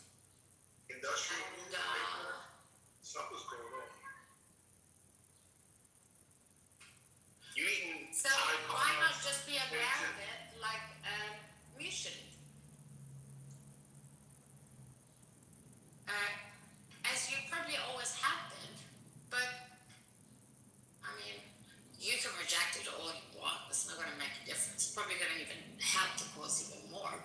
for the American whites, it's like it's just about dealing with it in a different way. Once you see it for what it is, and you stop like looking at it because you think it could be something else, it can be something else, but not necessarily what you need from it. And but then that's because you have good intentions. You're like, hang on a second, you know? We kind of like grew up together. We almost came here at the same time. Why are you like hindering us or trying to? But that also happens for a reason. BB, can I ask you a serious question, BB? But it's always the good intentions BB. that will benefit. BB. And it's always about. Hello? So, you know. BB. There's like, we're not bad people to each other. How do you say each other when you cannot distinguish Exactly between you. people, Exactly. between countries? It's exactly You know the difference of countries. But- How do you know the difference of people? But we're not bad people to each other if we don't know how to manage what needs our management in the right way, rather than in the The wrong right way, huh? Yeah, because you know, you could also be a perfectly nice person. What is the right way? First clarify that. I mean, someone like Puria, you know, but that's part of me. That's a person. You can also I be a can dope deal with that. a narcissist. Deal with that. But you, I take responsibility for. It's like the whites with the leftists. So, and it's through people like this, you know, someone like Peter, you find this out. What did you find out around me? What do you think that you Yeah, but I always found find out? you. You think that you know something? Let No, us I know. knew from first minute. Okay, let us know too.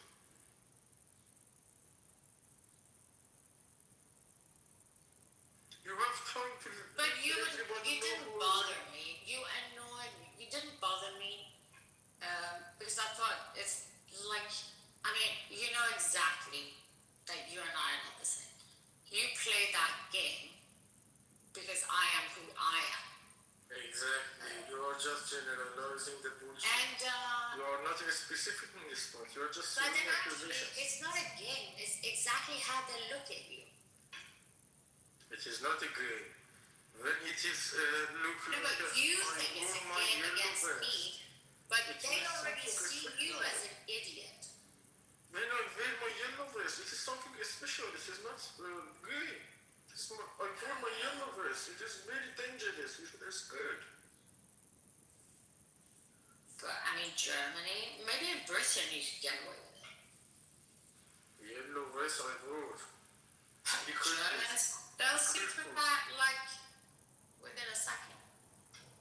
Why do you think they let you through? because I am a good asset. I was worth bringing from Tehran to Berlin for them.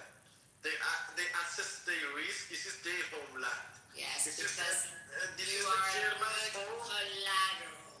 This is the homes of Germans, and they saw the risk. They That's can why justify I'm stirring people to attack you also President by letting people like you in. gave me the opportunity to become a moderator. Like Germans, they trusted on exactly me. when they Why need my it, country made. they were like fully exposed. Do you think they're gonna let like people who really smart in? Did you see? I can mute you. You cannot talk over me. You should listen. I told you that they assess the risk for their homeland. When they want to let anybody inside Germany. They don't take any suggestions from any country. This is their ultimate sacred land for Germans. When they let you in, they assess everything beforehand. I promise you. This keeps them in the highest level of credibility assessment in the whole world. They are one of the top tier credibility assessors of the whole world. You want to question them, right? First go and find out the difference between China and South Korea.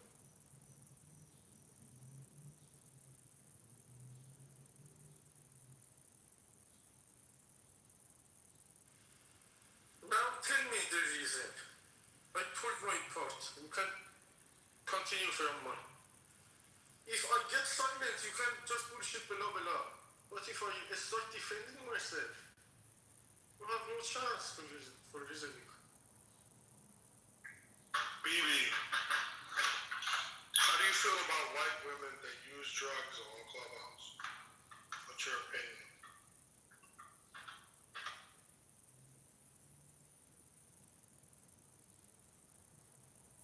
این مثل پشت دستی بود ها. قد حرف نزن رو حرفم دیگه.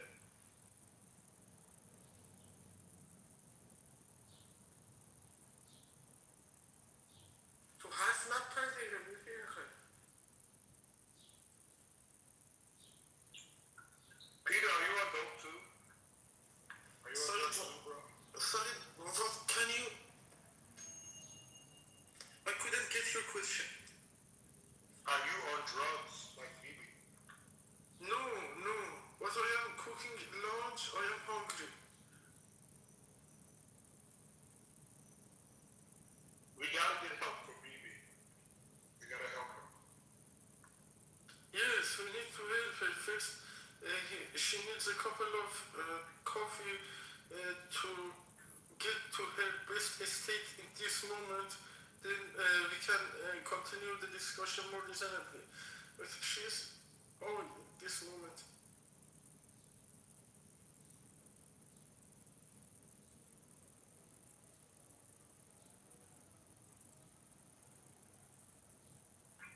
She doesn't like me because I tell the truth. I think that she has problems with a lot of people. We are not the only problem with her. She has problems.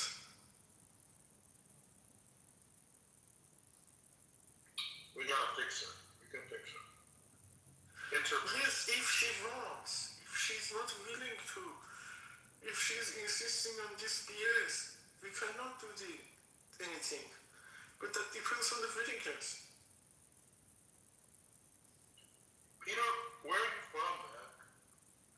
I am from Iran, Tehran, and currently living in Germany since 2023 October. Oh, wow. That's amazing. Thank you very much.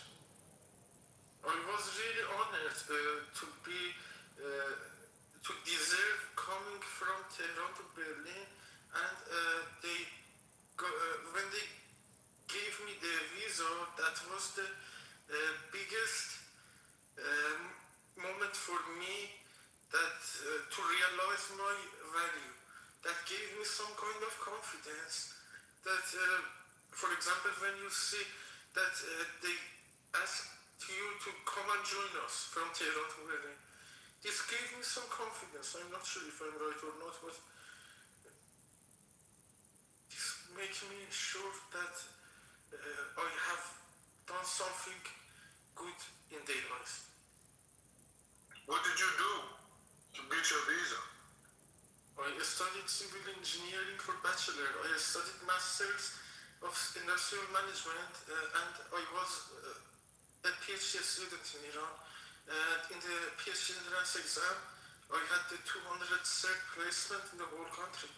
And I had the experience in the field too, in the field of architecture.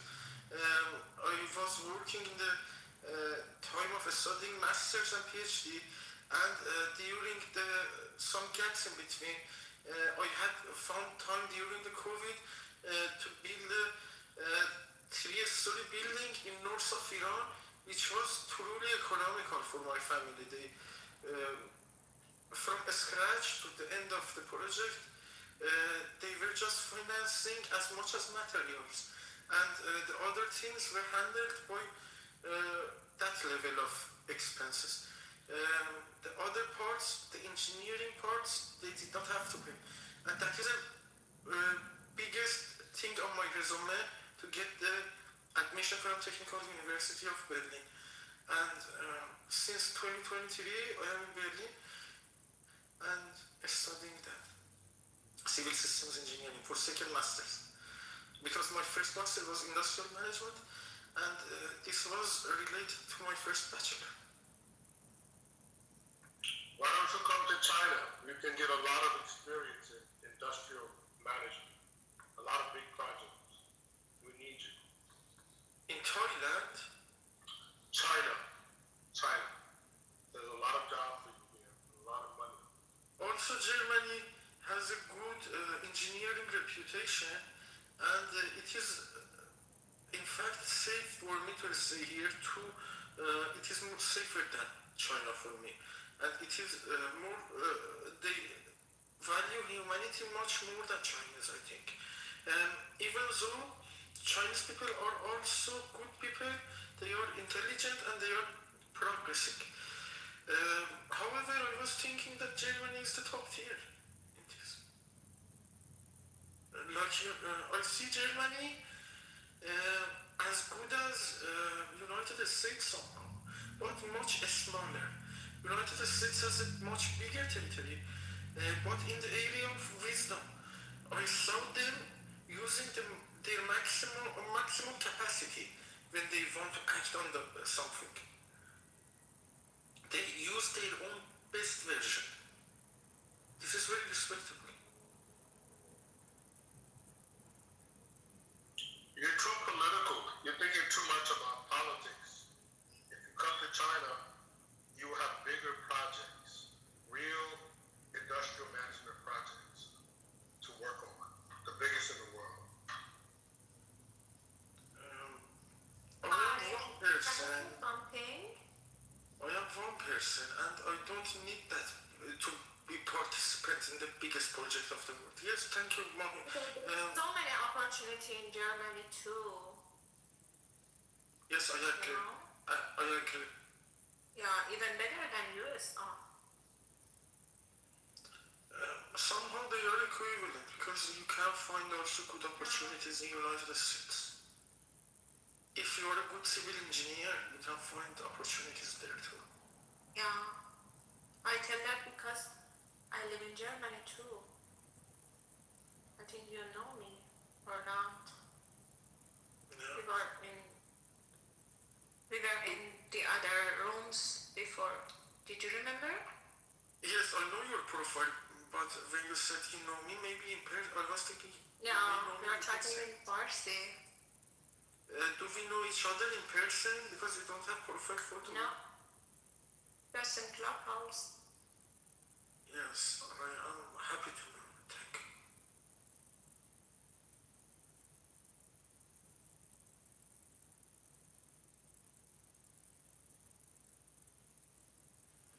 Mahi, you're Iranian? Yeah. I'm from Iran, Tehran, but living in Germany. Peter, I thought you were the only one, okay. I think that she is wiser, based on what we discussed by now. She is wiser than Bibi. Much wiser.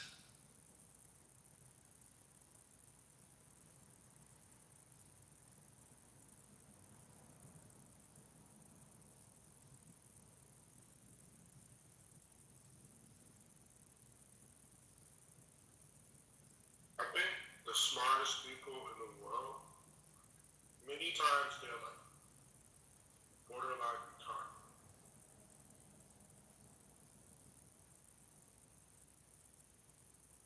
I don't need to be a participant in the biggest project of the world, even if China is proposing the biggest project to me. Because my capacity is clear. I need to use my own capacity to work the benefits of the projects that I am involved in. And Germany can provide that for me. And Germany It's my choice. I choose here to stay. But I also don't have any problem.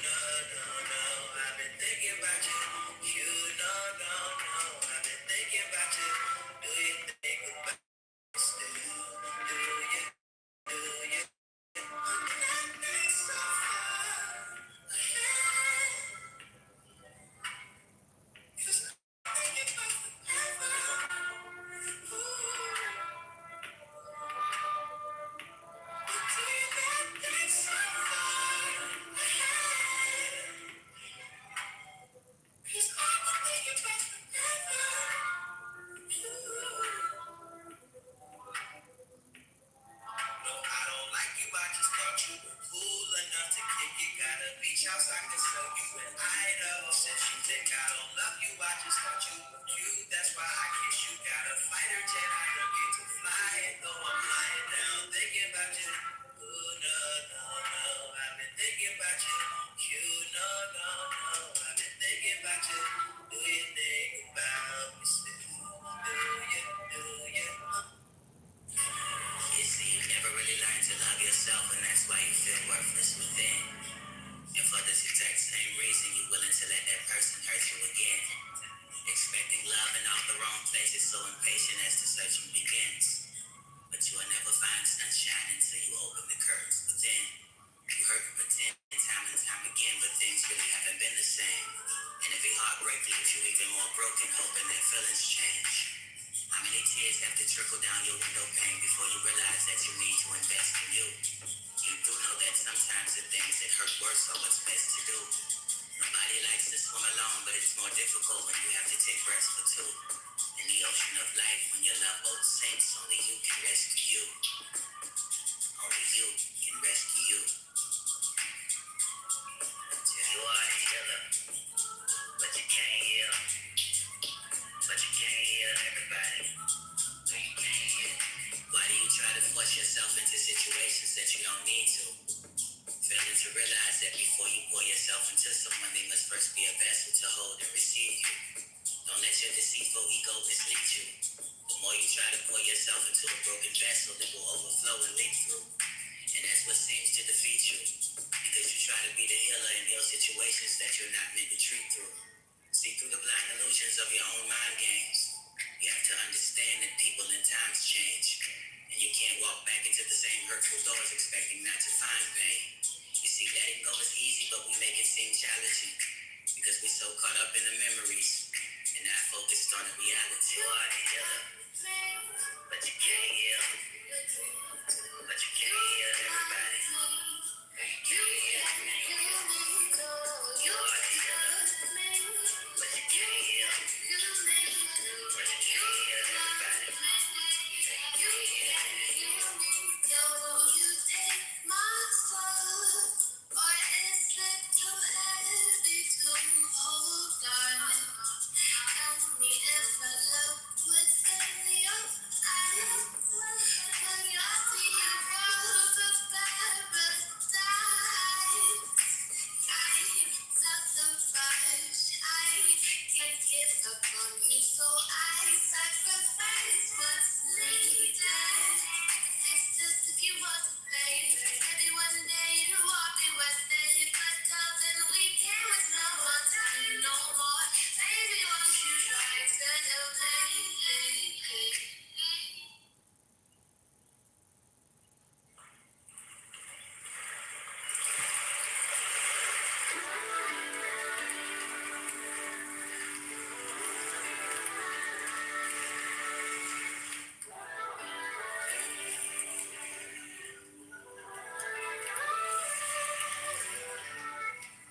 Patience could have done as well, 'cause I could tell that all we lacked was presence, and I would have felt, you could have held, but here's to being nice.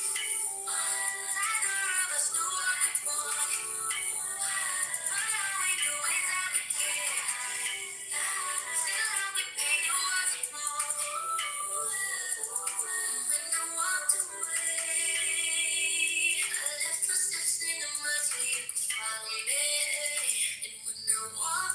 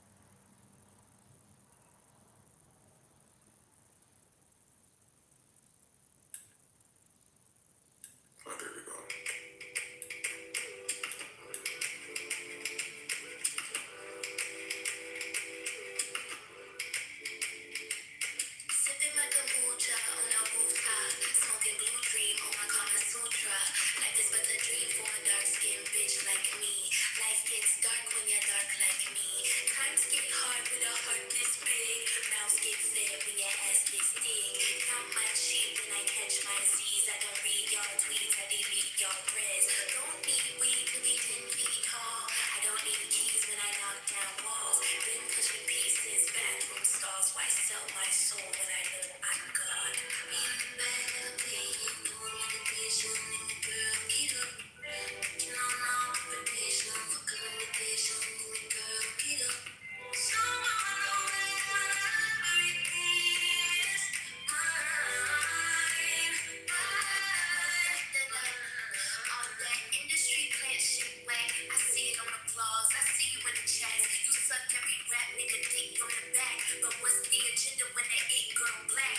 Y'all can't fathom that I worked this hard. And y'all can't fathom that I earned this chart. Y'all can't stand my vibe cause I'm anointed. All y'all evil assholes just anointed. Blame it on the fame, blame it on the coke, blame it on the Douce, got you feeling low. Y'all wanna believe I'm on drugs and forsaken. They won't credit me, so they blame it on Satan. Blame it on my label, blame it on my team. End of the day, everything is on me. Miss Black Lady, little Messiah, little Miss higher them hoes, then fire them. Be in the bag of the pain, doing meditation in the girl, get up. You know I'm on vacation, fuck a limitation in the girl, get up. Someone over everything is mine. They calling me the intellect and most pussy rap. I still be popping pussy to my sister, so I can't agree with that. These niggas misogynistic, I'll address it on the album. For now, let's get to the fact that hate don't make you powerful. Y'all monitoring spirits, go monitor that checkbook. Fashion week was radical, diamonds what my neck took. Tried to turn the other cheek, but y'all just too damn extra. I had to take it to the stew and show these niggas pressure. Father forgive them, they gon' be hurt when I deliver. The album 6 months old and be the fucking babysitter. I did 8 years of failing, plus a lot of cold winners. Used to be a starving artist, now I want the whole dinner. Bitch, I want my things. Nissan to a Billy Cool, fuck you mean? Got a co-sign for K-Dot, she's biggie. God keep me from the bitterness, help me reach the masses. All the black women gon' finish shit. Be in the bag of the pain, doing meditation in the girl, get up. You know I'm on vacation, fuck a limitation in the girl, get up. Someone over everything is mine. Wake up, wake up, get your tits up, get my makeup, face fuck, get your wake up. Big blood, big tough, get the sticks up, put your sticks up, with a motherfucking princess.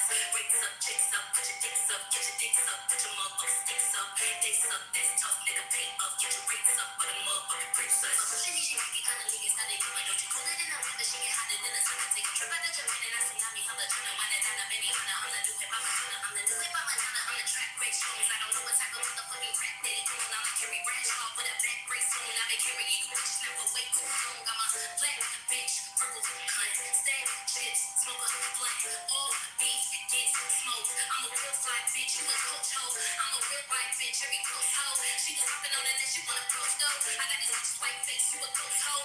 You a Gucci stand on a post hoe. Suck it up, stand up, say that shit with your chest. You bitches working over phones, I got teachers to bitch. I can't do bitches, I'm too busy, I don't do it impressed. You the type of hoe to leave a broke to be impressed. You look a mess hoe, broke dick, got you looking real stressed hoe. These broke niggas ain't blunt or bitch hoe. Stay up, stay up, stay flex hoe. You need a wake up, wake up, get your tits up, get my makeup, face fuck, get your wake up. Fake look, fake tough, get his sticks up, put your sticks up, put a motherfucking princess. Rakes up, chicks up, put your dicks up, get your dicks up, put your motherfucking sticks up. They suck, that's tough, nigga, pay up, get your rakes up, put a motherfucking. Put the motherfucking money in my motherfucking hands. I'm in Gucci in a bonnet, spinning motherfucking bands. I got haters, I got fans, I got stands in the stands. Do they love her or they hate her? Either way, they spinning bands. I can really give a damn, I can really give a fuck. Long hair, you bitches, know what's up. It's OG, bitch, bitch, D-O-E, Don Dado, bitch, you know, bitch, me. And I told you, the Lulu, you a loose screw. She really give me fun in that pussy voodoo. She's what the old nigga for, bitch, ain't new. She watching on the box, but she watching Hulu. Wait.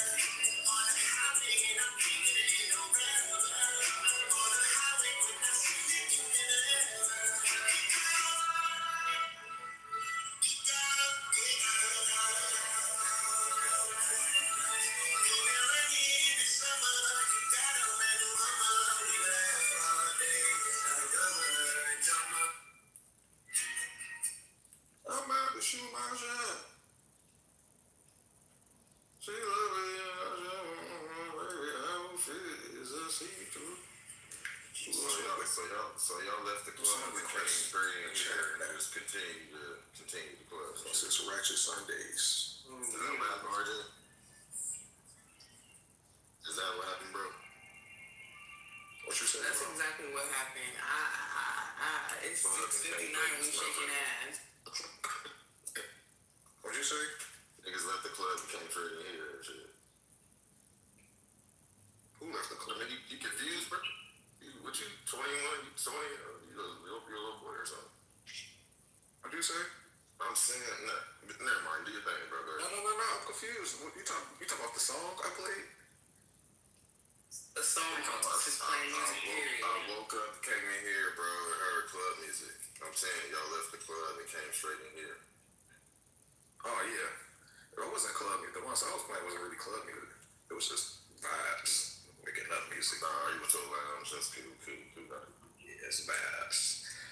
Dochi, I think it's vibes. Early waking up, getting to the bag. I think she's like getting you ready, to start your day type shit. No, yeah, I literally got out of bed and I'm like, okay, it's time to clean up. Sunday clean up. Gotta smoke first though. Word, I'ma join you. Yeah, I'm finna smoke too, bro. Just roll up. I'm working early on a Sunday morning. About to make some breakfast. I'm off today, so my grandma's birthday. We going to a potluck, so I'll spick and span before I leave. I already got the oxygen warmer, like what? Make sure you bring some food in here when you get back. Now you can have no oxtails, they're too expensive. Man, listen. I'm offended that they put me in charge of the salad. I'm just like, what you mean bring salad? I could cook. That could be a range of things. You could bring the tuna salad, chicken salad, potato salad. Okay, but they have it like spaghetti, so I know it has to be like, regular. Okay, yeah. A nice arugula salad, mixed green. Mixed greens with like the Chick-fil-A avocado ranch dressing. Y'all have like some tomatoes. I definitely need some of that shit. Yeah. You know what? In the food box that I be getting, they send me like a food box with fresh produce and stuff in it like every week, right? So this time they send me like some arugula, sometimes they send kale, they send collard green, they just send 4 ears of corn with the leaf still on it and everything. They send like 2% milk, tuna, chicken in the can. Yo, and they be helpful because it came with onions and carrots, and you don't know onions and carrots went into that crap. I wasn't expecting to pay $40 for stuff for salad. Like what? Yeah, they be sending me cabbages too. They send cabbage, so it be alright. Like them things that I be needing last minute, they come in that box. From who? Who is it called again? It's good. It's for people in New York. It's called Project Food Box. Oh, you know what? I think they have one of those out here in California. Because I've been seeing a lot of, what are they called? Like, where they do give out like boxes of food. So a whole bunch. Yeah, because according to why they give out this food, it's like a food prescription, let's say, like healthier choices and stuff like that. So like low income people will get it. I jumped on that shit, ain't no shame in my game, right? And then the thing is, we get 2 boxes, right? With one come in my name, one come in my older daughter's name. And I take what I need, and then I put the rest out so that the neighbors could take what they need. Yes, I love that. Isn't that like what the government cheese came in? Yeah, kind of like shit. And the powdered milk. Got that shit, right? Okay, I know what you mean. Definitely close. But this is like fresh produce. I get oranges, apples, radishes, turnips, like that's fine. Yeah, it come with mad stuff. So like I said, it come with. Look, I got a little bag of mini cucumbers right now that came in there. So like I said, whatever, I shared a one lady in the building. She came up to me. She was like, "Where do you get them boxes from?" I was like, "Wow." She said, "Cause I took some of the stuff." I said, "I'm glad you did. So I'm gonna go knock on the door, help her get her box too. We gonna take care of each other." Yeah, that's what neighbors are for. Is it though? I always get along with my neighbors though. I mean, it's happening in this building, you know, but We call that community. That's called community. yeah, I'ma still, even if they don't like me much, you know what I'm saying? Mm-hmm. Your feelings towards me don't got nothing to do with me, you know, like, I'm not gonna change who I am because you don't like me. I'ma still do what I do, like, I put it out, it might help you.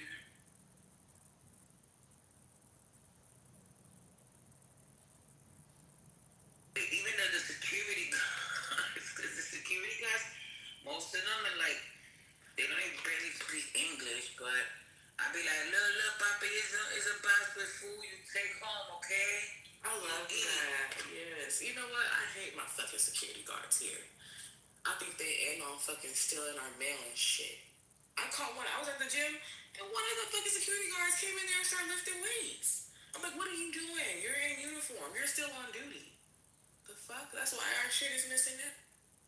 Now that's why we got cameras in the building, like in the lobby. I got the ring alarm, so I actually want to get a ring cam, but I heard that there was like hacking into people's shit, right?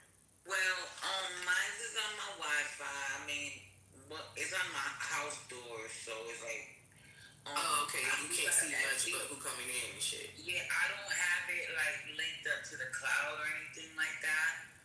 What I did do though was put like one of them little SD cards in there with hold a lot of memory for just in case purposes, and then I got the app and it got motion detector, so I could go back into the dates like last year, 2 years ago, and I could still see.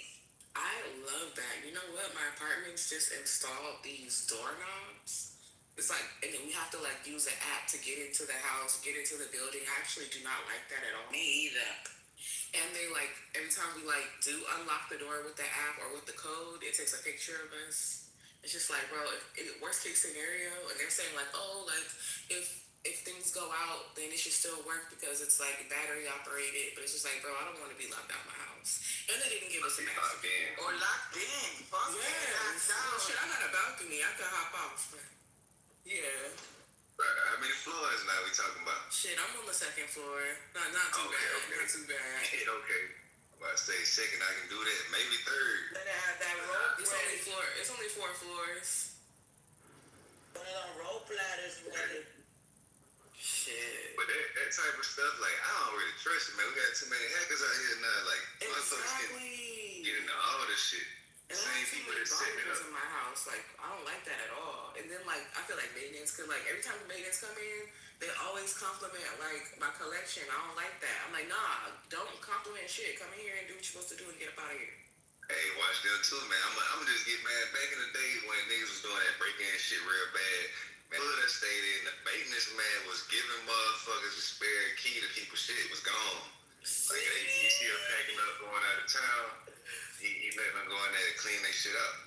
And my girl has been stolen. I would crash, man. If somebody come in my shit, I'm crashing the fuck out. Like, I'm crashing. But you know what? I saw my pictures for like insurance and shit.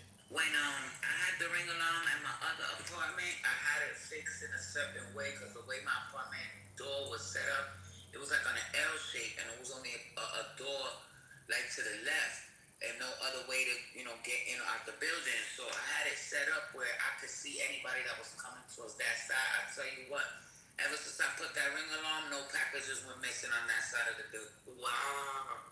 You know what? Somebody just stole my neighbor's rug. Her welcome mat. It doesn't say welcome on it, but they stole it. I'm just like, man. Stole it. If you live in a building, right?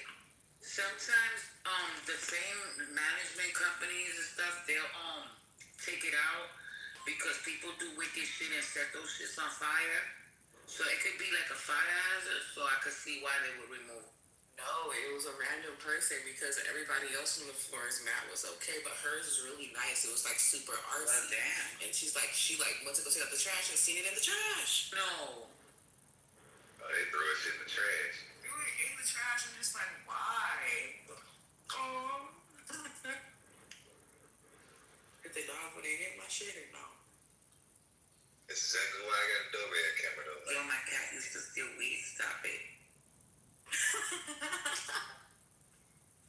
catnip. Then my homegirl used to be like, "Yeah, you smoke the weed?" I'm like, "Nah, bitch. Let me smoke this shit." One day I started sleeping out and shit, the kids' room and like the closet. I found all the little bags, like half a bag of weed, all chewed up, clawed up and shit. I'm like, look at this shit. That's crazy. Can't used to get high in his past life. He hasn't done it no more. See, she ain't done that shit in years now. But shit, Kitty put us through some shit. Why you over here thinking like somebody stole my weed? What the fuck is the weed? The whole time it's the cat. Yeah. Nobody believe you. Look, one These time. torches are so clutch. Like I love a good torch. You hear it? I need a big girl. I'm a big girl all day, every day. As a matter of fact, I catch the bodegas when they open in a fresh case of bigs, and I'll be like, give me them 3, because every big pack comes with like the 3 with, they're different, you know? So I'll be like, nah, give me the 3 ones that come special. Why? Because in that way I know my lighter. People love stealing light. It don't even be on purpose sometimes. Like I'll be like, we all on a roto. I just somehow walk off with the lighter. It don't be on purpose. That's why I got a leash, man. I ain't lost a lighter since I bought this motherfucker. A leash? Yeah, I mean, got to. That's a good one. Man.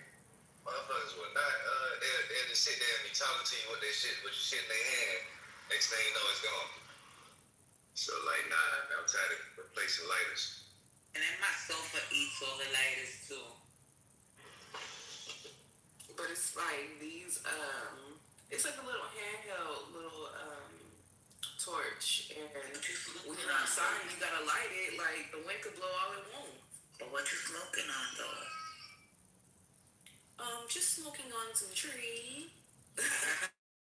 I hear What is this called? Frostberry. It's a bread. Got some platinum because I really just like the way it tastes. It's just that taste of And then I got something called Gold Digger. Ooh, little nugget. I'm saving that for last because it smells real good. You said you got some platinum? Yeah. I got the same thing I got. It's kind of purpley. Yeah, I love platinum. That shit tastes good as hell though. Hell yeah, they get me all the time. And I was like, I'll take 2 of those. So the kind I got, it's a little bit, I ain't gonna say compressed, but it's like kind of hard to break down. It's like, it's real firm. But nah, that shit. You know what's wild? That my older kids, they smoke, but the only one that might smoke with me will be my oldest son when he come, because he still roll up like I do. But my other 2 kids, nah, they be putting that grabber. No, thank you. So we don't smoke together. Man, I gotta stop putting grabber. Yeah, I have a paper and I have a grab. Well, yeah, I have a paper and I put it like a full little in there and rolled it like that.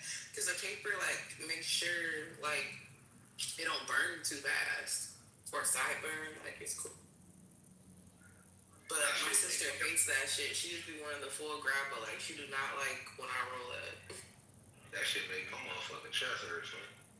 Yeah, it's like, I mean, it make the blood burn better, but I don't know, man. Sometimes, I guess when you put too much, put too much in it. That shit tastes like a stale Marlboro or something, like, ugh. Shit, my New York cousins, though, back in the day, we first started smoking, they used to buy the whole leaf, roll that shit straight in the Yeah, okay, fine. So, like, if you rolling it up in the leaf, I could do that. You know what I'm saying? Because it don't taste like a backwood. Backwood's is nasty as fuck, too. And how you smoke a backwood and still throw grab in this shit? That don't make no kind of sense, right? I feel like niggas got titanium lungs, bro. Yeah, you smoking gravity in a backwood. Like, oh my God. Hold on, you talking about rolling the backwood and then put some funnel in there? Yeah, that's like, oh my God. Smoking a ciggy, boo. Niggas might as well smoke it straight up backwood. See, I got my rituals, right? Usually, when I'm gonna roll, I light my cigarette first while I'm rolling, and then I'm gonna smoke my blunt. But I cannot smoke a cigarette after I smoke the blunt. They taste bad. Hey, bro, them motherfucking J's rolled in that straight fronto leaf, boy, them motherfuckers hit hard as shit too. Like, I'm telling you, that shit, Barely that stand shit up get and you shit. high as a Yeah, nah, you can motherfucker. roll the Fonto. I ain't gonna lie, that's good ass. Yeah, that's good ass. But Fonto, I ain't did shit in years though. Only thing about it, like the way it come, you know what I'm saying? That you gotta unravel the shit and all that. You gotta unball it. Cut a little square out that shit. Mm-hmm. Paper mache. Yeah. Yeah, my folks had the spot that had the straight joints. Like that joint wasn't even all fucked up and crumpled like that. That motherfucker was pretty straight. Yeah, but It had mean ass veins in that motherfucker. All like vicious stuff. whose idea was it to take the leaf and dehydrate the shit and crumble it up and put it in your... You put the lime in it, guacamole. So, I don't know. That's a good question. That's some East Coast shit. None of that shit. Yeah, I think New York originated that shit. That's why I got New York is like Jamaican people and Caribbean people. But okay, when I used to roll with the Yardies back in the days and they pulled out the Fonto, that's all it was. It was a Fonto and mad weed, and then it was rolled into like a little baseball bat, what we called it. It wasn't no extra activity. Hey, y'all still smoking? Y'all still fuck with them Capones out there in DC? My people out there. Yeah, I ain't never fuck with them guys, but yeah, people be smoking them guys. I don't see that shit like a little ass cigar, bro. I don't understand that. I ain't gonna lie, they roll good with some weed. Like, I ain't finna smoke one straight up like I niggas do, but nah, with some You weed. can re-roll a Capone? Yeah, but they got leaf though. They got leaves too. Oh, all right, I'm about to say, because if you re-roll a Capone, boy, that J's skinny as a motherfucker. I did that shit. I'm thinking I was doing right. I'm like, damn, so they just smoke these shit. They don't even roll these bitches. So If I was desperate, I could see like freaking it and massaging all the tobacco out with it and stuff. Sure, you can stuff it. Yeah, if you stuff on that bitch be good. No lie. Why is there hella centipedes in my, not in the house, but in the building?